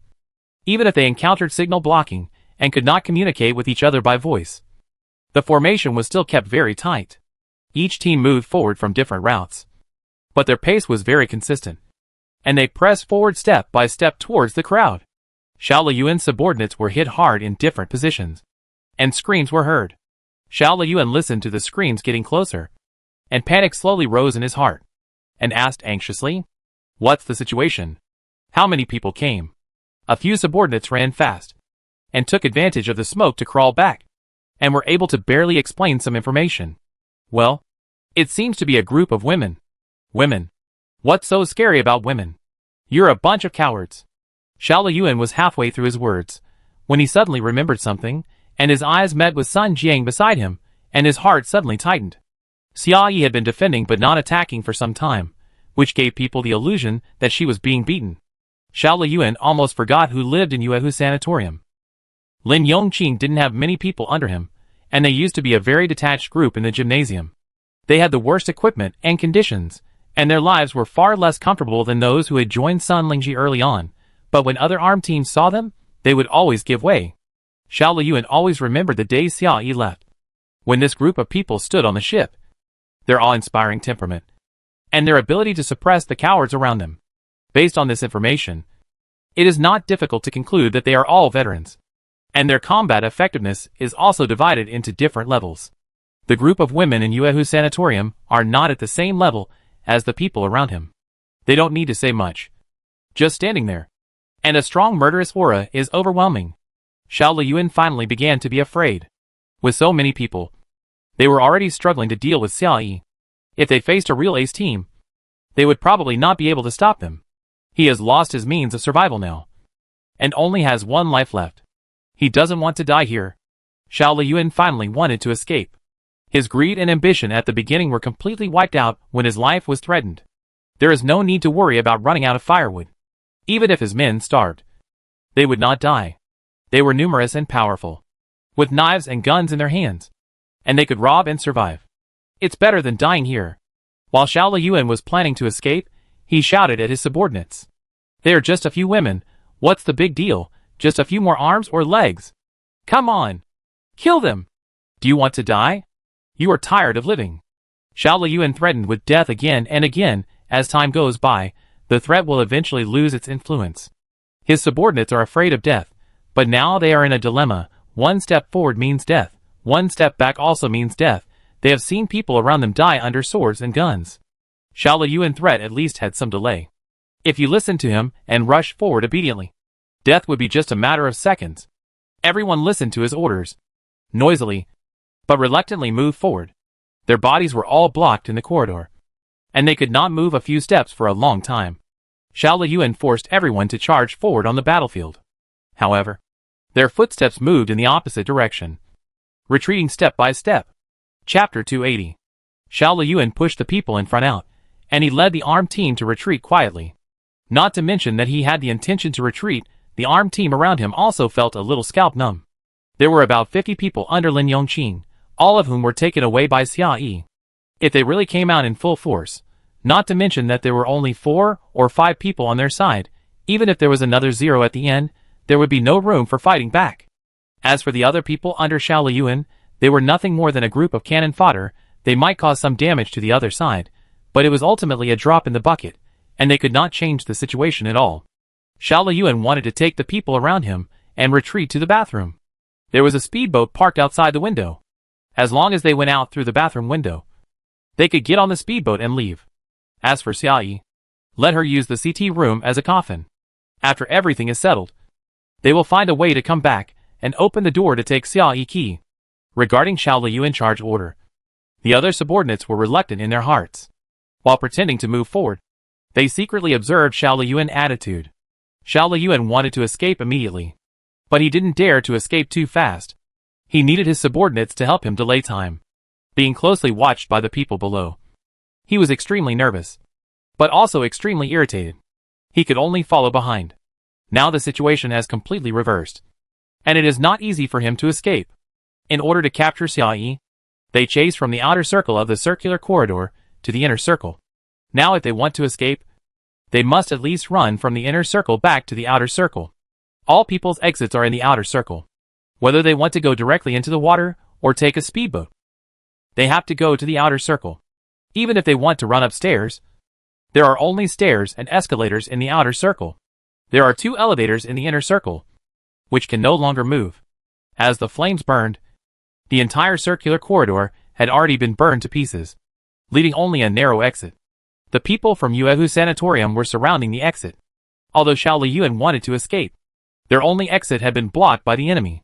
There was no difference between escaping and charging. Perhaps it was because the attitude was cautious when charging, while escaping was more aggressive. Xiao Liyuan realized the danger of the situation and did not rush out. Instead, he moved forward slowly, constantly sending his subordinates to explore the way and observe the movements ahead. Under Xiao Liyuan's pressure, the crowd carefully charged forward. The first wave of people had just slowly walked out of the exit, and not long after, they heard a burst of gunshots like frying beans from the front. After a burst of screams, there was no movement in front. After a long time, Xiao Liyuan successfully forced out the second group. As expected, the second group quickly followed the front after a few steps out. Next came the third and fourth waves. As long as someone rushed out from the front, the same thing would happen. Gunshots, screams, and then silence. 4 or 5 waves of people rushed out in succession. There were originally more than 500 subordinates around him, but now there were less than half of them. The silent fear gripped his heart and slowly spread to every corner. Everyone was almost numbly walking forward. Their feet were hesitant, and they seemed to be moving, but they couldn't move half a meter for a long time. This silent resistance seemed to be contagious. 1, 2 people stopped, and more people gradually slowed down and stopped in place. No matter how much Xiao Liyuan talked, no one took another step forward. Xiao Liyuan stood in the gap of the fire circle in a dilemma. He wanted to escape but couldn't, and asked others to find the way, but no one listened. He shouted loudly over and over again, "Do you all want to die?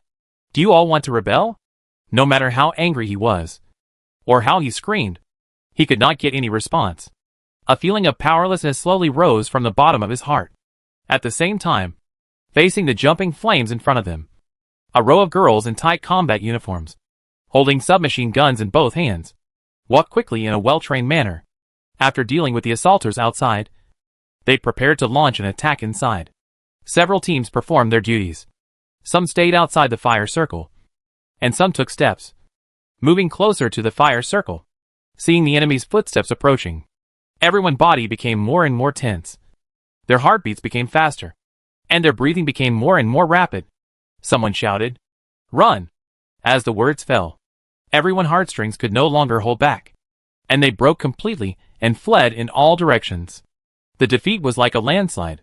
The people who were originally aggressive, driven by this sentence, immediately showed a trend of complete defeat, and there was no way to save it.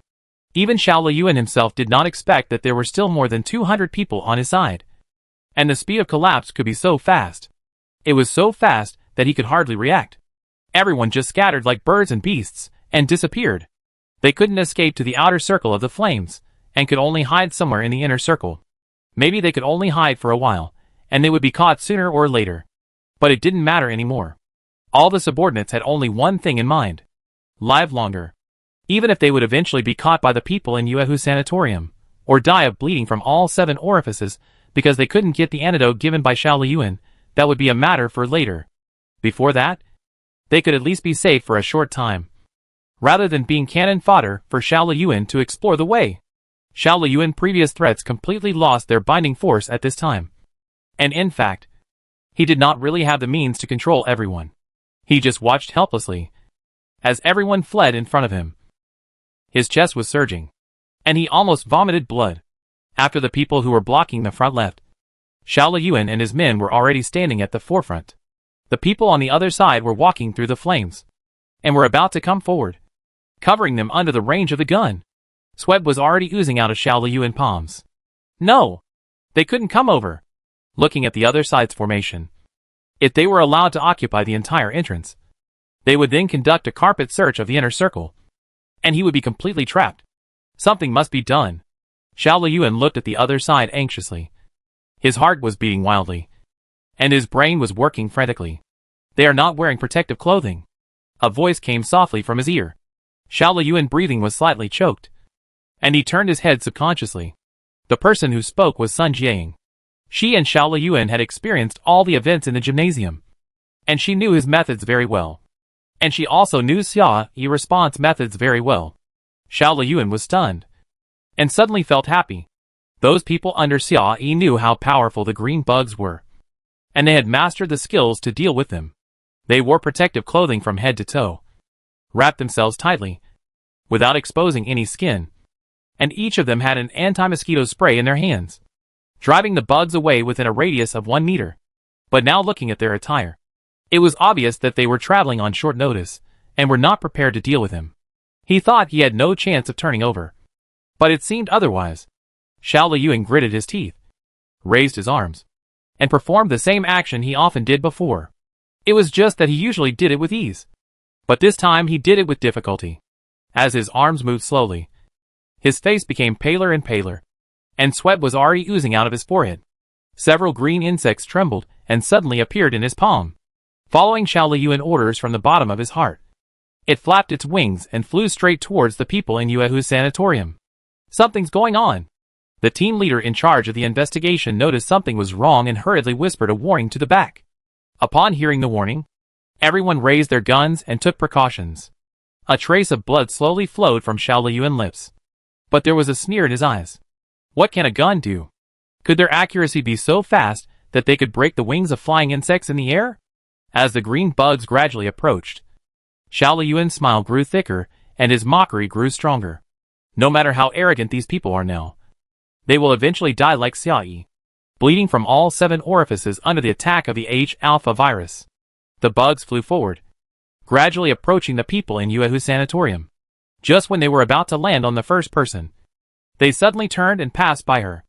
After circling around the other person's body, they didn't even have the slightest intention of biting her, and seemed to be a little disgusted. Several insects charged fiercely, but did not achieve any results. They just circled over the opponent's head. After circling a few times, they slowly flew back and landed on Xiao Liyuan's arm again. Xiao Liyuan slowly opened his eyes, revealing an unbelievable look.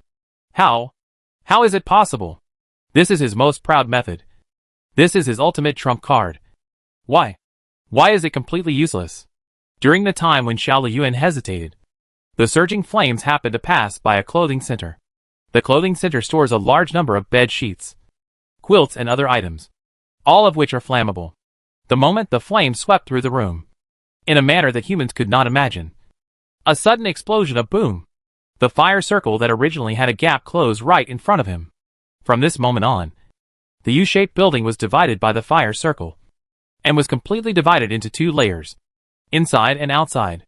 The good news is that people outside cannot get in. The bad news is that people inside cannot get out at all.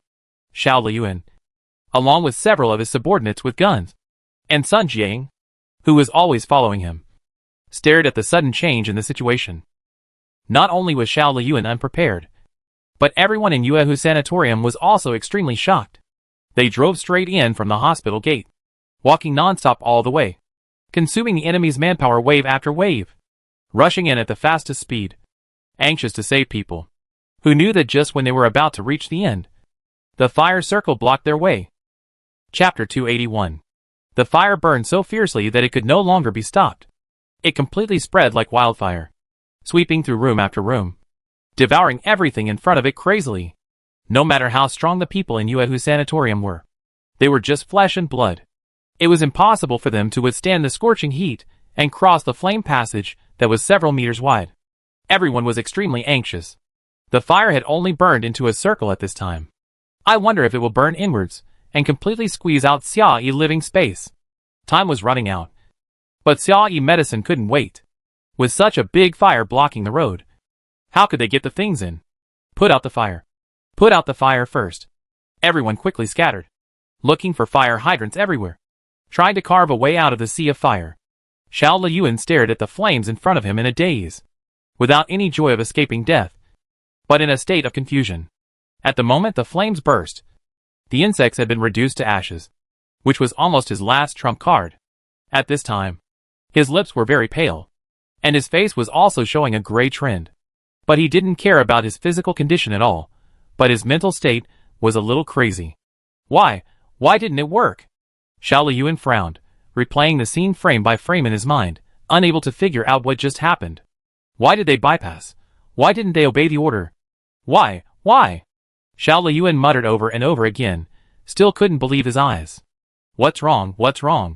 Did Xia Yi really find a way to deal with me? Xiao Liyuan suddenly remembered Xia Yi rushing to the hospital and desperately searching in the medicine store. At first, he thought Xia Yi was desperate and laughed at her desperately, without having time to think about it. Now that he thinks about it carefully, it doesn't seem like she is going crazy because she is in a desperate situation.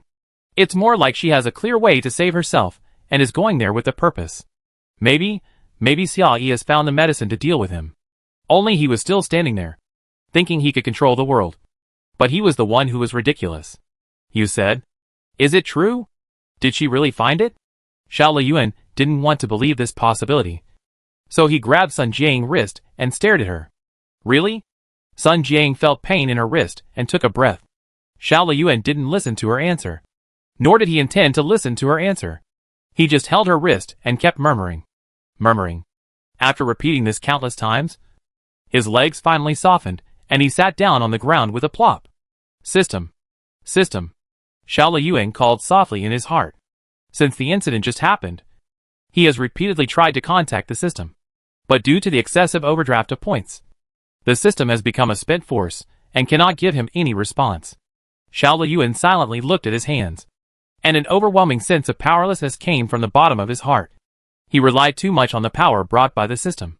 From nothing to something, he slowly climbed to a position above everyone else, relying on the trump card brought by the system, which allowed him to control the life and death of others, to compete with anyone, and to roam freely in this world.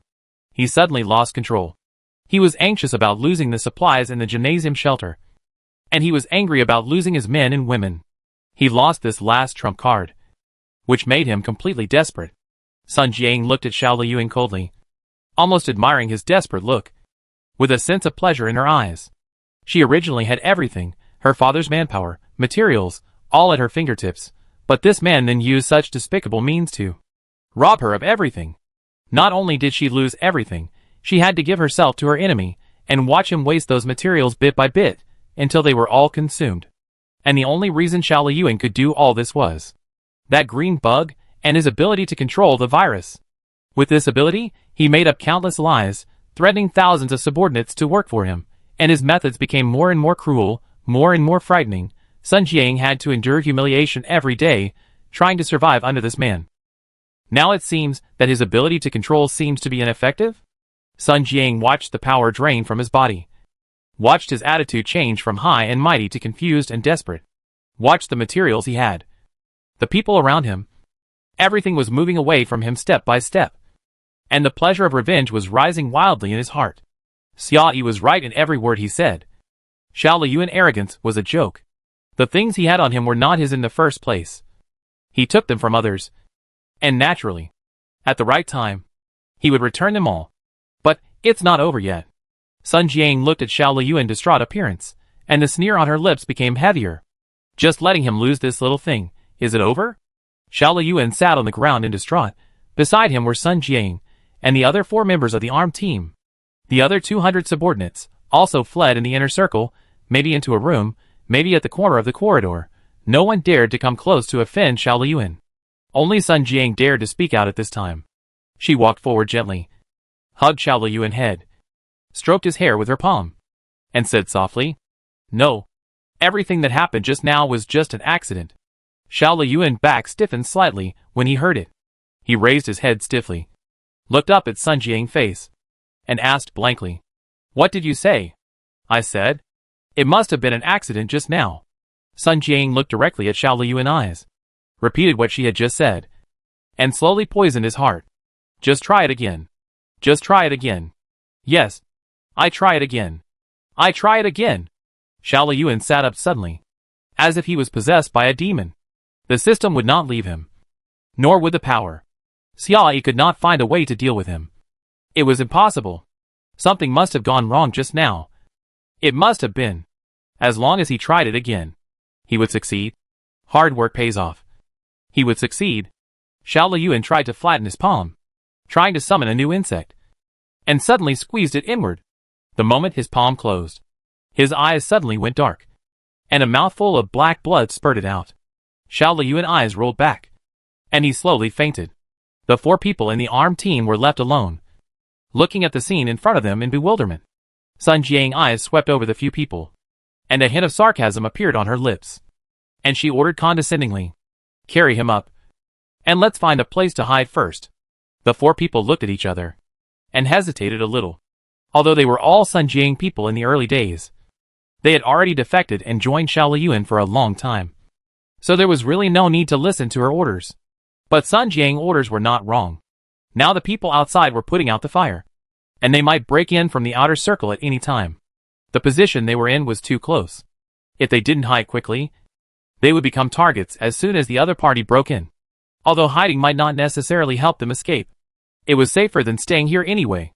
Now everyone is wavering, but they haven't made up their minds yet whether to betray Xiao Liyuan completely. Although Xiao Liyuan is in a bad situation now, he may not be completely at the end of his strength. They are not sure whether he still has a trump card. If they don't betray, Sun Jiang's order seems to have no reason to resist. Several people looked at each other, and decided to carry Xiao Liyuan on their backs first. The 6 of them walked towards the depths of the inner circle, looking around as they walked, trying to find a room with good security and concealment. Before Xia Yi felt unwell, she had noticed that the noise outside the door was gradually weakening. She was going to go to the door to check the situation, but she stopped because of dizziness. Ming Jiayi picked her up and laid her flat on the bed to rest. She walked to the inside of the CT door alone, listened for a long time, and after confirming that there was no sound outside the door, she held the gun in one hand and slowly opened the lead door with one hand. There was no one outside the CT door. Things were completely different from what he had imagined. Just now, there were many people outside the door, who were clearly determined to get the 2 of them. Who knew that after just one meal, these people seemed to have completely given up on this idea and disappeared completely. The flames burned the floor, and the temperature in the building rose a little. There were chaotic sounds everywhere, and occasionally there were screams, mixed with some gunshots. People from Yuehu's sanatorium came. Ming Jiayi returned to the CT bed, and reminded Xia Yi to call the other party. They both realized belatedly that their cell phones had lost signal. "Let's go out and look for them." Xia Yi sat up with difficulty and gently pressed his temples with his fingers. They were safe in the CT room. Xiao Liyuan people couldn't break in. And the same was true for the people in Yuehu Sanatorium. Now there was no one guarding the door. So they could go out in the chaos and see if they could meet the other party. Xia Yi walked in front. Ming Jiayi walked behind her, protecting her body at all times. The two of them each held a gun, one in front and one behind, and slowly walked out of the CT room and into the corridor. The corridor was not quiet. There seemed to be some people lurking in the corners of each room. And occasionally one or two people would run by in a panic. But no matter what type they were, they didn't want to fight them head-on. As long as they saw Xia Yi and the others from a distance, they would quickly retract their heads as if they were burned by fire, and never appear again. Although they encountered many figures of the other side, they never encountered any effective resistance. Xia Yi was slightly confused, but she was not entangled. These people did not come to provoke her, and she was happy not to waste her energy and concentrate on finding people. The two walked forward slowly in the corridor, and after turning a corner in front, their steps suddenly stopped.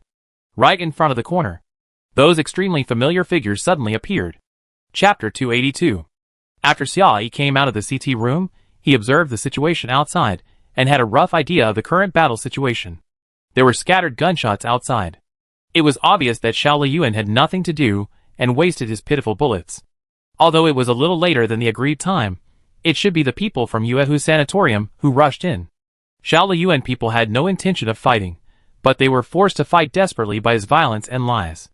Now seeing their timid appearance, they were probably rushed away and fled, and temporarily escaped from Xiao Liyuan control. Since they didn't come to cause trouble, Xia Yi didn't want to cause trouble to them. I thought the two sides would live in peace until they met up with the people from Yuehu Sanatorium. Sun Jiang and the others didn't expect to meet Xia Yi. The CT room was a good turtle shell, and the two of them would not be discovered hiding inside. The current battle situation was completely one-sided, and the two of them just had to hide and wait for the people from Yuehu Sanatorium to pick them up. There was no need to wander around and take risks. In short, neither side had any idea of the other's whereabouts. Suddenly, they met on such a narrow road, and everyone was stunned. After staring at each other for half a second, Xia Yi and Ming Jiayi were the first to react. They both turned sideways, rolled on the spot, and hid to the side. At the moment of landing, they raised their wrists and guns at the same time, and fired several shots at the opposite side. The two people's movements were almost exactly the same, rolling sideways, squatting, firing, and then rolling sideways again, and their figures disappeared into the room on the side. There was a triage room to the side of the two of them. In front of them was a large and thick triage table. There was a corridor behind them, leading to several different clinics on the left and right. After they broke into the triage room, they hid behind the triage table. Sun Jiang and the others reacted slowly, and two of them were shot immediately, and fell to the ground with blood on their chests. When they saw Xia Yi and the others shooting, they quickly followed suit and fired back. The dense bullets came towards them, and hit the wall at the corner directly, and gravel flew everywhere in an instant. The light in the hospital was not good now, and everyone relied on flashlights for lighting, and did not observe the wall carefully. The wall was not a fixed wall, but a cultural wall supported by two pillars. There were various banners and photo frames hanging on the wall. The dense row of bullets came over and directly broke the load-bearing pillars of the cultural wall. The center of gravity of the wall tilted, carrying broken glass fragments, and smashed towards Sun Jiang and others. The cultural wall was a thick real wall, and the inside was made of reinforced concrete. If it hit the body, it would be smashed into a pulp.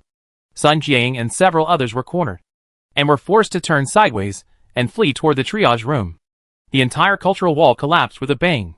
The entrance to the triage room was completely blocked, leaving no gaps. Sun Jiang and four others and Xia Yi were all trapped in the triage room. The entire triage room was a closed area, and the triage work of multiple departments was completed at the triage desk. In order to ensure that the triage process was not chaotic, it was designed with only one entrance, and that entrance has been blocked by the cultural wall. Xia Yi, Sun Jiang.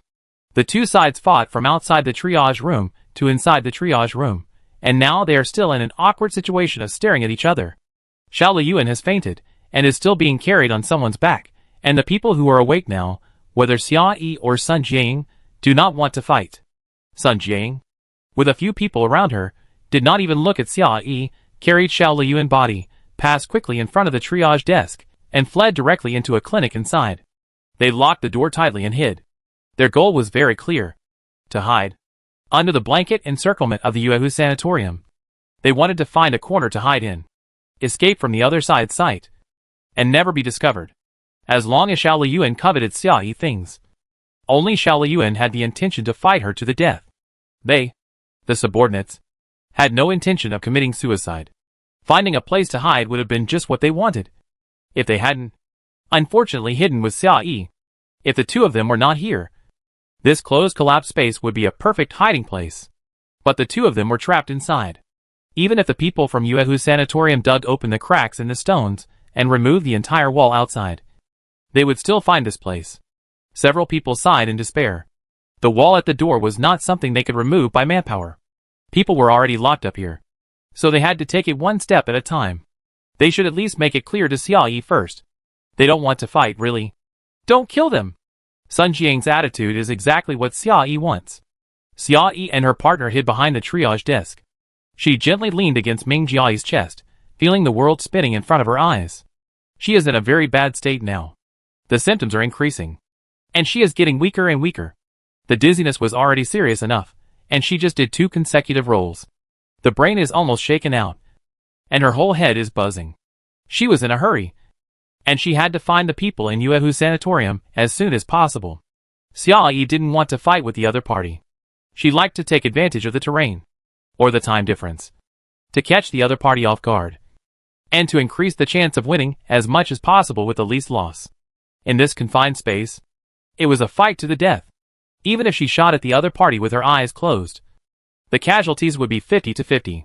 Seeing that Sun Jiang and the others were obviously forcing a fight, the two did not pursue them, and they reached a tacit understanding for the time being. Xia Yi suppressed her headache and analyzed the situation. Her current situation was very embarrassing. She was stuck in the triage desk, and there was no signal on the phone. She might be separated from the people in Yuehu Sanatorium by only a wall, but it was difficult for them to find her position. This triage room was at the innermost part of the inner circle, and the road outside had collapsed. It was easy for people to overlook the situation inside and notice that there were people inside. There were flickering fires outside the corridor, and screams were heard all the time. Even if they tried to shout for help, they would be easily drowned out by the noise. They were forced into a dead end again. Xia Yi raised the flashlight and gently waved it in front of him, and fixed his sight on the map next to the triage desk, and his sight slowly froze. This triage room was located on the inner side of the inner circle, in other words, at the edge of the center of the U-shaped shape, at the mouth position, there was a patio. If you pass through the first few triage rooms, you can see the patio at the end of that corridor. There are rows of windows above the patio, and water below. Using the hook and safety rope in the survival backpack, it is possible to climb out from the outer edge of the wall, and directly reach the 3rd floor. Even if the climb fails halfway, it is nothing more than falling directly into the water, and it will not kill you. Xia Yi is not the type of person who sits and waits for death. Now that the road outside is blocked, the patio is still an option. Although it is not perfect, it is at least a way to survive. After Xia Yi and Ming Jiai exchanged ideas quietly, the two quickly reached an agreement. She tried her best to hold on to the table next to her, stood up lightly, and walked towards the corridor in front of the clinic. On the bed in the clinic, Xiao Liyuan, who had fainted for a long time, suddenly opened his eyes. He was unaware of what had just happened, and his memory was still stuck in the moment before he fainted. The first thing he did when he opened his eyes was to mutter the words he had just finished. Xia Yi won't find it. He can't find it. Sun Jiang. Everyone was shocked, and they didn't have time to react. They watched Xiao Liyuan stand up suddenly, and suddenly open the door of the clinic, and he kept muttering, Xia Yi can't find it. Impossible. Sun Jiang didn't react quickly enough to stop him.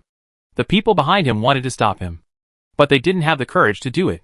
Everyone watched as Xiao Liyuan strode out of the clinic.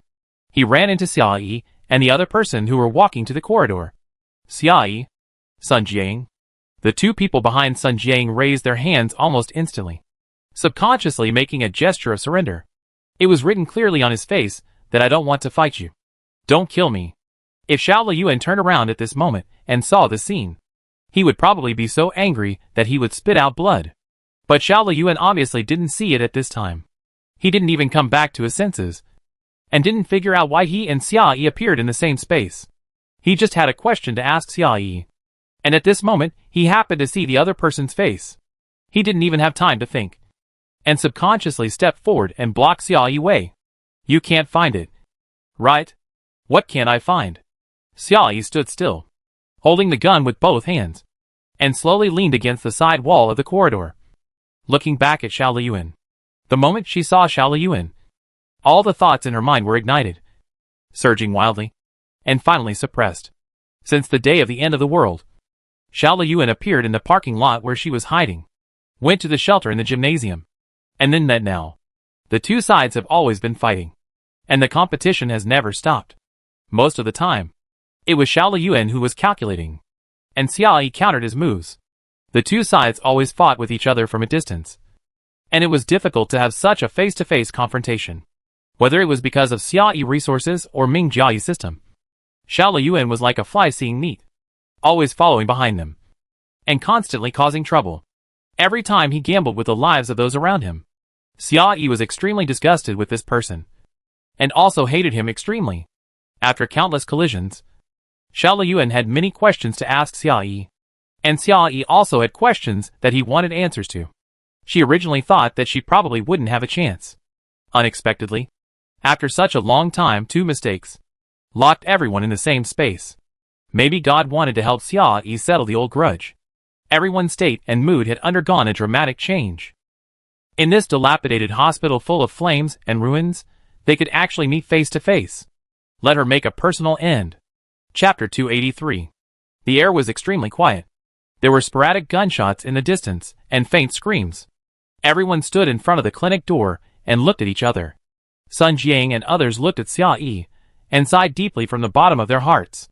Seeing that this evil star was about to leave, Xiao Liyuan suddenly ran out, putting everyone in a very embarrassing situation. In the long silence, Xiao Liyuan finally woke up slowly. Xia Yi and Ming Jiayi stood in front of him with weapons. Their skills were well known. Even with the protection of the system, Xiao Liyuan was no match for them. Now that there is no threat of the virus, the other party has completely let go, and it is easy to kill him. Xiao Liyuan was so confused, standing in front of the two without any protection, like a fish on the chopping board, completely at the mercy of others.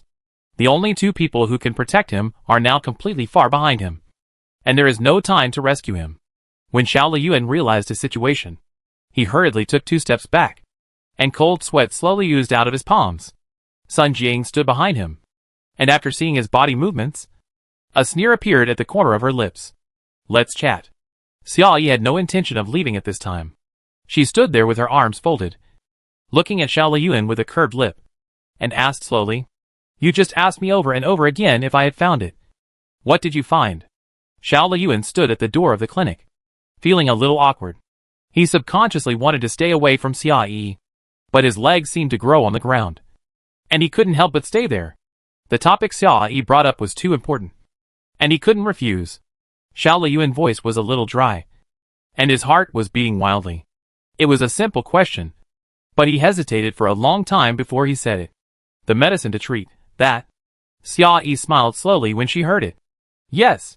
Her tone was calm and brisk, and she answered slowly. The medicine to treat that. I found it. The gate knife that had always been suspended in the air finally fell down at this moment. Xia Yi's words were like a verdict. Xiao Liyuan's future was completely decided. His days of bullying others and relying on his special abilities to get ahead of others were gone forever. Xiao Liyuan started with doubts. The two answers of yes or no kept circling in his mind. He felt that the answer must be this way, and he felt that the answer could not be this way.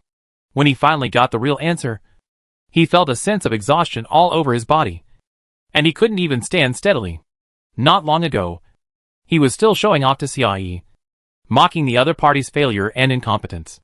Looking back now, every word he said was extremely ironic, like one slap after another, really loudly hitting his face. Xiao Liyuan's eyes went dark, and a sweet taste welled up in his throat. You? Xia Yi leaned lightly in the corridor, looking at his shaky appearance, without a trace of sympathy in her eyes. She spoke lightly, word by word, slowly finishing the attack. The virus you have been desperately spreading during this period, the virus you used to intimidate everyone and force them to obey you, I have already got the medicine. Professional doctors have verified that the drug is very effective and can help virus-infected people recover quickly. So, for those who are forced to follow you, the cage that shackles them no longer exists. Even if they leave you immediately, death is not the only way out. Xia Yi's lips slowly rose with a smile, and her eyes slid across the faces of the three people behind Xiao Liyuan. The other party obviously received her hint, and his mind slowly became active. Following Xiao Liyuan and fighting desperately, the odds are at most 50-50, even if the most likely outcome is that both sides will perish. Even if they are lucky enough to win this game, it is difficult to escape from this heavy siege. Those people outside will never let them go after seeing Xia Yi's body. If they... Xia Yi instigated his subordinates to rebel in front of Xiao Liyuan, but Xiao Liyuan seemed unaware, still immersed in the bad news just now, and could not recover for a long time. How is it possible? How is it possible? He had used the antidote several times, but he was very careful every time. So he should not have leaked the antidote. Right. Moreover, wasn't the antidote taken out by the system? How could it be possible? How could it be possible? Xiao Liyuan suddenly raised his eyes and stared at Xia Yi. Where did you find it? The hospital. It's sold in the hospital. It's easy to find. Xia Yi was deliberately irritating, and made light of the matter, and said with a smile, why else would I go to the hospital? Yes, otherwise why would she go to the hospital? Xiao Liyuan had never believed the fact before, but now, he completely uncovered it, and found that all the details were in perfect harmony, and every step was reasonable. That medicine can be found in a pharmacy? Xiao Liyuan suddenly remembered that. When the system signed the contract, it seemed to have heard something similar to what he had heard. Nothing can be created out of nothing. There will be losses if there is gain. At that time, he thought, nothing can be created out of nothing. It has the same meaning as there is gain and loss, both specifically referring to the fact that he needs to work hard to get points. Now that I think about it carefully, these words clearly have a second meaning.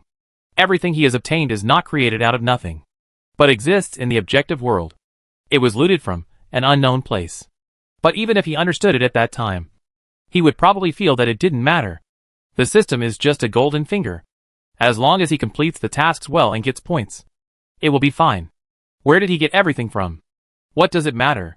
Anyway, everything he got was plundered, and he was never afraid of plundering, whether it was through violence, through deception, or any other means. An excellent and talented man who plunders in the world is tacitly accepted and recognized by the world. Material, power, women, are all the same. No matter how despicable the means, how dark the background, whether it is plundering in the open or in the dark, it is in line with the man's dream of conquering the world. He thought he understood the nature of power. However, those things that did not belong to him, although he could plunder them through improper means, would eventually be lost through other people's normal means, in various forms. Xiao Liyuan slowly collapsed to the ground, the light in his eyes gradually extinguished. Xia Yi looked at the despair in his eyes, but did not intend to let him go easily, even taking advantage of the victory to pursue. I have to say, I can find these drugs thanks to you. Xiao Liyuan's movements were a little slow. When he heard the words, his eyes rolled around, and his gaze fell blankly on Xia Yi. What do you mean? Xia Yi's eyes suddenly burst into light. The light was like two sharp blades, with a burning light, and it was almost like piercing Xiao Liyuan's body. Didn't you give that medicine to Jiangji, and ask him to bring it to me? Jiangji, Jiangji. When Xiao Liyuan heard the name, his expression was obviously a little dazed, and he was silent for a long time, and then he suddenly raised his head. He gave you the medicine. How is that possible? How is that possible? Although Xia Yi didn't want to talk about it, she had reviewed it countless times in her heart. Through repeated speculation on the incident, she finally found out the real problem. Jiangji was not a Chinese medicine doctor, nor a virus researcher. His environment and equipment were extremely simple, and the research time was very urgent. How could he find such an accurate prescription? Most importantly, why did he think he could find it? Even if it was due to luck, good luck, great luck, but there are thousands of drugs in the world, if he tried all of them, he would never be able to finish trying them in his next life. How lucky can he be, or how much does he believe in his good luck, to dare to make such an attempt? The more likely truth of the statement that he is luckier than others is that Jiangji has come into contact with drugs before, and may even have hidden one. After that, with the help of the drug in his hand, he can find its source, disassemble its components, and then through a series of searches, he can finally find the answer in a short time. This is also the part that Xia Yi has always been worried about. She wants to know what Jiangji went through, what Xiao Liyuan did to him, to force him to that point. If she can't figure this out, and get justice for Jiangji, she will probably be unable to sleep at night. Xiao Liyuan listened to Xia Yi's inference, and sat there in a daze. His face became more and more confused, and he repeated over and over again, words that he had repeated countless times today. Impossible. This is impossible. This is absolutely impossible. He hasn't even seen it. How can he find it? Xiao Liyuan stopped talking halfway through this sentence. Jiangji seems to have really seen it. Xia Yi kept looking at Xiao Liyuan's expression coldly. She guided the topic step by step, leading Xiao Liyuan to the angle she was concerned about, and it was obvious that it had reached the critical point. She took a step forward, put the muzzle of the gun against Xiao Liyuan's head, and gently nodded. So what did you do to Jiangji? Xiao Liyuan felt the cold thing on his head, and seemed to feel Xia Yi's anger. At this point, Xiao Liyuan knew that he had completely lost the chance to turn the tables, and there was no hope for him to escape. Since the result would not change no matter what he did, why not make himself happy? You are anxious. You are anxious. He laughed loudly. Ha ha ha, as if he had discovered some new world, and he almost couldn't breathe. You are angry. Xia Yi looked at him calmly, and gently pulled the safety. I think you know better than me. There are many different ways to die. Ha ha ha. You don't have to threaten me. I will tell you everything. You look so calm on weekdays, but you get so angry after hearing what I said. So why not? After Xiao Liyuan collapsed to the limit, both his expression and language were gradually going crazy. He recalled Jiangji with a smile on his face, as if he was recalling his most satisfying work. Chapter 284. Xiao Liyuan fell into memories, thinking and speaking slowly. His mouth made a sound of tut-tut. When Jiangji first fell into my hands, his bones were so hard. It was because of that. Who was it? Her name was Zhang Ting or Zhao Ting. You were there when she died. She was Jiangji's former colleague. Because of this woman, she hated me to the core, and never showed me a good face. That woman is not interesting at all. She is not as pretty as my ex-girlfriend. She does not have family background and power. She is not gentle and considerate enough. She is obviously without personality and weak. She is manipulated by others, and it seems that the whole world owes her. She always gives me the cold shoulder. If I hadn't had no choice at that time, I would not have gotten together with her. Just such a mediocre woman with no characteristics, whom I rarely think of on weekdays. Jiangji actually got angry with me because of her, and lost his life for nothing. Xiao Liyuan shook his head, seemingly feeling a little sorry. It's not entirely because of Zhao Ting. Xia Yi looked at Xiao Liyuan with disdain, as if looking at a pile of garbage, and said sarcastically, any normal person wouldn't want to get involved with shit. Xiao Liyuan smiled indifferently, even a little proud. Yeah, but it doesn't matter. Whether Jiangji hates me or not, it won't change his ending. From the moment Xiao Liyuan found him, he was destined to be Xiao Liyuan's tool to deal with Xia Yi. Since I found that thing, I have rarely spent time dealing with people. Jiangji really took up a lot of my time. Xiao Liyuan showed off proudly, as if he was showing off his trophy to Xia Yi. In order to let him climb onto my boat, I must cut off his retreat, and leave him no other choice. This way I can feel at ease. Xia Yi narrowed her eyes slowly. As expected, there were still many things she didn't know. If Xiao Liyuan had only threatened Jiangji with his parents' lives, he wouldn't have died. Although Jiangji had poisoned, he also found the antidote. What he had done was enough to recover the losses. It was even better for him to be alive. Only if he was alive could he help Xia Yi find the medicine as soon as possible. In addition, something else must have happened to Jiangji, and that was the reason why he couldn't live. Xiao Liyuan introduced with a smile. So, I let him be my executioner for 2 days. Executioner. Hearing this name, Xia Yi couldn't help but feel his heart shrink. An ominous premonition suddenly surged from the bottom of his heart. What is an executioner? Executioner, it means literally, is it so difficult to understand? Xiao Liyuan curled his lips, and explained with a smile. Some of my subordinates are not very obedient. I have to find a way to punish them. This punishment has to be done by someone. Right? I let Jiangji do it for me. Xia Yi stared at him intently, with bloodshot eyes. Xiao Liyuan pretended not to notice, and continued to explain slowly. I put the medicine into the syringe, and pushed it into those people's blood vessels little by little. Oh right, just like what I did to Lin Yongzi that day. Jiang Ji is a doctor, so good at doing this kind of thing, he can find the blood vessels accurately, and the movement of pushing the syringe is pleasing to the eye. Xiao Liyuan showed admiration and sighed softly. Unlike my useless subordinates, who can't even find the arteries and meridians. After Jiang Ji left, no one can give injections as elegantly as he does. Enough. Xia Yi finally couldn't listen anymore. As a doctor, you asked him to kill people? And to kill people with a syringe? Asking a doctor who is responsible for saving the dying and the wounded to kill people with the tools he uses to treat and save people? This is too heartbreaking. Yes. Isn't this fun? I even told those people that he is a doctor. Xiao Liyuan's eyes were full of excitement, as if he was talking about a toy that he liked and enjoyed. Watching those people tearfully asking him for help, crying and begging him, "Doctor, don't kill me. You don't know how fun it is." Xia Yi listened quietly, the muzzle of the gun pressed against Xiao Liyuan's forehead, his knuckles tightened, so tight that they turned white. After a moment, he slowly retracted the muzzle of the gun. She was afraid that she would not be able to hold back, and would blow the bastard's brains out before he could finish his words. I'm not that domineering. I clearly gave Jiang Ji a choice. He can choose to push the needle into someone else's vein. Or he can choose to let someone push the needle into his mother's vein. Xiao Liyuan smiled to himself. Before he could finish his words, Xia Yi kicked him in the face, viciously kicking him in the chest. This kick was fast and fierce, almost using all her strength. Even though Xia Yi was weak now, and didn't have enough strength, Xiao Liyuan still broke 2 ribs, and immediately spurted out blood. Cough, cough, cough. Xiao Liyuan covered his chest and coughed for a long time before he got up with difficulty, and said with a smile, "This choice is not very difficult." He made the choice quickly. What kind of doctor who cures diseases and saves lives? Isn't he also a selfish bastard? Faced with the life of others and the life of his own mother, he still chose his own mother. Why pretend to be great? Xiao Liyuan recalled Jiang Ji's face from determination to decline, and finally his helpless submission, and he was so excited that his whole body was trembling.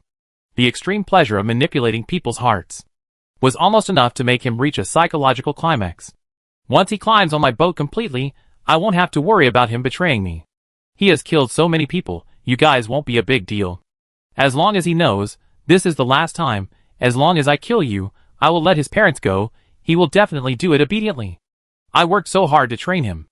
I thought he was ready. So I even released his parents. I was just waiting to use him after he succeeded. Thinking of this, Xiao Liyuan actually felt a little sorry inside. How can you be so depressed at such a young age? Xia Yi finally couldn't stand it anymore, and raised his foot again, kicking him in the face viciously. Xiao Liyuan immediately shut his mouth. There was no need for him to speak next, as Xia Yi could already guess the whole truth. No wonder Jiang Ji killed himself. After Xiao Liyuan mental torture, any normal person would collapse. The final path is probably like this. Either he will go down a road of no return as Xiao Liyuan imagined, or end his life in guilt and despair. Xia Yi simply couldn't imagine. When Jiang Ji locked himself in the laboratory, researching drugs day and night, what kind of torment was he enduring in his heart? Was he spending every day in regret and torment, looking at those blood-stained hands, spitting on his own selfishness and viciousness? But he clearly did nothing wrong. The so-called options given by Xiao Liyuan were just a disguise. Jiang Ji clearly had no choice. No matter which path he chose, those who were going to die would still die, and the ending would not change at all. It's just, Xiao Liyuan's words were too misleading. For those who have experienced all this, it's hard not to blame themselves. Xia Yi slowly raised the muzzle of the gun, and pointed it at Xiao Liyuan's head again. She already knew the fact she wanted to know, and it was time to end this man's sinful life. Ah! Yes, I remember it. Xiao Liyuan wiped the injured corner of his mouth, and suddenly remembered something at this moment, and a trace of ruthlessness flashed across his eyes. Among those who were executed by Jiang Ji himself, 2 begged me so nicely, and their cries satisfied me, so I decided to let them go, and give them an antidote as a reward. The antidotes were all handled by Jiang Ji, but one of them took the antidote, but he still couldn't be saved. I thought it was because he took the medicine too late, and the effect of the medicine didn't take effect in time. Now it seems that Jiang Ji stole the medicine. Xiao Liyuan showed a mocking smile. He was not forced to do this. He killed the person himself. The person could have survived. Xia Yi took a deep breath and closed her eyes.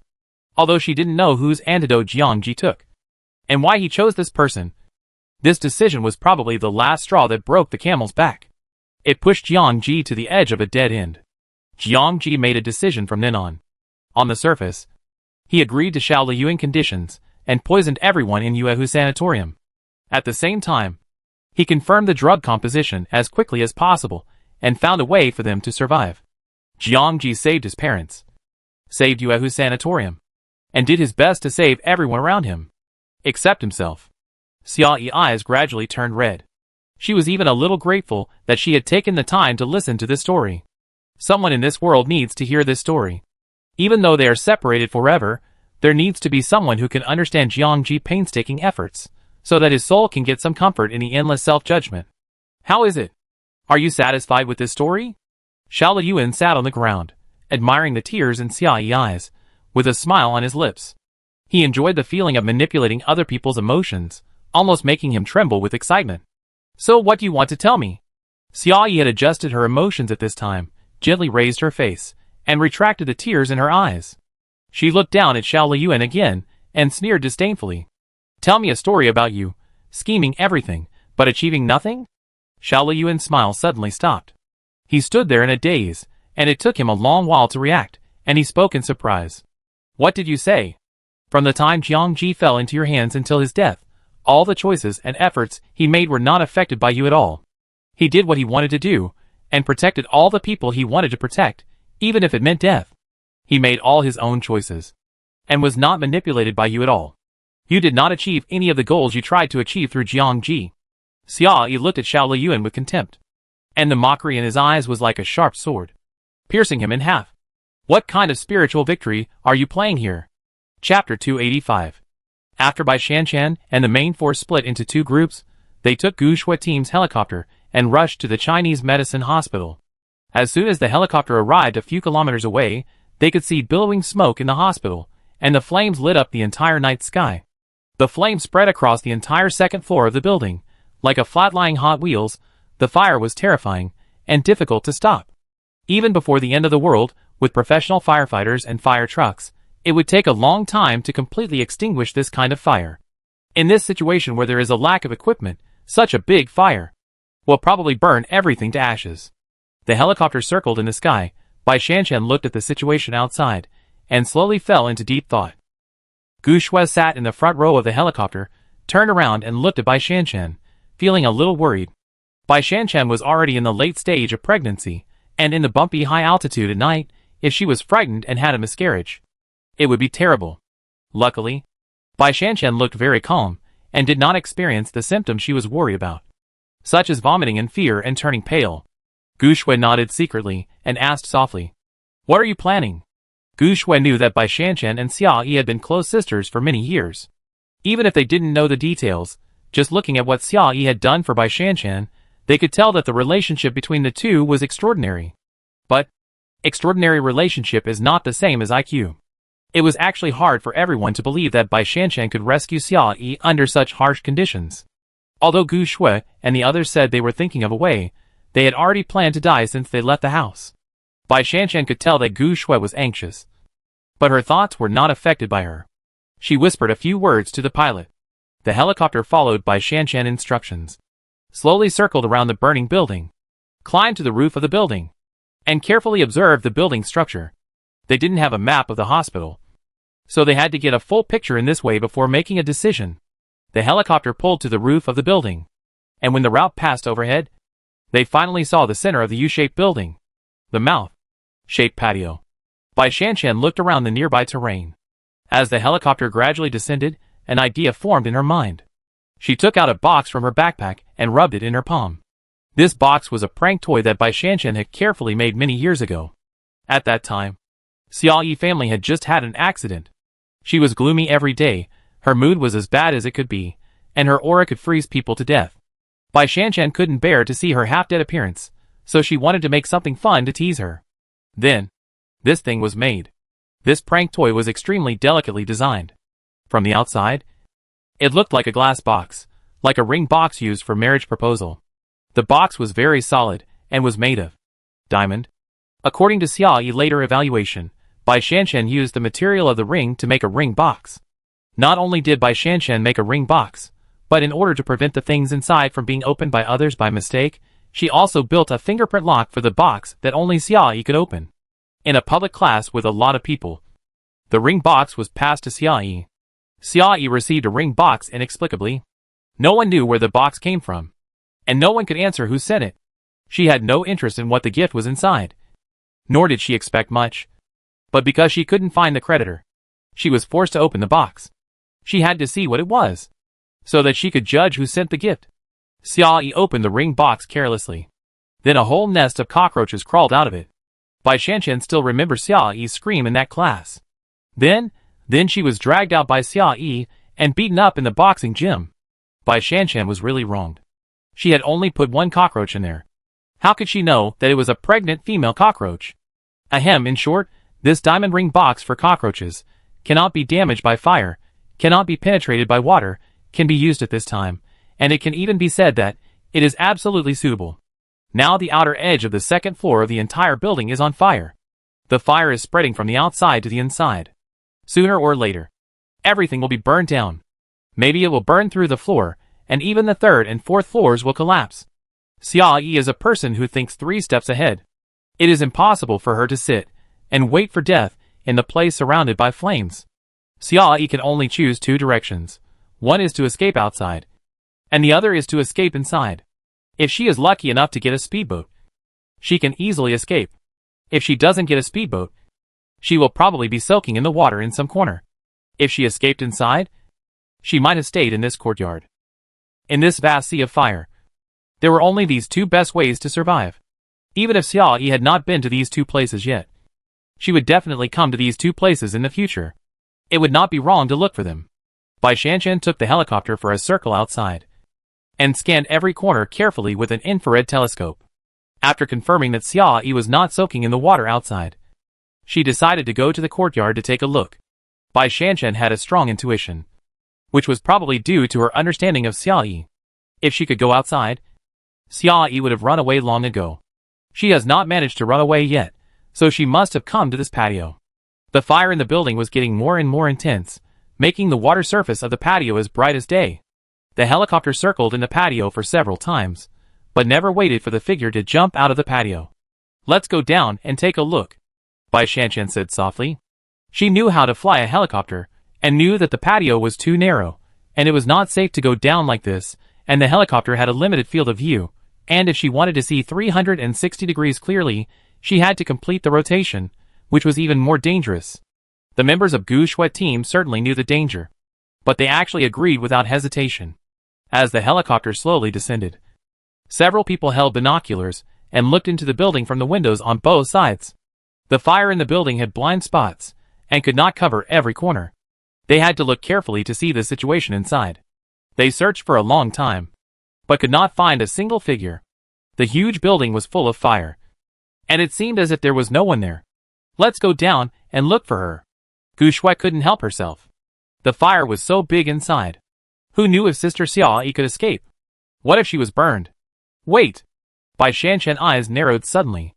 In her telescope, she suddenly saw the familiar figure, who was kicking forward with his foot raised. There! Bai Shanshan pointed at the window. The figure seemed to flash by and disappeared. Everyone looked in the direction of her finger, but didn't see any movement. "Where is it? Why can't I see it?" Gu Shui narrowed her eyes and asked as she searched. "It's her."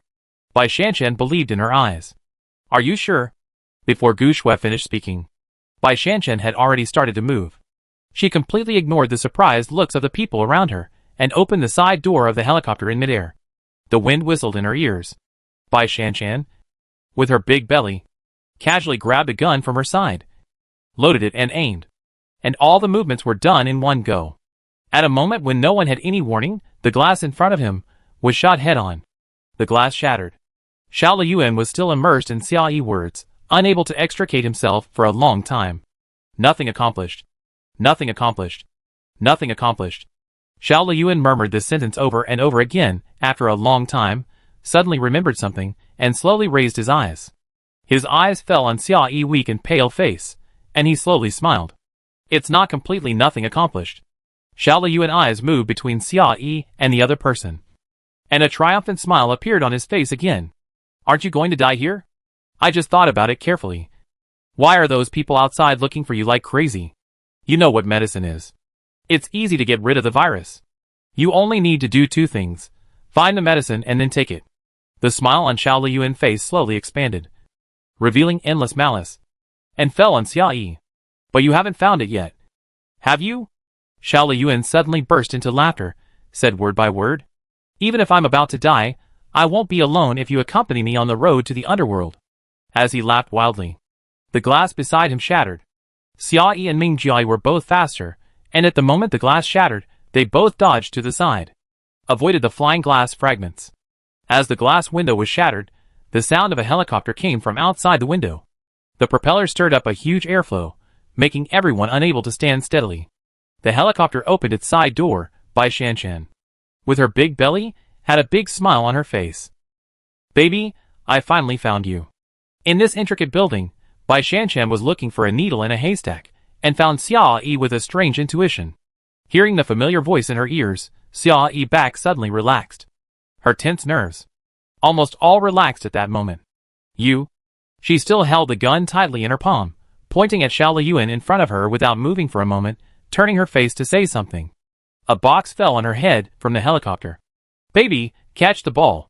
The strange hidden weapon came towards her, scared Xia Yi, but before she could say anything, she was blocked by Bai Shanshan again. Bai Shanshan just caught Xia Yi's figure by instinct, but the light was not good at the angle she was at. She could not see the situation in the corridor clearly, and it was not convenient to send people in, so she just left a sentence. Wait for me. Baby. I come down to pick you up in a minute. The helicopter flew away. Xia Yi. This woman is always startled. She doesn't even look steady when she comes to save people. She won't let anyone have any peace. The box that Bai Shanshan threw in passed by Xia Yi and fell hard on the ground. It rolled twice and slowly disappeared into the corner. Chapter 286. The helicopter rose from the skylight again and flew to the rooftop platform. Everyone decided to use ropes to climb down directly from the top floor. This way, they could not only avoid the enemy, but also avoid the fire outside, and it was the shortest shortcut to bring Xia Yi up. Gu Shui had not recovered from her joy at this time. She tightly grasped the gun in her hand, with red eyes, repeating over and over again. Sister Xia Yi is fine. Sister Xia Yi is still alive. They were unwilling to say it, but they were actually very worried. There were so many people surrounding them outside. Xia Yi and the other two were outnumbered, and it would be very dangerous to deal with them. Everyone was afraid. Afraid that they would not arrive in time. Afraid that because they were late, they would only see the other parties. Body, Gu Shui and the others were young, inexperienced, and no matter how strong their skills were, they were just a group of girls. When Lin Yongqing left, he was also like this, without saying hello to them. Although Lin Yongqing was a leader, she looked cold and stern, but she was very delicate inside. She protected them like a sister, and even before her death, she was still arranging a way out for them.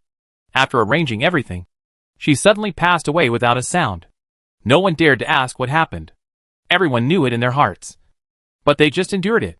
They didn't want to believe it. And they didn't have the heart to spread this grief to others. They really couldn't experience this feeling a second time. Xia Yi is like their second sister. After Xia Yi lost contact, all the fears were lingering in their hearts and suppressed, like a huge rock weighing heavily on their chests, but they could not express it. At this moment, all the fears were suddenly released, and the suppressed emotions erupted like a volcano. Gu Shui pursed her lips tightly, and the sour feeling surged into her nose uncontrollably, and tears fell in big drops. She didn't know what to say, but just repeated it over and over again. Great, Sister Xia Yi is still alive. Great. Bai Shanshan had a poor view in the helicopter, and she didn't throw the box with much force. The beautiful box, like glass, fell to the ground, rolled a few times in the dimly lit corridor, and got stuck in the crack of the door behind Xiao Liyuan. Xia Yi, the good news is that she really doesn't have to die. The bad news is that her fists are a little itchy, and she wants to beat up Bai Shanshan. Bai Shanshan flashed by. The box was thrown in unexpectedly. Before anyone could react, She had already disappeared. Xiao Liyuan slumped on the ground, his strength almost exhausted. His body seemed to be hit by something. He turned his head subconsciously to look for it, but he couldn't find the box. He asked blankly, "What is that?" Xiao Yi didn't answer. She remembered the class clearly. She could recognize the box even if it turned into ashes. Just a glance at it, and she knew what Bai Shanchen was up to. Although she did not give a direct answer, based on the conversation with Xiao Liyuan just now, everyone slowly reacted. What else could it be? When Xiao Yi was troubled by the virus, the things that people around him came from afar to send him, naturally, were the antidote. Xiao Liyuan's eyes moved slowly, feeling the antidote within reach, but he had no intention of taking action. Xiao Yi's teammates had already arrived. Even if they took the antidote away now, how much impact would it have? He couldn't take Xiao Yi away as a scapegoat. Even if he died, it would only be him. Xiao Liyuan was the last bargaining chip for my comfort, and it was destined to be wiped out.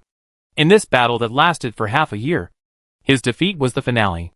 Xiao Liyuan was completely desperate, sitting there blankly, thinking about every word Xiao Yi said. He felt like a joke.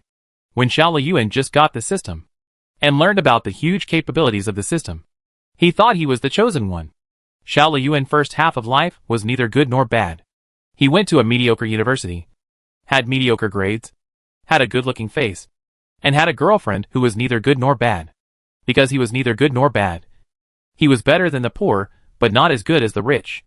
There was always someone who was above him, stronger than him, and more influential than him, forcing him to bend and bow, and submit to the power of those people. Hearing that the end of the world was coming and feeling the existence of the system, Xiao Liyuan was ecstatic. End of the world, great. Great. End of the world, what a wonderful word. It can overturn everyone's life. Let everything in front of us vanish. Let all those who ride on his head die completely. Let the overwhelming despair come sooner. Let the darkness break the original class system. Let this world open a new chapter, the chapter that belongs to him. Xiao Liyuan. Don't despise the poor young. One day, he can finally step on everyone's head. Let everyone fall into dire straits. Let him sit alone and own everything. Look down at others' jealousy. Look at others' pain. Look down and enjoy the despair deep in others' hearts. After the end of the world, things went through many twists and turns, and were not as smooth as he had imagined. The person he had initially targeted, Xiao Yi, did not give him everything as expected. But fortunately, he was resourceful enough. And even if the situation was not as he wished, he could still find a new way out. After arriving at the shelter in the gymnasium, everything was fine. Xiao Liyuan successfully subverted the power system of the gymnasium and became the well-deserved new boss there. He had inexhaustible resources, subordinates and women who obeyed him, and a huge influence on the world. He led his subordinates to conquer the city. Everyone immediately bowed down to him after seeing his power. No one dared to refuse, and no one dared to resist. The offensive was unstoppable. He felt that he could rule the world. Xiao Liyuan also gradually experienced the taste of dominating others. It felt so good to crush others, watching others unwillingly, but there was nothing he could do. He could only force himself to smile, and it felt so good to lick himself fearfully. He could beat anyone who dared to be a little bit negligent, and he could kill anyone who dared to resist. It was so good to have such unlimited power, and do whatever he wanted to others. Power, something that he had once dreamed of, turned out to be so wonderful. Xiao Liyuan was once a victim controlled and dominated by others. He hated the power and class system, and the resources and superiority brought by the class. It was not until he had everything that he realized that what he hated was not the class, but the resources and superiority brought by the class, which did not belong to him. When he had the system, all obstacles disappeared. He could stand in a high position as a superior in the class. He could have all the resources, enjoy the superiority of being high above, and completely overturn everything. He thought that he could live his life smoothly like this. When did things start to change? Xiao Liyuan himself didn't realize the change. It seemed that at a certain point in time, his influence began to gradually deteriorate, and the situation around him slowly changed. The supplies left him, his subordinates left him, the women left him, everything he conquered with power is gradually leaving him. As time goes by, it all disappears as if it never happened. Those things come quickly, and they go quickly. Xiao Liyuan is still immersed in the pleasure of controlling and conquering others, but everything he is around him has vanished. Even the previous feeling of going smoothly, as if he was the son of destiny, is gone. When he suddenly woke up, he looked around in confusion.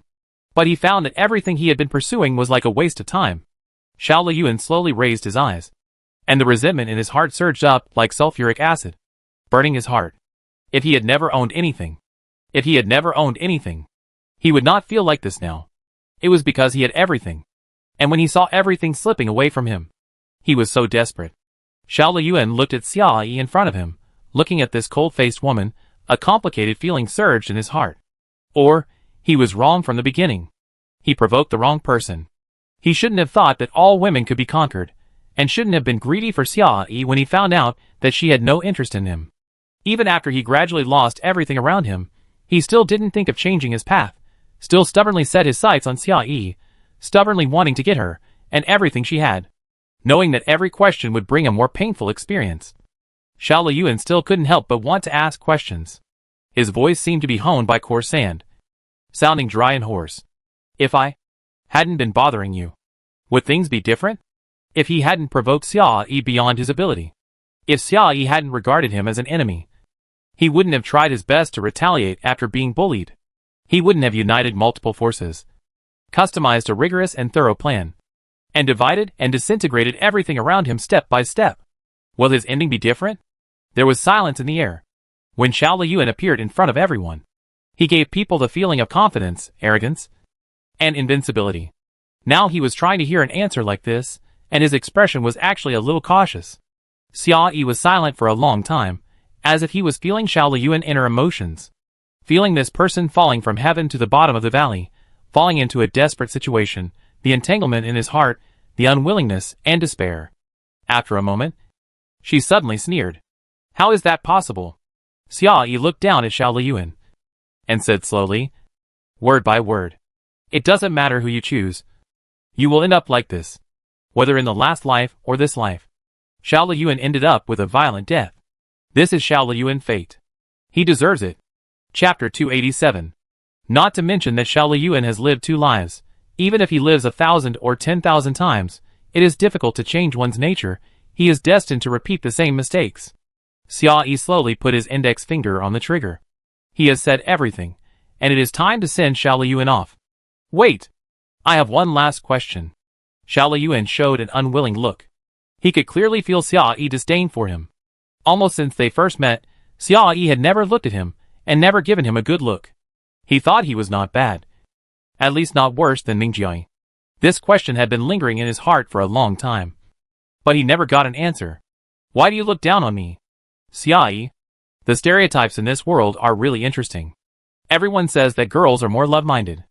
Obviously, people who can't get what they want are more love-minded.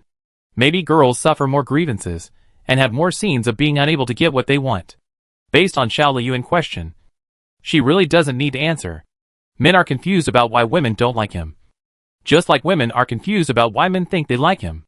It is a 1,000-year-old mystery that cannot be communicated with each other. She doesn't like a piece of trash. Is it strange? Xiao Liyuan set his eyes on Ming Jiayi, as if angry, and as if he was puzzled from the bottom of his heart. Why do you like him? But not me. Am I not better than him? A man obviously has talents and specialties, but he doesn't use them at all. Is content with mediocrity. Is self-degrading. And can only follow behind a woman when encountering problems. Living like a waste. What charm is there? Is that shitty system a talent and a specialty? The entire integral logic of the system is full of gazes on the opposite sex, and outright objectification and plunder. Xiao Liyuan uses this garbage to benefit himself, and looks down on the people who abandon the garbage. Xia Yi looked at Xiao Liyuan, and finally a trace of pity emerged in his eyes. Xiao Liyuan probably really didn't know Ming Jiayi's situation. Only when he was ignorant to a certain level could he use the word waste to describe Ming Jiayi. He never couldn't, but he didn't need to. All the conflicts between you and me are my problems, and I don't need him to solve them for me. If Xiao Liyuan spoke sweet words to Xia Yi, she might just ignore it. But if the target was Ming Jiayi, she had to say something. Xia Yi answered slowly, word by word. He is the one I love. Not a tool to solve my problems. Ming Jiayi didn't need to be a hero to save the beauty, and use her to show his masculinity and personal heroism. She didn't need Ming Jiayi to be a hero to save the beauty, either, because she could solve her own problems. However, Xia Yi also knew that she was talking to a cow. The words she said were the subjects that those who objectified the opposite sex as tools would never understand in their lifetime. Xia Yi's confession came without any warning, and suddenly, everyone present was stunned. Ming Jiao was also stunned. He was just quietly standing behind her, and the conversation and confrontation between the two sides had little to do with him. When he suddenly heard what Xia Yi said, his face was almost blank for a moment. Ming Jiao Adam's apple rolled slightly. He subconsciously wanted to take a step forward, but he knew that this was not the right time, and his face showed a rare eagerness. Okay, a good one. No need. Xiao Liyuan's face slowly showed a grey look, and he murmured. He was taught to be a superior person since he was a child. Today was the first time he heard that. A man did not need to stand up for a woman. It was not until this moment that Xiao Liyuan suddenly remembered the woman behind him, and tried to turn around and take a look at Sun Jiang. He thought that as long as he became a strong man and a superior, he would definitely attract women's attention. The views he believed in since childhood were completely shocked in front of Xia Yi. He finally remembered at this time that this idea was the voice of his heart, and he had never asked any woman. Sun Jiang, the woman with an overwhelming desire for power, also thought so? Xiao Liyuan didn't have time to ask. A sharp pain came from his side, and he subconsciously lowered his head, looking at the tip of the knife that pierced his abdomen, turned his head with difficulty, and looked at Sun Jiang in disbelief. You. Blood gushed out. Xiao Liyuan leaned against the door with difficulty, unable to speak. Why did you kill me? Xiao Liyuan even felt a little wronged. Wasn't he good enough to Sun Jiang? He took good care of her, and gave her food and clothes. The humiliation that Sun Jiang gave him at the beginning, which man could not bear. He had forgotten it all, without any resentment. Xiao Liyuan always thought that Sun Jiang would accompany him until death. After all, she had nowhere to go, and could only stay by his side. He never thought that the person who stabbed him in the end would be Sun Jiang. Behind Sun Jiang stood two of his subordinates, who should have seen the whole process of her attack. They could have stopped her with their skills, but they did not move at all, and did not even warn her. Good, very good. Xiao Liyuan spurted blood from his mouth again. It was not until this moment that he realized that he really had nothing. No money or resources. No friends or comrades. No women. Alone. Xiao Liyuan carefully recalled what he looked like a few months ago. At that time, he was an ordinary college student, living in a dormitory, and had a girlfriend who loved him very much. If he had not planned to take advantage of the system, he would probably use the money in his hand to prepare enough supplies, rent a small house, or put the supplies in the dormitory, and stay there with his girlfriend. As time goes by, there may be a gunfight, maybe he will run out of ammunition and food, or he may find a new way to make a living and live a peaceful life. The system gave him more possibilities. But it was also a good magnifying glass, successfully magnifying his inner evil and desire. The blood in Xiao Liyuan's abdomen gradually flowed away, slowly gathered into a pool on the ground. As his breath became weaker and weaker, he finally closed his eyes slowly. In just a few months, Xiao Liyuan killed people like crazy, and his evil deeds were too numerous to list. In order to seize control of the gymnasium, he spread the virus recklessly in it, causing tens of thousands of people in the shelter to be infected, and a large number of deaths. In order to expand his sphere of influence, he spread the virus again in countless shelters outside. In addition to the Xie family's oil depot, the villa area where the Sun family lived, and many unknown areas were killed.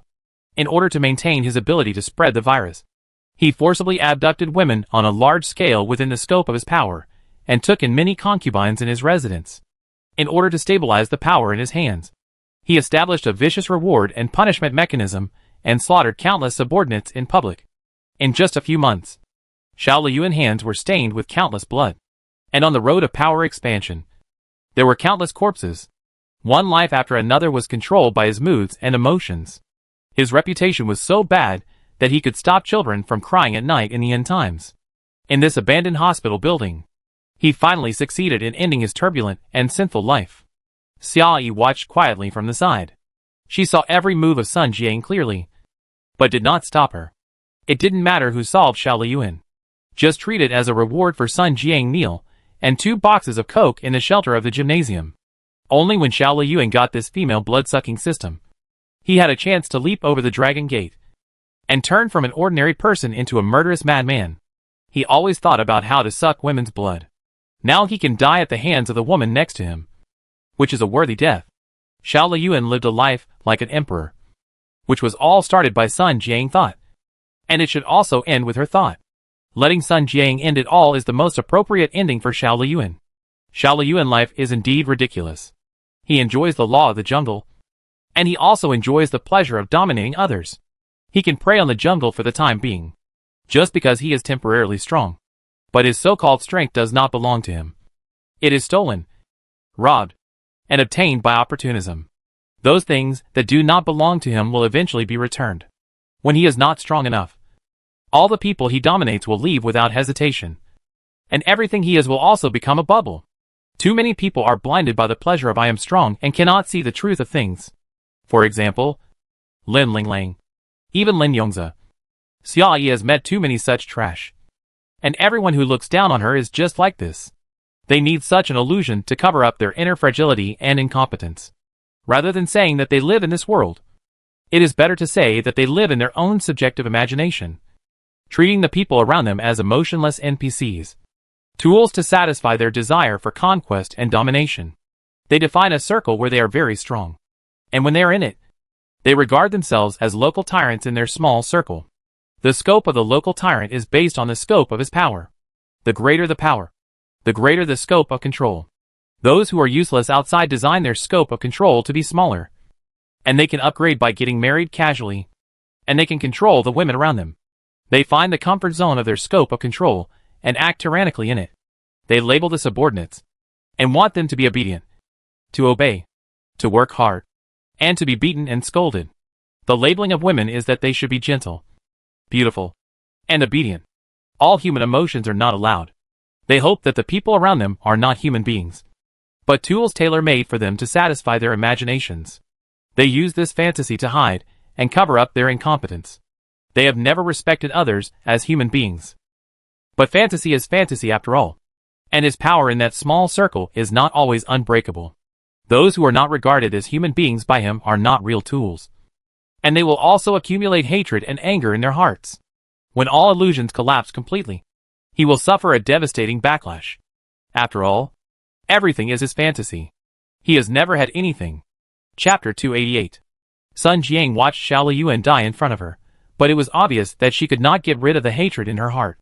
She stared at the corpse, and the anger in her chest surged up in waves. After a moment, she actually pulled out the dagger from Xiao Liyuan and stabbed his corpse again. Puff. With a sound, blood splashed everywhere. The flying blood foam fell on Sun Jiang's face, and a hint of excitement appeared in her eyes. Since being locked up in the backyard by Xiao Liyuan, she had no chance to deal with things outside, and she had not seen blood for a long time. The fishy smell in the air at this time was like a catalyst for her madness. Sun Jiang drew her knife again, and stabbed down fiercely. One knife. Another knife. Each knife was faster than the last, and each knife was more fierce than the last. Each knife stabbed so deep that the bone could be seen, and each knife stabbed blood everywhere. Blood was everywhere, spraying on the walls, the ground, and Sun Jiang's body. It left spots on her clothes, which soon spread and turned into large patches of blood. The corpse on the ground was soon unrecognizable, lying limply on the ground, looking like a pool of rotten meat. Sun Jiang gasped for air, with a twisted look of satisfaction on her face.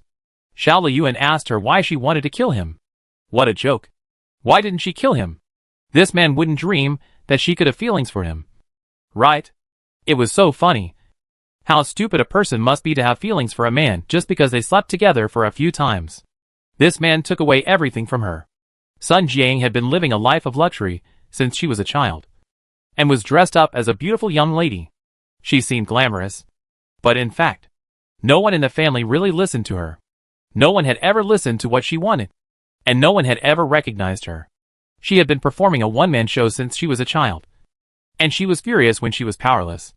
All her anger and dissatisfaction were maliciously ignored by her family, who misinterpreted it as her being spoiled, and then smiled it off without caring. Sun Jiang wanted the power that she could really hold in her hands, but it all belonged to her brother. Even though her brother was a waste even more useless than her, greedy for money, lustful and ignorant of the world, and when everyone was starving and dying of poverty, he actually ran to the slums to show off his wealth. Her brother was so stupid. But her family still sided with him, and tried every means to cover up for him. Good news from heaven. Her brother was dead. Sun Jiang was so happy. She was very close to power.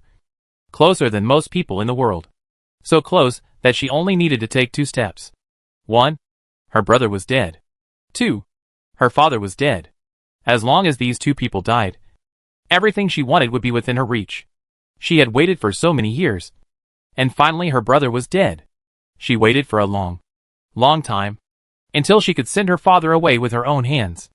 Sun Jiang thought that as long as these 2 people died, everything they controlled would belong to her. She had endured it for so many years. She watched helplessly as everything was already at hand, but was easily taken away by the man in front of her. This man actually thought that if he slept with her, she would willingly give everything to him. Who gave him such confidence? From the first time Xiao Liyuan saw her, his face had such a despicable thought. Wanting to be a live-in son-in-law. Even the toilet plunger didn't wake him up. How stupid was his dream. He actually thought that by climbing a higher position and having more people under him, he could change the fact that he was inferior in his heart and change her opinion. What a big dream. Sun Jiang had endured for many years, and finally took over everything in the gymnasium. Who knew that Xiao Liyuan would take it away in one day? Occupying her place. Taking away her territory. Taking away her people. And taking away her supplies. This person got the advantage, and still acted like a good boy. He was so arrogant that he told her that she was incompetent. That she did not understand the nature of power. And that she was not worthy of holding power. It was so funny. Xiao Liyuan understood. Xiao Liyuan understood. As a man, he knew how to enjoy power, and how to ride on a woman's head and domineering. So he used the same method on his subordinates. He used the same method to threaten them, humiliate them, control them, and enjoy the sense of control brought by power over them. Then, how many days did he enjoy himself? If this person had some ability, he could run the gymnasium well. But this rubbish only knew how to mess around, turning all the good stalls into ruins. The things that were snatched from her were only held by Xiao Liyuan for more than a month. And he was completely squandered by him. Xiao Liyuan is so capable. But he is just a waste. He acted arrogantly in front of her, as if he knew a lot. What? She is not as good as Xia Yi. Who is Xiao Liyuan? He is just a defeated opponent of Xia Yi. He is not qualified to judge her. Sun Jiang has endured humiliation for too long. She was a good lady. Even if she fell to the point of using her beauty to serve others, the other party should be a powerful and influential person. Not a low-level trash like Xiao Liyuan. This kind of trash bullies her. But she has to endure it and smile. Every time. Every time she feels disgusted. Only the splashing blood and flesh of the other party can wash away the shame in her heart. Everyone looked at Sun Jiang quietly. Watching her venting wildly, no one spoke to stop her. What she was doing now was probably what everyone present was doing. Everyone present hated Xiao Liyuan to the core, and wanted to tear him into pieces. After Sun Jiang vented for a long time, it seemed that she could not sit still anymore. Her body slumped slightly, and she moved to the side of the door. She blocked everyone's sight with her body, and the hand without the knife slowly reached behind the door. Sun Jiang fumbled around for a while, and found the box. The box was very hard. So hard that it hurt her hand. She held it quietly in her palm. Sun Jiang had just breathed a sigh of relief, when she suddenly heard a chuckle. What are you doing? Sun Jiang froze. She pretended to be indifferent, turned around slowly, and looked up at Xia Yi. Are you talking to me? Xia Yi looked at her pretending to be innocent, and spoke lightly, even a little careless. Take out the thing in your left hand, and give it to me. The box was thrown into a corner, and she never rushed to pick it up. It was not because she was crazy. It was just because she knew that the thing was within her control, and there would be no accidents. What if I don't hand it over? Sun Jiang gently shook the box in her palm. Her arm passed in front of Xia Yi, and a sneer hung on her lips. This is something that can save your life. If you don't eat this thing, you should die soon. Right? She was covered in blood, and looked a bit ferocious in the dark corridor. How could you just yell out when I say I hand you over when I'm holding your life? Xia Yi sighed helplessly, as if looking at a naughty child, and said indifferently, if using this thing to threaten me works, why do you think Xiao Liyuan would surrender? Is it because he's stupid? Or because he doesn't want to live anymore? Are you talking about the people on the helicopter? Are you waiting for them to rescue you? This floor is surrounded by fire. There is no elevator in the center of the fire circle. They can only climb down with ropes. They can't come down for a while. Oh, there is a large army. I also saw the large army that rescued you. All of them were blocked outside the fire circle. They were crying and shouting for fire extinguishers. Sun Jiang slowly curled her lips and said leisurely, "They can't contact each other yet. Didn't you notice that, since I don't know when, your cell phone has no signal?" Xia Yi thought of the call that couldn't be connected before, raised her eyebrows slightly in surprise, and praised, "You brought a signal jammer. You are well prepared." Of course. Sun Jiang has been preparing for this moment since she was imprisoned by Xiao Liyuan. When Xiao Liyuan and Xia Yi fight each other, she can add fuel to the flames. She helped Xia Yi release the people in the gymnasium shelter, and deliberately let them take away all the supplies, forcing Xiao Liyuan into a desperate situation. And he must fight Xia Yi to the death. At the same time, she also prepared some backup plans, such as the signal jammer, to prevent Xia Yi helpers from coming too quickly. As long as she could delay some time, she could wait until the two of them were both injured and then benefit from it. From the beginning to the end, Sun Jiang's target was not only Xiao Liyuan. She wanted to avenge Xiao Liyuan and kill Xia Yi at the same time. She had given Xia Yi too many opportunities. She admired Xia Yi's ability and wanted her to be used by herself. So she extended an olive branch to the other party countless times. Who knew that Xia Yi didn't give her any face at all, rejected her again, and ran away with her supplies and the ship. From that moment on, she was destined not to forgive Xia Yi. She wanted to prove with her ability that she didn't need anyone's help, and that she was definitely not inferior to Xia Yi. Sun Jiang looked at Xia Yi's pale face, showing a look of confidence, and said lightly, "It seems that you are about to have an attack. If they still can't come to save you before you have an attack, what will you do? Can you only beg me?" Sun Jiang talked slowly to Xia Yi, and slightly turned back, winking at the two people in the clinic. She had bribed those two people in advance. After everyone in the gymnasium swept up the supplies and fled, Xiao Liyuan had almost nothing in his hands. But she was not. Sun Jiang knew that Xiao Liyuan would definitely count her supplies. Although she handed the key to the small treasury to him, it was not all her supplies.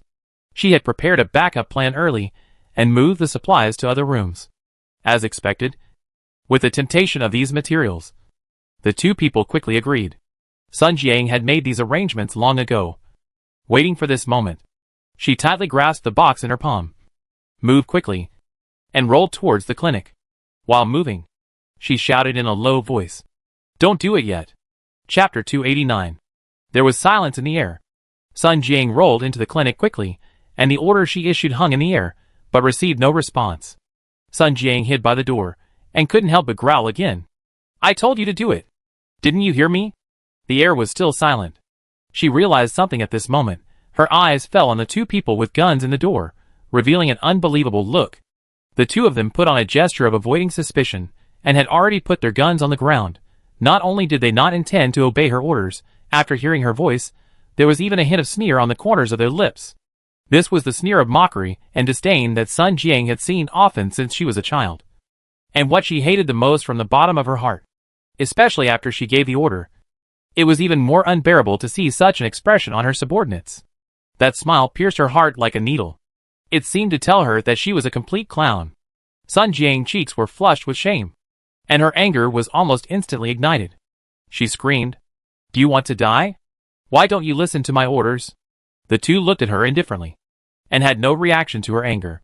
It was this feeling again, and this disgusting feeling again.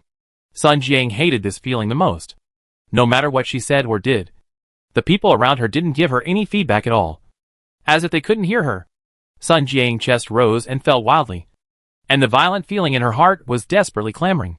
She trembled and grasped the dagger in her palm, wishing she could go over immediately and stab the two people in front of her to death to relieve her hatred. She had clearly promised to give them something. They had clearly agreed to her. She thought she was going to succeed, and she was going to succeed. Why would these two people turn against her at the last minute?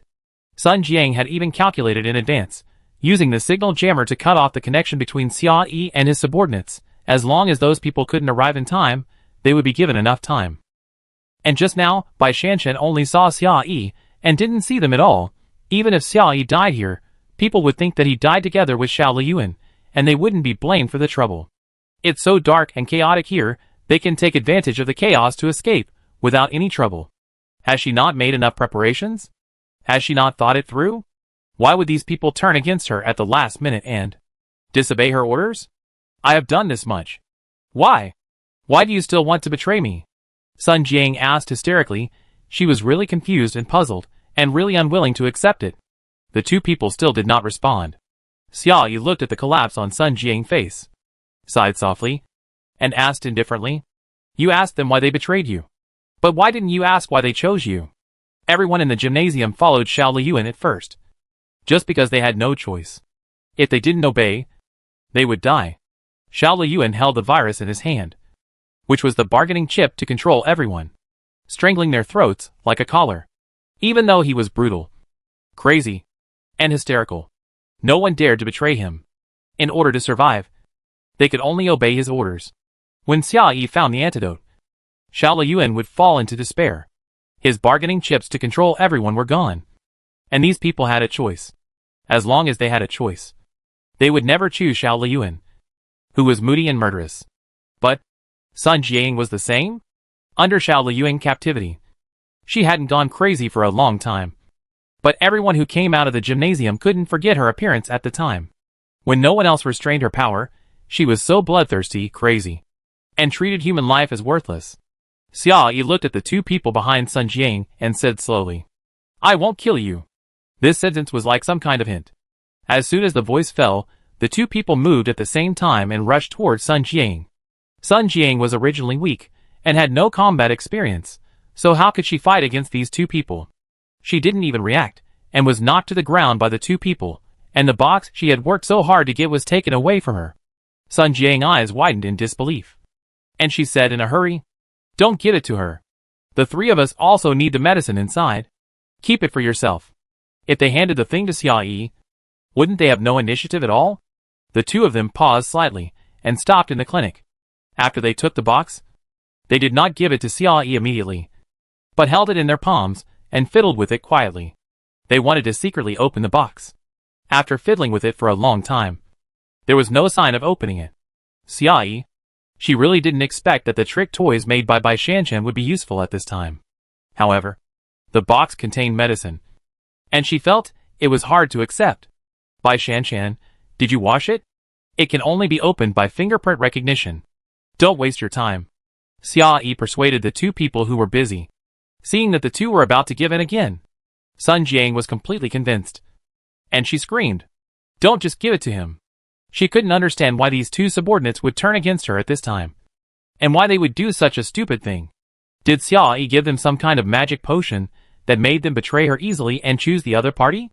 Xia Yi's tone was very calm, as if this was a matter of course, and she ordered softly, "Give it here. Let me open the box. It doesn't matter if there is not enough in it. My friend must have more. I will prepare your share." Xia Yi made a promise calmly. "Since I promise not to kill you, you will not die today." The two men looked at each other, actually took 2 steps forward, and handed the box over. Sun Jiang suddenly jumped up from the ground, trying desperately to grab the box, and kept cursing. "Are you idiots? Blackmail her with something. What if she goes back on her word? You are the idiot." One of them snorted coldly, and threw Sun Jiang away. She couldn't see the situation clearly, couldn't distinguish cause and effect. She made a low-level judgment based on assumptions, and went crazy and fell into hysteria when no one paid attention to her. She was so stupid. Xia Yi took the box in her hand easily. Sun Jiang watched all this, and still couldn't believe what she saw. Since she saw the medicine box, she began to plot. Suddenly killed Xiao Liyuan, and pretended to be crazy and secretly hid the medicine box. How much thought did she put into the whole process? She never thought that the thing she had worked so hard to act for so long, and the thing she had worked so hard to get, would be easily snatched away by her subordinates and returned to Xia Yi. It was as simple as a dream. Sun Jiang looked at the changes in front of her blankly, and she felt like a fool. She didn't understand it at all. Why could these people betray her so easily and go in the direction of Xia Yi? Why? Why? Sun Jiang murmured in disbelief. She didn't even realize that the expression on her face at this moment was very similar to Xiao Liyuan. Xia Yi gently stroked the box in her palm, and did not rush to open it. She stared at Sun Jiang silently. After a moment, She suddenly spoke. Sun Jiang. Sun Jiang looked up suddenly, and heard the other party's faint voice from her ears. She asked, "Do you know their names?" "Their names? What names?" Sun Jiang was at a loss for a moment, and suddenly realized that Xia Yi was asking about the names of the two subordinates in front of her. What are their names? How could Sun Jiang know? She never remembers the names of unimportant people.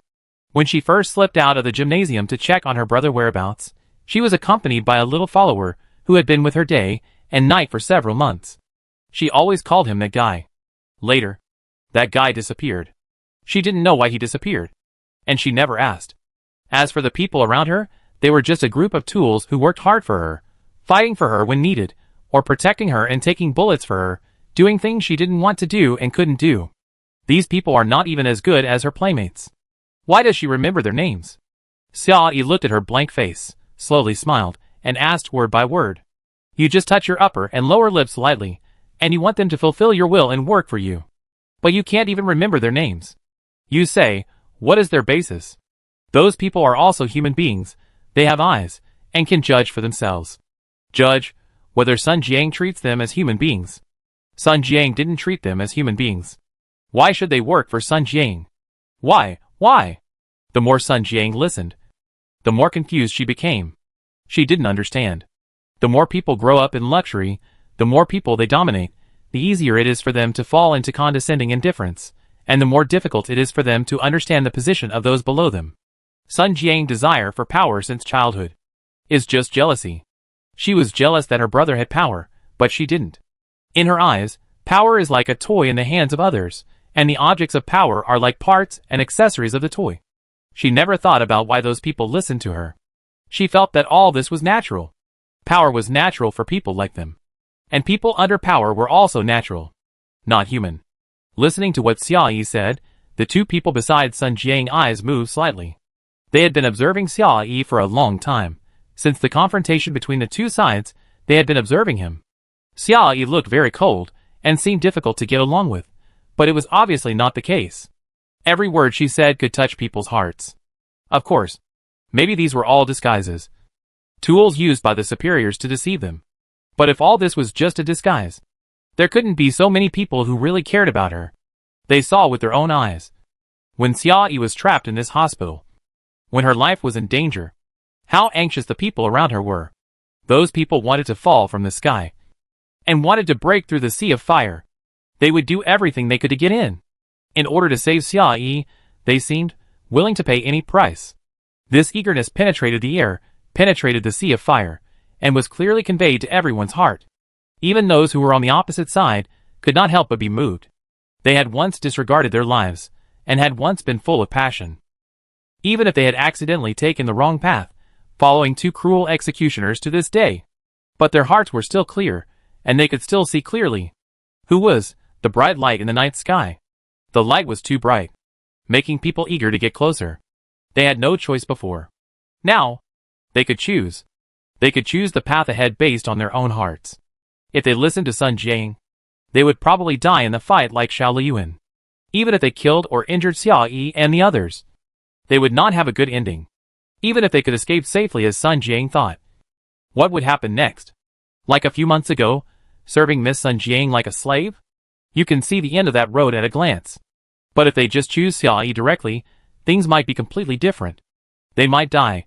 This possibility is not low. But if they don't die, maybe everything can be completely different. They don't need to lick others servilely anymore, and they don't need to be terrified by others' joys and sorrows. They can live uprightly like a human being, just like before the end of the world. So, when Xia Yi said she would not kill them, they believed her. They were indeed betting. They were betting on Xia Yi, betting on her character, betting on her generosity, betting on a person who is willingly followed by many people, will definitely keep his promise. And how could Sun Jiang understand what they were thinking? Xia Yi's eyes fell on Sun Jiang, and he sighed softly. I don't actually want to kill you. Xia Yi and Sun Jiang didn't have any grudges. She knew that Sun Jiang was ruthless and murderous, but in this chaotic world, there are more than a few people who are ruthless and murderous. As long as she is not provoked, she doesn't want to be a messenger of justice. But the situation is obviously different now. Xia Yi doesn't want to kill Sun Jiang, but Sun Jiang wants to kill her. Xiao Liyuan's simple words of provocation and instigation successfully planted jealousy in Sun Jiang's heart. The dangers that jealousy breeds are unpredictable. Sun Jiang would compare herself with Xia Yi every day and every moment, comparing herself to Xia Yi in what ways she was inferior to him, envying what Xia Yi had, and wishing she could get everything in her own hands to feel satisfied. Sun Jiang would definitely not be happy if she didn't kill Xia Yi. But I won't leave any trouble for future generations, Xia Yi said slowly. She drew a gun flower in her palm, pointed at Sun Jiang's head, and pulled the trigger cleanly. Chapter 290. Xia Yi believes that her desire for power is not weak. She likes to control everything, control resources, control relationships, control the right to speak, and control influence. She even believes that she is self-centered. She will hold all important resources in her hands. The decisions she makes will never let herself suffer. Social relationships, human relationships, all cannot kidnap her, will not affect the decisions she makes. But at the same time, she will not kidnap others morally, emotionally blackmail others, force others by force, bully others, ignore others' wishes, and ask others to pay for nothing. This basic sense of boundaries, she thought it was just respect. After the end of the world, after the originally stable power system was overturned, she finally understood that this basic respect is not only hard to come by, it is rare in the world. Those who have a little power would like to ride on others' necks to do things. Whether it is the boss of a faction to his subordinates, or the husband to his wife, or the parents to their children, they are all the same, without the slightest difference. Those without power have never had their personal wishes respected, and have accepted the feeling of being smothered by the superiors from the bottom of their hearts. Those subordinates, women, children, facing the opponent's strength, they have no choice but to obey in anger, obey, are forced to obey by force, are forced to obey by social rules, are forced to obey by emotional blackmail. They cannot have personal interests and desires, nor do they deserve to have them, and will be ashamed to speak them out, and will be criticized. These people are used to the sense of class, either obey the strong, or bully the weak. There is no respect, nor is there any respect. In some cases, Sun Jiang and Lin Linglin have similar family backgrounds. Their fathers have some status. They both have a brother, and their families have a distorted power system. The values created by the two people have gone to two extremes. One does not regard others as human beings. The other does not regard himself as a human being. This distorted value system is magnified countless times in the end times. People who do not regard others as human beings will not care about the life and death of others. People who do not regard themselves as human beings, then no one cares about her life and death. Xia Yi believes that she is not superior, and has no right to look down on others. She just feels a little pathetic occasionally. She wants to try to make it clear to Sun Jiang. Only by respecting the interests and desires of others can others be convinced and willing to follow you. Only by respecting your own interests and desires can others treat you as a human being and not dare to bully you casually. But she found that a person who is saturated with the class system, a vested interest holder who has been in a high position for many years, cannot understand, nor is he willing to understand. Fortunately, Lin Linglin understood. Xia Yi didn't have that much power either. She believed she couldn't influence everyone. She just hoped that everyone around her could see the light. The moment Xia Yi fired, the two people on the opposite side trembled slightly. Such a quick and neat action could easily bring fear to people. They had already put down their weapons, and the medicine box was also handed over to Xia Yi, which was equivalent to handing over all the chips, putting himself on the chopping board, and letting others slaughter him. All the decisions they made were based on subjective judgment. They were not sure whether Xia Yi would pull out a gun in the next second and shoot them both to death. The two were worried at this moment. They looked at Xia Yi eagerly, and even their breathing became lighter. The dark corridor seemed extremely quiet. There were two bodies lying on the ground, and two pools of blood spread on the ground, slowly gathering together. The blood gradually flowed to the soles of the shoes, soaking the lines under the shoes of everyone. A pada sound suddenly sounded. It was originally a subtle movement, but it was extremely clear in the quiet corridor.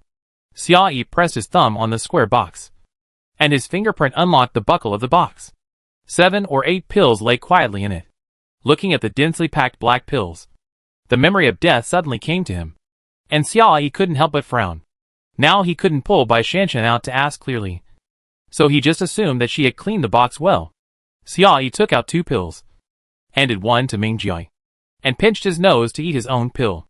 Her movements were not slow, but they inexplicably tugged at the hearts of the two people opposite her. Not long after taking the medicine, the dizziness in her mind finally eased, and the weakness in her body finally left. Xia Yi took out 2 pills and handed them to the 2 people opposite her. In fact, they didn't necessarily need to take medicine. These 2 people had been with Xiao Liyuan for a long time.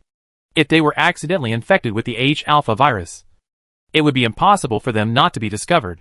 They had just stayed in the same space with Xia Yi and the other 2, and neither of them had any isolation and protection measures, which was a little unsafe. Since Xia Yi had already promised the 2, she would not go back on her word on this matter.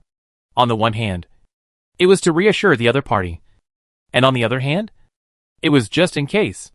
Xia Yi did not hide anything in her actions. She randomly took 2 pills and ate them, and then randomly took 2 pills and handed them over. The whole process was open and above board, without any hiding or falsehood. The 2 swallowed the medicine without hesitation.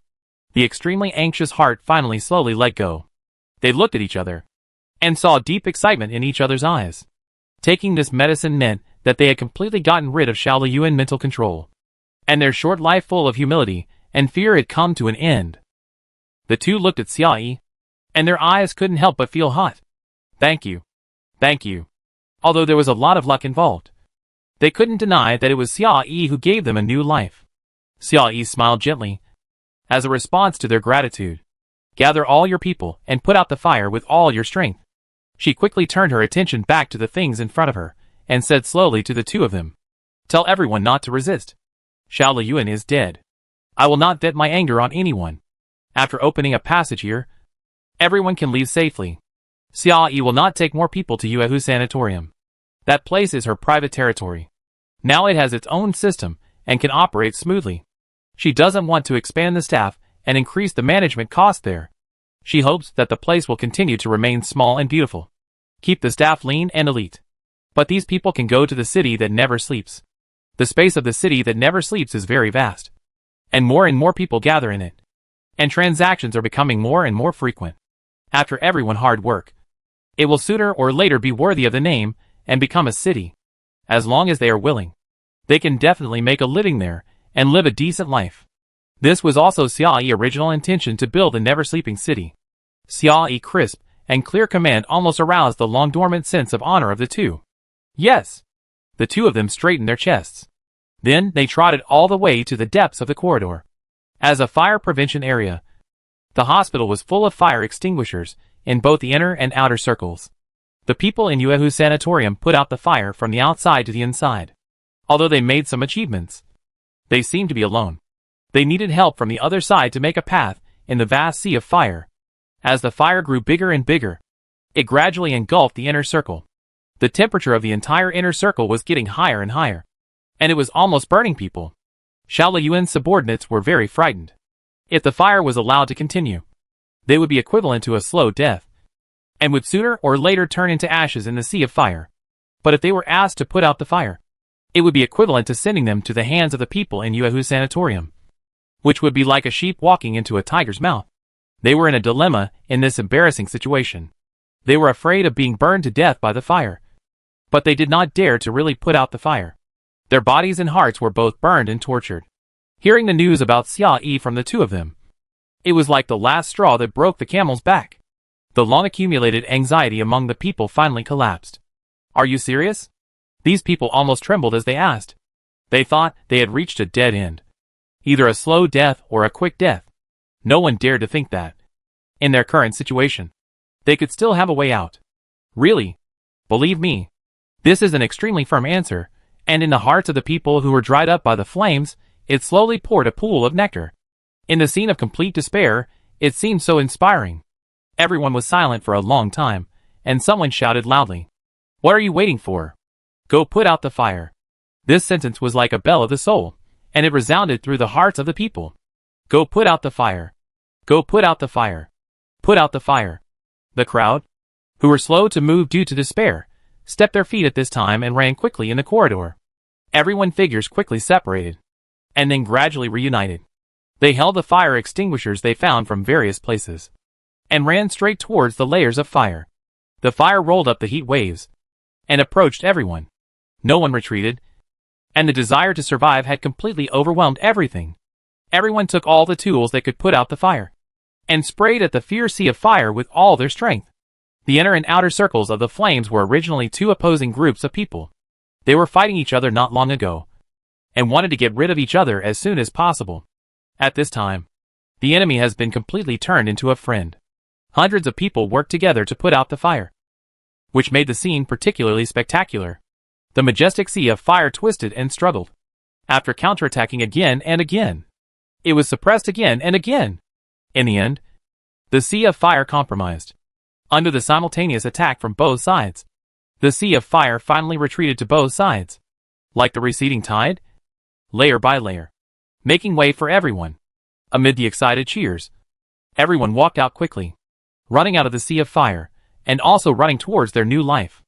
Those who desperately wanted to save Xiaoyi, some climbed from the roof, some walked through the sea of fire. They all gathered at the edge of the flames, their eyes desperately patrolled the crowd, some looked anxious, some were in tears. After successfully catching Xiaoyi's figure, they smiled at each other, at the same time. Chapter 291. After everyone at Yuehu Sanatorium reunited, they quickly rushed out of the fire, and fled to the water, outside the Chinese medicine hospital. Xiao Liyuan's subordinates were arranged to go to the medical team for examinations one by one. Those who were not infected with the H-alpha virus could leave immediately by boat. If they were unfortunately infected, they would stay temporarily and medicine would be distributed to them.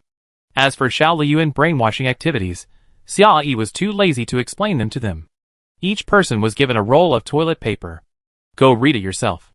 It was just a popular science activity. Lin Linglin coordinated all these tasks. Lin Linglin was used to managing complex things, and it almost became a conditioned reflex. All the messy tasks could be deconstructed into a clear and orderly process after she went through them. Everything was arranged in an orderly manner. If you have any questions, you can consult her, and the solutions can be blurted out immediately. The whole team was used to cooperating, and everything could be completed step by step. It can be said that they had a tacit understanding. Xiaoyi looked left and right, and found that she seemed to have nothing to do. She was happy to be quiet, and quietly hooked Ming Jiayi's finger, and the two sneaked out of the crowd. There are two stone pillars at the entrance of the hospital. The stone pillars are used to fix the iron gate. Originally, they were several meters high. After the flood submerged one floor, the height of them protruding from the water surface was less than half a meter. The height above the waist was just right. Xiaoyi supported herself with both hands, jumped from the speedboat, and sat on it, and stretched her body. This was not her busiest time, but it was the closest time for her to death. She was not very nervous when facing death. All her attention was focused on how to solve the problem at hand. When everything was over, she felt some after-effects belatedly. However, it's over, completely over. Most of the difficulties in the end times are objective. No food, no water, no electricity, all of which can be solved by hands. The virus is a huge uncontrollable factor. It will force people to isolate themselves, make all cooperation troublesome, and may reduce productivity at any time and anywhere. The most important thing is, it makes people fall into fear uncontrollably. Xiao Liyuan's death completely eliminated the biggest hidden danger. The source of fear no longer exists. The next step is reconstruction. Xiaoyi has already set up the framework of reconstruction in advance. As long as things go according to plan, it is only a matter of time before life gets back on track. Finally, she completed the things in the plan one by one. After ticking off the last task in her mind, her muscles relaxed. Finally, it was all over. Xiaoyi collapsed on Ming Jiayi's shoulder, playing with his hair out of boredom. After a long silence, she suddenly spoke. I won. Ming Jiayi put his arm around her waist, preventing her from falling into the water accidentally. At this moment, he was stunned. His face was blank for a moment. Obviously, he didn't understand what she was saying. What? I made a bet with myself. Xiaoyi moved closer, slowly put her arm around his neck, said slowly. I bet you can walk with me to the end. No one died together, no limit 1-for-1, just safe and sound, walking hand in hand to the end. Xiaoyi repeated softly. I won. Ming Jiayi's chest shook, and tenderness flashed across his eyes. He answered softly. Yes, you won. Today. Things have come to this point. I was almost sent away, and you don't even need to use the system. Xiaoyi inserted 5 fingers into his hair, slowly, and said word by word. Then, never use it again. Neither of them likes the system. Even if the system can bring endless convenience, they still don't like it. Every intimate thing they want to do should not be utilitarian. Nor should it be for any purpose. It should just come from the heart and be natural. It has nothing to do with the system points. Xiaoyi's eyes were sparkling. And in this boundless dark world, it seemed to carry a sky full of stars. Ming Jiayi tightened his hold on her waist, opened his eyes subconsciously, and whispered, Hey, why are your ears red again? Xiaoyi found that Ming Jiayi was not right, and smiled and hooked his chin, forcing his cheek to turn around. She brushed her hands along the side of her face, slid all the way to her ears, and flicked the red tips of her ears. Ming Jiayi. His Adam's apple rolled suddenly. Xiaoyi almost heard the sound of him grinding his teeth. By the way, I didn't have time to ask. Ming Jiayi's hands suddenly tightened, holding her waist tightly, and whispered back, You just said, Who am I to you? This person pursed his thin lips, looking vicious, and there was clearly a hint of expectation in his eyes. Seeing this, Xiaoyi couldn't help but laugh. She leaned forward, slowly approached Ming Jiayi's ear, and whispered it again. Ming Jiayi's ears suddenly started to burn. This time, it wasn't just the tip of her ear, but the entire base of her ear. Xiaoyi fiddled with the red tip of her ear, and laughed at him softly. You were supposed to say it, but why are you the one who's shy? You're really... Before she could finish her words, Ming Jiayi suddenly approached. He bit her lips with an almost vicious gesture. Seeing this man was really anxious, Xiaoyi laughed softly, and the chests of both of them were shaking with laughter. Her actions were too arrogant, and the ears of the man in front of her were already burning, and he was biting more and more fiercely. Xiaoyi sighed softly, and put her hands on the back of his neck, and slowly closed her eyes. The cool night breeze blew, hitting the slightly hot skin of the two, and the background sound in their ears became farther and farther away. So far away, they could only hear each other's heartbeats. The fire in the Chinese medicine hospital spread wildly, engulfing the entire building in flames, and the snow-white brick walls were swept away, and then ruthlessly left behind, leaving only the ruins. The rolling fireworks were like a black dragon circling up, roaring from the ground. The fireworks and smoke intersected red and black, illuminating half of the sky. They were in endless darkness, with a vast sea of fire behind them, and the sound of explosions and collapses in their ears. In the fireworks and ruins, the two continued to kiss as if no one was around. Forget everything. After a long time, the two gradually separated. Ming Jia also put his chin on Xiaoyi's shoulder. His voice was low, with a hint of hoarseness. Not long ago, you asked me, what do I want? Xiaoyi squinted his eyes, and thought for a while, and then remembered. I did ask. At that time, Ming Jia just smiled, and did not answer. Later, something else happened, and the question was temporarily put aside. Ming Jia tightened his arms again, as if he wanted to hold her into his body. He answered softly, word by word. What I want, I already have. End of the text.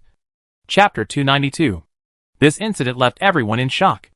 Even if everyone was forcing themselves to do things, after Xiao Liyuan's subordinates' problems were solved, they would still inevitably feel a little scared.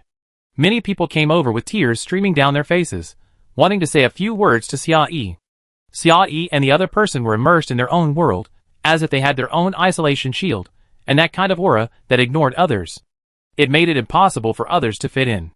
When everyone saw them from afar, they felt that it was not appropriate from the bottom of their hearts, and they blinked and retreated.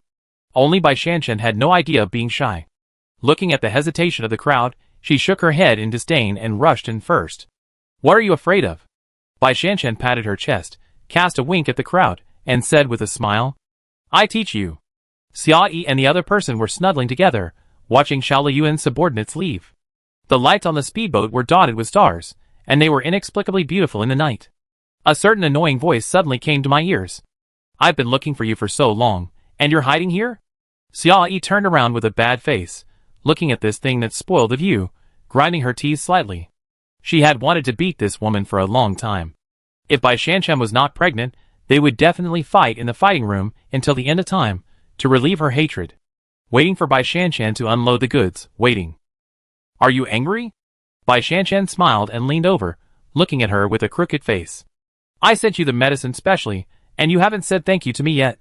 Xiaoyi. She originally wanted to forget about this matter, but after Bai Shanshan mentioned it, the memory of death came back again. Xiaoyi endured it, and endured it again, but finally couldn't help it, and asked, "Did you wash the box well?" "Guess?" Bai Shanshan laughed. "Guess shit." Xia Yi shook off the painful memory in her mind.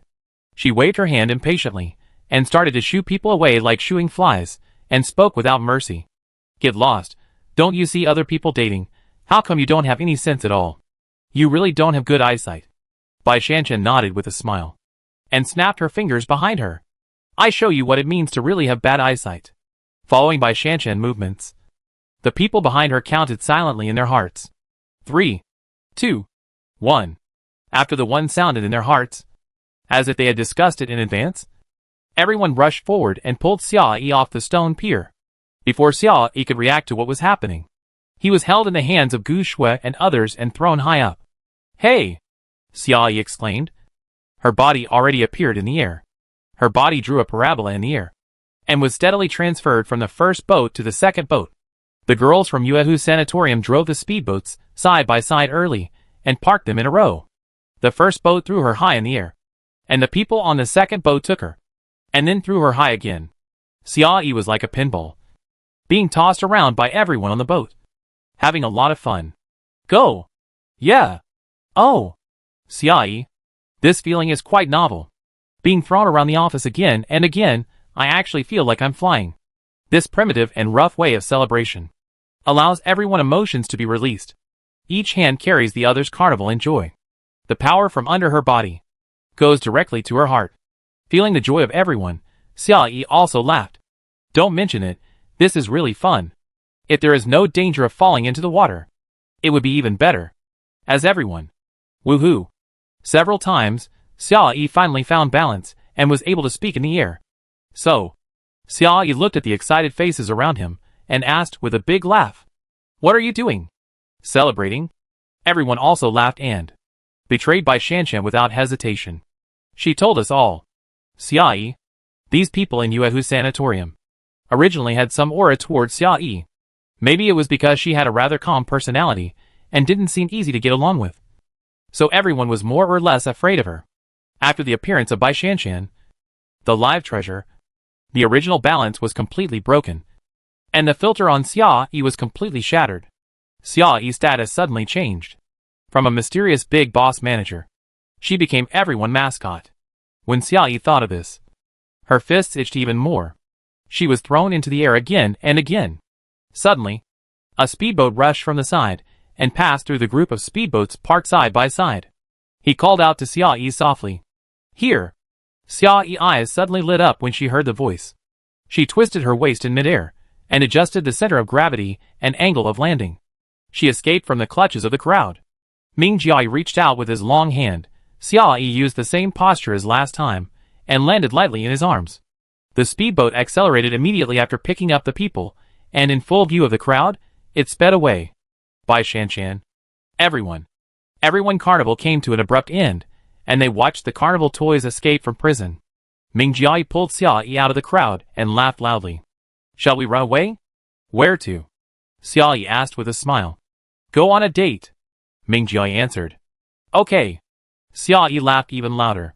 Last time Xia Yi said she was going on a date, it was just an excuse. They took the opportunity of the date to go out alone, to lure Xiao Liu and men out of their hole, and to facilitate the next plan. They had known each other for a long time, but they had never just accompanied each other on a date. There was no purpose, nor any light bulbs. Jiangjiang group of young ladies, who had no ability to protect themselves, had all sailed on yachts at night. The two of them were skilled and daring, but they had never experienced the night in the end times. Isn't it a pity? They just left. The two of them drove the speedboat and slipped out of the encirclement. After driving about 2 or 3 kilometers, they arrived in front of their yacht. That was the yacht they drove to the Chinese medicine hospital. The yacht was parked at the entrance of the alley, not far from the hospital. It was knocked off course by Xiao Liyuan yacht and stuck in the wall. The yacht was fully stocked with supplies, enough for the two of them to stay out for a month and have fun as they pleased. The two of them took a lot of effort to get the yacht out of the gap, but they didn't rush to drive it, but stayed there quietly. The terrain near this alley was quite chaotic, like a maze. Bai Shanshan and her group had speedboats and helicopters, and they patrolled everywhere, but they still couldn't find Xia Yi's location. After waiting for everyone to disperse in frustration and returning to Yuehu's sanatorium, the two of them started the yacht and drove out of the alley. Xiaoyi opened all the windows of the yacht, and the night breeze blew across her cheeks, bringing a sense of comfort and freedom. There was no need to wear heavy protective clothing, nor to close all the entrances, without the shadowy insects monitoring them. The two of them lived a more casual life. I've been here before. Ming Jiayi drove the yacht, wandering slowly in the night, moving forward aimlessly. The yacht was moving very slowly, with the headlights illuminating the road ahead. Observing this devastated city from a close distance, they were passing by a sculpture park, with strange sculptures soaked in water, messy and broken, with ancient patterns interlaced on them. Strange, but with a tragic beauty. In the endless busyness, Xiaoyi took some time to appreciate these beautiful scenery quietly, and his heart calmed down. Since the end of the world, they have been losing constantly, and every day they are thinking about what they have lost, how to make up for the loss, and maintain their original life. But she never tried to change her perspective, to look at the world anew, just like Ming Jiayi had told her a long time ago. The world after the disaster also has its beauty. Come here. Ming Jiayi parked the yacht next to a sculpture, dropped the anchor, jumped up in 2 or 3 steps, and stretched out his hand to Xiaoyi. What? Xiaoyi asked. Come. Xiaoyi put her hand in his palm, put force on her feet, and jumped over lightly.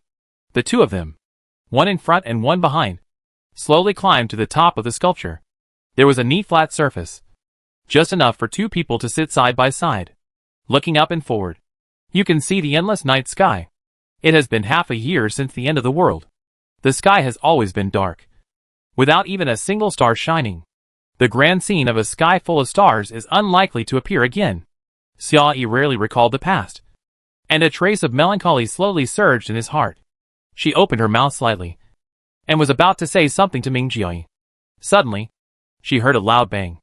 A firework exploded in the sky. Xiaoyi was stunned. This is... Before she could ask, another loud bang came from her ears. Before that firework faded away, another firework rose from the ground. One, and another. The overlapping explosions came from her ears, one after another. The fireworks rose up one after another. The colorful colors lit up half of the night sky, each blooming in its most gorgeous appearance, laying out a sea of flowers on the dark background. Xiaoyi was completely stunned. Looking at the fireworks show in front of her, she was completely speechless. This is a gift for you. Ming Jiayi touched her hair with his lips and said softly. Before the end of the world, Ming Jiayi prepared these fireworks. At that time, he felt that he would definitely die, and he didn't want to break into Xiaoyi's life, lest she would be sad. But looking at her from afar, inexplicably, he was not very willing. He didn't want to come and go in a hurry, and Xiaoyi didn't even know who he was, and then disappear from her life alone. I always want to leave something behind. Something that can leave a deep memory. For example, in this desolate night, a unique apocalyptic fireworks show. As long as Xiaoyi can see it, even if she doesn't know who set off the fireworks, and doesn't know what it has to do with him. But that is also the memory he left in her heart. It was driven by this mentality that Ming Jiayi, while building a shelter and preparing various daily necessities, actually prepared a warehouse specifically for storing a large number of fireworks. Maintain a fireworks show that can bloom all night. As time went by, the relationship between the two became closer and closer, and finally they were inseparable. Ming Jiayi suddenly recalled these fireworks, and found that he didn't seem to need them anymore. His memory was already vivid enough. No matter what he did, there was no way to erase it from Xiaoyi's mind. This fireworks show became the surprise he prepared for her. It was just that Xiaoyi was really too busy, like a spinning top all day, so tired that he couldn't bear to disturb her. This long-prepared fireworks show was delayed again and again. Who knew there would be an unexpected event? Xiao Liu and Trick brought many crises this time. Ming Jiayi was a little worried.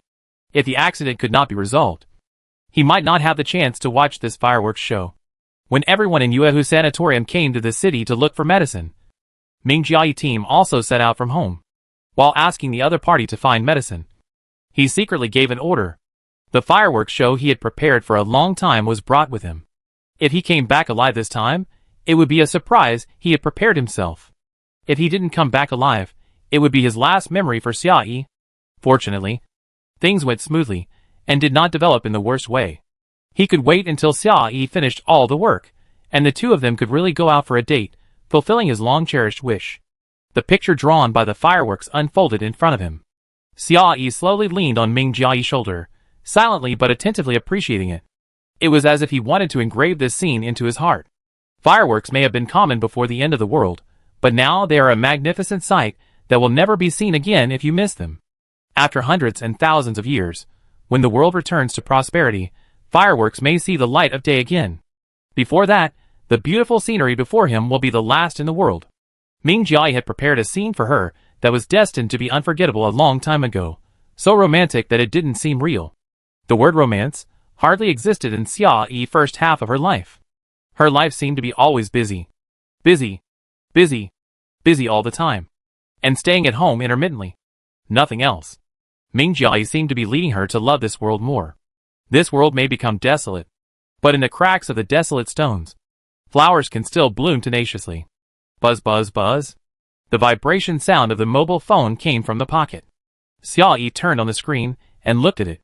There was a text message in the inbox, which was sent by Bai Shanshan. TSK TSK TSK, you really know how to have fun. Xia Yi turned off the screen without hesitation. The fireworks show lasted for a whole night, until the early morning when the two returned to the yacht and fell asleep. After sleeping for about 7 or 8 hours, Xia Yi was pulled out of bed. The big bed on the yacht was very comfortable, the delicate texture stuck to her skin, sucking her into the bed tightly, and she couldn't get up at all. Ming Jiayi had already changed his clothes, and took her clean clothes, and put them on her one by one. The familiar smell of vetiver came to her face, slowly enveloping her. Xia Yi was in a daze, not even wanting to open her eyes, and muttered in condemnation. You stole my perfume again. Ming Jiayi was about to help her put on her shoes, but he paused when he heard the words. He knelt in front of Xia Yi, lowered his eyes, and looked at the ground. And after a long time, he whispered, at that time, I could only rely on this to smell your scent. For a long time, he did not dare to approach her, relying on her favorite perfume to recall her scent. Fortunately, perfume doesn't expire. I have collected hundreds of bottles of this scent. Xia Yi was stunned, and her heart was sour. She was destined to be alone, and Bai Shanshan felt this the most. Since junior high school, there were many people chasing her, but she always had one goal in mind. One goal after another. To get rid of one dilemma after another, and to train herself to be omnipotent.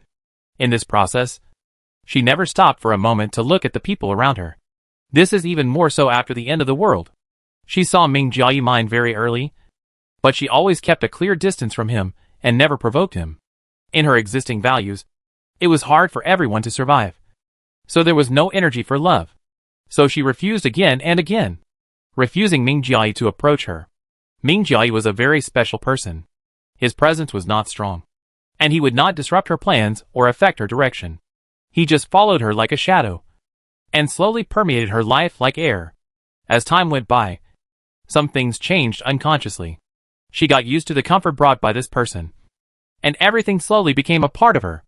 Looking back now, from Ming Jiayi's perspective, it was indeed a bit sad. He waited for a long time before she responded. Xia Yi felt a little guilty. She scratched her head lightly and laughed dryly. That, after Ming Jiayi helped her put on her shoes, he slowly stood up and suddenly changed the subject. Now that you can smell it openly, why not smell it more? Xia Yi. In the days that followed, they played recklessly. The furnishings in the yacht were comfortable enough, which was very suitable for traveling in the end times. During the day, she traveled through nearby cities, to see the ruins destroyed by the typhoon, to see the bridge soaked in the seabed, to find the beautiful scenery hidden in the endless darkness. In the evening, she poured 2 glasses of wine, reminisced about the movies stored in the hard drive, and used the gifts she tried to give to Bai Shanshan but failed. The food in the refrigerator is inexhaustible. Ming Jiayi can finally show his hands and feet. Various dishes appear on the table in various forms, and they are never repeated for several months. The two of them can finally travel around like a normal couple, hand in hand, and waste time on each other recklessly. During this process, Bai Shanshan text messages and phone calls bombarded her, but Xia Yi ignored them completely. You said I value love over friendship, but you are the one who values love over friendship, Bai Shanshan complained in a text message. Xia Yi smiled indifferently and ignored it completely. After they went out and played like this for many days. One day, Xiao Yi suddenly received another message. If you don't come back, I'm going to give birth.